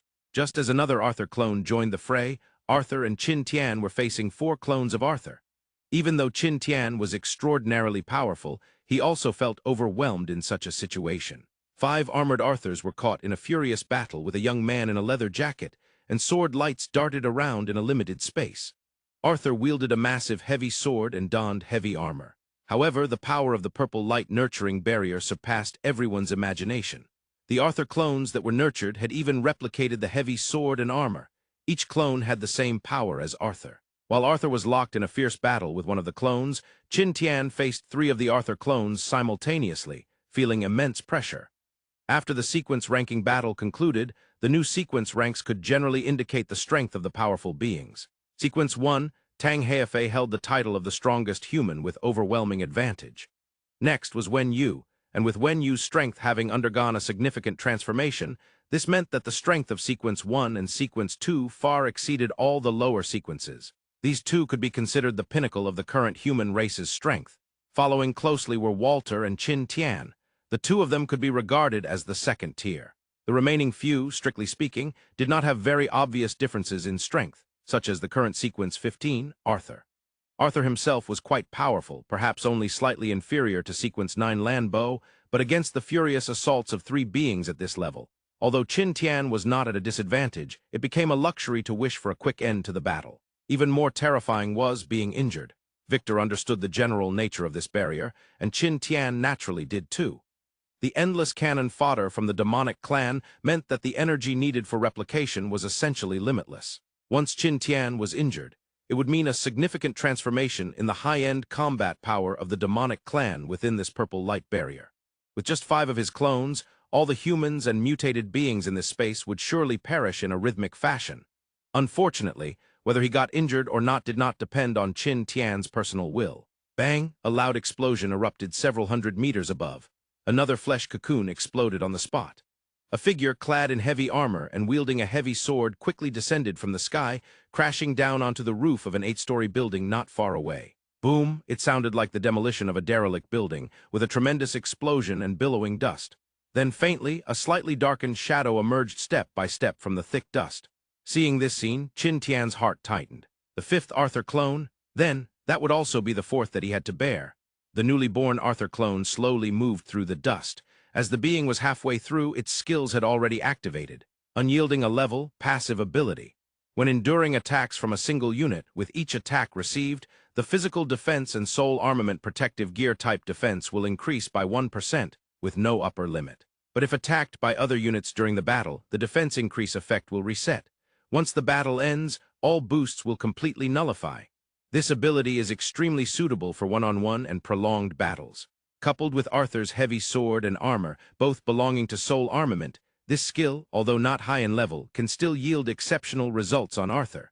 Perhaps having noticed the increasingly approaching figures, Arthur's brow furrowed. "Can you hold on?" His words were quick but still clear enough. Even amidst the incessant sounds of steel clashing on the battlefield, Qin Tian heard Arthur's shout. "I'm struggling!" As Qin Tian crazily swung his sword, the entire area was filled with the forces of the Force of Spatial Severance SSS rank, passive ability, and Spatial Cutting SSS rank, passive ability. The razor-sharp spatial cutting struck the armor of the fake Arthur, producing a series of piercing clash sounds. However, the 3 fake Arthurs, let alone getting injured, even Qin Tian's immense attack power couldn't penetrate Arthur's armor. Unyielding Glory SSS rank, passive skill. All attacks endured by body and soul armaments will have their power directly reduced by 90%. The remaining attack force will be converted into an incessant feeling of pain. As long as the host's willpower can endure the assault of this pain, the host will be nearly immune to physical or mental damage. 5 senses allocation B rank, active ability. Humans have 5 senses: sight, sound, smell, taste, touch, which are the 5 sensory organs of a person. After activating this skill, the host can allocate the intensity of their 5 senses. Note, it cannot be enhanced, only allocated. For instance, taste can be diminished to enhance hearing. However, no single sense can be adjusted to 0. Unyielding Glory SSS rank, passive skill combined with 5 senses distribution B level, active ability pushed Arthur's defensive capabilities to a peak. This is a perfect combination of a low-level skill and a high-level skill. In battle, by significantly reducing the sense of touch or pain to strengthen vision, it forms a relatively perfect skill pairing with Unyielding Glory.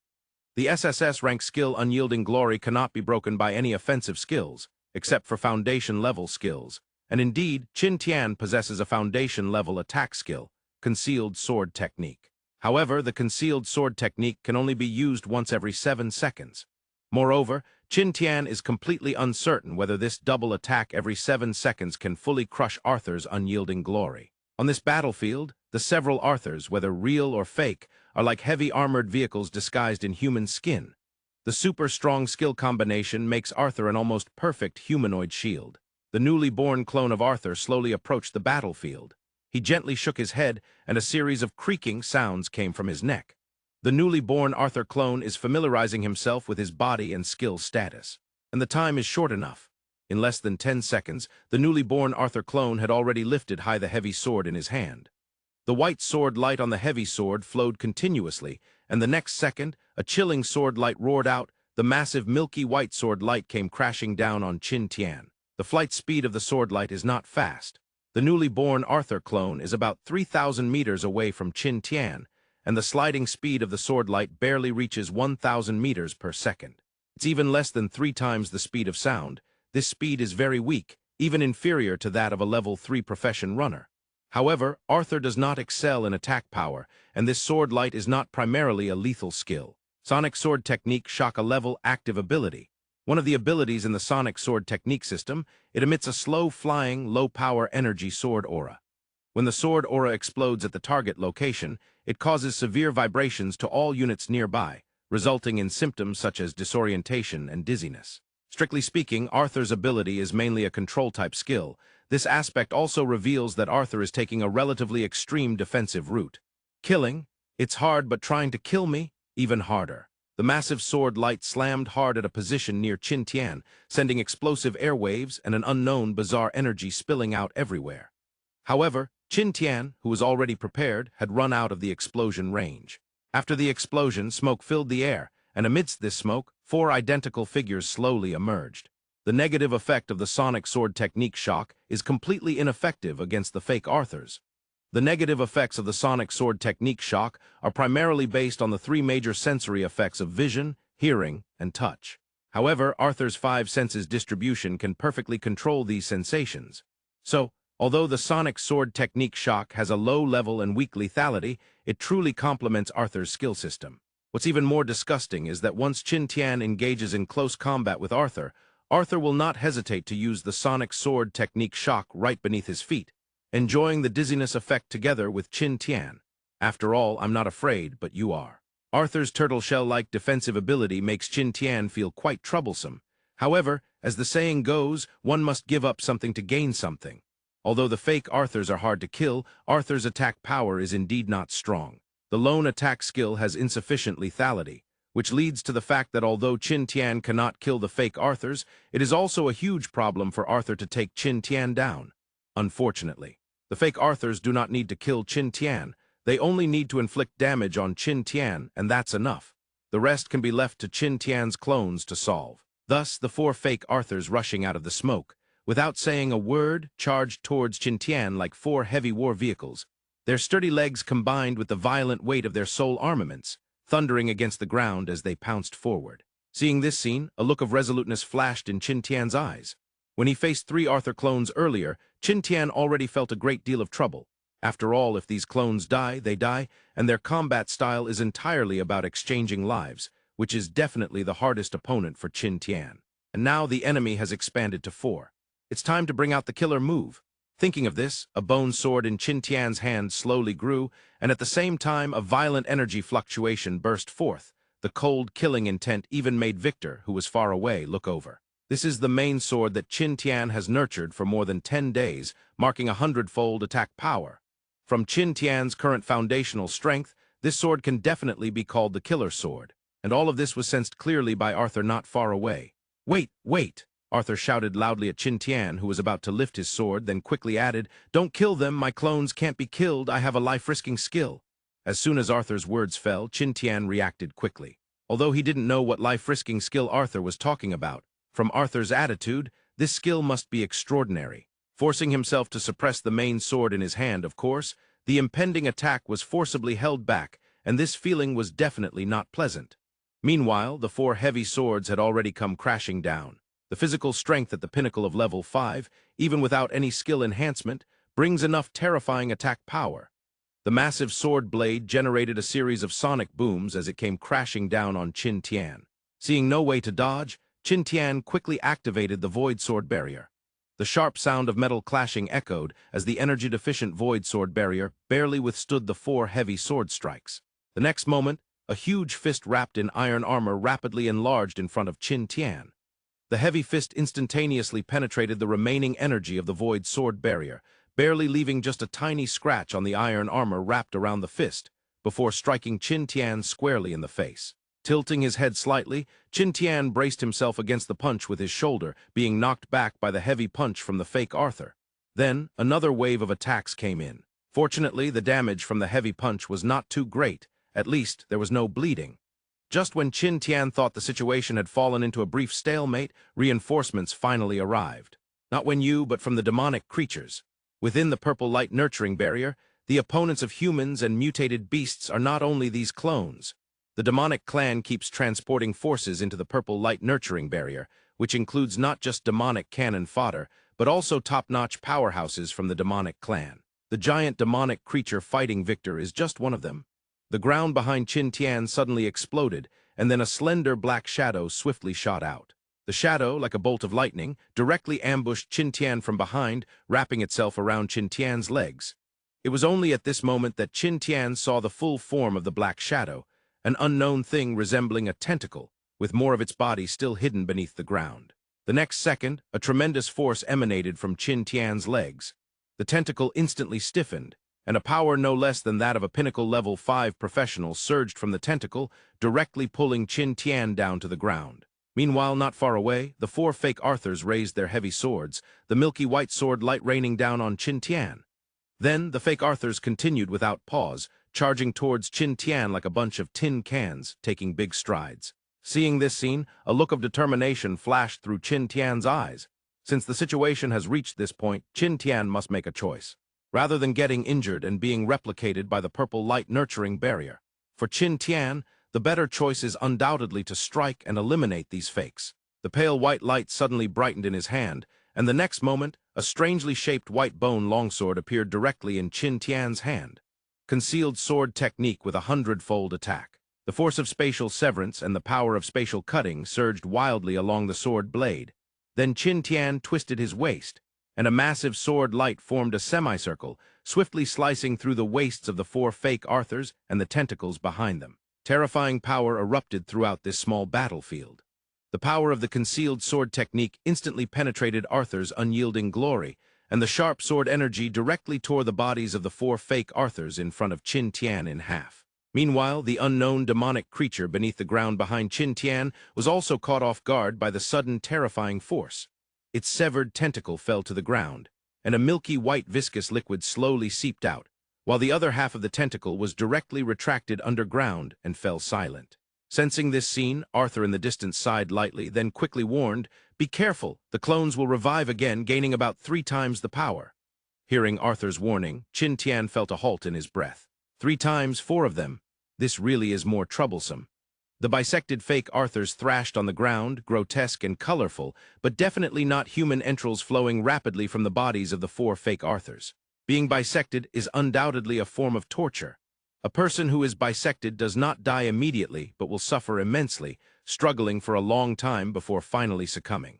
Of course, this also gave Qin Tian a bit of insignificant thinking time.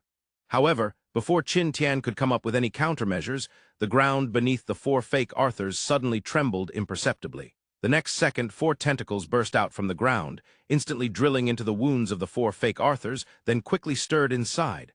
Purple unknown liquid sprayed everywhere. Seeing this scene, Qin Tian's mind went blank. Arthur naturally knows his own skill, but he didn't expect that the demonic clan knew it too. Moreover, the tentacle monster that just drilled underground, relying on its unparalleled drilling ability, launched an attack, granting the 4 fake Arthurs a ride. Before Qin Tian could react, the tentacle monster finished its work and immediately retracted underground, leaving no trace behind. Meanwhile, the 4 fake Arthurs in front of Qin Tian had already been enveloped in a large area of black mist, and in the blink of an eye, the black mist had completely wrapped around their bodies. Terrifying energy fluctuations began to brew. There is an ancient Chinese saying, "When it rains, it pours."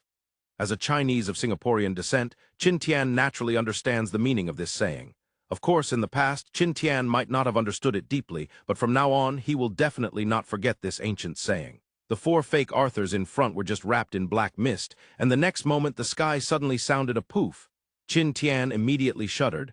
Another flesh cocoon had shattered. Without needing Qin Tian to turn his head to observe, a loud rumble echoed and the ground seemed to shake twice. From the sensation, it seems to be quite close. The next moment the rumbling sound came from far to near, and in less than 10 seconds another clone of Arthur had arrived at this battlefield. 2 fake Arthurs plus 4 enhanced versions of resurrected Arthurs. Qin Tian felt a wave of anxiety in his chest. In this configuration, let alone not being injured, it was likely that he wouldn't even be able to save his life. In the despair, Qin Tian did not notice a barely perceptible black energy wave from afar, striking a flesh cocoon in an instant. When the new clone of Arthur arrived on the scene, Arthur consciously took on more combat tasks. The duel between Arthur and the fake Arthurs appeared somewhat bizarre. The 3 of them, except for their skin color and the patterns on their faces, were identical tin cans, with their only means of attack being to wield the heavy sword and chop continuously, producing a never-ending clanging sound. Moreover, with their extremely strong defensive abilities, getting injured in the battle among the 3 became a significant challenge. However, it can be predicted that Arthur would definitely not hold up against 2 Arthurs. Injuries aside, the issue of physical strength is a significant problem. In fact, after fighting continuously for such a long time, Arthur felt as though his chest was on fire. This was a sign of exhaustion. And just at the moment when Arthur engaged with the 2 clones, the 4 already dead fake Arthurs had their black mist slowly dissipate, and 4 skeletal-like creatures in heavy armor, holding gigantic swords, emerged from the black mist.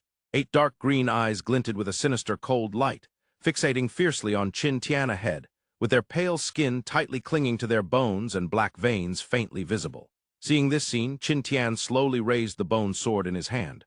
Revenge of the Undead SSS rank, passive ability, activates after death, resurrecting in the form of the undead. In the undead form, the host possesses 3 times the physical attributes of before, and within 3 hours, the host will sense the location of their enemy's kill. If the host kills their enemy in the undead form, they will perfectly resurrect, but if revenge is not successful, the host will permanently die after 3 hours. Faced with the 4 undead versions of Arthur, Qin Tian felt an immense pressure rising within him.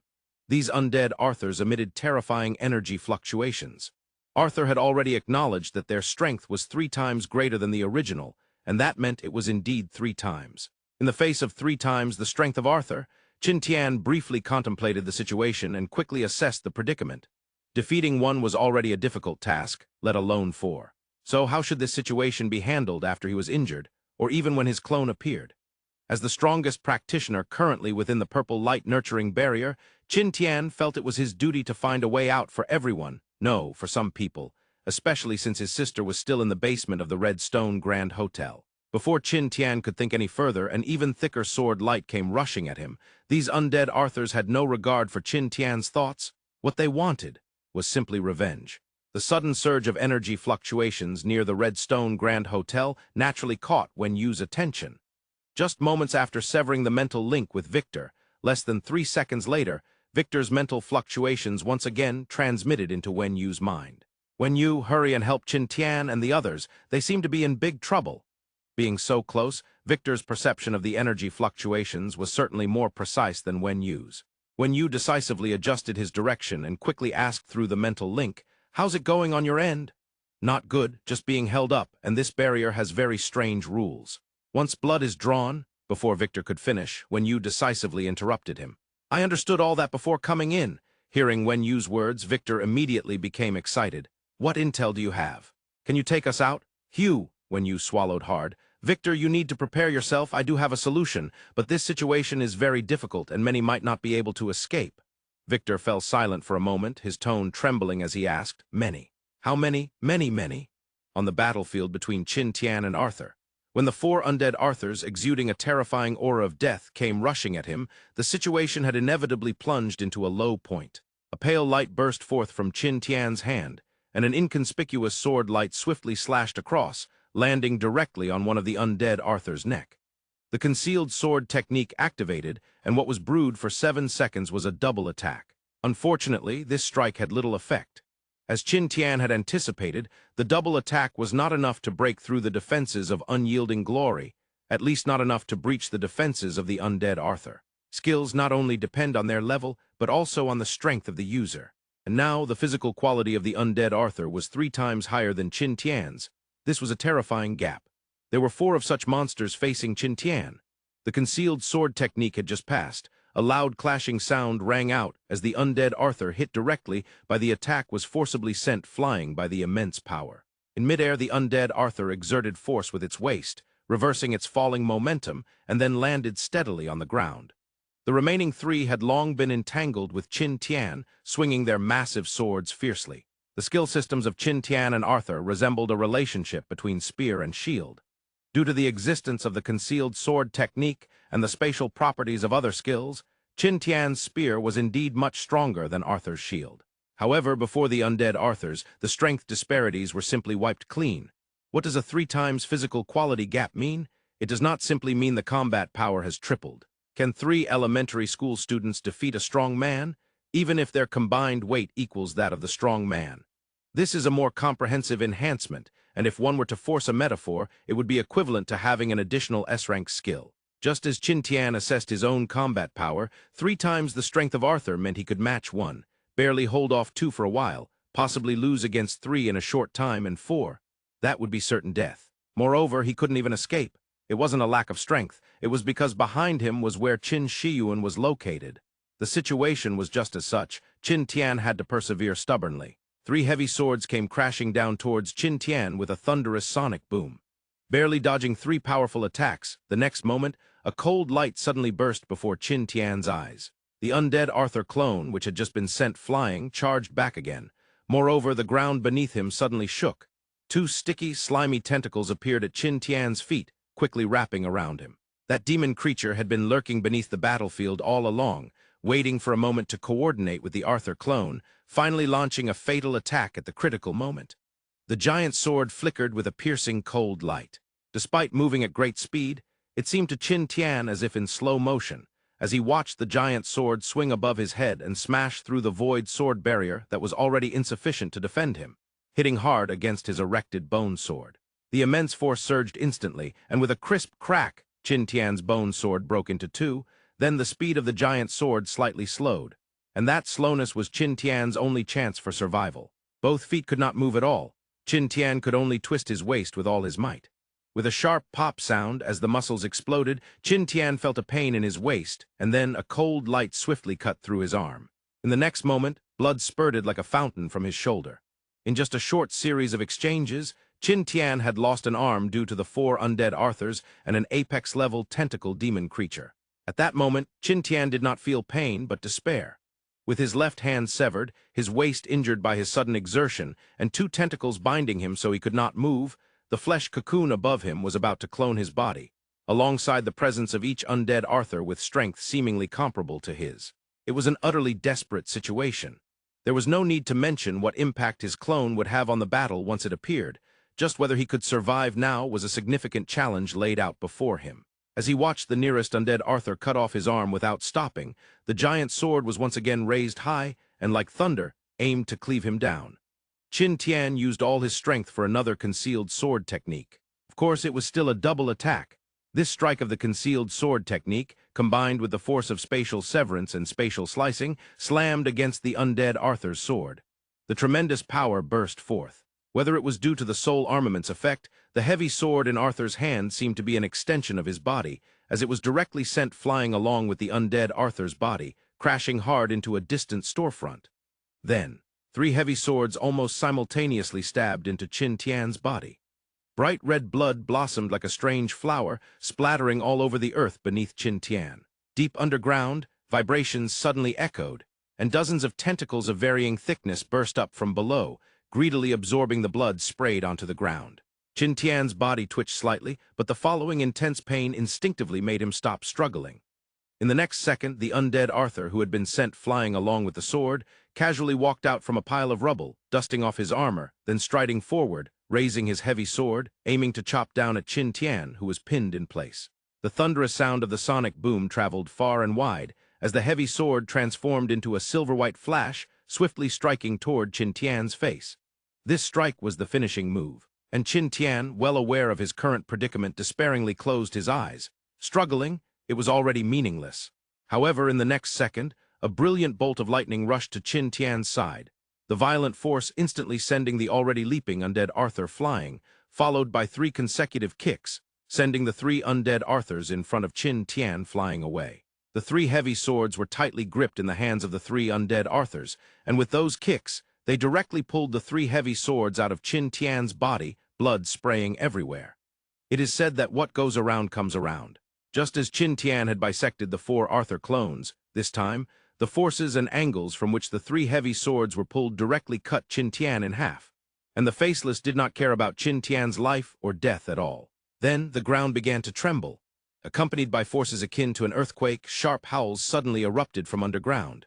Then, a large dirt ball nearly 10 meters in diameter rose from the ground, wrapped around an octopus-shaped eerie demon creature. Dozens of slick, slimy tentacles waved incessantly but could not dissolve the earth binding it down. As for ambush, this oddly shaped demon creature was strong, but in terms of brute force it truly lacked. While the octopus-like demon creature struggled with all its might, from afar, a black shadow rushed over at high speed. The one coming was naturally Wenyu. After severing the mental link with Victor, Wenyu had already sent the Faceless to the battlefield beforehand. Although overall, the Faceless was definitely no match for Wenyu, who possessed the sole battlefield in terms of speed, the Faceless surpassed Wenyu by a large margin. Body quality, racial talents, and skills all enhanced speed. All these aspects made Wenyu no match for the Faceless. After gaining the sole battlefield, Wenyu also had a comprehensive plan for his power system and combat style. It certainly wasn't leaning towards melee combat. As for now, from the outcome, sending the Faceless ahead was indeed a quick decision. At least it saved Qin Tian, though only half a life. Slowly squatting beside Qin Tian, watching him once again lose his lower half, Wenyu felt somewhat helpless. This kid, in the month he had followed him, had already been cut in half twice. But that was not the important part. What mattered was that as long as one was not dead in this world, there was hope for rescue. Directly opening the spatial ring, he poured bottle after bottle of powerful healing potions into Qin Tian's mouth. Qin Tian's current wounds were far more serious than last time. At least now he had no strength left to even empty the spatial ring. Seeing Qin Tian's wounds slowly healing and a hint of brilliance in his eyes, Wenyu finally stood up and surveyed the surrounding battlefield. Arthur was still entangled with the 2 fake ones. Based on Arthur's heavy breathing, his stamina was basically exhausted. Behind him, the dirt ball controlled by the Faceless had the octopus demon creature possibly sensing danger, struggling even more violently. Not far away, the 4 undead Arthurs stood up again, shouldering their giant swords, taking deliberate steps toward Qin Tian, their gaze fixed on him as if it was a longing for resurrection. Calculating slightly, Wenyu decisively spoke to the Faceless, "Deal with them, leave this thing behind to me, and let me deliver the final blow to those 4 guys." Upon hearing Wenyu's command, the Faceless clenched its fists and silently dashed forward. As the Faceless sped ahead, the undead Arthurs felt an immense threat, promptly standing guard with their swords, preparing to defend. Though unsure of the intelligence level of these clones, their combat instincts were indeed frighteningly sharp. Just as the Faceless moved, the dirt ball enclosing the octopus demon creature collapsed, and the octopus demon creature, as if it had regained a glimmer of hope for survival, waved its gross tentacles even more fiercely. As long as it touched the ground, it believed it had a chance to live. But Wen Yu was no soft-hearted Good Samaritan. He didn't instruct the Faceless to directly eliminate the octopus demon creature because this was a peak-level demon creature. It was a significant nutritional supplement. Before the octopus demon creature could land, a black light instantly enveloped its body. A force far stronger than the previous bindings rendered the octopus demon creature unable to move even its tentacles. In the next second, an emerald green plant suddenly emerged from Wen Yu's body, directly penetrating into the black light sphere, and the octopus demon creature felt a wave of pain across its body. The next moment, a continuous stream of blood and flesh essence was decomposed and devoured, delivered into Wen Yu's body through the heaven-piercing demon vine. Sensing his physical limits slowly rising, Wen Yu sighed in comfort. So this is a big boost, a solid 10 points to my physical quality limit. With the acquisition of the heaven-piercing demon vine, the terrible biological weapon nurtured by Xianxia civilization was finally showcased before the world for the first time. After obtaining the soul battlefield, Wen Yu discovered a flaw that wasn't exactly a major drawback. The beings consumed by the soul battlefield would have their souls and bodies completely vanish, becoming nourishment to enhance Wen Yu's soul power. This aspect overlapped with the heaven-piercing demon vine devouring flesh and blood, the feast of the one-eyed creature, and even the summoning effects of the Book of Darkness. Of course, this was just a minor issue. At most, Wen Yu would need to be diligent and kill a few more demonic creatures. However, having numerous means to absorb the nutrients of bodies and souls was Wen Yu's greatest trump card for daring to venture into the Purple Light Nurturing Barrier. The Purple Light Nurturing Barrier, a super-strategic weapon created by the demonic clan, was incredibly powerful. When Wen Yu learned about the nature of this barrier and how to deal with it from outside, a fleeting thought of giving up on Victor even crossed his mind. The most terrifying aspect of the Purple Light Nurturing Barrier was not in its conception and nurturing, but in its nearly perfect energy circulation system. When the synthetic beings nurtured within the barrier died, they would be decomposed and absorbed by the barrier, just like those low-level demonic cannon fodder, transformed into energy. A portion would reinforce the barrier's defenses, while another part would nurture new synthetic beasts. The distribution ratio could even be autonomously determined by the barrier itself, and the energy loss was minimal. After conducting thorough research on his own items and skills, Wen Yu finally made the decision to enter this place. First, through darkness, Wen Yu could maintain an elementalized physical state. In this condition, as long as his stamina did not deplete, he would not bleed and could not be copied by the Purple Light Nurturing Barrier. Moreover, Wen Yu could also draw stamina through darkness. However, the Faceless needed to be a bit cautious, as Wen Yu was unsure whether, once Faceless was copied, the barrier would obtain Tang Heifei's genes or those of Faceless itself. Of course, with Faceless's strength, being careful was enough. The key point was that Wen Yu's heaven-piercing demon vine and the soul battlefield would fundamentally break this energy cycle. Wen Yu could absorb and seize energy. The Purple Light Nurturing Barrier needed external demonic creatures as nourishment, and this nourishment was exactly what Wen Yu desired. Whether through the heaven-piercing demon vine or the soul battlefield, both could elevate Wen Yu's upper limit of strength. However, as the saying goes, long guarding will inevitably lead to loss. Being trapped here was not a good strategy. And the way to solve this predicament? Thinking of this, Wen Yu sighed lightly. He knew the solution, but the difficulty was quite significant. Gently shaking his head, Wen Yu cleared the chaotic thoughts from his mind and shifted his gaze toward the two battlefields not far ahead. One real and two fake Arthurs, Faceless and 4 undead Arthurs. The situation with the 3 Arthurs was still manageable.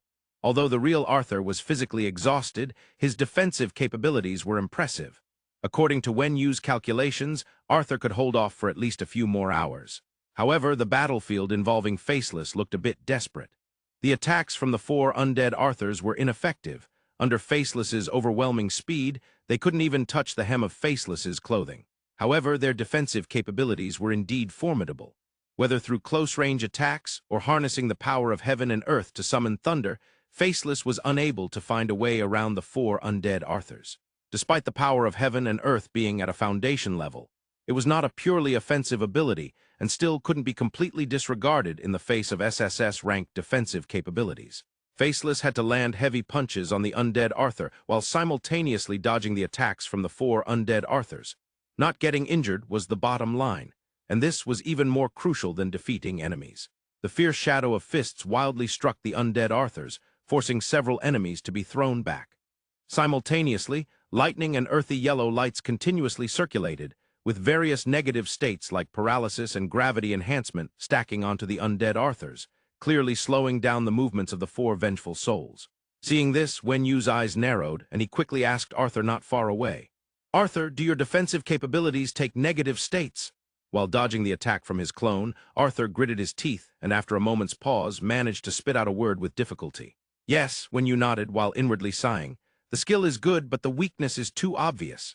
This was also the reason Arthur hesitated. His core skill, Unyielding Glory, was now known to others, and hearing it from his own mouth was certainly uncomfortable. Thinking of this, Wen Yu already had a plan to deal with the Arthur clones. In this world, there are no absolutely perfect skills. What seems to be a powerful Unyielding Glory has a huge weakness. For Arthur's Unyielding Glory, it was absolutely fearless when facing head-on. Tang Heifei in his complete form would likely need to exert great effort to completely deal with Arthur. Tang Heifei did not have any explosively powerful skills like the concealed sword technique. However, Wen Yu happened to be Arthur's nemesis, because Wen Yu's skill system wasn't of the head-on warrior type. It was more focused on control. Slowly lifting his hand, the black shadow swirling continuously around Wen Yu's hand. The next second, 6 black energy waves shot out instantly, taking on a whip-like strange shape in midair. Then, in a flash, they rushed towards the 2 Arthur clones and 4 undead Arthurs. Like a bolt of black lightning, the strange whip struck the 6 Arthur clones at once, and in the next moment the black whip seemed to come alive, swiftly winding around the 6 Arthurs, binding them tightly. The 6 Arthur clones struggled violently, feeling the frenzied power feedback from the skill, and Wen Yu narrowed his eyes. In the next moment, a massive suction force transmitted from the black whips into the bodies of the 6 Arthurs, continuously absorbing their power. Meanwhile, this absorbed power did not return to Wen Yu's body, but rather reinforced the power of the whips themselves. A variation of utilizing dark abilities. During the idle time before the demonic disaster struck, Wen Yu did not just dawdle. He developed more ways to use darkness. The self-reinforcing black whip was one of them. The inspiration came from dark absorption. Under the control of the black whip, the Arthur clones' struggles gradually weakened. It was expected that within an hour, all the Arthur clones present would be either whipped to death or completely crushed into a pile of remains by the enormously grown black whip. However, Wen Yu did not want to wait that long, nor did he want to allow the few Arthur fakes to die in such a worthless manner.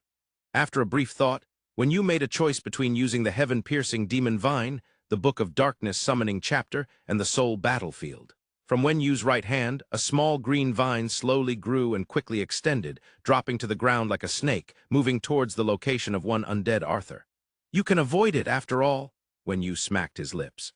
"The scene won't be very pleasant. Watching 6 identical guys being sucked to death should leave some psychological shadows, right?" Arthur, who had just put away his giant sword and walked beside Wen Yu, heard this comfort. "No need, my psychological endurance is quite good," Arthur decisively responded, then directly squatted down beside Qin Tian to examine his injuries.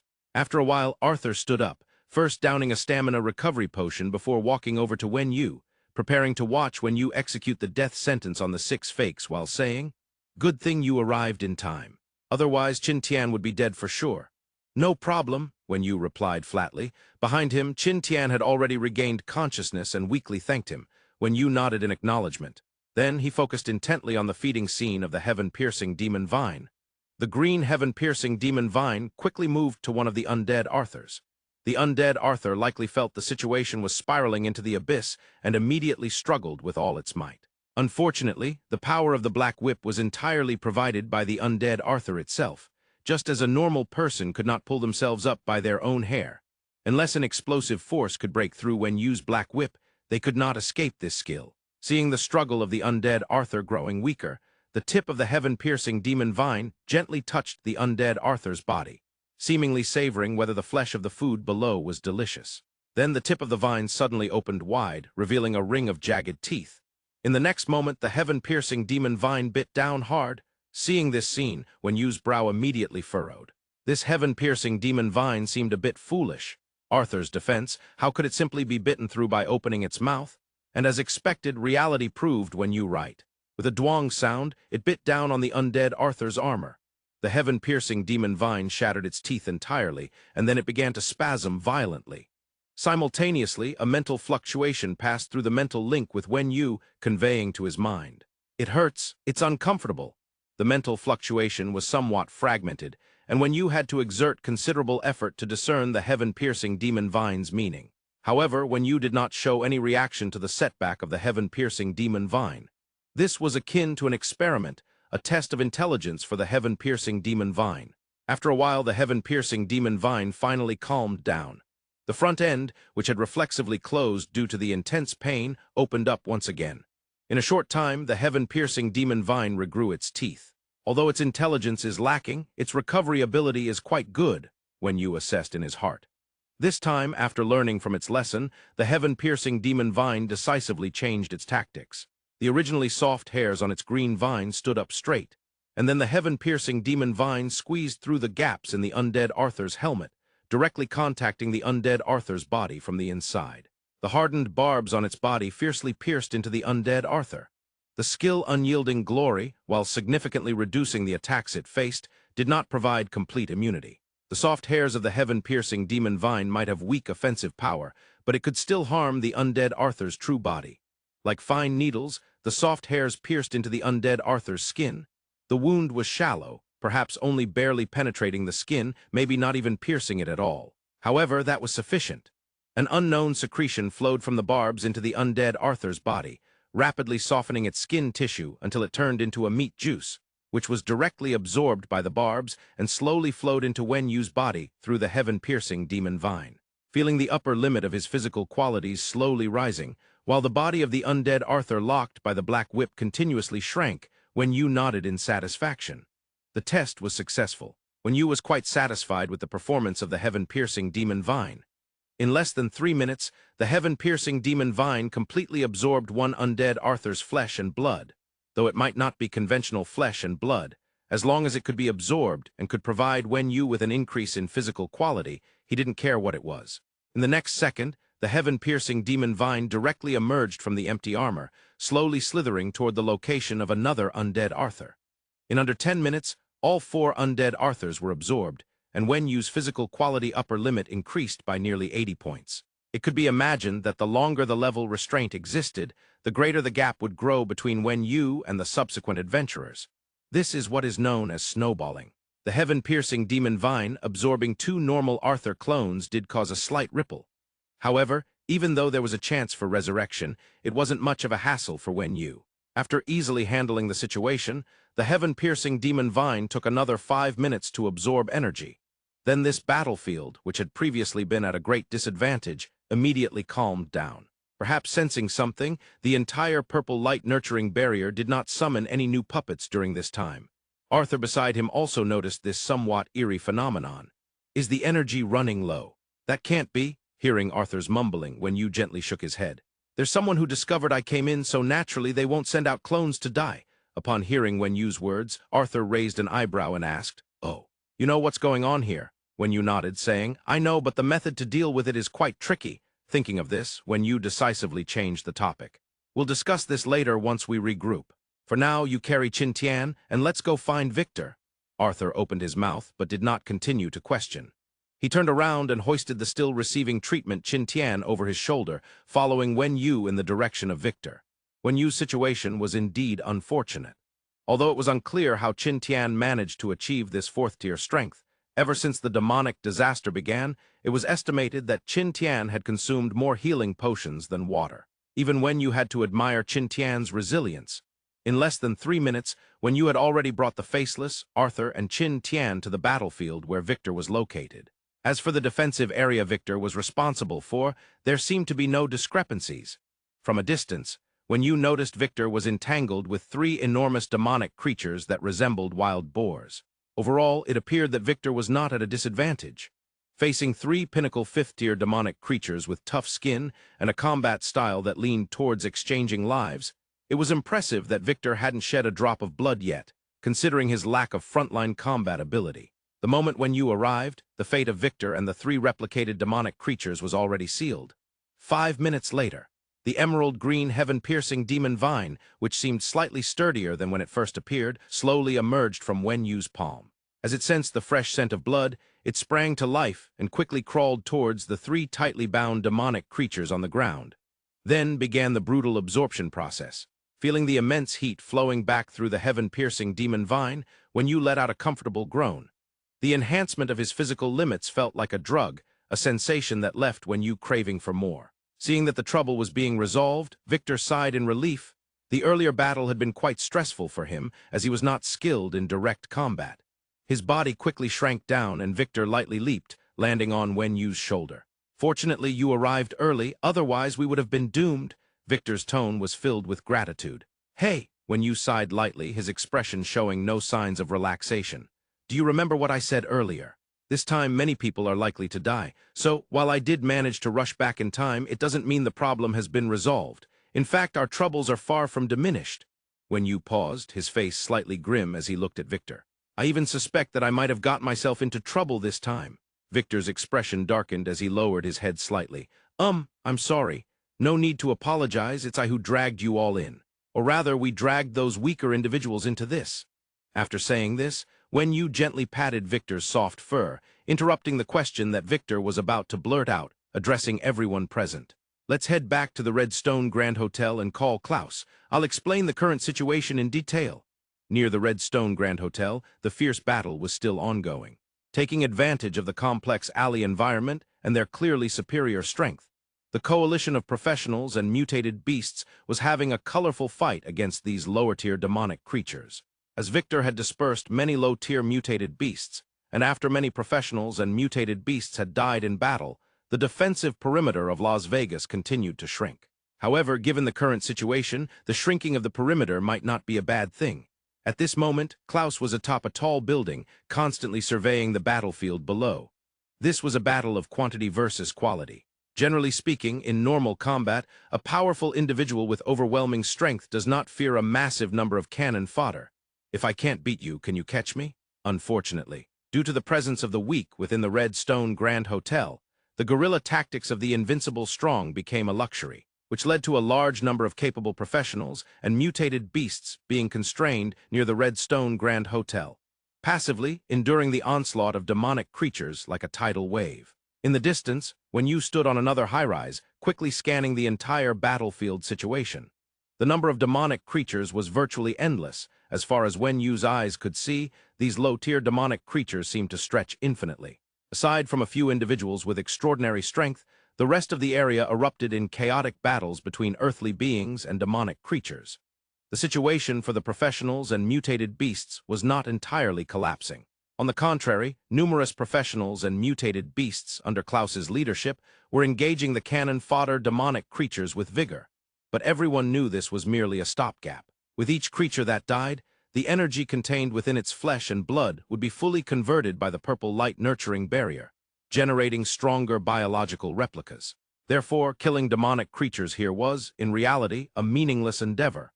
The enemy's reinforcements were ceaseless, and even if they managed to kill enemies, it effectively added strength to the opposing side. This was one of the tactics devised by the demonic clan to utilize cannon fodder. To a certain extent, this strategy was practically unsolvable.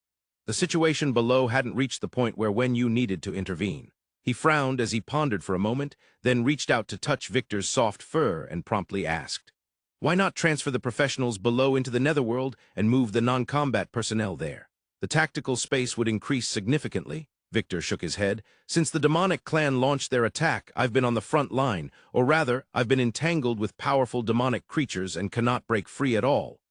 Wenyu nodded in understanding. To send living beings into the netherworld requires the Realm Master's permission, and it has to be done one at a time. Wenyu himself had a certain level of understanding regarding the netherworld. Inviting a living creature actively takes about 5 to 10 seconds. Without Victor holding off the powerful demonic creatures, those 5 to 10 seconds would be enough for the fifth-tier demonic creatures to wreak havoc on the battlefield. How could the humans and mutated beasts killed be described as just one or two? It wasn't worth it. Moreover, placing living beings into the netherworld would mean that Victor's netherworld would be sealed off to a large extent. Once the netherworld covered reality, those beings brought in would immediately reappear in the real world, and the increase in combat ability from the netherworld covering reality didn't need further explanation. In this situation, bringing living beings into the netherworld would be a significant loss. After thinking for a long while, Wenyu posed his final question, "What is the current extent of your netherworld?" Victor pondered for a moment before decisively answering, "It's about 1/8 the area of this barrier."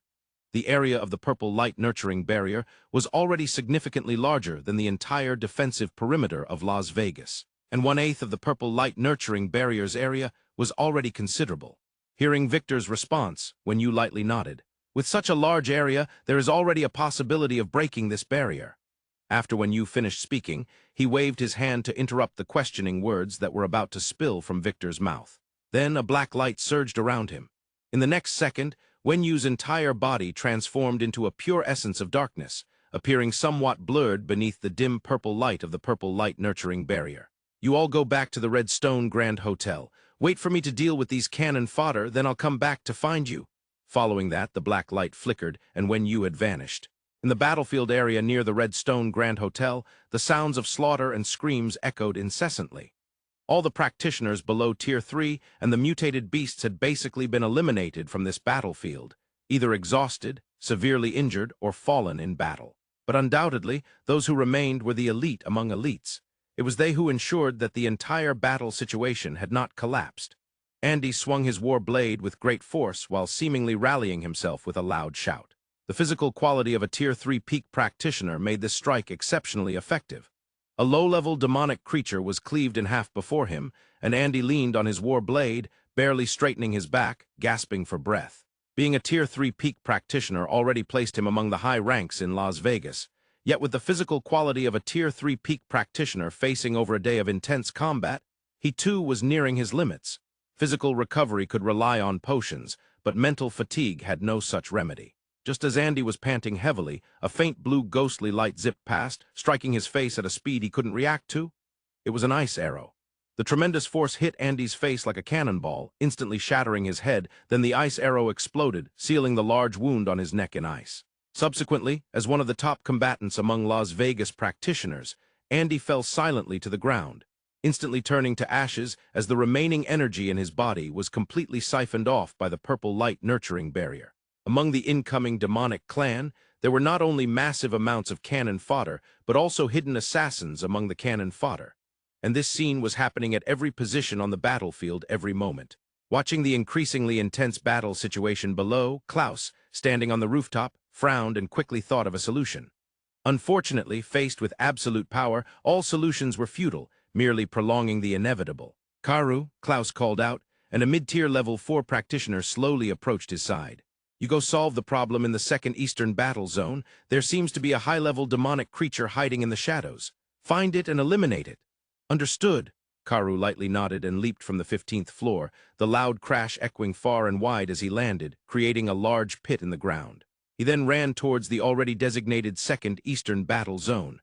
Once Karu left, Klaus was left standing alone. Karu was the last of his preparatory strong allies. So if the front line collapsed again, who would take charge? Himself. Then who would oversee the overall situation? Although the current battle situation couldn't be called a disadvantage, in reality, no one was more clear about the specific circumstances than Klaus. Not to mention how the purple light nurturing barrier was faring. The demonic clan's cannon fodder mixed with the attacks of experts was like a dull knife cutting through flesh, slowly crumbling the defense of humanity and mutated beasts. In terms of hard power, consumption, and reinforcement, and even the high-end battlefield, there was no aspect in which they held the advantage. Now, this situation, rather than resistance, could be said to have already been sentenced to a slow death. Just as Klaus was feeling suffocated, the atmosphere in the entire battlefield suddenly changed. It was as if something unknown had mixed into the air. Lowly life forms might not perceive it clearly, but a person of Klaus's level could distinctly feel the change in the atmosphere across the battlefield. What the? Seeing this scene, Klaus trembled in his heart, his first reaction being that the demonic clan had unleashed some hidden trump card. In the next moment, pure black air currents suddenly materialized from the atmosphere, as if alive. The black air flowed slowly from the air, and then more and more of it appeared until it enveloped the entire battlefield. The entire battlefield appeared to be shrouded in a thick black fog, the mist rapidly spreading. Just as Klaus was at a loss, the black air, which had seemed to drift like fog, instantly solidified into sharp black threads, directly slicing through the numerous demonic creatures on the battlefield. In an instant, wherever Klaus's gaze fell, whether it was low-level cannon fodder or powerful level 4 demonic creatures, they were all being sliced open by the black threads formed from the black mist. In the next second, a rain of demonic blood sprayed everywhere, instantly soaking the ground, and even the absorbing power of the purple light nurturing barrier couldn't keep up with the amount of blood. Ha! Seeing this scene, Klaus let out a long breath, feeling as if the heavy burden on his shoulders had been lifted.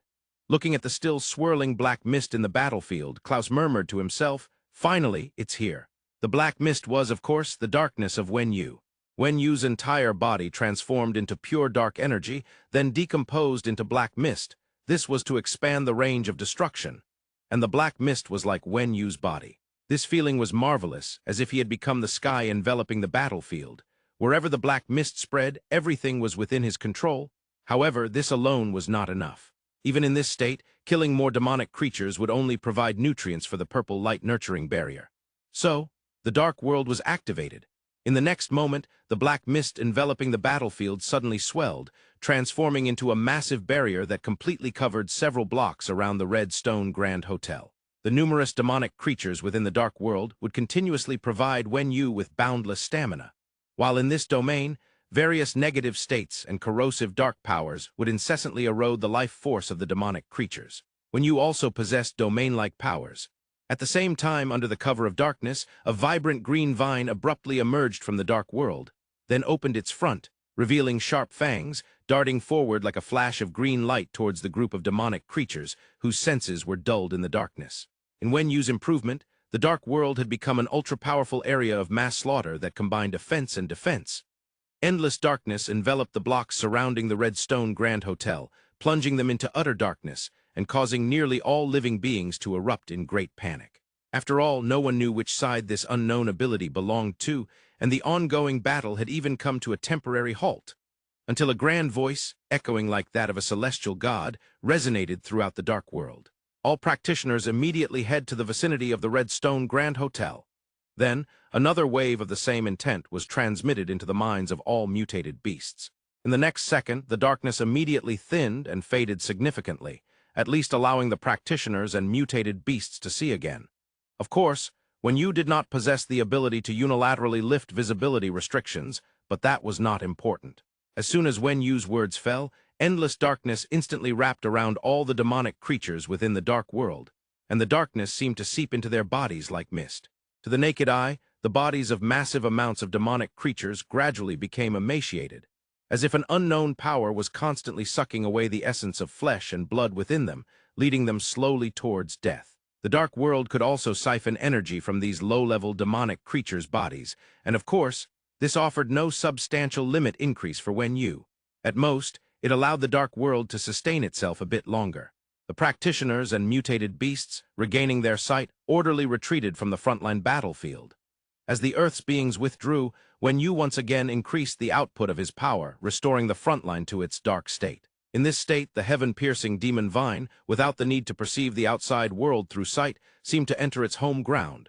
Its green vines quickly spread, turning one demonic creature after another into dried meat. In a short time, the heaven-piercing demon vine had provided Wenyu with a substantial increase in physical limits. It must be said that war, for the weak, was a disaster and catastrophe, but for the strong, it felt more like a feast of harvest. However, how long this feast could last, this point, did not depend on Wenyu. After a large number of practitioners and mutated beings gathered near the Red Stone Grand Hotel, Wenyu directly purged the dark powers from this area. The light from the purple light nurturing barrier shone again over the vicinity of the Red Stone Grand Hotel. But this feeling was not necessarily better than the previous state of utter darkness. Darkness belonged to their side, but this purple light belonged to the enemy. Klaus and Victor were organizing the situation at the entrance of the Red Stone Grand Hotel. Though they had experienced a fierce battle, there were still quite a few Earth's beings left in Las Vegas. At least, the area around the Red Stone Grand Hotel was packed, and many practitioners and mutated beasts had even climbed the rooftops of nearby buildings. After a while, when Wenyu had stabilized the situation in the dark world, with a thought, his body appeared in the darkness and then strode towards the main entrance of the Red Stone Grand Hotel. The surrounding professionals and mutated beasts consciously made way for Wenyu, looking at him with eyes of gratitude as if he were a benefactor. Of course, Wenyu was no longer the cannon fodder from his past life. In this life, having witnessed countless grand scenes, he felt indifferent to it all. Benefactor or enemy, gratitude or hatred, it was all irrelevant. The attitudes of others held no importance for Wenyu, because living, killing, and fighting were never for anyone else but himself. He walked directly to the entrance of the Red Stone Grand Hotel and quietly spoke to Klaus. Let them rest. Right now, all areas around the Red Stone Grand Hotel that have not lost visibility belong to my designated safe zone. There's no need to worry about those demonic creatures outside for the time being. At this point, when you paused and spoke to Klaus in a more subtle tone, in a bit, you and Victor go to the fourth-floor conference room, call Arthur and Qin Tian. We need to discuss how to get out of here. Klaus nodded, signaling that he understood. Then, when you walked directly into the Red Stone Grand Hotel, there were hardly any figures along the way. This was to be expected. Hiding in the rooms of the Red Stone Grand Hotel was not safe. Windows and walls could all become breakthroughs for the incoming demonic creatures. The basement, though potentially facing threats from burrowing demonic creatures, was still stronger than the upper rooms. A sealed and ventilated environment might induce fear in humans, but when greater fears arose outside, a sealed space could instead create an illusory sense of security. This is human nature. Walking to the fourth-floor conference room, when you attempted to contact Black Cat and Star, who were outside. However, the purple light nurturing barrier perfectly isolated all forms of communication, including Wen Yu's mental links. After some thought, Wen Yu abandoned the mental link and directly waved his hand to activate the fourth soul realm, pulling back Faceless, who was hiding in an unknown corner of the Red Stone Grand Hotel. By the time Wen Yu completed these actions, he had already arrived at the fourth-floor conference room. The conference room was small but suitable for a small-scale meeting. Wen Yu sat in the main seat, quietly waiting. It didn't take long for Arthur to arrive first. Next, Qin Tian walked in with a pale face, shooing out the sobbing Qin Shiyuan from the small meeting room. Wen Yu looked Qin Tian up and down. While his injuries seemed to be fine and he had changed into clean clothes, his pale complexion was probably due to the psychological trauma from nearly dying twice over the past couple of days. Wen Yu thought with a hint of malice. Soon, Klaus, with Victor perched on his shoulder, also arrived at the small meeting room. Click! Klaus pressed a switch on the wall, and the entire room instantly lit up.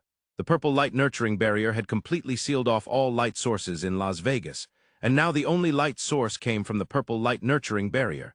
Eerie, somewhat bloody, but soft, with decent brightness.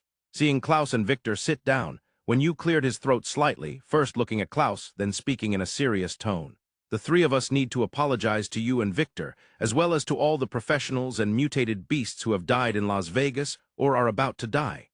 After saying this, Wen Yu ignored the surprised expressions of everyone and continued. Strictly speaking, the situation in Las Vegas is related to me, Qin Tian, Arthur, and those outside like Wang Fukai and Yang Hong. With the focus being on me and Qin Tian, Wen Yu paused for a moment. The number of demonic creatures invading Las Vegas is not consistent with our original estimates, and the methods and war weapons of these creatures are far beyond what we expected. The main problem lies with us. Since Qin Tian and I were dealing with the demonic clan hunting group near the Red Rock Canyon, combined with the numerous strong individuals in the Las Vegas area, we gave the demonic clan the illusion that we are the most powerful gathering in North America. The intelligence I obtained from outside indicates that the vanguard of the demonic creatures invading America, note, the entire American continent, has concentrated nearly 30% of their forces here, so we should take the blame for putting you in this situation. After finishing, Wen Yu did not continue with anything else but quietly observed Klaus's face. Qin Tian and Arthur also fell silent. What Wen Yu had just stated was information he had extracted from the demonic creatures. The situation in Las Vegas was peculiar. Wen Yu had experienced a demonic disaster in his past life. While the scale of Mudanjiang could not compare to that of Las Vegas, the sheer number of demonic creatures was overwhelming. So much so that the combined forces of humans and mutated beasts were nearly unable to withstand the onslaught. This was unrealistic. In his past life, Mudanjiang, under the leadership of Simba, had completely controlled the situation solely with the army of mutated beasts. Under the dual interrogation of the Soul Battlefield and Soul Strikes, Wen Yu had also figured out why Las Vegas had attracted so many demonic creatures. They had misestimated the strength of Las Vegas. Currently, Las Vegas had many strong individuals, but the number of ordinary professionals was pitifully small compared to large gathering places, and with inadequate defensive facilities, this was the fundamental reason for the current situation.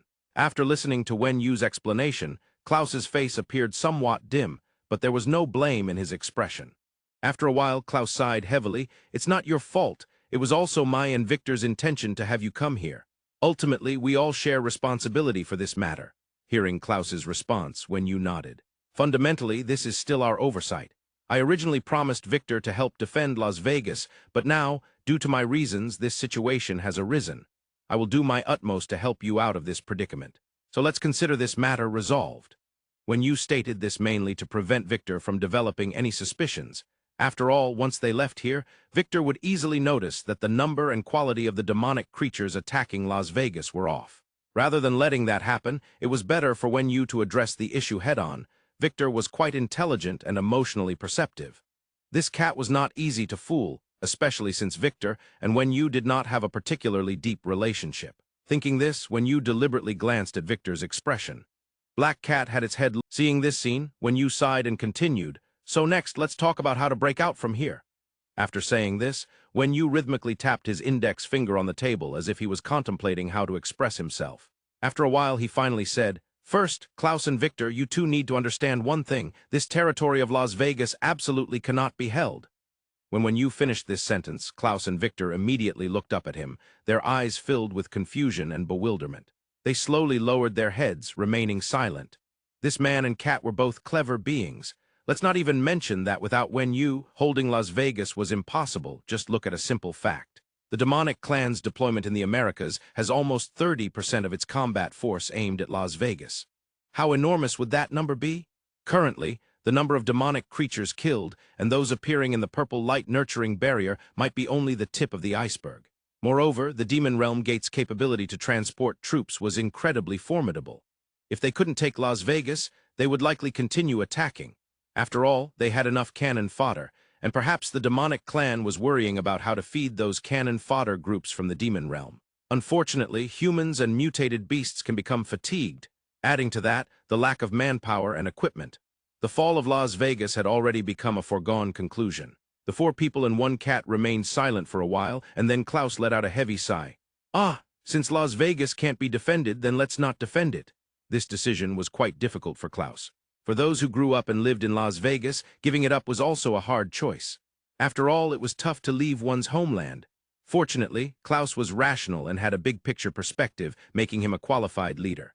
Victor then spoke up. "It doesn't matter where we are, but can we take the remaining professionals and mutated beasts out with us?" Wen Yu gently shook his head. "We can take some out. Let me first explain how to break the purple light nurturing barrier. Currently, the barrier we are in is called the purple light nurturing barrier. You should have some understanding of its effects, so I won't elaborate too much. The purple light nurturing barrier, developed by the demonic clan as a super war weapon, has a formidable defensive capability. Let me put it this way. Even if my strength were to increase tenfold, it would be impossible to forcibly break through the defenses of the purple light nurturing barrier, so a forced breakthrough is not a possibility." "But you have other methods, right?" Victor directly asked. Wen Yu shrugged. "If I didn't have a way, I wouldn't have come in here to die. The purple light nurturing barrier actually has a central control core, which is responsible for regulating the ratio of defensive energy to manufacturing energy of the entire barrier. It is also the switch for the purple light nurturing barrier, and this central control core is located within the barrier." After finishing his explanation, Wen Yu paused and looked at everyone present. "Having reached this point, you all should know what the solution to our problem is, right? As long as we break this control core, we can get out." Hearing Wen Yu make it sound so simple, Victor immediately exhaled. It seemed that the matter wasn't difficult, he thought. Then he said firmly, "Let's go smash it. This is the trouble. I don't know where this control core is." The one responsible for carrying the central control core is a special person cultivated by the demonic clan. According to my intelligence, this special individual is called Mara, an ancient demon. He is also one of the commanders of the demonic clan's advance force in the Americas, with an individual strength at the peak of level 5. Of course, that's not important. I have confidence in taking down a peak level 5 ancient demon. However, the purple light nurturing barrier itself is a rare strategic weapon of the demonic clan, so the demonic clan selects the holder of the central control core with great care. Other than that, the ability to conceal and escape is exceptional. According to the intelligence I received from the outside, Mara at least possesses invisibility, the ability to conceal his breath, and the capability to open a subspace similar to the netherworld. Under such circumstances, as long as Mara wants to hide, it's difficult for anyone to find his trace. This means that the central control core could be anywhere within the entire range of the purple light nurturing barrier, and it's highly likely to be in a certain subspace within this area. Upon hearing Wen Yu's words, disappointment instantly filled the faces of the people present. An enemy who could become invisible, conceal his presence, and hide in subspace was determined to play hide and seek with you, especially within such a vast area of the purple light nurturing barrier. This game was truly unplayable, and the odds of success for the human side were pitifully low. I formulated 2 battle plans before I came in. You can listen to them, and I'll leave the choice of which plan to use up to you. What plans? Upon hearing Klaus's inquiry, Wenyu answered directly without any hesitation. The first plan, hold fast. This plan is somewhat passive and means taking hits. Victor will use the Netherworld to transport non-combat personnel into the Netherworld, and then everything will proceed as you did previously. The difference is that this time, I will handle the high-end battlefield issues. We will wear down the demonic clan until it hurts. Of course, according to my estimates, we should have a small probability of holding out, and if everything goes smoothly, such as me not being drained of blood and the demonic clan not having a way to break the Netherworld, the casualties won't be too great. This is not an option. As soon as Wenyu finished speaking, Klaus directly interrupted him. This passive way of taking hits cannot be used at all. Today, the demonic clan brought out the purple light nurturing barrier, and tomorrow they might bring out something else. Plus, with their cannon fodder coming in waves, it's possible that in 10 days, all of Las Vegas will be filled with Arthur and Qin Tian clones. Placing hope on the opponent is absolutely not a viable strategy. After listening to Klaus's words, Wenyu nodded. In fact, with the heaven-piercing demon vine and the soul battlefield, Wenyu had the capital to confront the demonic clan head-on. However, as Klaus said, this was just an ostrich policy, relying all hope on the premise that the opponent didn't possess something. This wasn't wise, especially since Qin Tian had already been cloned. A Qin Tian clone could hide for 7 days and then unleash a 100-fold attack with a single sword strike, even when Yu was unsure if he could withstand it. In fact, the reason when Yu mentioned this plan, which wasn't really a plan, was also to accommodate Victor's thoughts. After all, the risks of the second plan were significantly high. The second plan, take the initiative. As for invisibility, concealing breath, and opening subspace, I actually have ways to deal with them. In battle mode, if I empower Victor's Netherworld, we can detect other subspaces within the coverage of the Netherworld. Additionally, with my dark abilities, I can also detect units hiding in darkness. The second method, to put it simply, is that I rely on the Netherworld and darkness to form a wide-ranging field to forcefully search for Mara's location and then take him down. Of course, you need to consider the risks involved. First, the time Victor and I spend searching is uncertain because Mara will likely be running around. Therefore, I need to minimize the search gaps as quickly as possible. For most people, they won't be able to keep up with that speed, which means you will be out of the protection of Victor and me during that time. Whether the demonic clan will launch an attack and the intensity of the attacks are completely unknown. Secondly, once I find Mara, I don't know what means Mara will use to counter my attacks. He may very well have helpers, and I cannot determine how long the battle will last. In summary, if this plan is implemented, there will definitely be a period of vulnerability, and during that time your safety, as well as the safety of all professionals and mutated beasts downstairs, will need to be resolved by you. After finishing a lengthy explanation, when you let out a long breath and picked up the cup of tea on the table, taking a sip. Then, when you reminded them heavily once again. Casualties will definitely be significant. After a moment of silence, Klaus was the first to respond. Let's go with the second option. Rather than waiting here for a slow death, it was better to gamble a bit and at least try to get out from here. Victor, on the other hand, had some objections. Can't we just maintain the status quo? Once your dark abilities are active, no demonic creatures can enter. When Yu shook his head. That's true, but they can choose to surround us from outside without entering the dark world. In fact, a minute ago, the demonic creatures outside stopped rushing into the dark world. Without the reinforcements from demonic creatures, my stamina won't hold out for long. Even if there were reinforcements, this method isn't viable. My dark world can't withstand the charge of 100 or 80 Qin Tian. The demonic clan was also intelligent. They knew that things without effect were not worth their while. But, enough, Victor. Seeing that Victor wanted to say something, Klaus actively interrupted him. Actually, there are no more options left. Rather than being cooped up here waiting to die, we might as well be a bit more proactive. The second plan can still ensure some humans and mutated beasts survive. Aside from you and Wenyu, it's likely that very few others will survive. Klaus was indeed wise. In fact, for Wenyu, these two choices didn't make much of a difference. In the first plan, Wenyu would definitely last longer than anyone else. There was no way to save people, but when the situation collapsed, Wenyu could autonomously choose to execute the second plan, provided Victor didn't act recklessly. Although the danger was a bit higher, if Klaus and Victor chose the first plan, Wenyu wouldn't mind accompanying the residents of Las Vegas on their final journey. After a moment of silence, Victor nodded with difficulty. Although it was not an easy choice, the situation was clear. There was no better option than the second plan. Wenyu quickly said, "Since you've decided, then Klaus and Victor, you two go down and organize the defense. I can maintain the Dark World for another 10 minutes. After 10 minutes, I will revoke the Dark World." Klaus and Victor nodded, rising to walk downstairs. Only Wenyu, Qin-Tian, and Arthur remained in the small conference hall. "How much chance do we have?" Seeing Klaus and Victor leave, Qin-Tian, looking pale, directly asked. Wenyu shook his head. "There's no guarantee at all. I don't know how strong Mara is. In fact, there's something I didn't mention earlier. The second plan is contingent on my ability to take down Mara. However, if Mara's strength exceeds expectations and I can't take him down, then we're dead, right?" Wenyu nodded, acknowledging Qin-Tian's deduction. "Phew," Qin-Tian let out a heavy breath, feeling the pressure of the dire situation. "You two get ready. When the plan is activated, you will definitely feel a lot of pressure. Also, make sure to keep the communicators with you. If things become unbearable, contact me and I will try my best to return." "Understood." Outside, Klaus and Victor once again set up defenses near the Red Stone Grand Hotel. Although the protection time provided by the Dark World was not very long, it was sufficient for the injured to recover and allowed the warriors to regain some stamina and relieve mental pressure. When Wenyu descended with Qin-Tian and Arthur, everything was already prepared. "Let's begin." Victor nodded to Wenyu, and upon seeing this, Wenyu directly revoked the effect of the Dark World. The Dark World near the Red Stone Grand Hotel slowly faded. Taking advantage of the fact that the Dark World had not completely dissipated, and that visibility was just recovering, as well as the demonic creatures outside not having rushed in yet, Klaus led a large number of combat-ready personnel quickly to spread out into the nearby blocks to occupy advantageous terrain.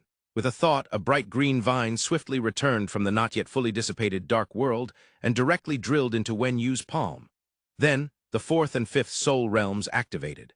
Two beams of purple light flashed, and Victor had already entered the fifth soul realm, while the Faceless appeared directly in Wenyu's palm.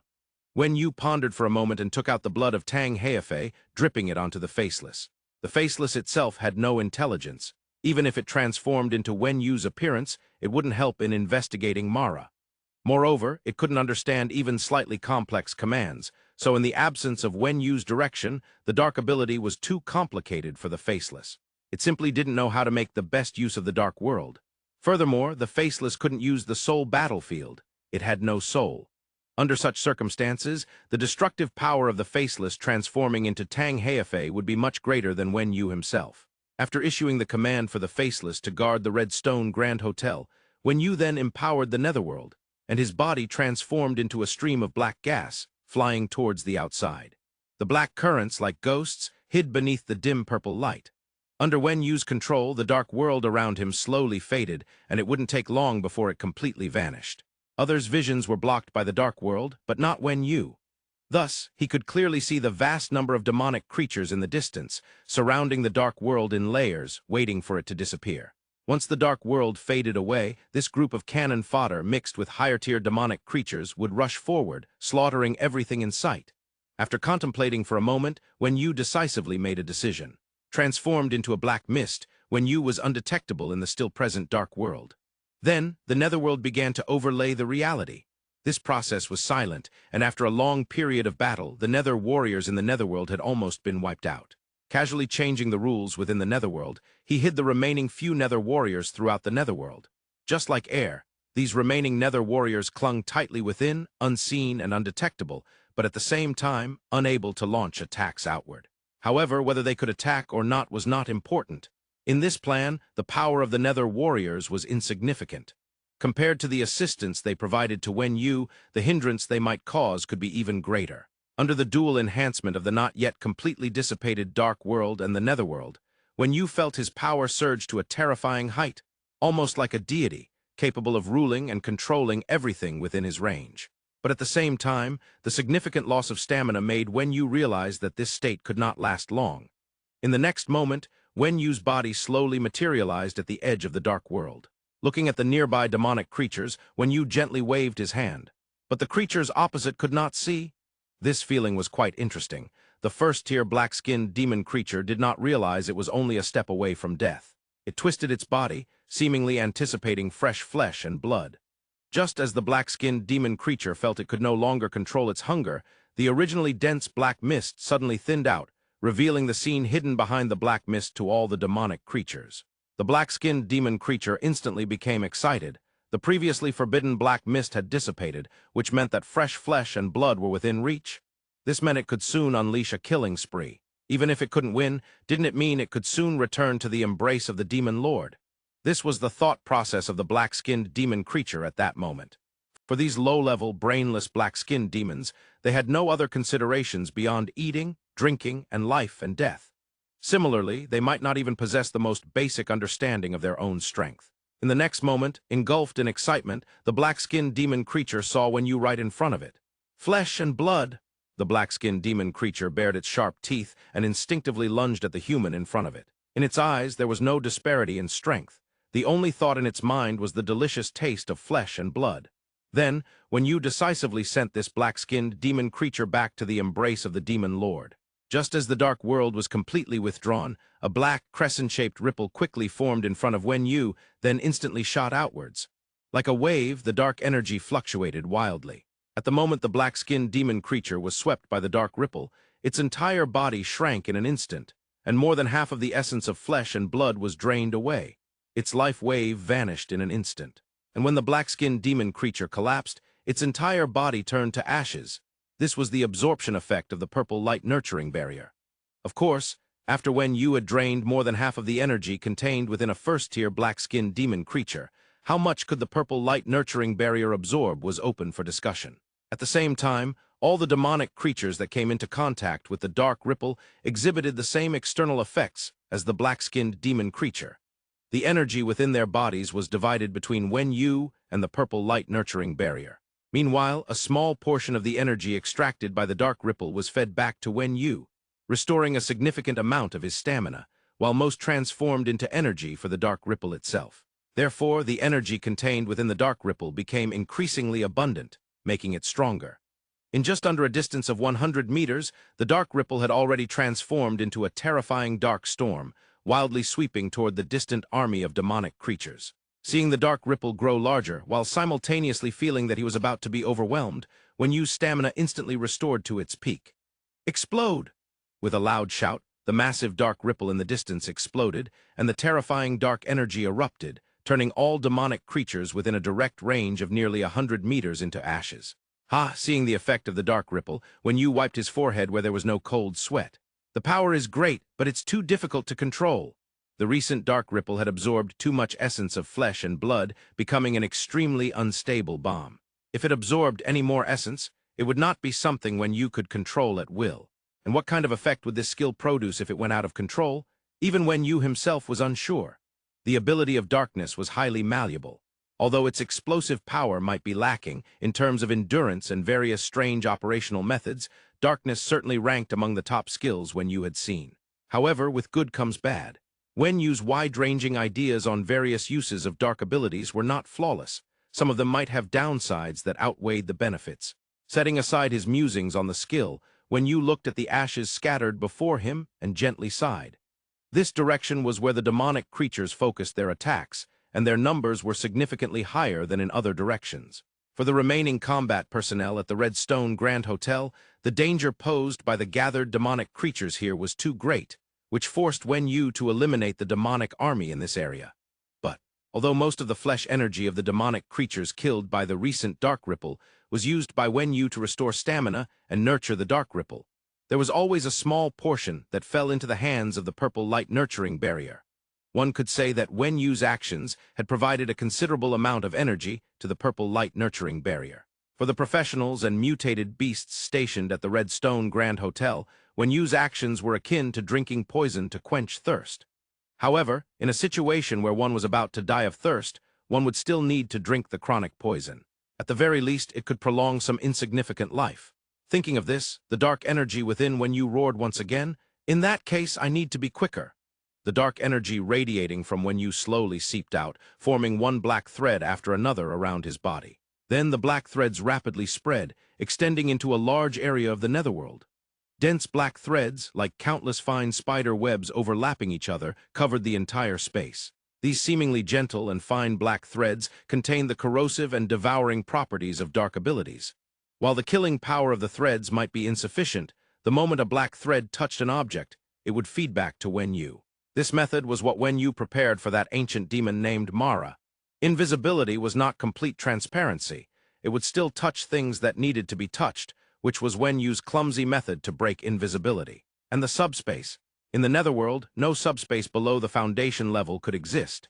In the next moment, Yu suddenly exerted force with his legs and began running frantically towards a distant, random target. Clumsy method, carpet searching began. The entire purple light nurturing barrier was semicircular, like an inverted bowl. Of course, there was a defensive barrier of the purple light nurturing barrier underground.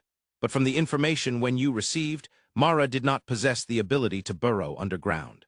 Directly running to the edge of the purple light nurturing barrier, as the netherworld collided with the purple light nurturing barrier, Yu immediately turned around, running in a circular pattern, gradually reducing the area of the encirclement.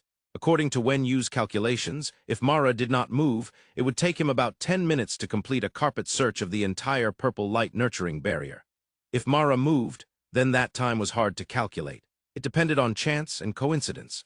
Along the way, Yu could see countless demonic creatures entering the purple light nurturing barrier from the outside, while the demonic creatures remaining within the purple light nurturing barrier launched desperate attacks against Yu. However, the killing power of the black threads was insufficient, meaning they were not effective against high-level demonic creatures.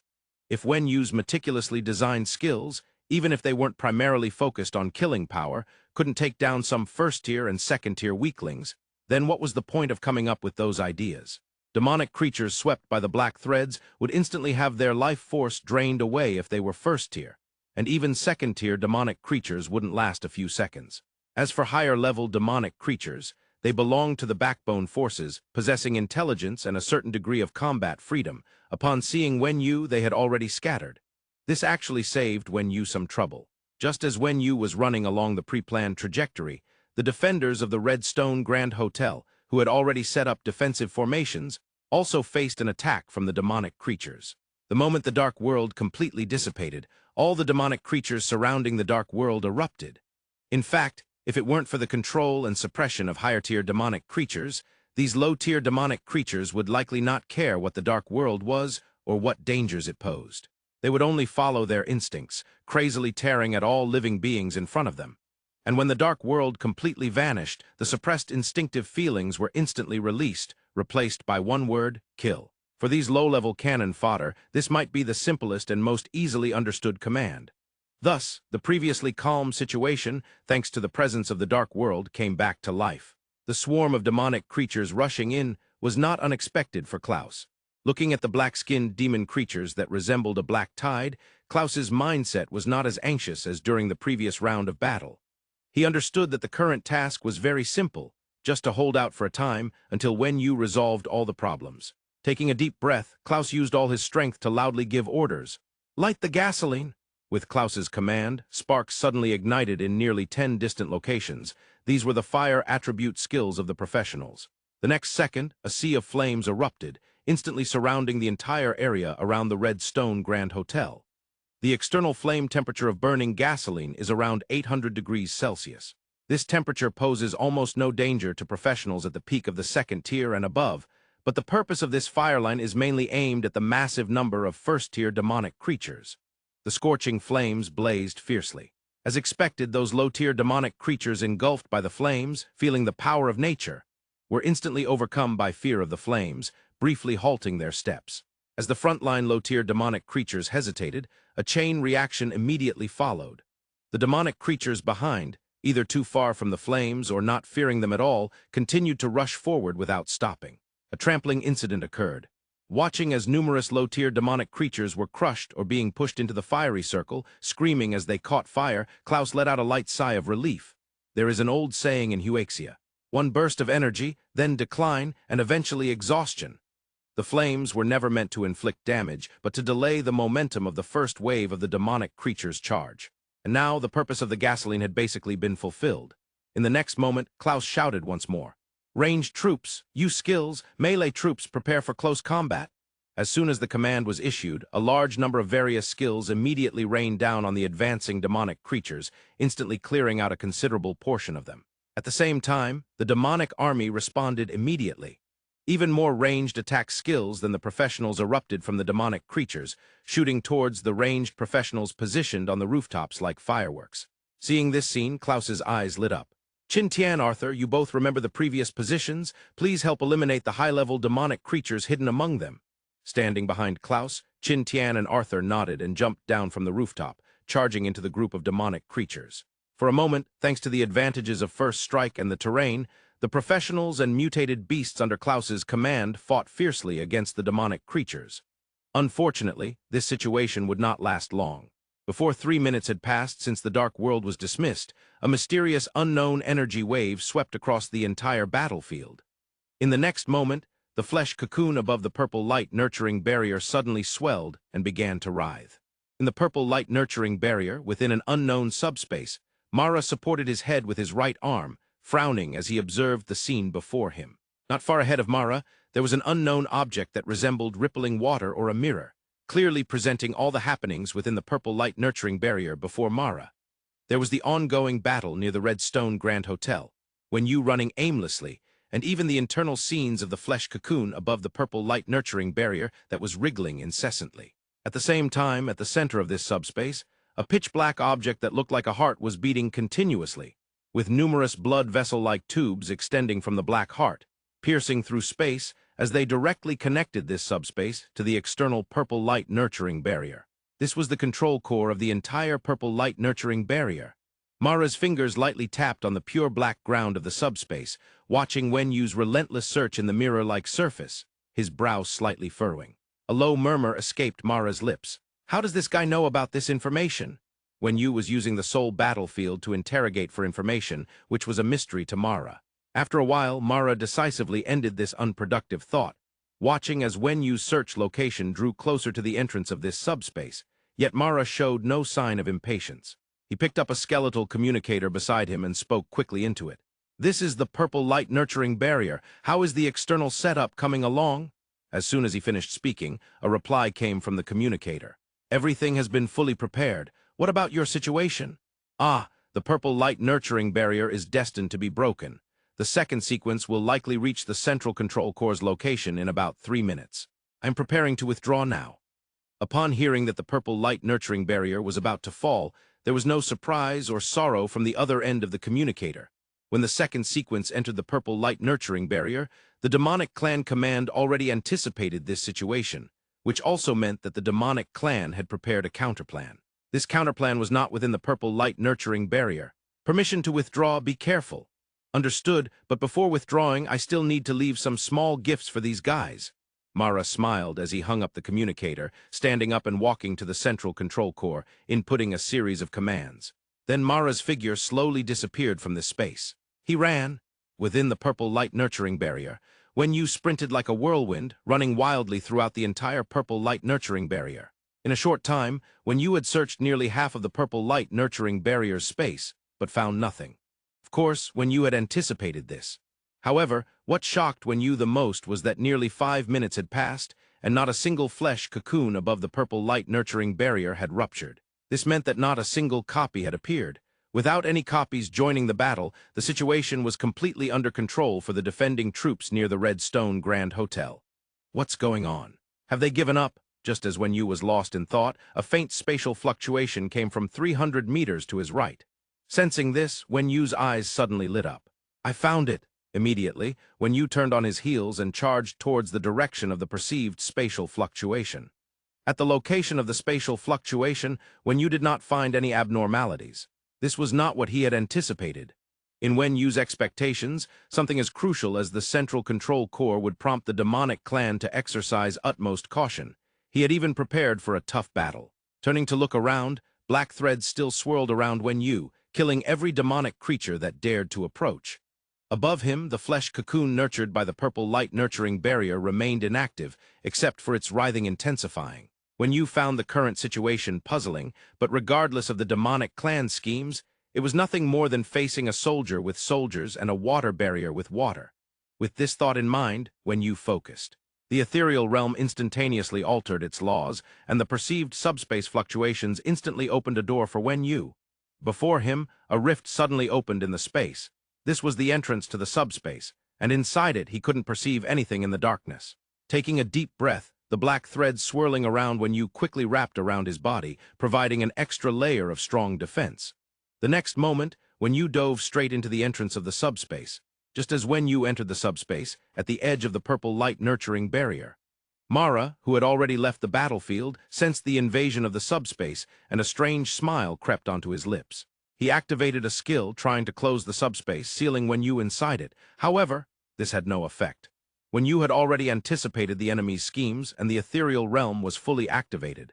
Under the overwhelming force of skills of the same foundation level, Mara had already lost control of the subspace. But it didn't matter. This was just Mara's whimsical test, and the scheme itself was not in this subspace. It was within, the inner heart of the being itself. With this thought, Mara smiled mysteriously. I wonder what choice the human race's second sequence will make. This is truly something to look forward to. Then, Mara relaxed against the barrier of the purple light nurturing barrier and gently snapped his fingers. In the next second, all the flesh cocoons hanging in midair above the purple light nurturing barrier exploded. A total of 58 humanoid or oddly shaped copies, crashing down to the ground, then getting up and charging towards the direction of the Red Stone Grand Hotel. As if piercing through a layer of water film, Wen Yu squeezed into the dark crack of the subspace. A quiet atmosphere surrounded Wen Yu. The existence of the subspace blocked all connections to the outside world, sound, influence, even communication. Glancing around the entire subspace, the light was very dim, with only 2 areas emitting weak glows. Fortunately, with the help of the 2 light sources, Wen Yu's vision, as a peak-level super 5-job professional, was sufficient to see everything within the subspace clearly. The anticipated ambush and battle did not occur. The entire subspace was small. Aside from the 2 light sources, there was nothing else. Wen Yu directed his gaze towards the 2 glowing objects. One was an irregular mirror-like surface that rippled continuously, allowing Wen Yu to see the scenes inside it from his angle. That was the battle situation at the Red Stone Grand Hotel. The offensive and defensive battle continued, but there was nothing particularly noteworthy. Under the leadership of Qin Tian, Arthur, and the Faceless with their super combat power, the defenses could be said to be quite secure, with minimal casualties. Moreover, the flesh cocoons in the sky continued to wriggle incessantly, yet there were no signs of any completion in the nurturing process. Upon seeing this scene, Wen Yu's brow immediately furrowed. Could it be that Mara ran away? And what are these demonic spawns thinking? Why haven't they activated those copies yet? The situation here deviated from his expectations.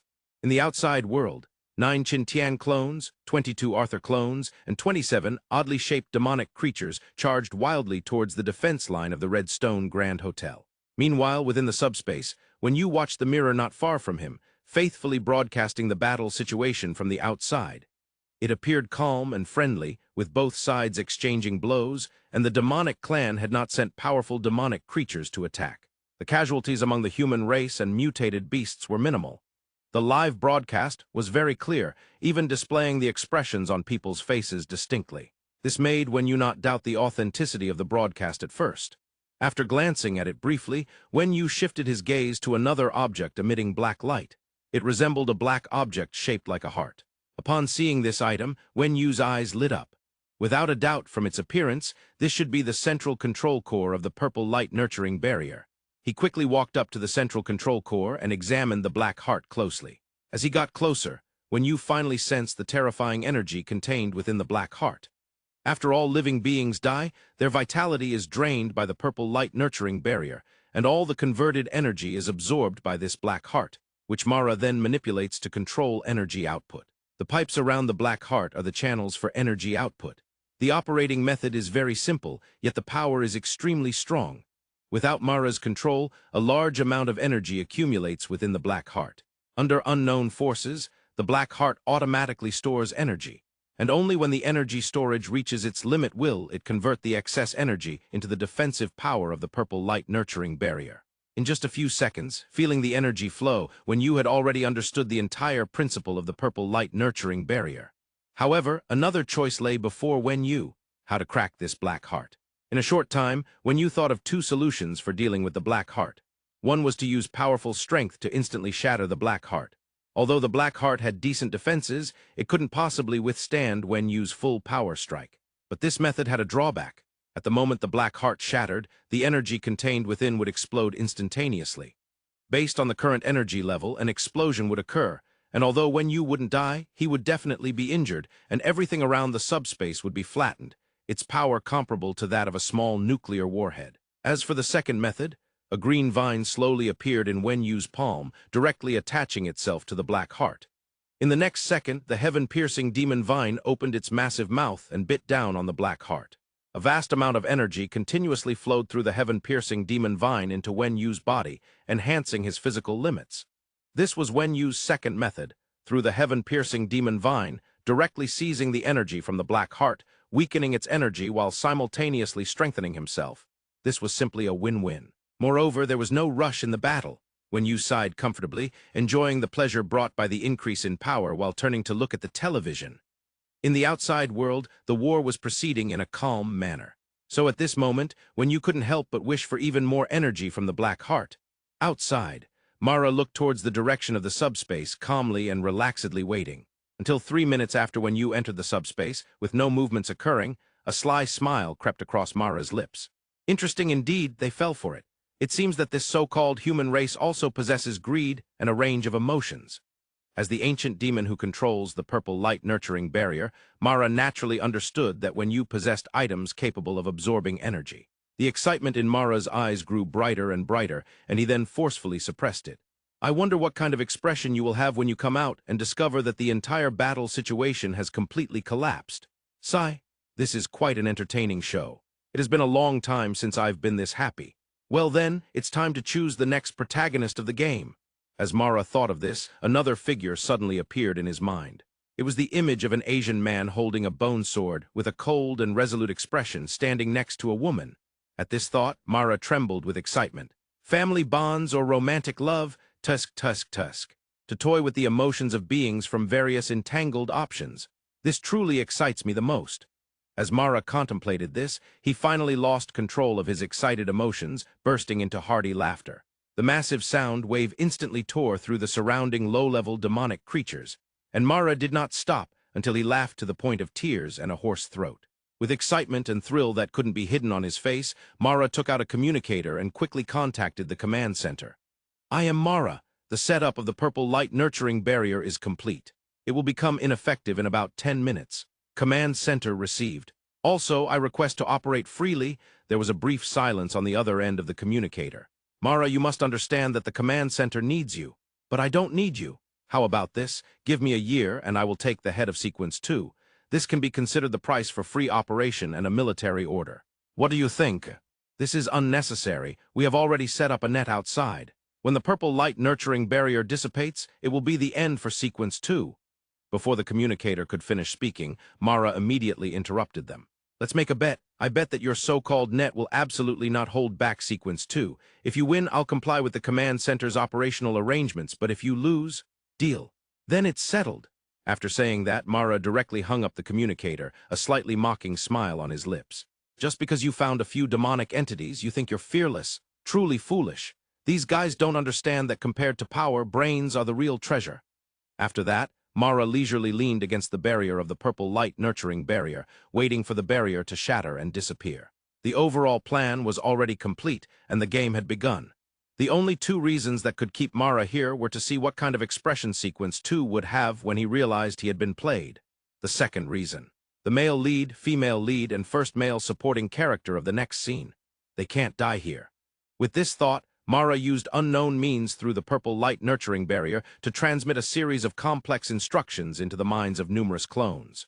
Just as Wen Yu entered the subspace outside, dozens of continuous sounds of falling to the ground erupted.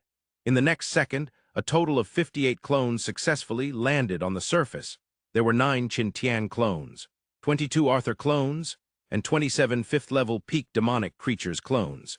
Without a doubt, this level of power was a complete disaster and catastrophe for the guards of the Redstone Grand Hotel. The 58 clones had already completed their gestation before Wen Yu entered the subspace. They just needed to break free from their cocoons, and this step was incredibly simple for the ancient demon Mara. The 58 well-developed clones first swayed their bodies gently in place to adapt to their newfound strength.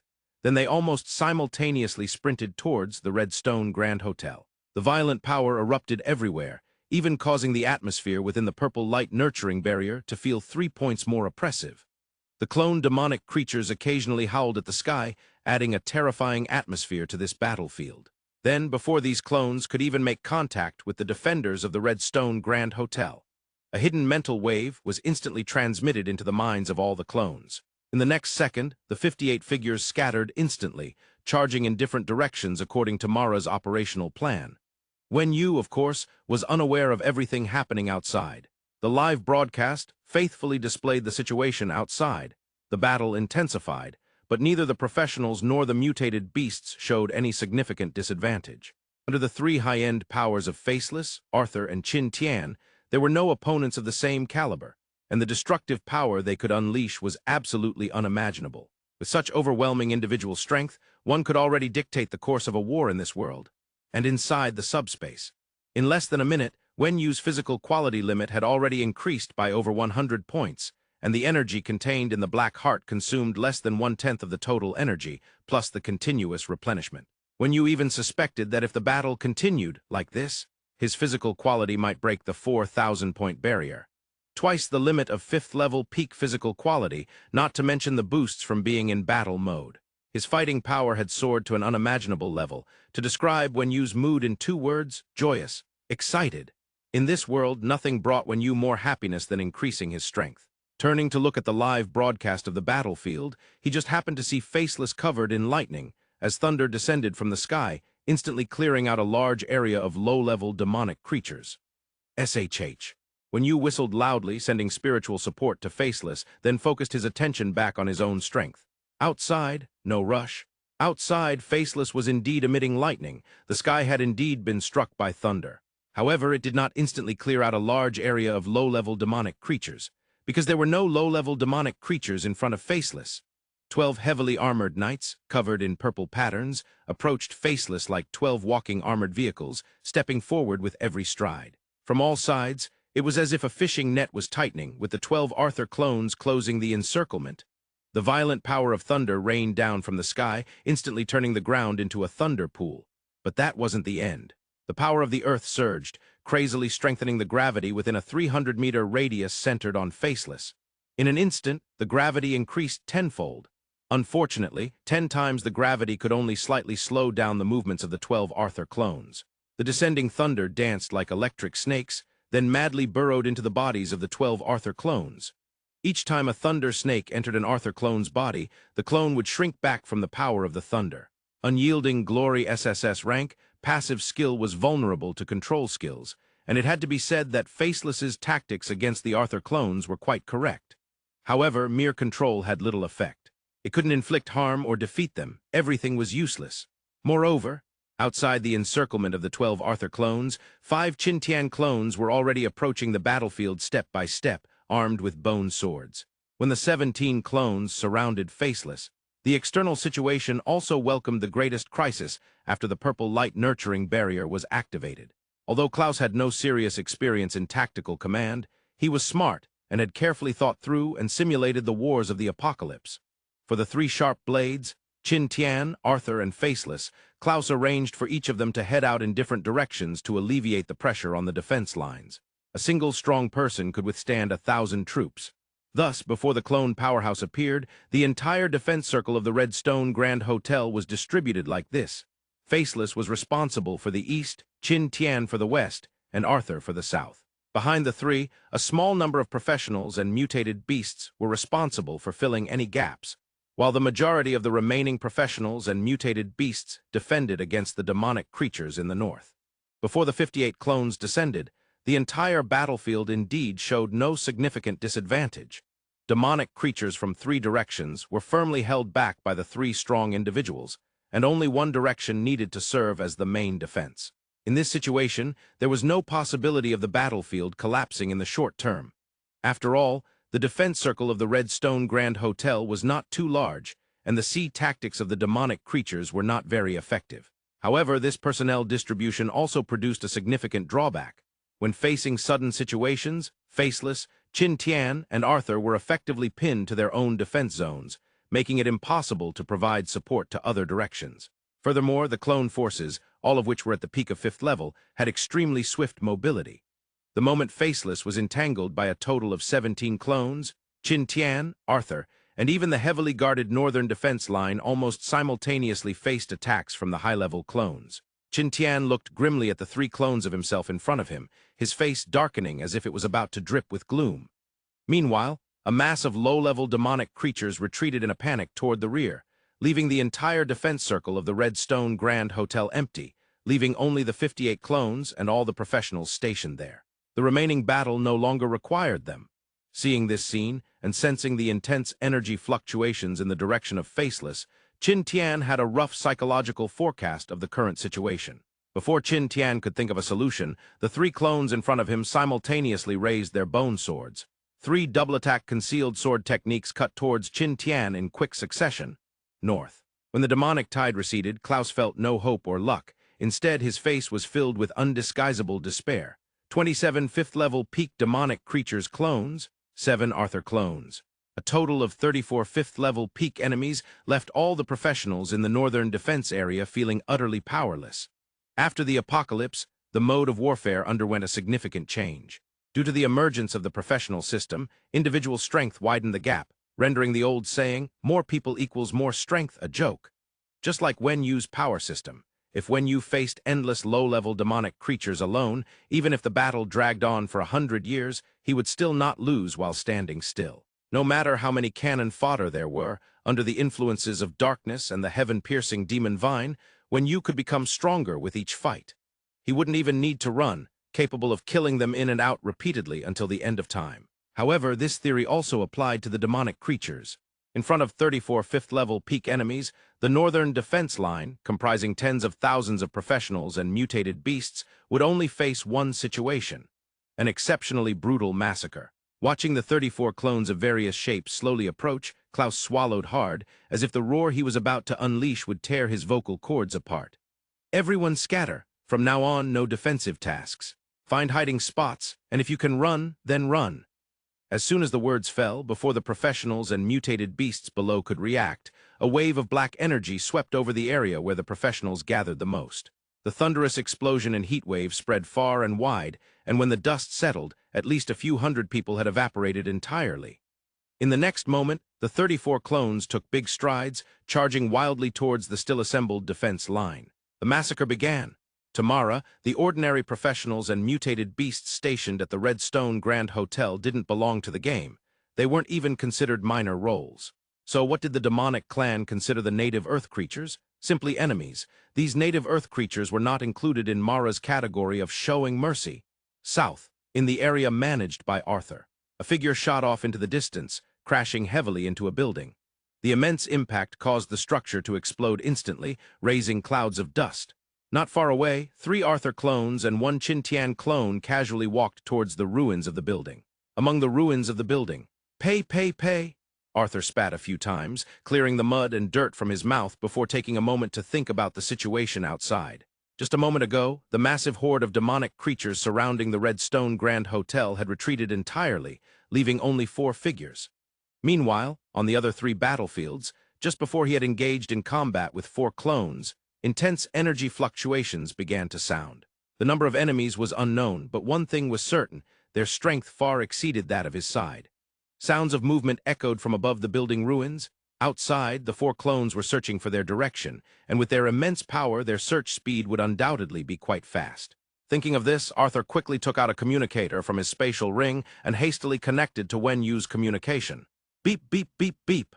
The busy signal continued incessantly, but Wen Yu didn't answer the call. Arthur sighed deeply, adjusted his posture slightly, and then powered his legs, launching himself upwards like a cannonball. For Arthur, 4 clones represented an impossible problem to solve, but for these 4 guys, taking him down would likely be quite difficult. Points of purple light fell from above, and with just one leap, Arthur shattered the stone slab above him and shot directly to the surface. The loud noise startled the 4 clones who were searching and dispersing, and as they saw a figure leap high into the air, the 3 Arthur clones quickly reacted. The 3 figures, tinged with purple, leaped almost simultaneously, and the 4 figures in midair began a fierce clash. Sword lights raged, and the sounds of metal clashing went unheard. However, the behavior of the remaining Qin Tian clone seemed a bit strange. The Qin Tian clone, observing the four descending figures, looked around and briefly paused his gaze on the distant red stone Grand Hotel, and in the next second, the Qin Tian clone immediately adjusted its position. As the four Arthur clones descended from the sky, the Qin Tian clone, ready for battle, slowly extended the bone sword in its hand, completely ignoring the three teammates in the battle. The massive sword light swept directly towards the four Arthur clones. An arc-shaped sword energy cut through the space, striking the back of an Arthur clone that was facing away from Qin Tian. Seeing this scene, Arthur's eyes narrowed. Internal strife, or this thought had barely crossed Arthur's mind when a tremendous force suddenly propelled the four Arthur clones far away. The damage wasn't great. Even for the Arthur clone hit from the front, the damage was not too severe. Qin Tian directly pushed off the two clones, pressing him down, and rolled to his feet.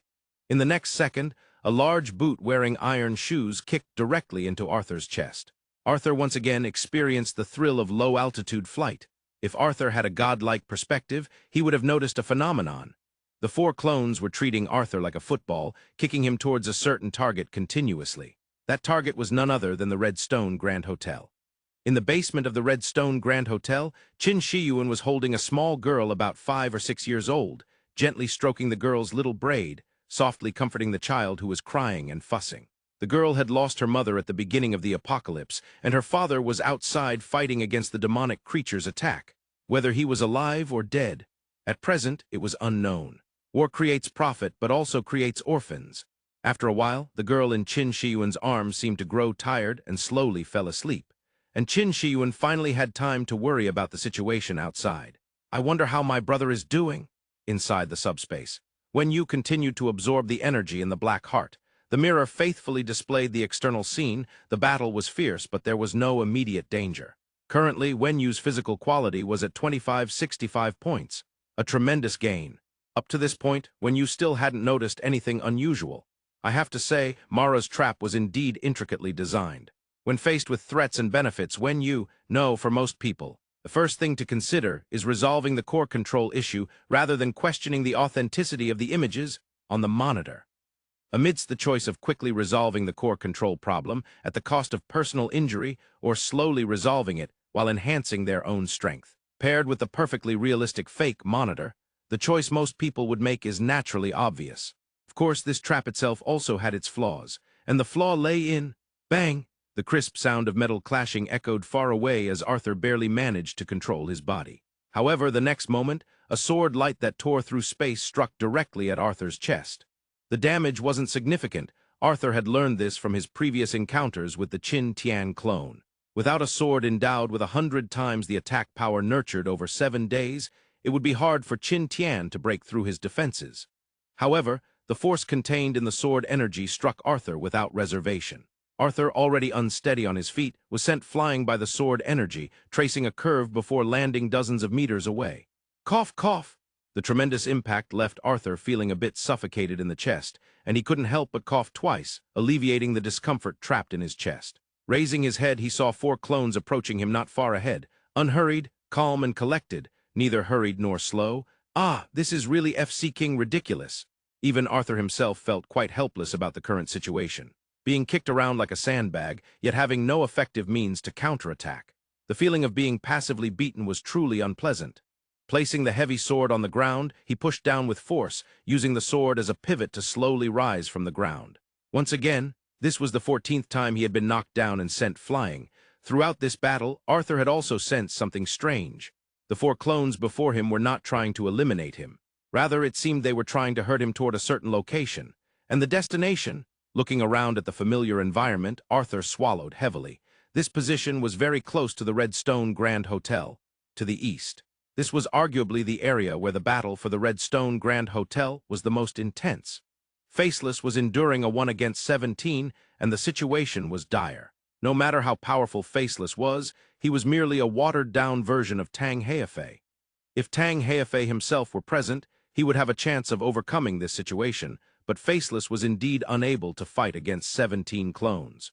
The raging lightning could not conceal Faceless's decline. Although under the dual control of Thunder and Earth, the 12 Arthur clones were indeed unable to attack. Aside from being somewhat sturdier, they couldn't inflict any significant damage on Faceless. However, the attack points of these clones lay with the 5 Qin-Tian clones. 100 meters away, the 5 Qin-Tian clones swiftly drew their swords. The pale bone swords sliced through space, appearing around Faceless's body, leaving behind gory wounds. Under the effects of the true god dominance body, although the wounds healed quickly, they certainly couldn't keep up with the damage being dealt by Qin-Tian. If Arthur was the strongest shield, then Qin-Tian could be considered the sharpest sword.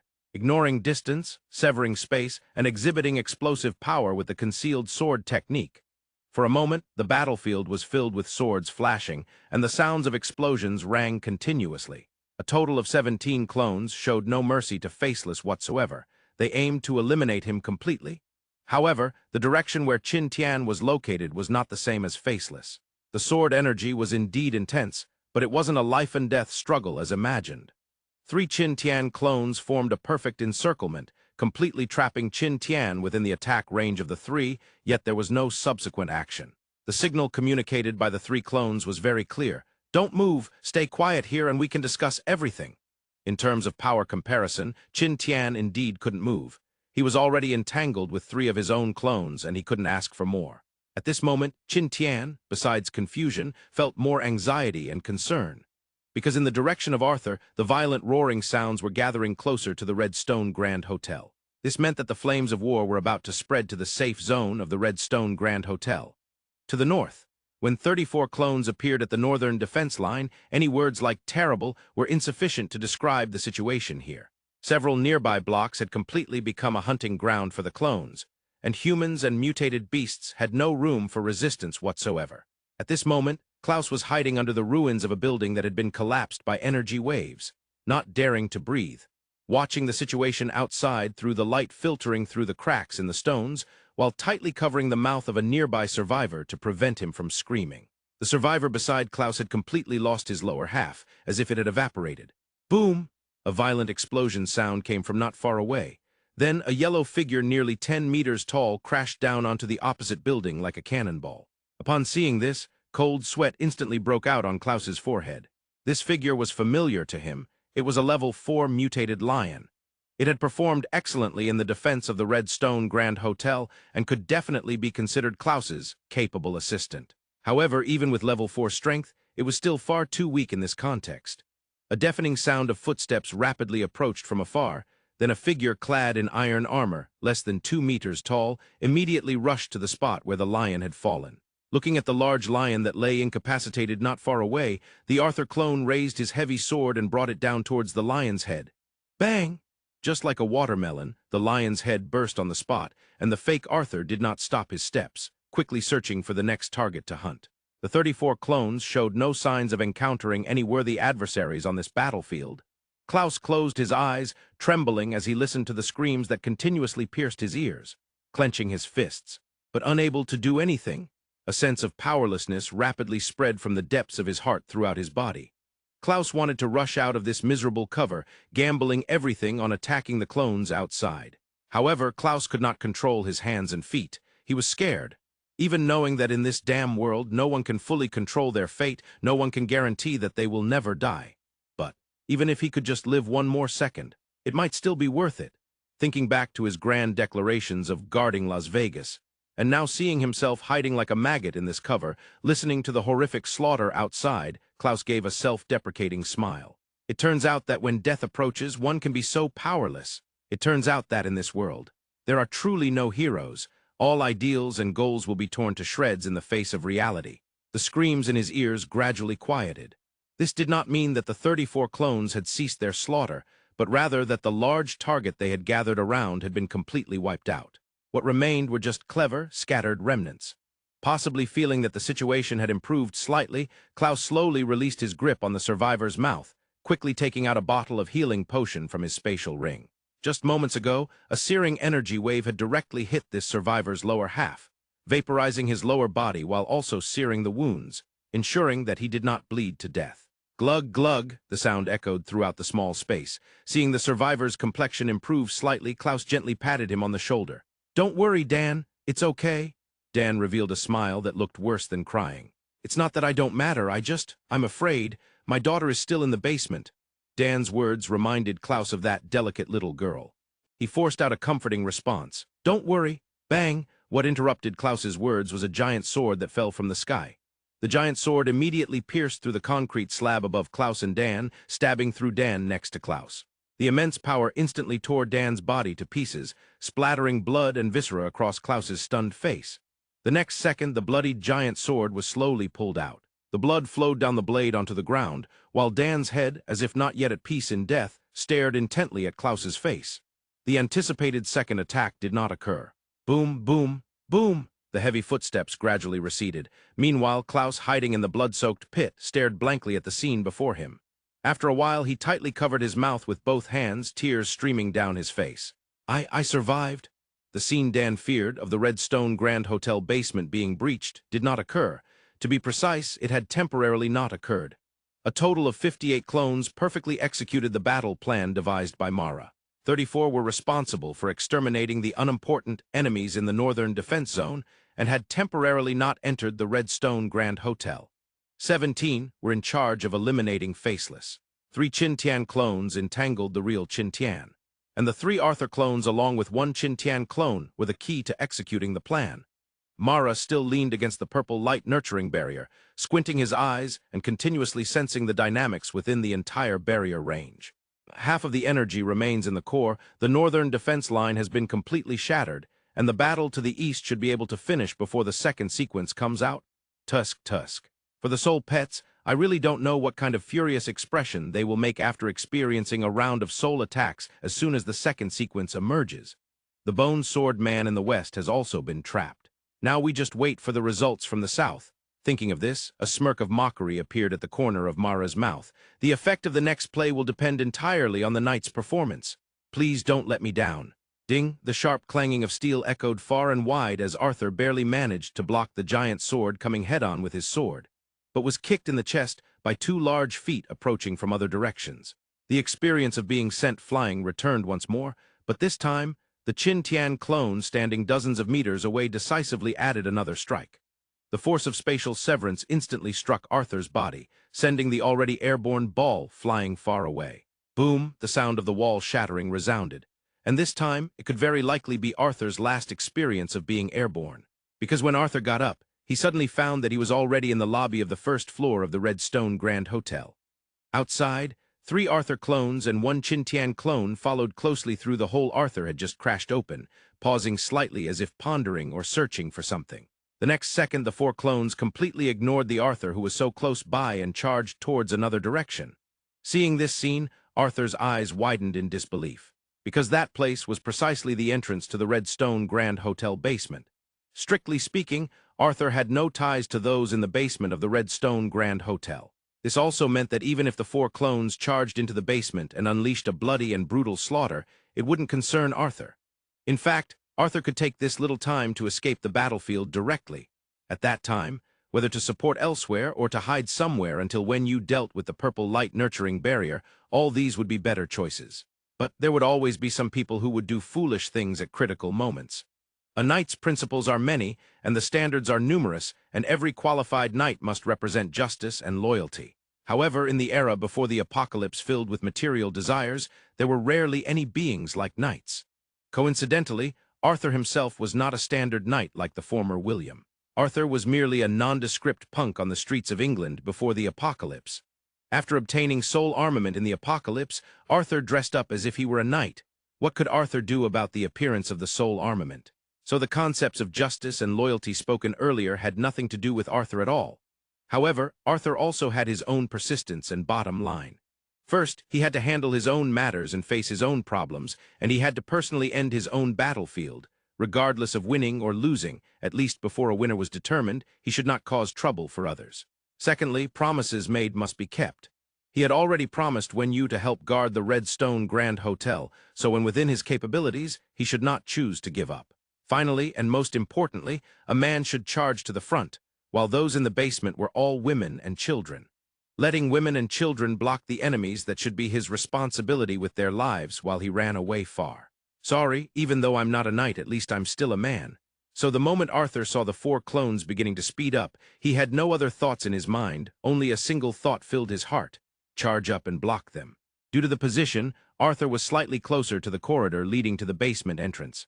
Therefore, even though the 4 clones had set off first, Arthur still successfully blocked their actions. Like a cannonball, Arthur used all his strength to crash directly into the leading Arthur clone, sending that clone flying out of the Redstone Grand Hotel with immense force. The violent impact shook the entire Redstone Grand Hotel, and it was predictable that after this battle, the hotel would definitely not hold up. However, what would happen to the Redstone Grand Hotel was no longer on anyone's mind. As soon as the clone Arthur was knocked away, 2 heavy swords almost simultaneously fell onto Arthur's head.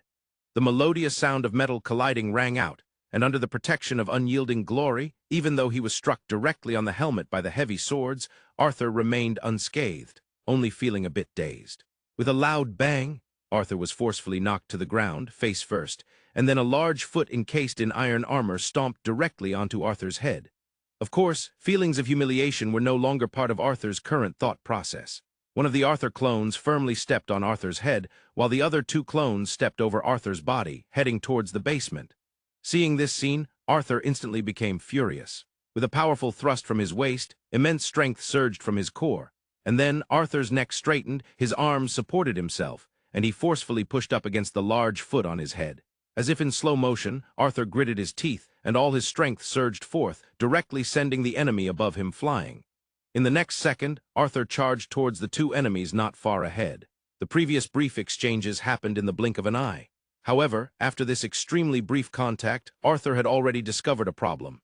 The enemy's target was not him, rather it was the non-combat personnel in the basement.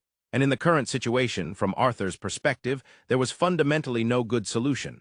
Because of the simplest reason, the strength of both sides was not proportional. Before Arthur could reach the clone in front, a figure tinged with purple broke through the wall from outside, crashing in like a tank without reason. Then the unfortunate Arthur was once again sent flying far away. And now, there was only one line of defense left in front of the clones. If the low-level professionals responsible for guarding the basement could be considered a defense, a heavy, a subtle, 2 sets of footsteps slowly approached the entrance of the basement. Meanwhile, the remaining 2 Arthur clones had clung to Arthur's main body like adhesive, akin to street thugs using all means to grab and tear. But there was no doubt that this method was indeed effective. One of the Arthur clones wrapped its arms tightly around Arthur's neck, with its legs wrapped around his body, while the other firmly held down Arthur's feet. With 2 enemies with identical physical abilities and skills using sleeping techniques on him, this method of control was even more effective than tying him up with ropes. Then Arthur, a level 5 professional, could clearly hear the 2 sets of footsteps growing fainter, heading further down. Creak! The sound of the door hinge rubbing against each other. They pushed open the basement door. Creak! The large iron door to the basement was slowly pushed open. The 2 professionals guarding the entrance also stood up from the door. Each carried a steel knife. Their faces were full of tension, and their bodies trembled slightly. The slight yellowing fuzz by their lips exposed the ages of the 2 professionals guarding the basement. They were minors. To be precise, one was 14 and the other was 15. In a situation where manpower was scarce, Las Vegas had categorized boys aged 13 and older as combat personnel. Of course, they hadn't assigned any arduous combat tasks to these 2 children. Being early-level minors guarding the basement was undoubtedly a decent job. The intense shaking and fighting sounds coming from above had undoubtedly informed everyone. The flames of war had spread to the Redstone Grand Hotel. So then, were the newcomers friend or foe? This would determine the fate of everyone in the basement. The 2 sets of uneven footsteps drew nearer, until 2 figures stepped out from behind the door. Seeing the 2 familiar figures before them, the 2 half-grown kids responsible for guarding the basement breathed a sigh of relief. Arthur and Qin Tian, as the top combat power of the Redstone Grand Hotel, were known to everyone. Only the strange purple patterns on their faces seemed unusual, perhaps some sort of skill, the 2 thought. To avoid causing panic, Klaus had not explicitly mentioned the enemy's strength and methods to these non-combat personnel, naturally including the 2 half-grown kids. Thus, the people in the basement were unaware that the enemies had the ability to perfectly clone themselves, and they certainly did not know that the 2 clones before them belonged to the enemy. "Brother!" A joyful call came from nearby. The Qin Tian clone turned its head mechanically and immediately saw a beautiful figure, as if a swallow returning home, rushing into its embrace. In the next second, a flurry of chattering sounds rang out. "Brother, did the fight outside end? Did we win?" If it weren't for the urgency of the battle outside, Qin Tian and Arthur wouldn't have both come to the basement at the same time, and certainly not at such a slow pace. This was Qin Shiyuan's thought. Looking at the beautiful face filled with joy before him, the purple patterns on the clone of Qin Tian deepened even more. The gaze swept over Qin Shiyuan from head to toe, making her feel uneasy. "What's wrong, brother?" Qin Shiyuan felt uncomfortable under the gaze of the clone of Qin Tian. Because this brother looking at her did not have the usual care and affection, but instead was filled with cold brutality. It was as if she was at the market before the apocalypse, looking at the live fish with that kind of gaze, and the purple marks on brother's face. Qin Shiyuan was a smart person. With just a few simple details, she had already noticed something off. Gently loosening her arms around brother, Qin Shiyuan wore an extremely forced smile, slowly stepping back while softly saying, "Brother, did the fight outside really end? Can we go out?" But the two clones stood motionless as if they were receiving some kind of command. This made Qin Shiyuan panic, because Qin Shiyuan understood that no matter what the two in front of her were, they certainly were not her brother. The entire basement had originally been used as a storage warehouse, with only one door located behind the two clones. Placing the safe house here did not mean it was truly fortified, with many escape routes. Rather, it was because this was the farthest location from the battlefield. For non-combat personnel, if the front line were to collapse, what awaited them would only be death. Without strength, they wouldn't even be able to run away. Cold sweat began to drip down. Qin Shiyuan indeed had a fear of blood, but having a fear of blood didn't mean she was utterly useless. Normally, her mind was quite sharp. But in the current situation, before Qin Shiyuan could think of a solution, a small figure in a tattered white dress had already leaped onto her thigh. It was the little girl who had lost her mother, and whose father was still being slaughtered on the front lines. "Sister, can we go out now? Can we see Dad?" Gulp. Looking at the innocent eyes of the little one at her feet, Qin Shiyuan didn't know how to respond. However, in the next moment, there was no need for Qin Shiyuan to think of a solution. The two clones made their move. "Target confirmed. Eliminate everyone except the target." A cold mental wave transmitted from an unknown location far away into the minds of the two clones. In the next second, the clone of Qin Tian's right hand slightly trembled. Two geysers of blood erupted one after the other, and in an instant, the two half-grown kids responsible for guarding the door had lost their heads. Meanwhile, the nearby Arthur clone raised its heavy sword, and a massive sword light struck out towards the crowd gathering in the distance. Sonic sword technique shock. Although this skill lacked lethality, it depended on the opponent's strength. To a level 1 professional or even an ordinary person, sonic sword technique shock was no different from a 100-fold attack of concealed sword technique. Blood and flesh instantly filled the entire basement, the stench of blood rushing into Qin Shiyuan's nostrils, making her want to vomit. However, contrary to Qin Shiyuan's own expectations, this time she did not faint. Instead, she turned around and picked up the little Nicole from the ground, the little girl destined to become an orphan. Then, Qin Shiyuan wanted to run. Though she didn't know where to run to, her instinct for survival told her she needed to get away from this hell. Unfortunately, she couldn't control her legs. To be precise, it wasn't just her legs. It felt as if her entire body had been drained of strength, leaving her with no energy at all. Qin Shiyuan could only squat on the ground, tightly hugging Nicole, pressing the little girl's face against her chest, trying to use this method to keep the little girl as far away from the cruelty of this world as possible. Fainting at the sight of blood was not something Qin Shiyuan could just overcome. Even if she wasn't fainting, her current state wasn't much different. The sounds of screams and flesh tearing were incessant. Tears instantly flowed from Qin Shiyuan's eyes, and she bit her lip tightly, her trembling hands struggling to cover Nicole's ears, trying to shield the girl from those cold sounds. Although her 2 fingers were not enough to completely shield Nicole from the disturbances, this was all that Qin Shiyuan could do at the moment. The basement of the Red Stone Grand Hotel wasn't large, just a warehouse. However, even with Klaus trying his best to lower the combat personnel standards, a significant number of non-combatants were still filtered out. Thousands of people were crammed into the basement. Ignoring the hygiene conditions, the sheer density of people made it convenient for the 2 clones to carry out their slaughter. With a simple sonic sword technique shock, dozens or even hundreds of people could be killed instantly. Not to mention the Qin Tian clone, whose attacks completely ignored distance. With just a simple wave of his hand, he would take away 1 or many lives with each motion. In this horrifying slaughterhouse, a woman in her 20s held a 5- or 6-year-old girl. One was squatting, and the other was standing. One was crying loudly, while the other silently shed tears. Both had their eyes tightly closed. Both were trembling all over. These 2 became the only targets in this slaughterhouse that weren't subjected to indiscriminate attacks. Of course, considering Qin Shiyuan and Nicole's current mindset, they couldn't perceive these strange circumstances at all. They were merely passively waiting for death. It felt as if a moment lasted an eternity, and soon the screams in the warehouse began to die down. The slaughter lasted less than 3 minutes, then everything calmed down. A pair of footsteps appeared calmly behind Qin Shiyuan. Clap, clap, clap. The sound of rubber-soled shoes striking the ground gradually became audible. The sound moved from afar and slowly approached behind Qin Shiyuan, eyes faintly glowing with purple light fixed on the 2 women below who were continuously crying. The clone of Qin Tian seemed to enter a programmed mindset, rapidly calculating. Do not kill the target, eliminate all other humans, and now the target was protecting a kill target. Thinking of this, the clone of Qin Tian's thoughts became clearer. A bone sword in his hand slowly elongated, and then the clone of Qin Tian gradually raised the weapon, aiming for Qin Shiyuan's shoulder. The target could not be killed, but it could still be harmed. If the bone sword pierced through the target's shoulder, it would directly stab into the heart of the killed target. Thus, all mission objectives could be achieved. It must be said that although these clones seemed as stiff as wood, their logical thinking was still quite clear.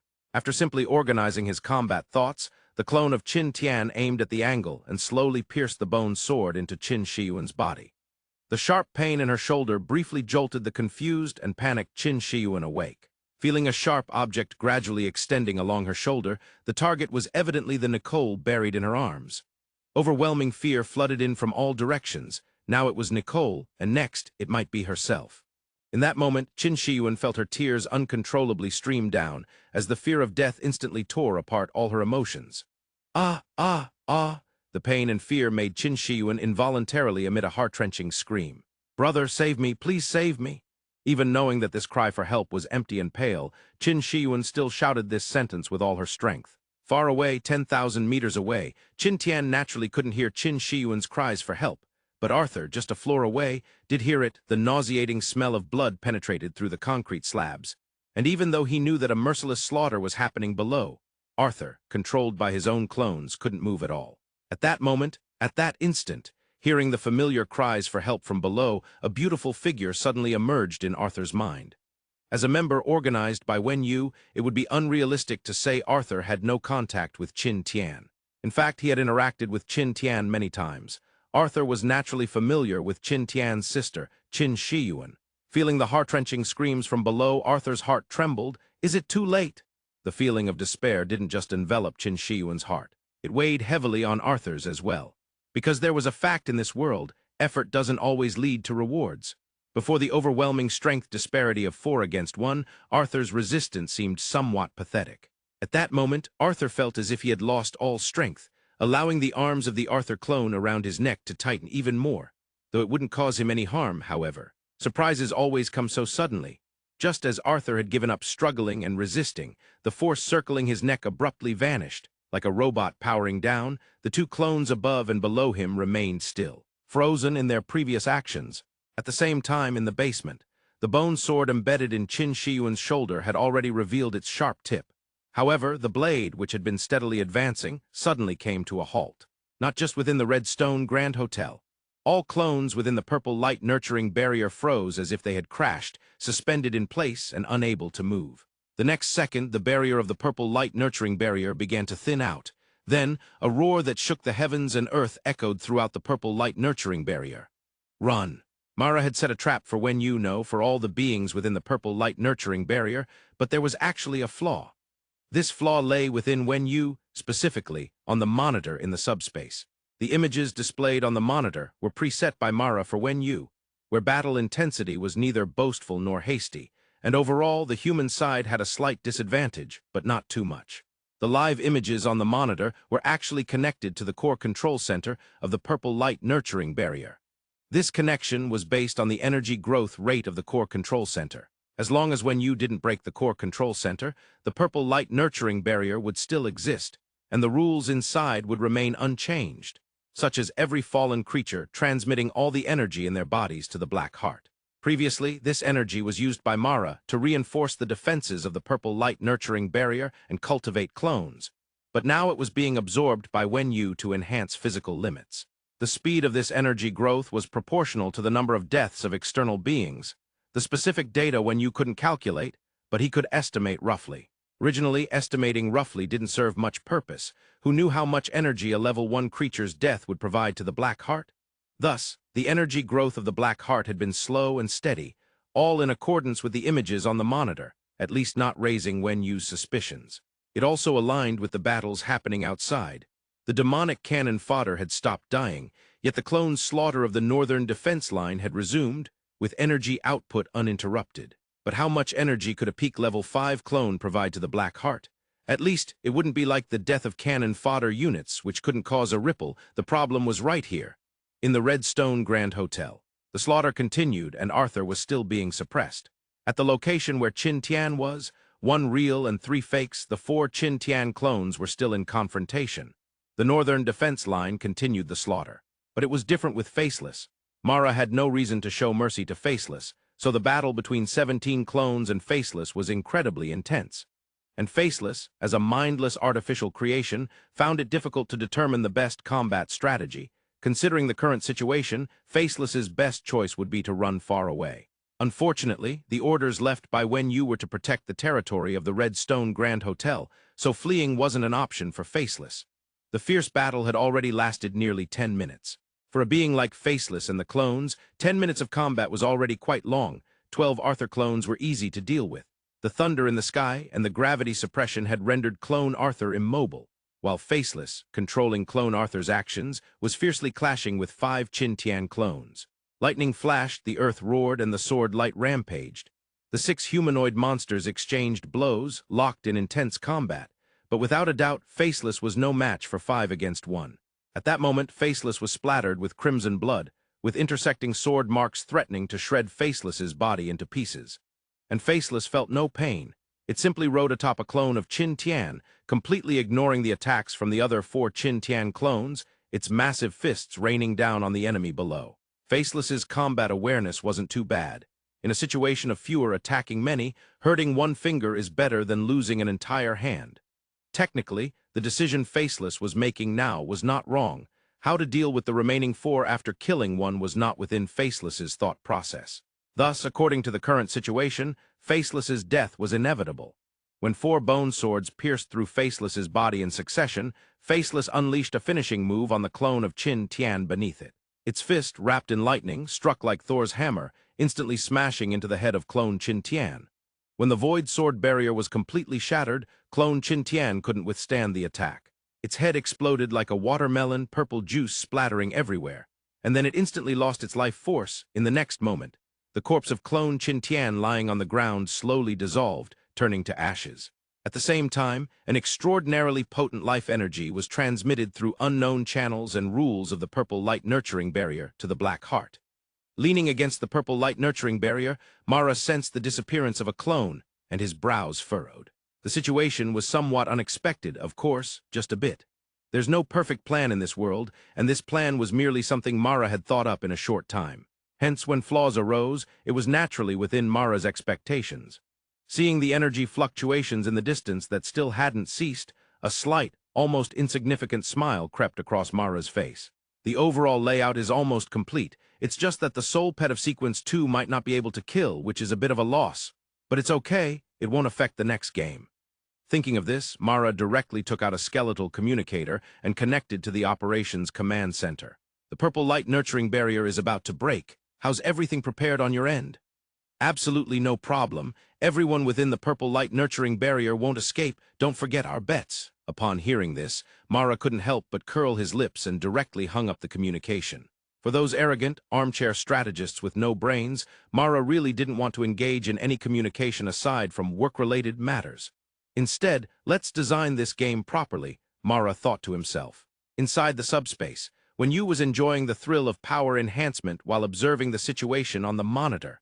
Fortunately, the images in the monitor were very calm. Yu's current physical quality, 3145 points, had already exceeded the upper limit of a level 5 professional by over 1,000 points. It must be said that under the condition of having a level restraint, items and skills capable of enhancing physical quality limits were exceptionally precious. Just then, a tremendous force transmitted from the outside into the Black Heart, instantly replenishing the nearly depleted energy of the Black Heart. This was initially a good thing. A surplus of energy meant an increase in physical quality limits. But when Yu turned his head to glance at the monitor next to him, a flash of confusion passing by his eyes, and then it was immediately replaced by realization. When Yu wasn't clever, but he wasn't foolish either. The sudden surge of energy didn't come without reason. Under normal circumstances, the death of cannon fodder couldn't instantly replenish such a massive amount of energy to the Black Heart. P.S. Don't find it cruel. Those who can withstand the battlefield of the two realms should have a certain understanding of this book's style. In fact, I have always referred to the tumult as the true apocalypse. The third volume was written below my standard, while the second volume, The Path of Survival and the Battlefield of the Two Realms, is what I personally consider the best plot. I can only say this. I won't torture the main character, but I will torture the supporting characters. I'm truly skillful at that. The tone of this volume won't be too torturous, but I must admit that the overall tone of the entire book is really dark, sorrowful, and cruel. Also, some emotional scenes need to be written.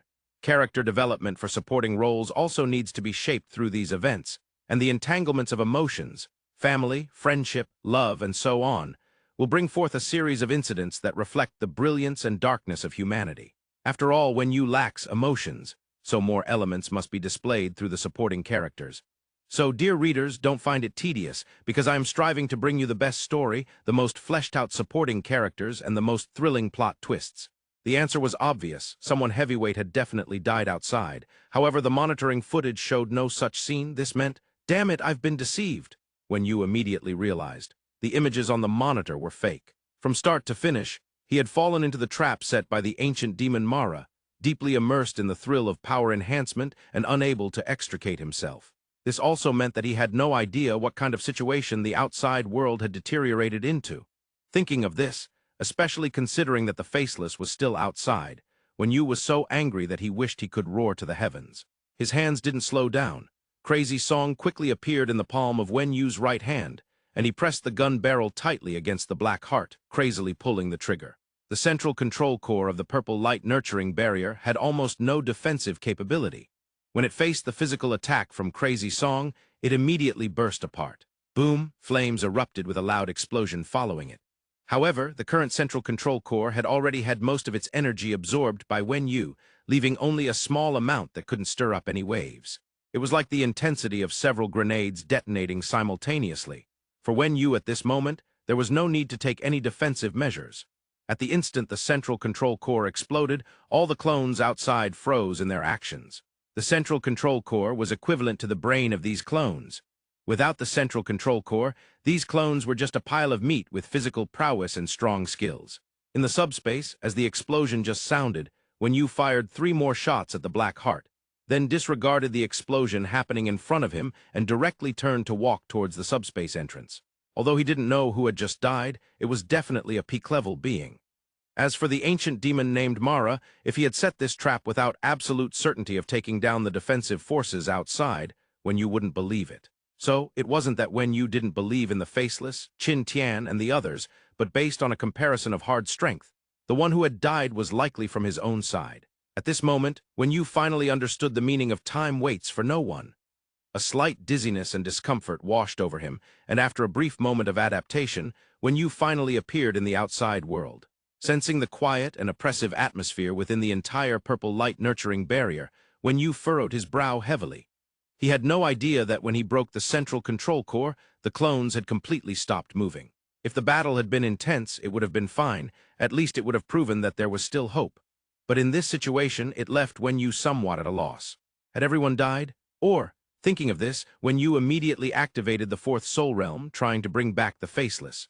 No matter what, the Faceless absolutely must not be lost, especially since the perfect clone had already advanced to the foundation level.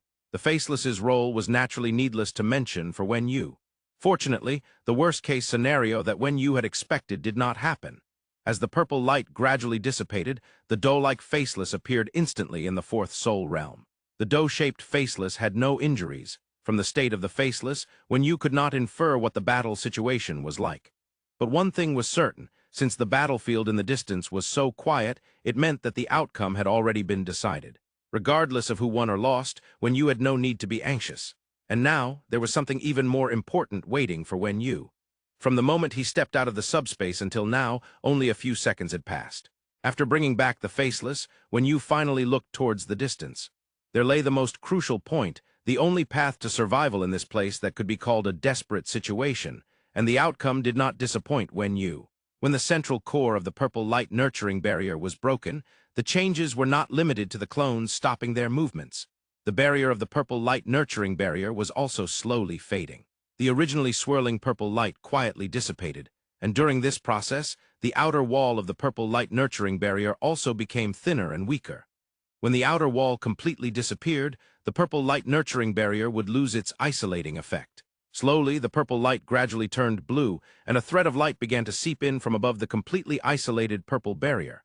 Supported by a physical quality that surpassed peak-level beings, Wenyu's eyesight, needless to say, allowed him to vaguely see the situation outside. Demonic shadows flickered. This was not surprising. There must be other armies from the demonic clan outside the purple light nurturing barrier. Then, Wenyu felt the light in the sky was a bit glaring. He shifted his gaze to the sky. In the next second, in the sky, vaguely, Wenyu seemed to see two suns. Outside, when Mara sent the message to the demonic clan that the purple light nurturing barrier is about to break, the demonic clan outside had already made full preparations. 3 demonic creatures, looking very similar and engulfed in pale green flames, stood on a not-so-high dirt slope, forming a strange formation. Right above the purple light nurturing barrier, a massive vortex, half the size of the whole barrier, had already taken shape, and powerful waves of demonic energy spread out continuously from the vortex, as if the overwhelming heat was about to purify everything in the world. The 3 green flame demonic creatures were constantly chanting strange spells, their green flames climbing higher and higher, while under the contrast of the green flames, the black crystal on their foreheads seemed alive, swirling with mysterious rays of light. In a farther place, a bizarre demonic entity, almost 50 meters tall and resembling a monkey, stood beside hundreds of irregular stones with a diameter of nearly 5 meters, gazing toward the direction of the purple light nurturing barrier, wild killing intent and brutality evident in its gaze. Elsewhere, amid the endless demonic tide, a diminutive demonic entity with 8 arms and 3 pairs of eyes, resembling a large spider standing upright, was carrying a nearly 3-meter-high giant bow, its 3 pairs of small green eyes constantly rotating, seemingly searching for the next target to hunt. The number of demonic entities wasn't many, only 5. But this wasn't the real big trouble.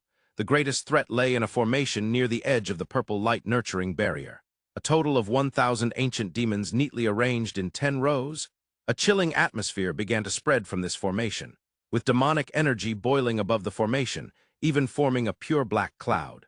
The demonic clan has many high-level experts, but the most terrifying thing is still the endless legions. And within the demonic clan army lineup, there are not only cannon fodder-level troops, but also elite teams. The formation in front of them belongs to one of the top squads in the demonic clan's 5th-level army, a super army made entirely of ancient demons at the mid-level 5 or above. Wenyu tilted his head, trying to discern the scene in the sky. The outer wall of the purple light nurturing barrier, which had changed from purple to blue, was becoming increasingly faint, and Wenyu's vision also became clearer. Then Wenyu saw a burning giant meteorite. "Run!" A violent roar echoed throughout the entire range of the purple light nurturing barrier, and in the next second, Wenyu bolted toward the edge of the purple light nurturing barrier, inside the red stone Grand Hotel. As soon as the words "run" resonated, Arthur already sensed a fierce energy wave approaching from above. Although he didn't know what it was, the energy level was undeniable. Such an energy level skill was absolutely something Arthur had never seen before. With a thought, Arthur already knew what he had to do. Run as far as possible. After the clones lost their mobility, Arthur easily broke free from the wax-like clones' restraint, and hurriedly wanted to rush out of the red stone Grand Hotel to see for himself, and assess what the unknown energy wave above actually was. Just at that moment, a faint sobbing sound came from the direction of the basement. "Qin Shiyuan," she was still alive. "Oh!" Sensing the energy wave above getting closer, every tiny bubble in his body was sending danger signals to his brain. A flicker of hesitation crossed Arthur's eyes, but then he gritted his teeth and turned back toward the basement. Bang! The heavy iron door of the basement was violently kicked open by Arthur, and the acrid smell of blood surged toward him like a wave of stench. In just one glance, Arthur saw Qin Shiyuan holding Annie and crying non-stop. With a swift stride, Arthur moved quickly, kicking away the clone of Qin Tian that had been frozen behind Qin Shiyuan. A slightly harsh cracking sound was heard as the bone sword of the clone still pierced through Qin Shiyuan's shoulder, and with Arthur's rough action, the bone sword directly severed Qin Shiyuan's arm. Ah, the intense pain jolted Qin Shiyuan awake, but unfortunately she could barely turn her head at that moment, only able to endure the excruciating pain while letting out a heartbreaking scream. In this situation, Arthur didn't care about gentleness. He quickly took out a bottle of healing potion from his spatial ring and stuffed it into Qin Shiyuan's remaining hand, then scooped up both women as he sprinted upward, not caring whether they could withstand his frantic pace. Although carrying two women was uncomfortable, Arthur's foundational strength was there, and his speed was unaffected, with only his hands becoming a bit inconvenient. Within 10 seconds, Arthur had smashed through the wall of the Redstone Grand Hotel like a heavy tank, arriving on the street beside the hotel. Feeling the heat in the sky growing stronger and the feeling of death becoming increasingly intense, Arthur sprinted as fast as he could while looking up at the sky. The barrier of the purple light nurturing barrier had become quite thin, allowing Arthur to clearly see the situation above. A giant vortex, half the size of the entire purple light nurturing barrier, was rotating in the sky, and within the vortex, a massive burning rock was struggling to squeeze out from inside the vortex. Seeing this scene, Arthur's eyes went wide, and a term suddenly popped into his mind: meteorite. The demonic clan had actually summoned a meteorite directly. Various thoughts raced through Arthur's mind, and then Arthur increased his speed. For a 5th-level professional in the face of such a scale of attack skill, no method was effective. Survival was the only choice. Arthur realized it was already quite late to see the meteorite descending. The first to see the meteorite, of course, was Hanyue, and at that moment, Hanyue was fully activating the Dark World, directly running towards the edge of the purple light nurturing barrier. It wasn't that Hanyue wasn't powerful. It was just that the enemy had a Gundam. Hanyue didn't know how long the demonic clan had prepared for this, but the situation was clear. When the meteorite fell, if he didn't run far enough, the outcome would be either death or injury. Moreover, he had no idea how many demonic clan experts were outside. Once injured, don't mention saving anyone, it would be lucky if he could survive. So, when disaster strikes, everyone must fend for themselves. The second person to vaguely see the meteorite was Qin Tian. At the moment when Yu broke the central control core, Qin Tian's opponent, the 3 clones, suddenly froze. Qin Tian keenly caught on to this situation. With a few swift sword strikes, without any mobility left, the defensive capability of the clones compared to Arthur was like a piece of paper. Qin Tian easily tore through the bodies of the 3 clones and looked confusedly at the battle situation that left him in the dark. After a moment, he finally reacted. When you must have succeeded, Qin Tian thought. In the next second, sensing that the isolation barrier of the purple light nurturing barrier was slowly disappearing, Qin Tian turned his head to look around. Outside, demonic shadows flickered. This didn't surprise anyone. It was simple tactics and strategy for the demonic clan to set up another encirclement outside the purple light nurturing barrier. And this also meant that the battle was still not over. Then, sensing some other commotion from above, Qin Tian looked up and vaguely saw a massive light source in the sky. His vision blurred, Qin Tian was trying to discern the unknown object in the sky more carefully. Until Wenyu's voice shouting, "Run!" echoed throughout the area, Qin Tian suddenly jolted. That seemed to be a meteorite. In the next second, Qin Tian turned and sprinted towards the Redstone Grand Hotel, although that direction was closer to the center of the meteorite's descent, even though doing so might very well put him in danger. But that was his only family. Thinking of this, Qin Tian felt an urgency in his heart. From the speed of the meteorite's formation and its energy level, no matter how quickly he returned to the Redstone Grand Hotel, he probably wouldn't escape the range of the meteorite bombardment. He wouldn't die, but Qin Shiyuan would definitely be wiped out by the shockwave. However, for Qin Tian, even if the hope was slim, he still had to try. External world. In midair, the meteorite was under the control of 3 similar-looking demonic entities, growing larger and stronger in energy fluctuations. The demonic entity at the forefront carefully assessed the damage potential of its skill and the lingering energy fluctuations of the purple light nurturing barrier, then sent a wave of soul energy to the 2 fellow demonic entities behind. It's time, prepare for descent. Received. Received. In the next second, the 3 demonic entities simultaneously cut off the energy output of their skills and turned to flee. They were well aware of their own skills. The power of this big guy, it could definitely be classified as a strategic-level skill. To paraphrase a trendy phrase, when I go crazy, I might even hit my own people. Given the current power of the meteorite's descent skill, this mission would likely be completed quite rapidly, within the purple light nurturing barrier. In less than a minute, Qin Tian had quickly run to the Redstone Grand Hotel. The heavily damaged Redstone Grand Hotel made Qin Tian's heart tremble. He had naturally heard the rumbling sound that had just come from here, and returning now, he still held onto a glimmer of hope. He quickly slipped into the Redstone Grand Hotel, and even upon seeing two stiff Arthur clones, Qin Tian remained unfazed and directly crashed into the basement, where blood and flesh littered the ground. Qin Tian's heart sank uncontrollably. He stood there dazed for nearly 10 seconds before finally reacting. He quickly took out his communicator and dialed Arthur. Beep, beep. After two busy signals, a slightly weak female voice came from the other end of the communicator. Who is it?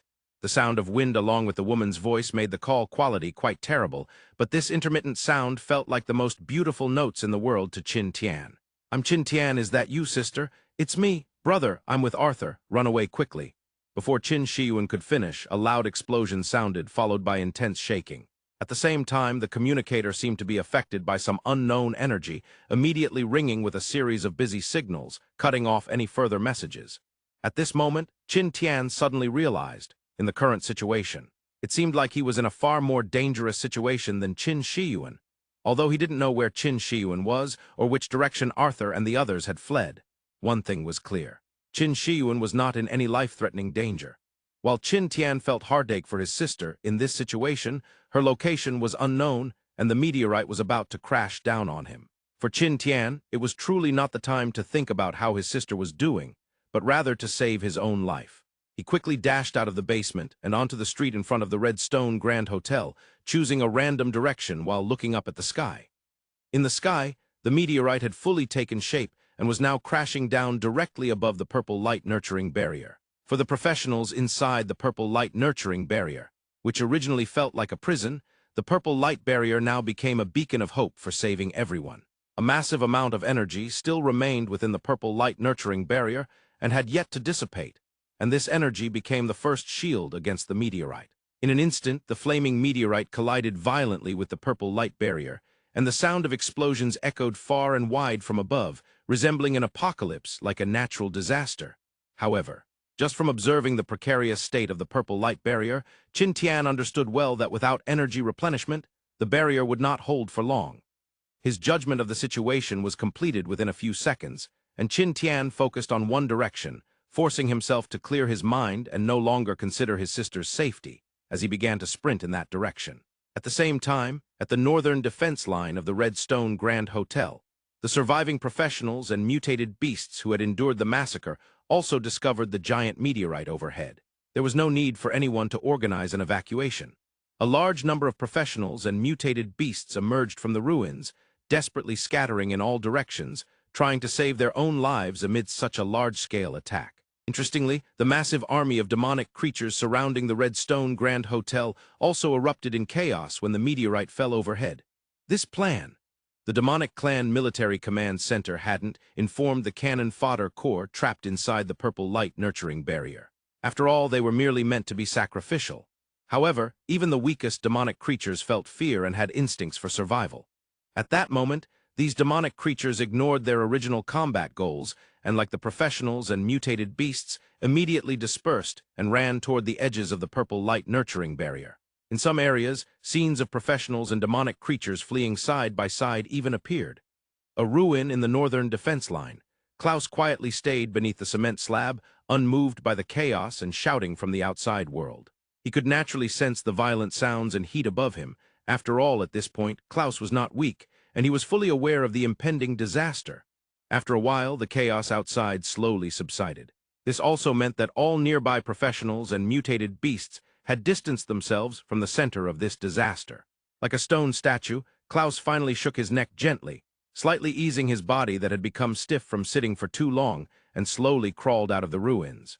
Outside, the friction between the meteorite and the purple light nurturing barrier continued, but the barrier had turned pale. It seemed that in just a few seconds, the purple light nurturing barrier would be shattered by external forces.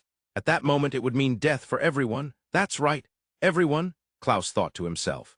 Those desperate fleeing low-level professionals and mutated beasts hadn't considered one issue. Under these circumstances, no matter what they did, they could only meet their demise.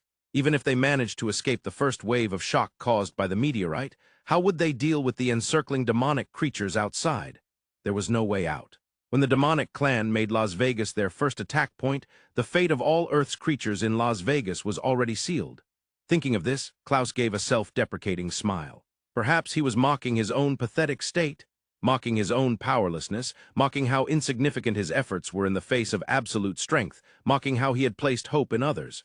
In short, looking back on this moment, Klaus felt he had too many laughable points. Slowly pulling a cigarette from his pocket and lighting it, Klaus took a deep drag. Cough, cough, cough. A series of coughs escaped from Klaus's mouth. Klaus didn't smoke. Carrying cigarettes was merely a habit he had kept from his days as the big boss of the Red Stone Grand Hotel.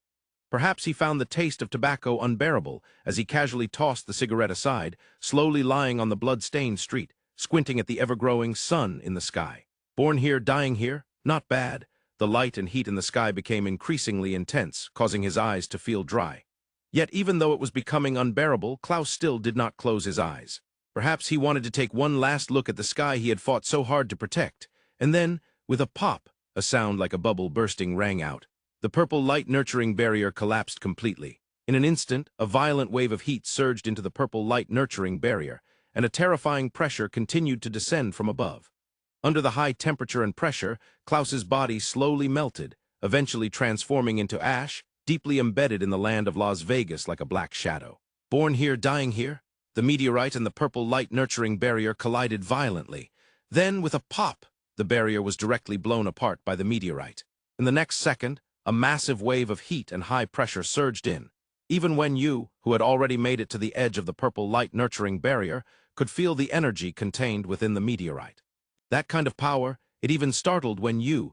Then, without any barriers, the meteorite crashed straight down. The first thing that happened was a deafening roar and earth-shattering tremors. The ground cracked under the volume and weight of the meteorite.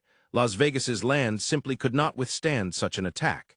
In an instant, Hanyue felt as if he were at the mouth of a volcanic eruption. Fortunately, Hanyue's strength was exceptional. Even when the shockwave rushed toward him and the ground beneath his feet trembled, it still did not cause him any harm. Instead, it was the demonic creatures outside the purple light-nurturing barrier that suffered. The shockwave and tremors posed no threat to Hanyue, but for these low-level demonic creatures, it was a catastrophe. The surging shockwave instantly tore apart the group of demonic creatures behind Hanyue, and countless demonic beings were swallowed by gaping fissures in the ground. And this was not the end. In the next second, the meteorite that had struck the ground instantly cracked open, exploding like a nuclear bomb, a massive mushroom cloud rising, and overwhelming heat and flames rampaged everywhere, turning the entire land into scorched earth in an instant. In the midst of such an explosion, even Hanyue could not emerge unscathed.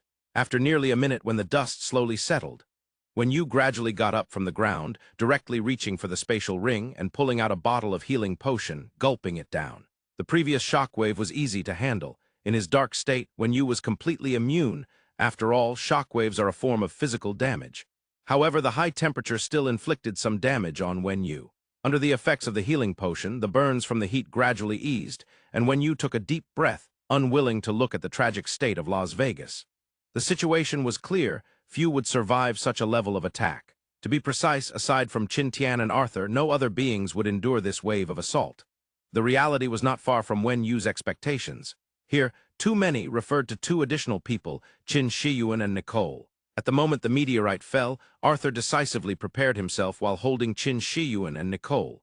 Since he had brought the two women here, Arthur had no reason to abandon them. Fortunately, Arthur had managed to run far enough, at least not within the direct attack range of the meteorite. He directly tossed the larger and smaller woman onto the ground and quickly pulled out a large pile of various defensive items from his spatial ring. Arthur had many of these items. Actually, for a powerhouse like Hanyue and Arthur, they usually possess quite a few, but most were useless. Useless against low-level beings and ineffective against high-level beings. The status of these defensive items was quite awkward. Hanyue also had plenty of these items, but until now, he hadn't encountered any battles requiring these defensive tools. However, this time, these items proved to be a great help to Arthur. Xu and Nicole weren't foolish. Seeing the pile of items thrown before them, they swiftly acted, shattering and tearing apart various defensive items, constructing a multitude of protective barriers in front of them. Then Arthur himself planted his gigantic sword into the ground before him, facing Xu and Nicole, his muscles taut, using his body as the first line of defense to protect the two women. The effect of this was clear. Arthur's defensive ability was exceptional, and at this distance, it was impossible for him to be taken out by a single wave of the meteorite. Boom! The explosion sounded from behind. The violent airflow instantly slammed into Arthur's back. Although the immense force didn't inflict much damage on him, it still caused his body to lurch forward. Fortunately, Arthur had some preparation for what was about to happen. By gripping his sword tightly, it provided a solid support point for him. And as the first wave of shockwaves dissipated, Arthur squinted forward and let out a heavy breath. "I made it through." Then came the second wave of explosions. The consecutive shockwaves and flames didn't cause Arthur any harm. If the meteorite had struck Arthur directly, he might have died, but once he escaped the range of the meteorite's direct attack, the shockwaves and flames could not penetrate Arthur's defenses. Purely in terms of defense, Arthur might be stronger than Wenyu. With Arthur guarding them, Qin Shiyuan and Nicole also did not perish. The momentary high temperature had breached their protective shields, leaving both girls with considerable burns. But that was merely a matter of a few bottles of healing potions, and injuries that could be resolved with healing potions didn't count as real injuries. Handing a few bottles of healing potions to Qin Shiyuan and Nicole, Arthur did not wait for their injuries to heal before directly picking them up. Looking at the haze-filled distance, where shadows of demonic beings flickered, Arthur said solemnly, "Hold on tight for a moment and close your eyes." For Arthur, and for all surviving creatures on Earth at this moment, the falling meteorite did not signify an end, but rather a beginning, the beginning of their escape. In another direction. Compared to Arthur and the others, Qin Tian was closer to the meteorite. Moreover, since Qin Tian lacked Arthur's defensive capabilities, when the meteorite fell, he was the one who suffered the most damage among them. The shockwave instantly tore through Qin Tian's bones, the scorching airwaves causing his skin to split and bleed. However, this situation wasn't so bad for Qin Tian. The shockwave and high temperature inflicted significant damage on him, let alone the lower-level demonic creatures. A large number of demonic creatures were wiped out by the meteorite, providing Qin Tian with a relatively good recovery space. If he could heal his injuries with healing potions, they weren't really injuries at all. As Qin Tian burrowed into a shallow crevice, he gulped down the healing potion. Within 3 minutes, his injuries would heal, and there were no enemies around. With this thought in mind, Qin Tian finally breathed a sigh of relief, and he began to consider what his next move should be. After a brief moment of contemplation, Qin Tian decisively took out a spare communicator from his spatial ring. The communicator that had been in his pocket had already been shattered by the shockwave, but each member of Wen Yu's team had several spare units. He directly input Arthur's communication channel, and after a brief busy tone, Arthur promptly connected the call. "Your sister is fine. We're currently positioned in the southwest. The specific location is XXX. Arthur was straightforward, reporting his position to Qin Tian without any unnecessary words, as he understood what Qin Tian wanted to know. After pondering for a moment, Qin Tian said decisively, "I'm injured and it's not convenient for me to move. If possible, I would like to request that you take my sister out." "I'll do my best." For Arthur, fighting his way out alone wasn't a difficult problem, but bringing 2 women along made it much more complicated than simple math. "I trust you," Qin Tian finished, and without waiting for Arthur's response, he hung up the call. At the same time, Qin Tian took a deep breath. Even though he knew where Qin Shiyuan was, he couldn't get there.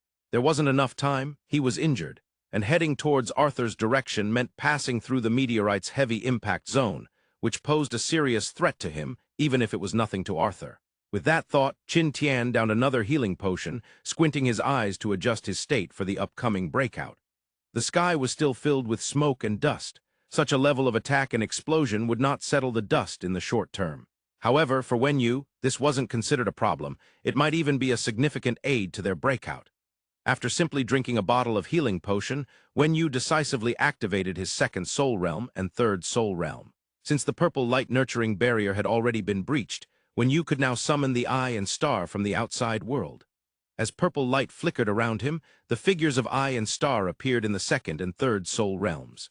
Having not seen them for just over an hour, both Eye and Star were in good condition, showing no obvious injuries, which proved they had not been specifically hunted down by the demonic clan. This was good news. It at least proved that the ambushing forces of the demonic clan in the outside world did not have overwhelming strength. After summoning Eye and Star back, Wen Yu commanded Eye to enter mini mode, and then he jumped onto Star's head while holding Eye. "While I was gone, did anything strange happen?" Eye shook its head in Wen Yu's arms, while Star transmitted a wave of mental energy back to him. "I saw a big meteorite, lots and lots of ancient demons, and a super-huge monster." Wen Yu thought for a long time, feeling that these might be the ambushing forces of the demonic clan, and a sense of vigilance arose in his heart. But he had no plans as the enemies were lying in ambush outside, and Wenyu could only passively endure, reacting as he faced them with no good strategies available. He transmitted a wave of mental energy back to Star. Avoid them, find a relatively safe direction, and let's break out first. Break out first, then use the communicator to contact others to decide whether to provide support or simply flee. He would be in an invulnerable position either way. As for Qin Tian and Arthur, Wenyu had no intention of worrying about their lives until he understood the situation. In simple terms, Wenyu's current strategy was to sneak out first, then take action in the outside world at the opportune moment. At the very least, he needed to observe the enemy situation before making any decisions. Star understood Wenyu's tactics: sneak in quietly and don't make a fuss. So, Star did not perform her usual favorite takeoff action, a loud roar, nor did she spread her wings. Her immense power simply lifted her off the ground, flying toward a direction she had just observed. There weren't many ancient demons or any giant monsters that looked difficult to deal with.